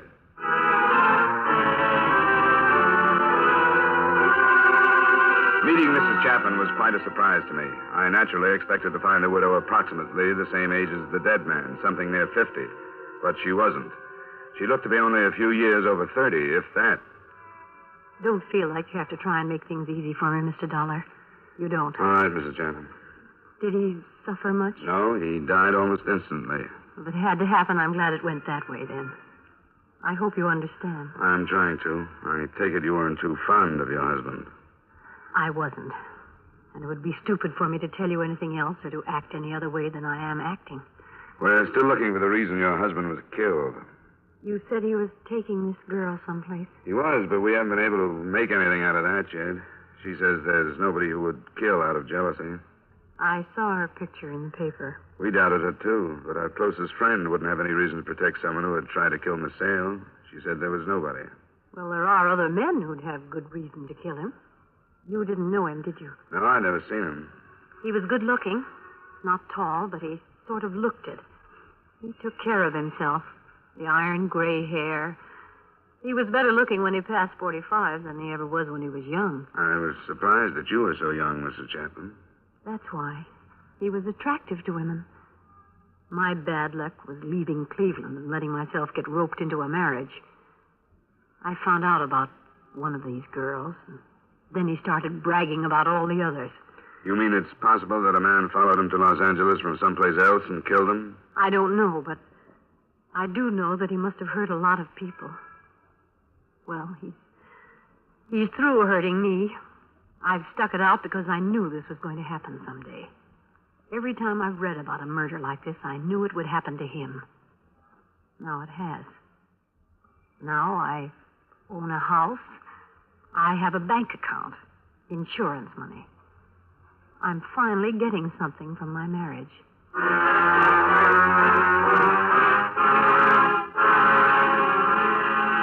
I tried to phone Lieutenant Shock a report on my meeting with the overly honest Mrs. Chapman, but he was out of his office getting the teletyped answer to the request he'd made for information from the Cleveland police. So I cabbed over to see him. Now, I'm not saying that what Mrs. Chapman says isn't possible, but I don't want to go off half-cocked on a wild goose chase. I didn't think you'd like it. I don't either. Chapman came here from Fresno by train, so say it would have to be some guy from there. See why he didn't. Well, say he didn't kill him in Fresno because he thought he wouldn't draw suspicion down here. How did this guy locate him? Chapman didn't reserve a room at the Quincy. He usually stayed someplace else, so he'd have to be followed. That's no good, Dollar. Why, you couldn't expect an inexperienced man from Fresno to do a job of tailing like that through Union Station from there to the Quincy and all this traffic? It's possible, I suppose. You going to check it, then? I guess so. Probably wouldn't be too hard to get a list of the people who got on that train at Fresno. Yeah, list is hard up for motives. Now we got them all over the country. He was old enough to know better. Lieutenant. What? Here's a follow-up on the stuff from Cleveland. Oh, thanks. Right.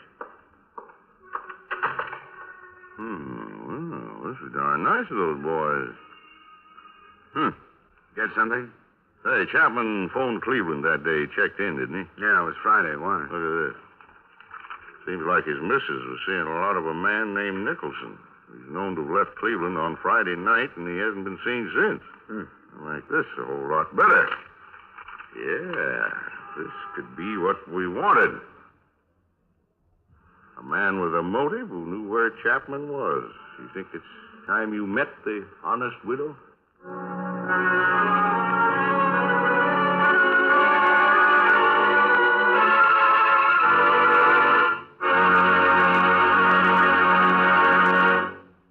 We will return you to the second act of yours truly, Johnny Dollar, in just a moment.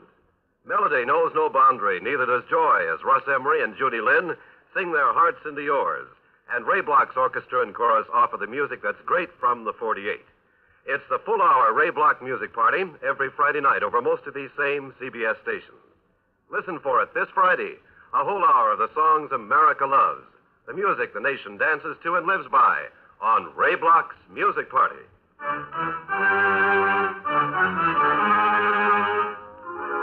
Now with our star, Edmond O'Brien, we return you to the second act of yours truly, Johnny Dollar.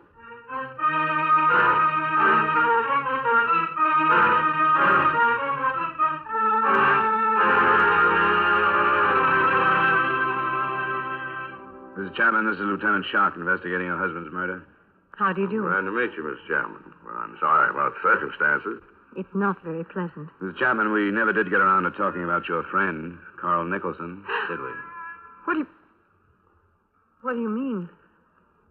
Well, you told me about some of the improvements your husband's death was going to bring you, but you didn't mention Carl Nicholson. Please. I know I sounded hard when I talked to you. I shouldn't have said some of the things. I thought you were being honest. I was. Too honest, I'm afraid. I don't think so. Mrs. Chapman, I've been in touch with the police back in your hometown. They found out somehow about this Carl Nicholson. First, they said you'd been seeing quite a lot of him, especially when your husband was out of town. Is that right? Yes, it's true. Yeah. What were your feelings toward Nicholson at that time? That is, prior to your husband's death. I'm fond of Carl. I never made any secret of that. He's my age. We have a lot of things in common. You know where he is? Why, in Cleveland. Oh, well, that's funny. The police told me he was out of town. I don't know what this means. I don't understand. You didn't know he left town? No, I didn't. Now, if you were fond of each other and you had all these things in common, it seems to me you deserve to be told if he was just going to up and leave town. When did you see him last, Mrs. Chapman? It was last week. Friday, by any chance? No. It was before then. It was Wednesday or Thursday. Why are you asking me these things? The police back there went on to tell me that this Nicholson left town on Friday. The Cleveland police? Why should they even care about Carl? Because I told them that on Friday your husband had telephoned you from the hotel where he was staying here in Los Angeles. Isn't that right? Yes, but I don't know what you mean. Didn't you see Nicholson on Friday after you talked to your husband? No. Do you mean that you think I told him where Al was staying and that he came out here to... Now, Mrs. Chapman, we didn't say we thought anything, but it's our job to solve this murder. We aren't saying we think you and him planned the whole thing and he hopped out of here the first thing after he learned where your husband was staying. But there are a lot of things that aren't clear in our minds. The theory you gave me about all these wronged men around the country didn't hold up too well, Mrs. Chapman. It wasn't a theory. I just told you what I'd been thinking. You said you'd been waiting for it to happen. But the way we see it, the way your husband was killed, where he was killed, makes a jealous out-of-town man seem too far-fetched. But we're looking into it. Don't you worry about that. Do you have a reason to think that Carl has been in Los Angeles? We're covering the possibility that he might have been. Maybe you just mentioned the Quincy Hotel in passing, and casually, so you hardly remember. No. I haven't seen Carl or talked to him since before Al called me. I didn't tell him. Why did he happen to leave town on Friday? I told you I don't know. I didn't know he'd left. Well, with all these things in common, what did you think when the news about your husband reached Cleveland? Didn't you wonder about why you hadn't talked to this Nicholson all those days? Yes. I did wonder. Yeah, now, why didn't you tell us all that without all this back and forth? Because it would have sounded so awful. Do you think you improved things by holding back? I don't know. Maybe I didn't. The last time I saw Carl was on Wednesday. We had a fight and he walked out. You can prove that's the last time you saw him? Prove? I haven't been thinking about anything like that. We fought over the same thing for almost a year. Carl wanted me to get a divorce, and I wouldn't. Because you were waiting for your husband to get killed. Did you ever tell Carl that? Yes. You tell him that during this fight on Wednesday? I think so. But you didn't talk to him after that? No. Could you have learned someplace else where your husband was staying? I don't know. I don't know who else Al called. Carl wouldn't kill him. I'm positive of that. Would you happen to have a photograph of Nicholson? Why? Some are on their way by radio photo and some others by airmail. But we might be able to save time if you have some. I have one. I want to erase something off the back. Now, don't you fret, Mrs. Chapman. We'll show it to a couple of people. If Carl is innocent like you think he is, this is the quickest way to prove that, too.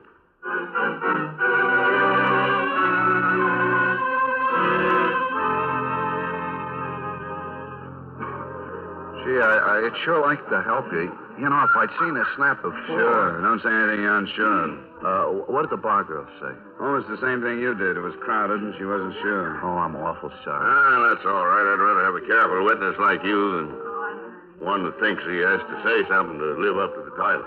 Well, this guy could have been here and he couldn't have been. That's the best I can do. I'm sorry. Thanks, Howard. It's okay. I'll do better next time. I'll keep my eyes open from now on. Maybe I'll get on a force someday, huh, Lieutenant?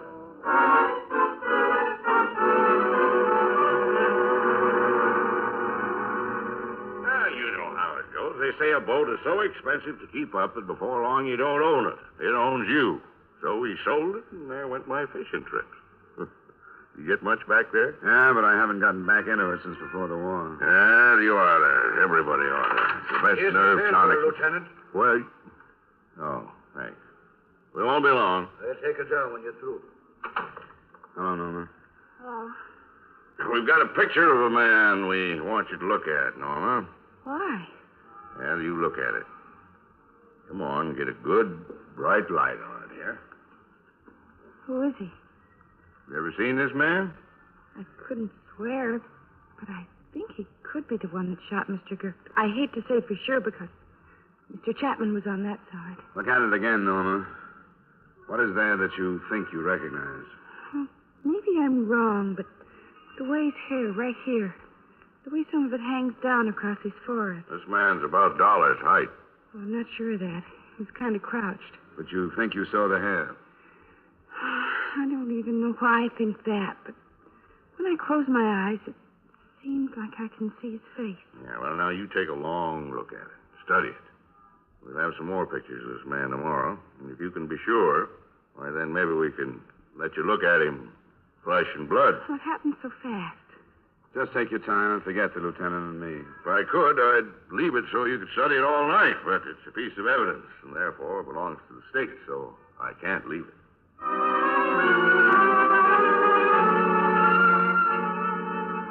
As it turned out, we didn't have to take that photograph or any other picture back to Norma Sales for identification. The first reason turned up that night. There was another message from the Cleveland police. The body of our chief suspect, Carl Nicholson, had been removed from the remains of his car. The crash had occurred within 200 miles of his home. Witnesses said that he had been returning from a friend's country place, and the alcoholic content of his blood gave credence to Mrs. Chapman's story that they had quarreled. It became obvious later that he had been on a week's drunk. In addition to killing him, it had removed him in other respects as a suspect. The other thing that changed the direction of the matter was not as closely connected to any of the principals. As a matter of fact, hardly connected at all. It was a story on the front page of the next morning's paper. A man named Max Gerber, with a criminal background, had been found shot to death. Along with a year-old picture of him was printed the fact that he had been staying at the Quincy Hotel. With Lieutenant Shark, I went to view Max Gerber's remains and his effects, and at 10 that morning, Norma Sale was once more ushered into us. Well, Norma, we seem to keep you busy, don't we? Sit down, Norma. Did you bring some more pictures? Not the same as we brought last night. That wasn't the man you saw in the alley. I wasn't sure. The bartender at the Quincy says he'd never seen you in there before the other night. Why'd you happen to go there? I don't know. Guess it seemed like a good idea because I hadn't been there. Was there something special that took you there, Norma? There must be quite a few bars where you haven't been. There wasn't anything special. I think it's fair to tell you that we checked the store where you worked and found out that you left there at 3:30 that day. I didn't feel very good. You felt good enough to go to the Quincy. You felt good enough to let yourself get picked up by this man. I guess that's my business, isn't it? What I want to do and who I want to be with? Why, sure it is, Norma. Who did you want to be with? What do you mean? A man named Alonzo Chapman or a man named Max Gerber? I just went in, that's all, and I met this guy. You didn't go into that bar expecting to meet some special man, did you? No. Not even if you were paid to meet him? No, I don't know what you're talking about. That man that was killed. I mean, the one you were with. Did you know what he did for a living? He said he was a salesman. Well, that's what we're getting at. He was a salesman. We cut 2 pictures out of the paper, Norman. Here's one. This the man you met at the Quincy? Yes. You sure, Norma? Yes, I am. This man wasn't killed in the alley the other night. He's the man I was with. No, he isn't. This man was killed last night, Norma, right outside the Quincy Hotel. Here's the picture of the other man. They look alike, don't they? They're the same. I saw the suit Max Gerber was wearing. Even it was sort of the same as Chapman's. It was brown. But they're the same. I mean, it was Gerber. It was Gerber you were supposed to meet. It was Gerber. No, it wasn't, Norma. Yes, it was. All right. You were supposed to pick up Gerber in that bar, weren't you? I didn't know what they were going to do. But you did pick this man up and take him down that alley. They said he owed them some money, and that's all they wanted. Tell us how you found this man in the bar, Norma. They pointed him out in the lobby. He made a phone call, and then he went into the bar. I went in after him. Brown suit, gray hair? Yes. It was Alonzo Chapman you took out to get killed. No, it wasn't. Why should we tell you it was if it wasn't? You're lying to me. You're trying to trick me. No, they just made a mistake. They pointed him out. Then you made the mistake. No, I didn't. I did what they said. They told me I had to, and I did. They sent me because I was blonde, and it was the right one. They didn't say they were going to kill him. He just owed them some money. That's all they wanted. That's all I wanted. I didn't want anybody to get killed. I was blonde, and I was young, and that's why they sent me. For money.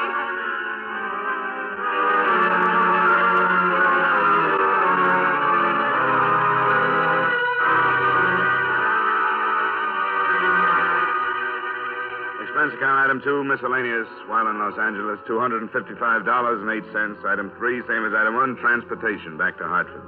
Expense account total, $672.08. Remarks? The second murder, Max Gerber's, was a gangland rub-out, planned with the aid of a young blonde as bait. The first murder was only a mistake. The apparent moral is that companies shouldn't hire salesmen. Women shouldn't marry them. Young blondes should stay away from them, but confidentially, some of my best friends are insurance salesmen. Yours truly, Johnny Dollar.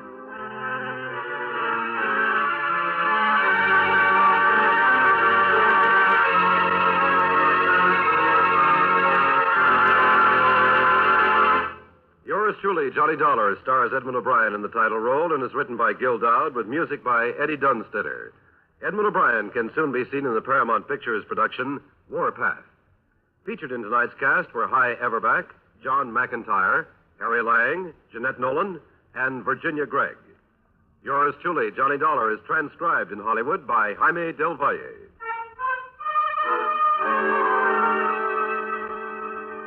Beginning next Wednesday, yours truly, Johnny Dollar, will be heard 1/2 hour later on most of these same stations. This is Dick Cutting inviting you to join us next week at 9:30 Eastern Daylight Saving Time when Edmond O'Brien returns as yours truly, Johnny Dollar.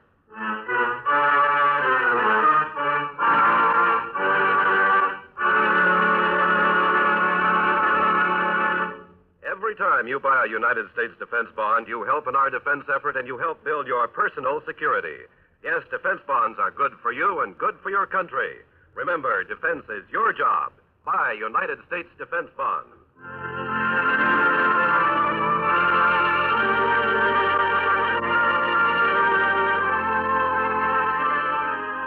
Been to the waxworks lately. It's nothing like being taken to the cleaners, though 45 minutes of cleaner fun would be hard to find. You'll enjoy this evening's session of songs and stuff featuring Robert Q. Lewis, his guests, flatters, chatter, and assorted pleasantries. It's the Robert Q. Lewis Waxworks, open for business 5 evenings a week, Monday through Friday, on most of these same CBS stations. Today, the United States is celebrating the 175th anniversary of the signing of the Declaration of Independence.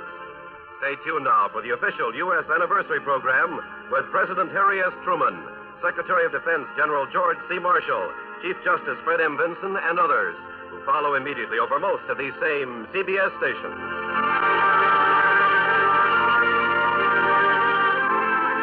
This is CBS, the Columbia Broadcasting System.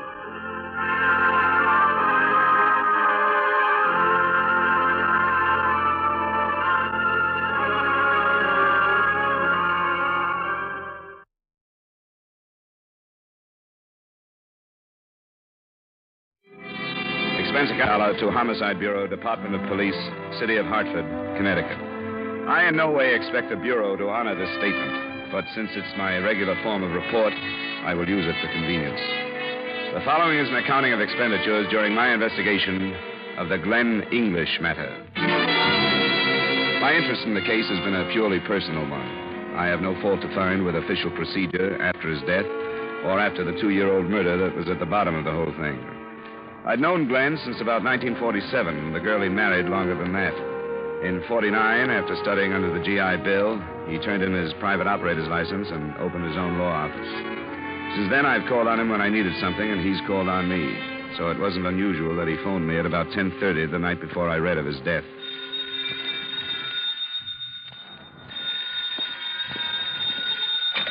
Johnny Dollar. Hi, Tin Star. Who's this? That champion of perjured testimony? Got any to sell? Nothing that you could afford. How are things, Glen? Okay. I'd like to ask a favor of you, Johnny. Sure, what is it? I've got some evidence that I want to protect, a statement. Could you get a photostated for me in the morning? Yeah, I'm free in the morning. This is pretty hot stuff. I'll tell you about it when I see you. In for the night? Yeah? Well, I may come over. If I don't see you tonight, I'll drop in on the way downtown in the morning. So you understand that the way it was put, there was no reason for me to think twice about the fact that he didn't show up that night. But the next morning, when I read about his death in the paper, naturally our conversation came back to me. I phoned his widow and went to see her a little after noon. Oh, I don't know. I just don't know what to think. I'm sorry, Donna. I haven't helped matters any. Maybe I shouldn't have thrown this at you. I thought of going to the police first. But I figured it would be better if I had something more definite. There's nothing in his briefcase. Oh, don't think of me, Johnny. Of course you should have come. But he didn't say anything about the case he was on. What did he say when he left last night? I wasn't here. He called me from his office about 5:30 to say he'd be late again. asked me why I didn't go to a movie or something. So I did. So I didn't see him. Oh, John. Johnny, I don't know what I'm going to do. I know, honey, I know. And that part of it's up to you. Nobody can really help you with that. It did happen, didn't it, Johnny? I'm not going to open my eyes and see him next to me. And everything all right again. Oh, I used to dream that way sometimes. Donna, please. But not this time. Now I wish I could never wake up. Is somebody going to be staying with you? I'm going to his mother's house. I can't stay here. You shouldn't try. I'll talk to his secretary and then go to the police. I'm not helping any, am I? Oh, it's all right. Are his things still downtown? His things? His clothes and so on. Yes. They wanted me to bring them, but I couldn't. They'll send them in a day or two. I'll try to help, Johnny. I'll try to think. But right now, I don't remember his saying anything. He did say, "Goodbye, darling," on the telephone. That's what I keep remembering.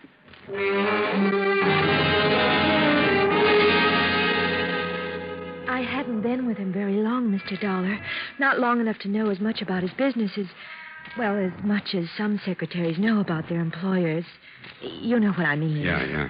When I left the office at 5 last night, he said he had some work to do and would lock up. I asked him if he wanted me to stay, but he said it wasn't necessary. Can we find out what the work was that kept him? Well, he said something about a new client coming in. And you don't know who it was? Well, he didn't say, Mr. Dollar. He didn't mention a name. You don't mind if I take a look through the office, do you, Miss Rose? Well, I suppose it's all right. Nobody's told me what to do about it. Well, you might as well start getting everything together so we can move it out. Let me know what's coming to you in the way of salary. I'll give it to you plus a month. Yes, sir. I'm awfully sorry about Mr. English. He was such a nice man.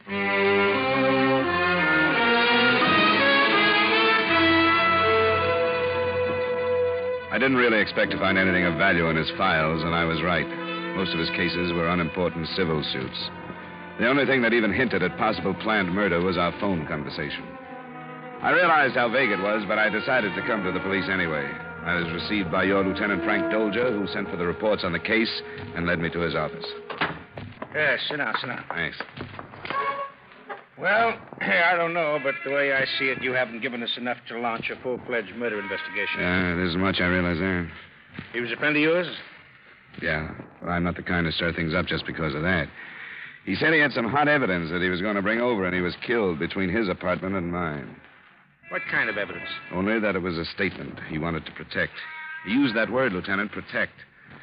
I suppose you could say he might have meant against fire or something like that.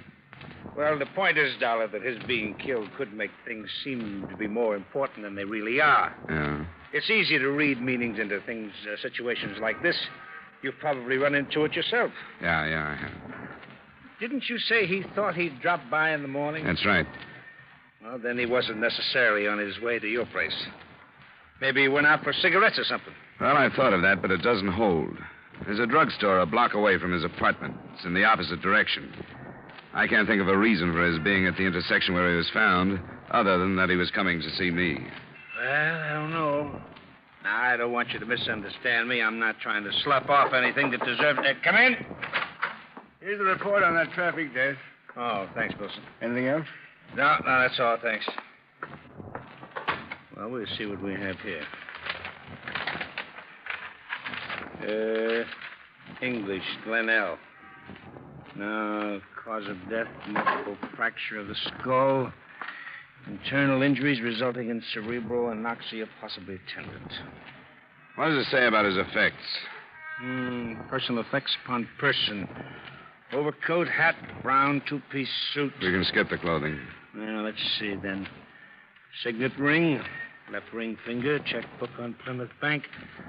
Cigarettes, lighter, here. Wallet containing $38. Driver's license, personal business cards, membership cards to, Yeah, there's nothing there.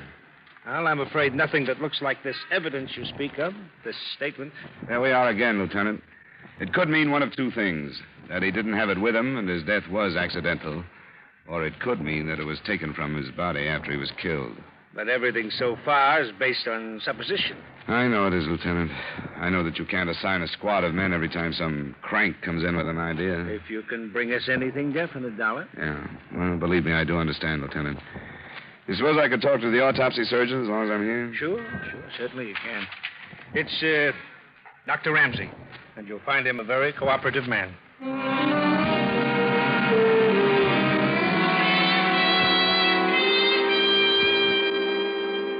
Proof that the victim was not killed willfully? It appears he was struck and thrown against a parked car, his head striking the bumper. But the automobile, as lethal as it is, would hardly be a foolproof weapon to be used in willful murder, would it? No, I guess not. Is there any way to figure how fast a car would have been traveling to cause that damage? No, not a way in the world. Although the internal injuries would seem to indicate quite some speed. Thanks very much, Dr. Ramsey. I won't take any more of your time.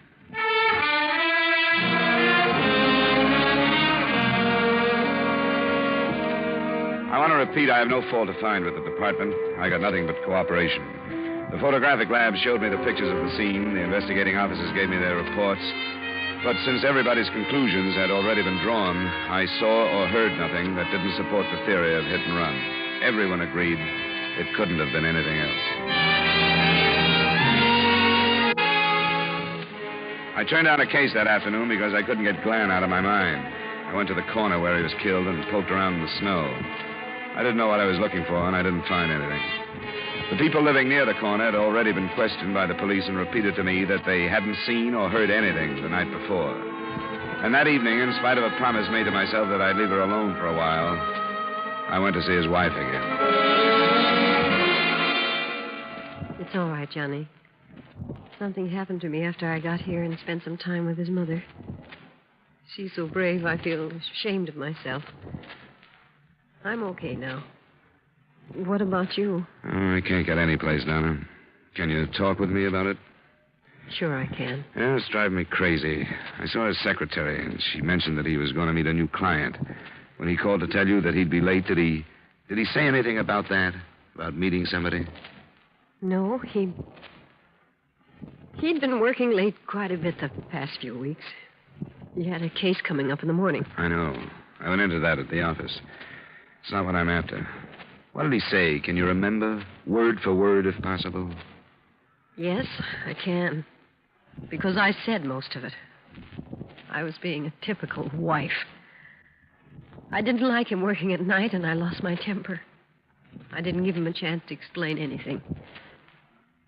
That's what I have to remember about the last time I talked to him. Never mind now. Come on. He didn't mention anybody. Just that he'd have to work late. Will you give me the key to your apartment? Yes.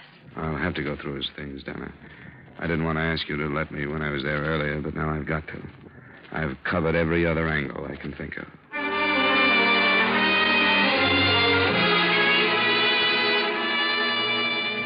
I don't know why I felt almost ashamed about going through Glen's things, except that a close friend shares with you everything he wants you to know about him. And learning new things because he's dead doesn't seem right. I started with his briefcase again, reading everything in it. I moved to the desk in their living room and from there into the bedroom. In an hour and a half, I was still looking. Then the phone rang.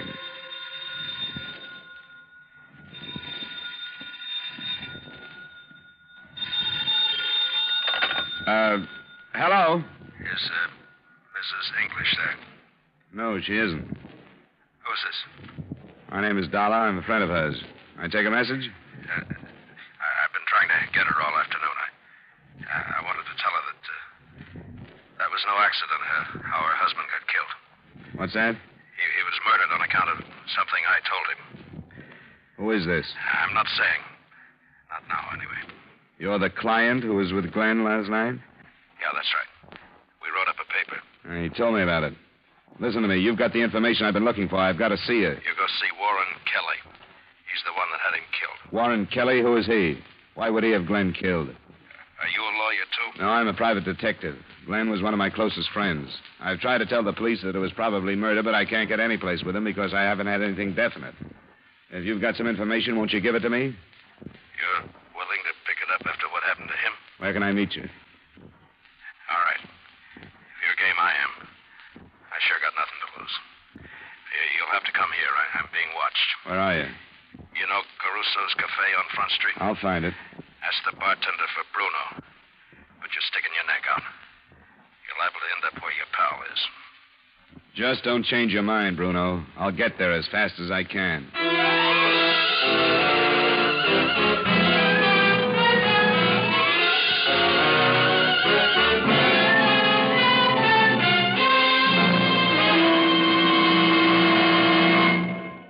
We'll return to yours truly, Johnny Dollar, in just a moment. Learn how American communities have solved major problems on a local level. Hear true stories of democracy at work on The People Act, a new CBS radio series having its premiere performance tomorrow night on most of these same CBS radio stations. Now, with our star, Edmond O'Brien, we bring you the second act of yours truly, Johnny Dollar.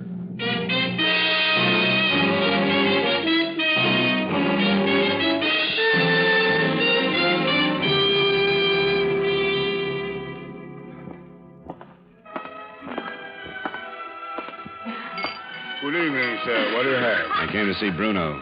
Said you could tell me how to find him. What's your name? Dollar. Listen, you buy one drink and look like a customer. Okay. Bourbon and soda, then. Right away. This all right? Yeah, that's good. What's the matter with him, anyway? He going to get killed? I don't know much about it yet. Well, he's my friend since we was kids, so I help him. But I don't like it. I don't like trouble. There. You drink that, then you go back where you see the restroom signs. Yeah. And you see one more door. And through that, you find the stairs. He's up there in the storeroom. The office is at the end. Okay, thanks. What do I owe you? 60. Okay, keep it, and thanks again.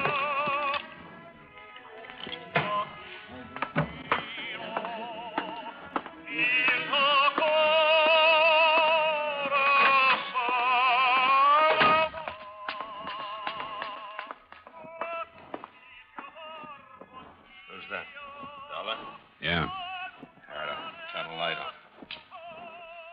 All right, come on in the office. Is it Mr. Bruno? Yeah, it's Bruno Vic. I'm sorry I got your pal killed. So am I. But he didn't have to take you as a client, I guess. What's it all about? How much did he tell you? Nothing except that he had a statement. He was going to meet me tonight with a notary, and then he said it would hold some water.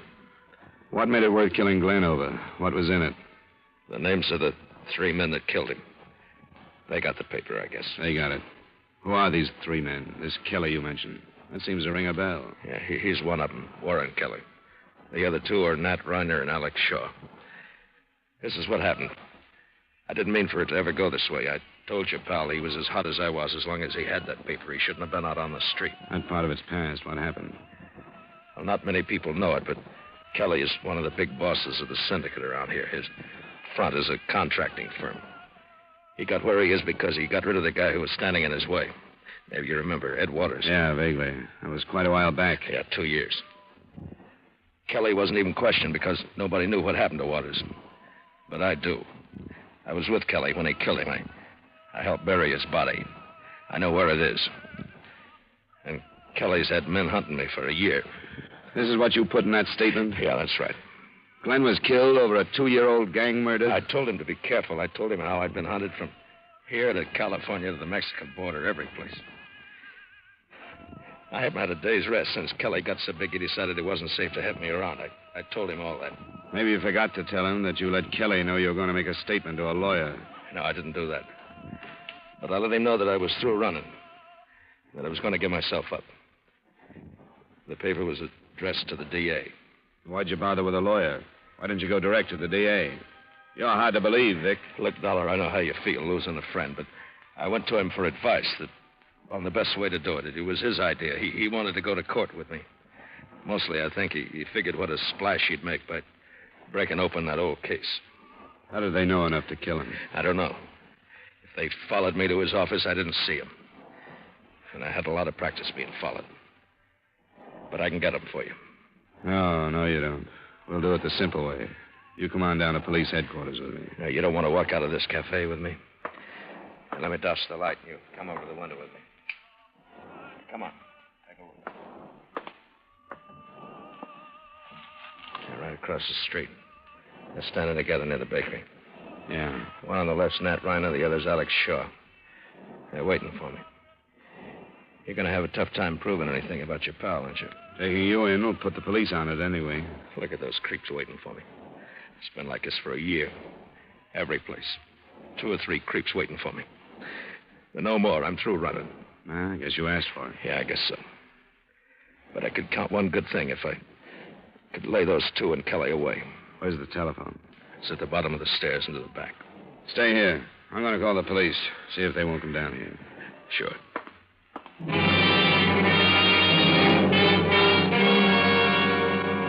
I realized that I still faced the same situation. I was phoning in about a material witness and 2 suspects in a death that the police had filed as accidental. Lieutenant Tolger was off duty, and the desk sergeant wouldn't give me his home number. I gave up in something less than 5 minutes, but during that time, Bruno Vick had come down the stairs and passed without my seeing him. The first inkling I had of what he was doing was a shout from the bartender. Bruno, where you go? Vic, come back. Where's he going? Where you going? He's got a gun. Vic, don't be a fool. Ryder, Shaw, you're waiting for me. What happened? What's going on? Vic. Is that Bruno? Bruno. Is he dead? Yeah, he's dead. Who's that one in the street?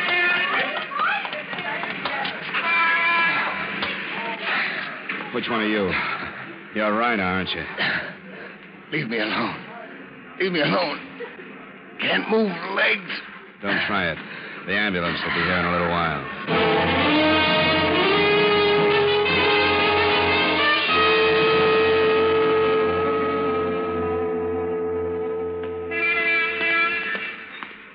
Well, Dollar, they tell me you finally made a murder case of it.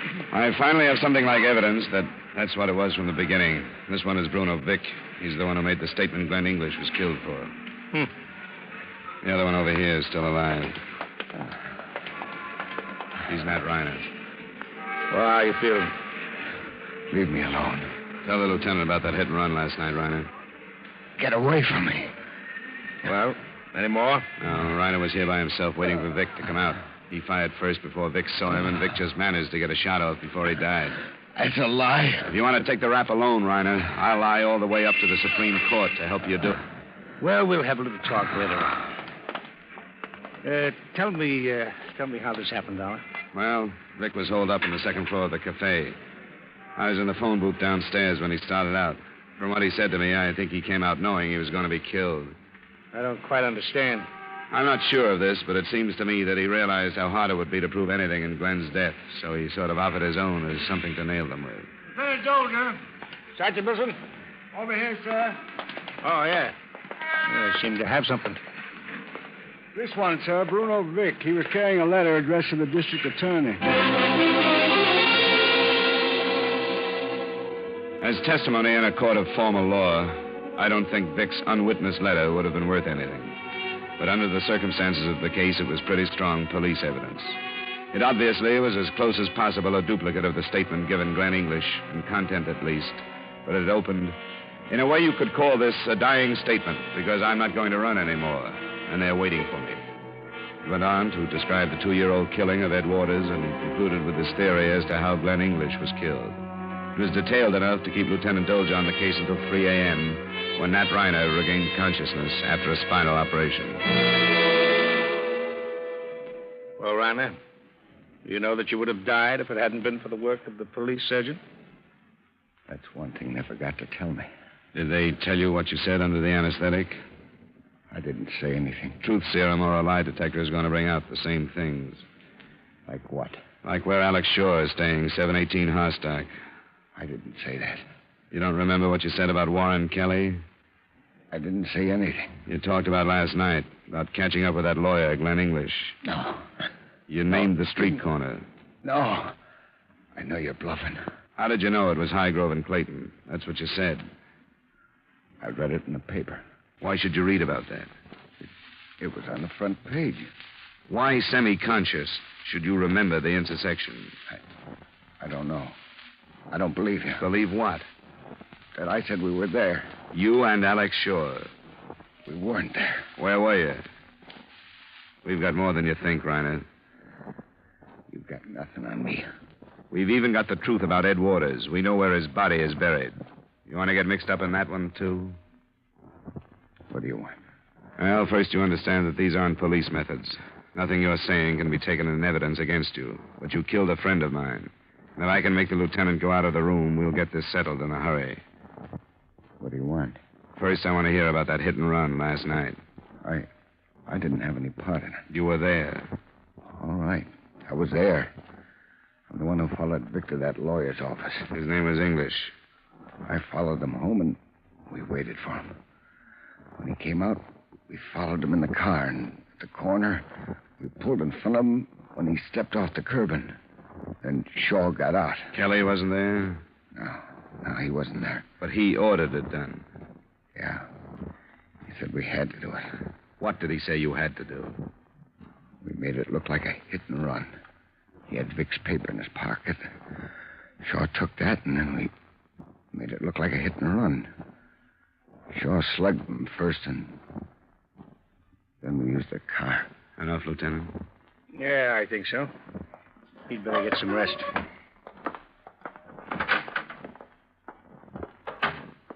It's pretty late. I have 2 squad cars standing by to go after Alex Shaw. I didn't mean it was too late for that, Lieutenant. Do you think he'll be there? He's there. I got a report he arrived not 20 minutes ago.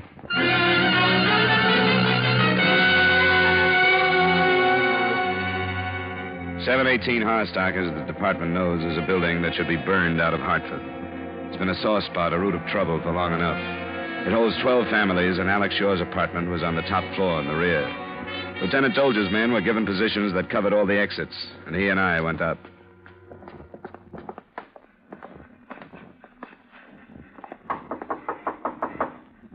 Yeah? Who is it? Police, Shaw. Let us in. What do you want? You were identified as being in that shooting script in front of the Caruso Cafe. Come on, let us in. Shaw, I do have a warrant. He's trying something. Let's go in. Okay. Try the panel. I can reach the knob now. The window there. Nelson! Nelson! Yes, Lieutenant. We're in his rooms and he's not here. Hey, there he is, Nelson. On the roof across the way. They'd better stop him. He's a killer, Lieutenant. Nelson! Tell him to open up! Open up!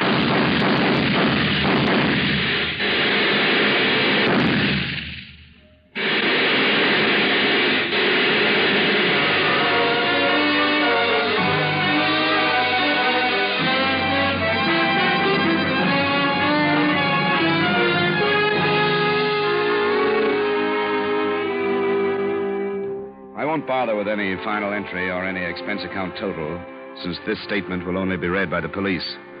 But I will include remarks. They tell me that almost every day murders are being passed off as natural or accidental deaths, only because people don't look at the circumstances closely enough. I'm proving nothing. If I'd been a better friend, I'd have walked halfway and met Glen English before he was killed. Yours truly, Johnny Dollar.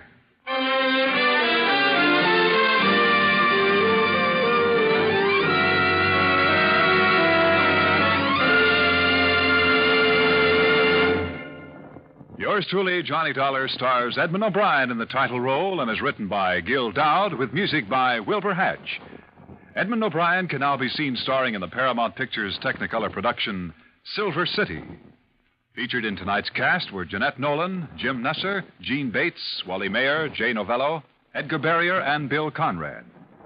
Yours truly, Johnny Dollar, is transcribed in Hollywood by Jaime Del Valle.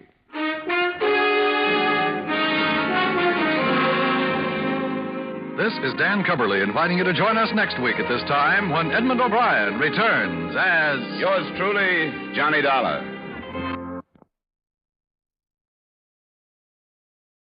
Wrigley's Spearmint Chewing Gum, the refreshing, delicious treat that gives you chewing enjoyment, presents for your listening enjoyment Edmond O'Brien as Johnny Dollar. George Donnelly, Swanson Industrial, Johnny. Afraid we're having engine trouble. Come again? We got a substantial policy on the Belo-Horizonte Railroad in Brazil, both equipment and personnel. It's only a small road, but our losses in the past few months have been extensive. What happened? 4 locomotives piled up in 2 months, 20 dead. We got a pair of conflicting reports. Looks like either insurance fraud or murder. With my luck, George, it's probably both.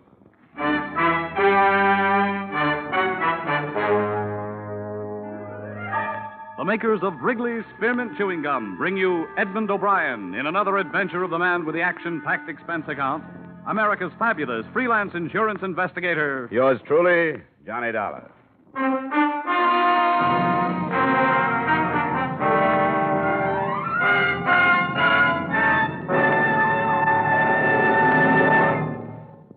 To make every day more enjoyable, treat yourself often to refreshing, delicious Wrigley's Spearmint Chewing Gum. Here's a taste treat you can enjoy indoors, outdoors, at work, or at play. The cool, long-lasting mint flavor refreshes you. The smooth, steady chewing helps keep you fresh and alert. Adds enjoyment to whatever you're doing. Wrigley's Spearmint Chewing Gum. Healthful, refreshing, delicious.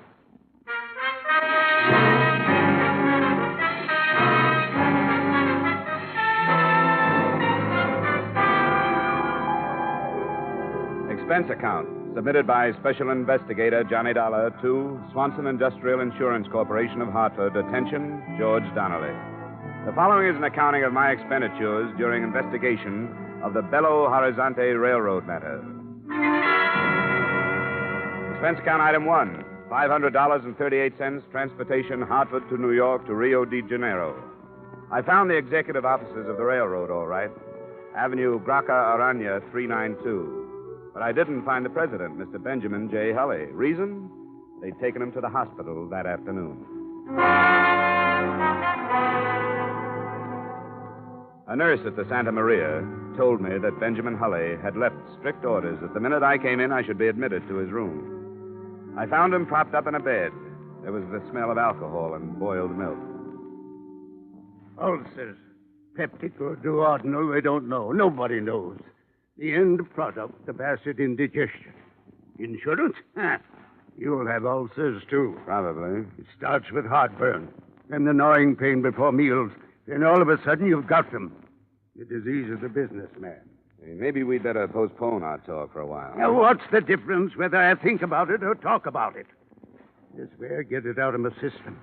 Otherwise, it eats at me. Consider yourself a treatment. Well, we'll cut it short. I can give you a condensed version. 4 locomotives, 20 dead. But what am I giving you this for? You've got reports. 2 of them. One said accidental. The other said equipment had been tampered with. Ridiculous. Accidental. How could it possibly be accidental? 4 in 2 months. Easy, Mr. 4 Hulley, in 2 now, months. Easy. Listen to the facts. One engine caved in a wooden trestle over the Rio dos Valas. A trestle that had held up for almost a half-century. 2 dead. Only cabin tender, luckily, could have been a freight. Another derailed at Bom Despacho. 2 more collided off a siding a few miles west of the port of Vittorio. Accidental, my foot. Who sent you the accidental report? Myers, Henry Myers, foreman of the roundhouse at Belo-Horizonte. That stupid, moronic, idiotic, blundering fool? You're going to pop something carrying on like this, Mr. Hulley. If you don't calm down, I'm going to get kicked out of here. Don't treat me like a baby. I know what I'm doing. Now, I meant to write a personal letter to Mr. Donnelly thanking him for the checks. They were prompt, very prompt.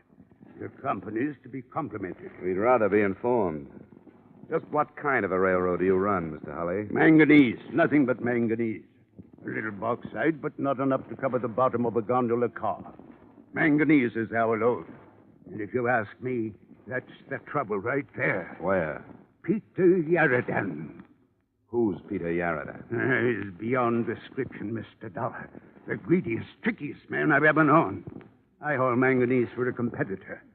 At first, he tried to buy me out. I wouldn't sell. Then he used other methods. He spread vicious rumors about Belo-Horizonte Railroad stock being worth it. It almost ruined me. How about the crashes? Isn't there any evidence that someone tampered with the machinery? No, none. Whatever proof might have existed would have been destroyed in the crash. Which is exactly why I suspect Sheridan. Why, with this railroad in his hands, he'd control the entire market down here. Well, I think I've taken up enough of your time, Mr. Holly. Mr. Dollar, I'm an old man. I've worked very hard. I started as an engineer with this railroad 25 years ago. Worked myself up to the presidency. Whatever this road is, I've made it. I'd be everlastingly grateful if you'd put Sheridan just where he belongs, behind bars. My job is investigation, not prosecution, Mr. Holly. Take my word, Mr. Dollar, it's Sheridan. Well, before I go any further, I'd like to talk to this Myers, the foreman in Belo-Horizonte. Yes, very wise. It's about 400 miles north. I'll have a car and driver waiting for you in the morning.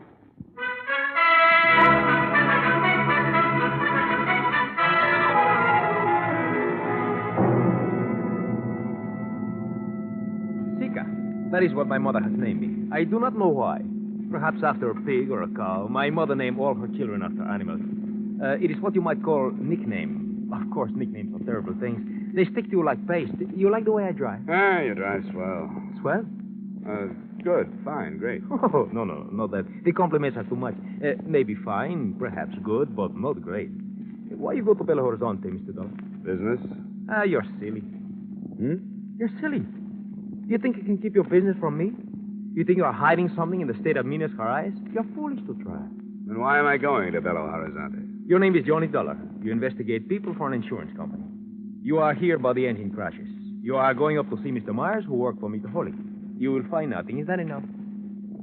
Why did you find out these bits of information? What? Around the town. How do you know I won't find anything? A brilliant mind. A gift of my father, who also had a brilliant mind.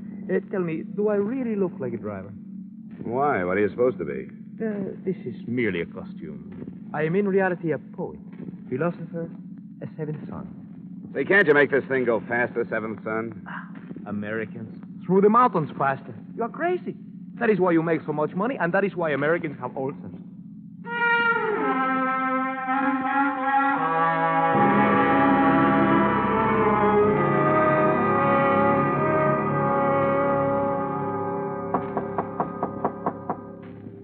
Second. Yeah? My name is Dollar, Mrs. Myers. Yeah. I'm from Hartford, Connecticut, insurance investigator. I'd like to talk to your husband, if I may. He ain't here. When do you expect him? I don't know. Is it about the wreck? That's right. Well, I don't know if it'd be right to ask you or not. Well, it's up to you. I'm not from the police, you know. Yeah, I suppose it'd be all right. Thanks. He's shaving. Oh, I got plenty of time. Saturday Evening Post just come in from the States, if you'd like to see it. Oh, fine, thanks. And there's caramels on the table. Never touched the stuff. I'd like you to know, Mr. Dollar. Yeah. Well, I'd like you to know Henry don't know a thing about this business. I just wanted to ask him some questions about the accident report he sent into our office. He wrote what he seen, and that was all he wrote. I wouldn't be concerned, Mrs. Myers. And no matter what anybody says, Henry had no more to do with the busted pins and them rods than the man in the moon. He checked before it went out of the yard, and he checked just before... Uh-oh. Said enough. Get into the kitchen. I didn't say nothing to him. Go on. I didn't say a thing. She talks a lot. Dollar, did you see? That's right. She talks a great deal for a woman her age.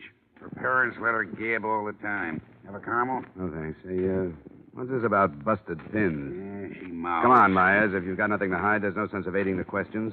The pins were sawed. Somebody, I don't know. I should have checked them before they left the yard, but I didn't. That's why you reported the crashes as accidental? All right, I was scared. A man gets scared for his job. How do you know about the busted pins? After the wreck, one of the guys told me. You mean somebody knew the pins were broken, and he let the engine leave the yards? Yeah. Who? Come on, Myers. Who? You'll have to find that out yourself, Dollar. You're in plenty of trouble, Myers. I told you all I'm going to tell you. Now get out of here. Okay. But if you change your mind, I'll be at the San Carlos Hotel. I'll remember that. The San Carlos. All day.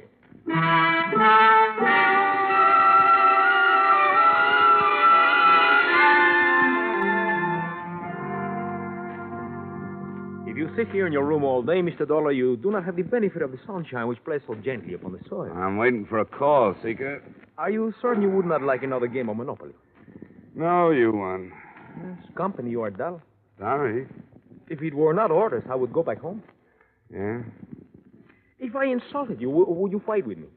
Oh, too tired. Even if I call you a coward and a thief? Names will never hurt me. Well, if I... Johnny Dollar. This is Henry Myers, Dollar. Be over here in 5 minutes. I'll give you the stuff you want. Don't move, I'll be there. You want Myers? He feels talkative. Come on, let's go.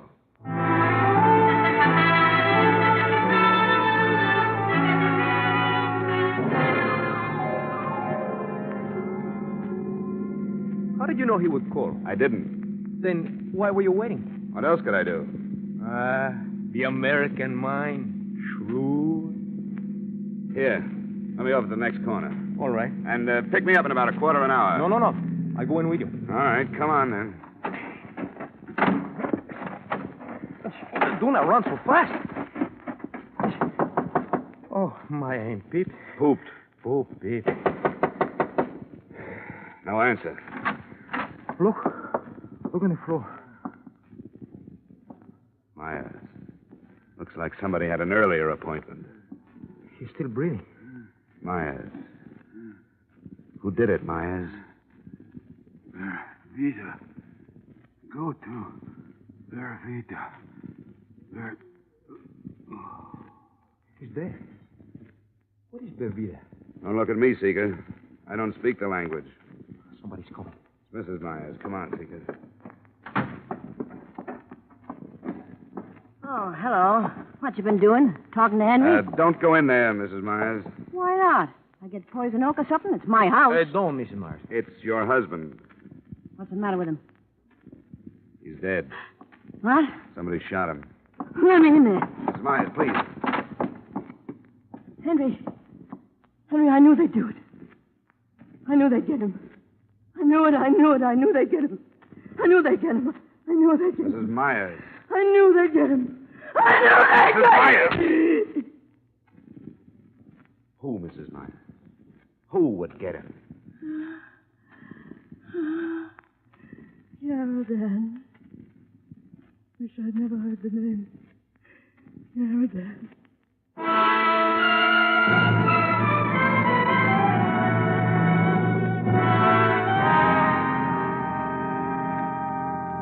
Come on, Mrs. Myers. Now try to remember. What does the word mean to you? Vida. Is it a town? I don't know. A mountain? A person? Oh, try, Mrs. Myers. Your husband must have mentioned the word to you sometime. Look, if I remembered, I'd tell you, wouldn't I? Yeah. Well, the police probably seek a call about half an hour ago. Come in. Mr. Taylor? Wrong house, Bud. Oh, permit me to refer to my pad. Oh, DOLLAR? Dollar? That's right. Oh, good. I was sent to pick you up. Oh, really? By whom? No trouble. I am properly armed. The woman and your driver will also come. Better not argue, Mrs. Myers. He's the same one who killed Henry. He must be. Who's your boss, friend? Yaradan, Mr. Dollar. Peter Yaradan.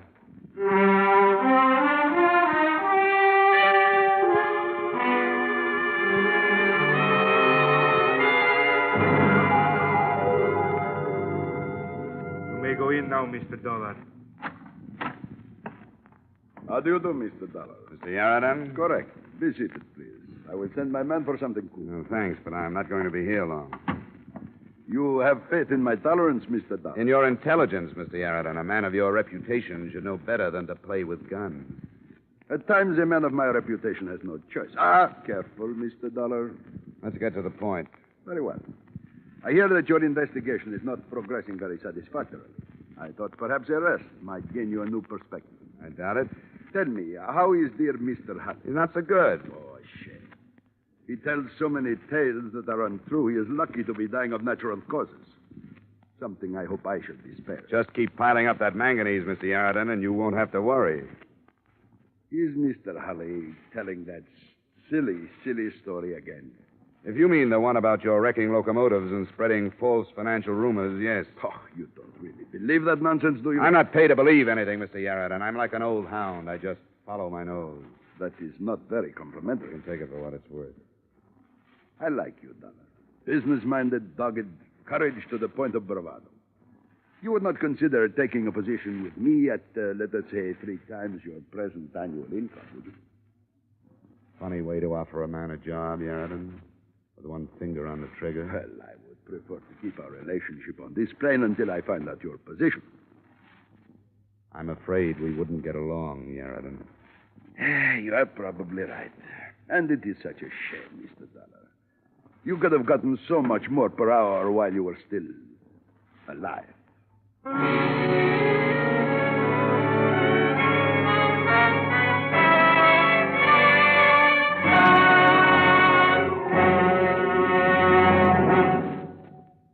To make every day more enjoyable, treat yourself often to refreshing, delicious Wrigley's Spearmint Chewing Gum.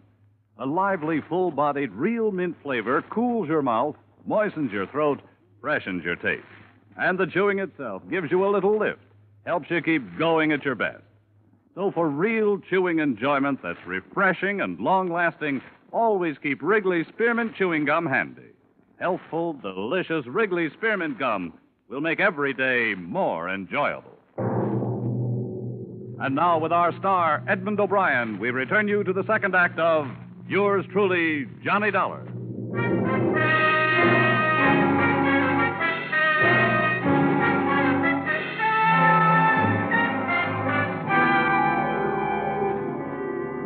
Yarraton smiled, but this was his living room. He wouldn't do it here.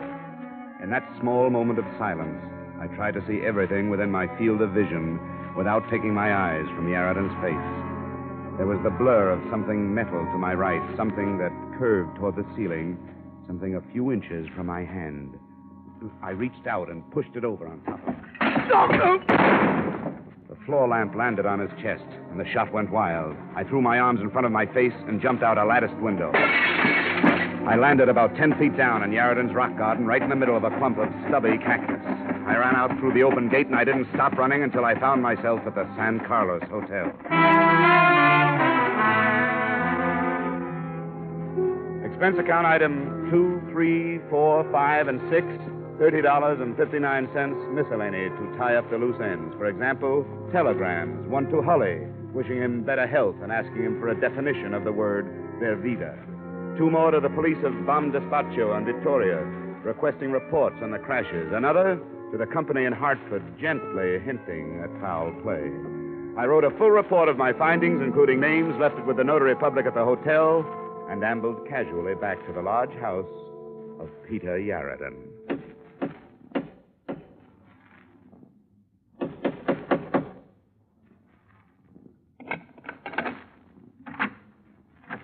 Hello, Bud. Well, don't just stand there with your teeth showing. Invite me in. Thank you. Now run to the study like a good little boy and tell your boss he has a caller. Hurry up now.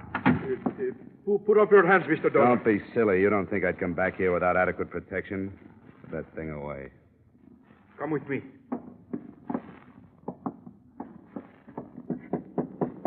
Come in. Mr. Yarraton, it's Mr. Dollar. I'm back. Couldn't leave without getting an apology, Yarraton. This is a surprise seeing you again.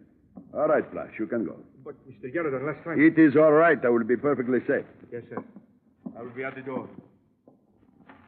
You made a brilliant exit, Mr. Dollar. However, it is a shame I frightened you with my innocent conversation. Fear comes in handy sometimes, Yarraton. It saved my skin a couple of times lately. You have contacted the police? Not about you. You have come alone? Alone. You have a remarkable mind, Dollar. You think I can allow you to leave this house? Not only leave this house, mister, but leave with some information. Marvelous. I filed a full report, complete with names, places, and time of day. If I'm not back to get that report in 2 hours, it goes to the police department. And just where did you file this report, Mr. Dollar? That's the little secret right there. I am holding 2 friends of yours, you know. I know. I would exchange their lives for the report. I'm sick of your office, Yarraton. You're going to release Mrs. Myers and Seeker, and you're going to tell me all about the word Vervida. How I wish I had a man like you working for me. Vervida, Yarraton. Of course, Vervida. But what you are really asking is, did I have any part in the railroad matter? You can answer that one, too. The answer is no. You don't believe me. Go on. The Belo-Horizonte Railroad has been on the verge of bankruptcy for 2 years. But Mr. Benjamin Halley is a very stubborn man. I have offered to buy him out 1,000 times. And he'd rather sell to the devil. I think he would. You see, the manganese fields in the Minas Gerais are owned by a competitor of mine. A small competitor, but a competitor. These fields are very valuable. At the rate of their present exploitation, however, they make little profit. Small operation. Exactly. If I had the fields, I could make them pay, and pay very well. If I owned the railroad, I could boost the freight rates, force my competitor out of business, and take over the fields. But Halley refuses to sell, even at a large profit. And the crashes? They should be obvious, especially to you, an insurance man. The railroad is failing. So he is scuttling his equipment and getting the insurance money. And Bervita? If I could get to him, I would have all the information I need to put Halley where he belongs. Okay, Aaron. I sense something of disbelief in your tone. There are other possibilities. Oh? Right now, I'll keep them to myself. Dollar, I will give you $10,000 not to deliver your report. I'm glad you made that offer, Aaron. That tells me a lot. Tells you what? That you've been giving me a nice mixture of fact and fancy. I'll bring Sika and Mrs. Myers down here. We're going back to the hotel.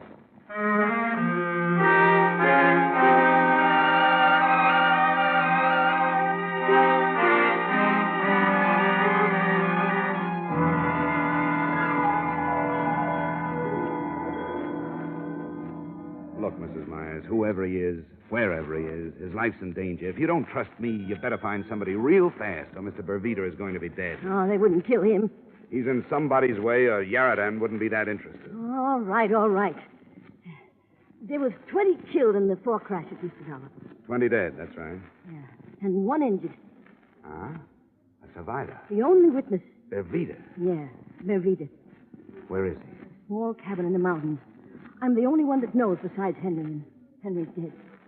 Bervita was fireman on one of the engines that crashed near Victoria. He saw somebody pull the hand switch, so the 2 locomotives was on the same track. The engineer put on the brakes, but not quick enough. Bervita jumped. Thanks, Mrs. Myers. I think I'll have the notary mail that report on Yaradan to Hartford for safekeeping. And, Sika, my boy, we're going to pay our respects to Mr. Bervita. You stay here in the hotel, Mrs. Myers. I want to know who killed my husband. I'll give you that information when I get back.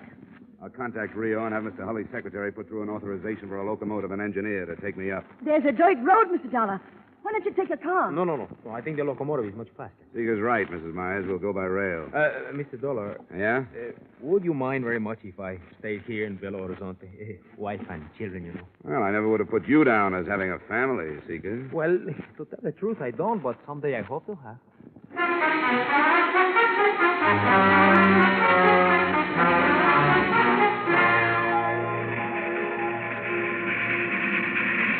Should be around the next curve.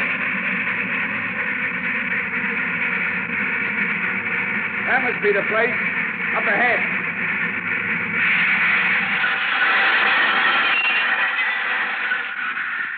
I won't be long. Keep the meter running.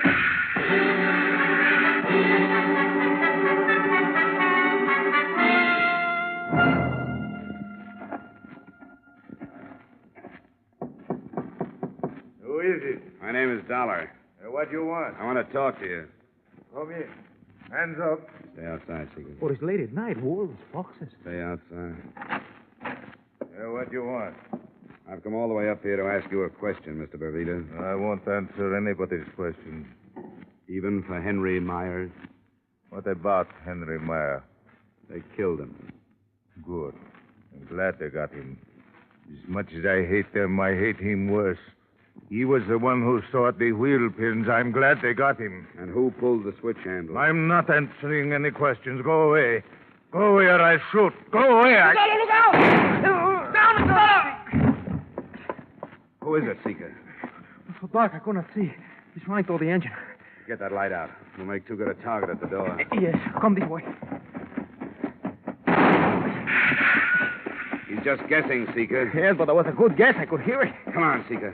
Let's get down to that engine. Oh, I wish I had a gun. I wish you had a gun. I wish one of the 2 of us had a gun. Hey, someone is climbing into the cab. The engine's on a hill. It will not take too long to start. Look, he's dumped the engineer to the ground. The engine is starting. We'll never get there in time. Stop! Stop!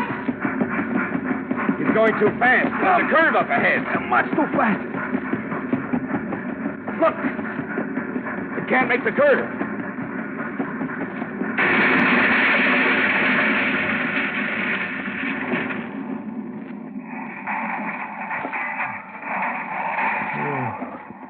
There is.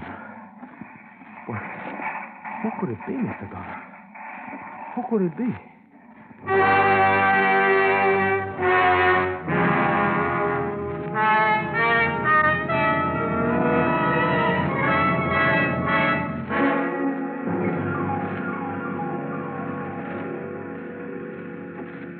There is nothing left of it, Mr. Dollar.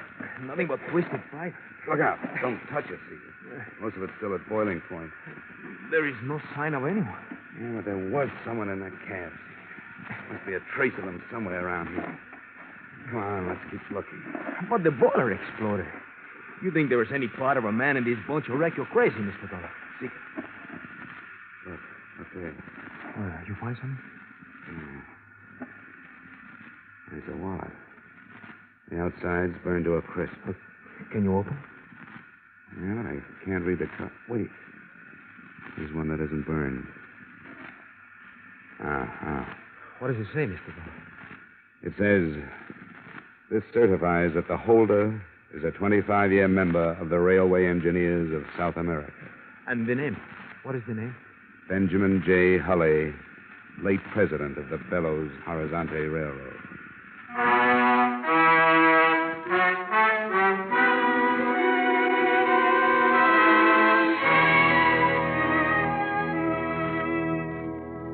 Here's the way it added up. Hulley had come by car. We found it just off the dirt road a mile down from their Vita's shack. The murder of Henry Myers remains an unsolved case. Police assume someone in the employ of Benjamin Hulley pulled the trigger, but I guess they'll never know for sure. Due to my report and public resentment against him, Yarradan was forced to leave the country. The Belo-Horizonte Railroad is now in receivership, but it's still hauling manganese from the interior. I might say this was one case that had me stumped right up to train time. Expense account item 7, same as item 1, $500.38. Transportation to New York and Hartford. Expense account total, $1,492.54. Yours truly, Johnny Dollar.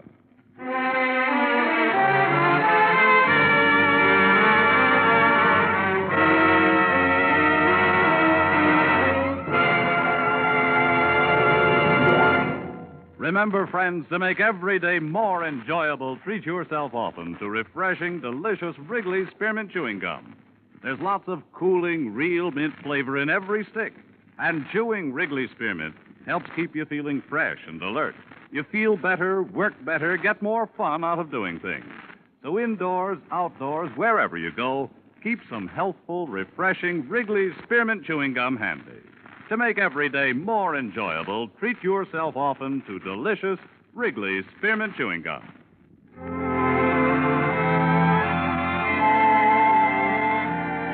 Yours truly, Johnny Dollar, brought to you by Wrigley's Spearmint Gum, stars Edmond O'Brien in the title role and is with music composed and conducted by Leith Stevens.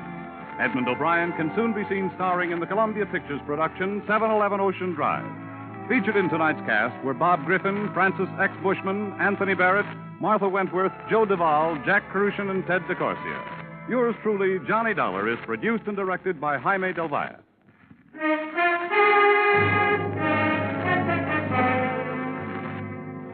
The makers of Wrigley's Spearmint Chewing Gum hope you've enjoyed tonight's story and that you're enjoying delicious Wrigley's Spearmint Chewing Gum every day. We invite...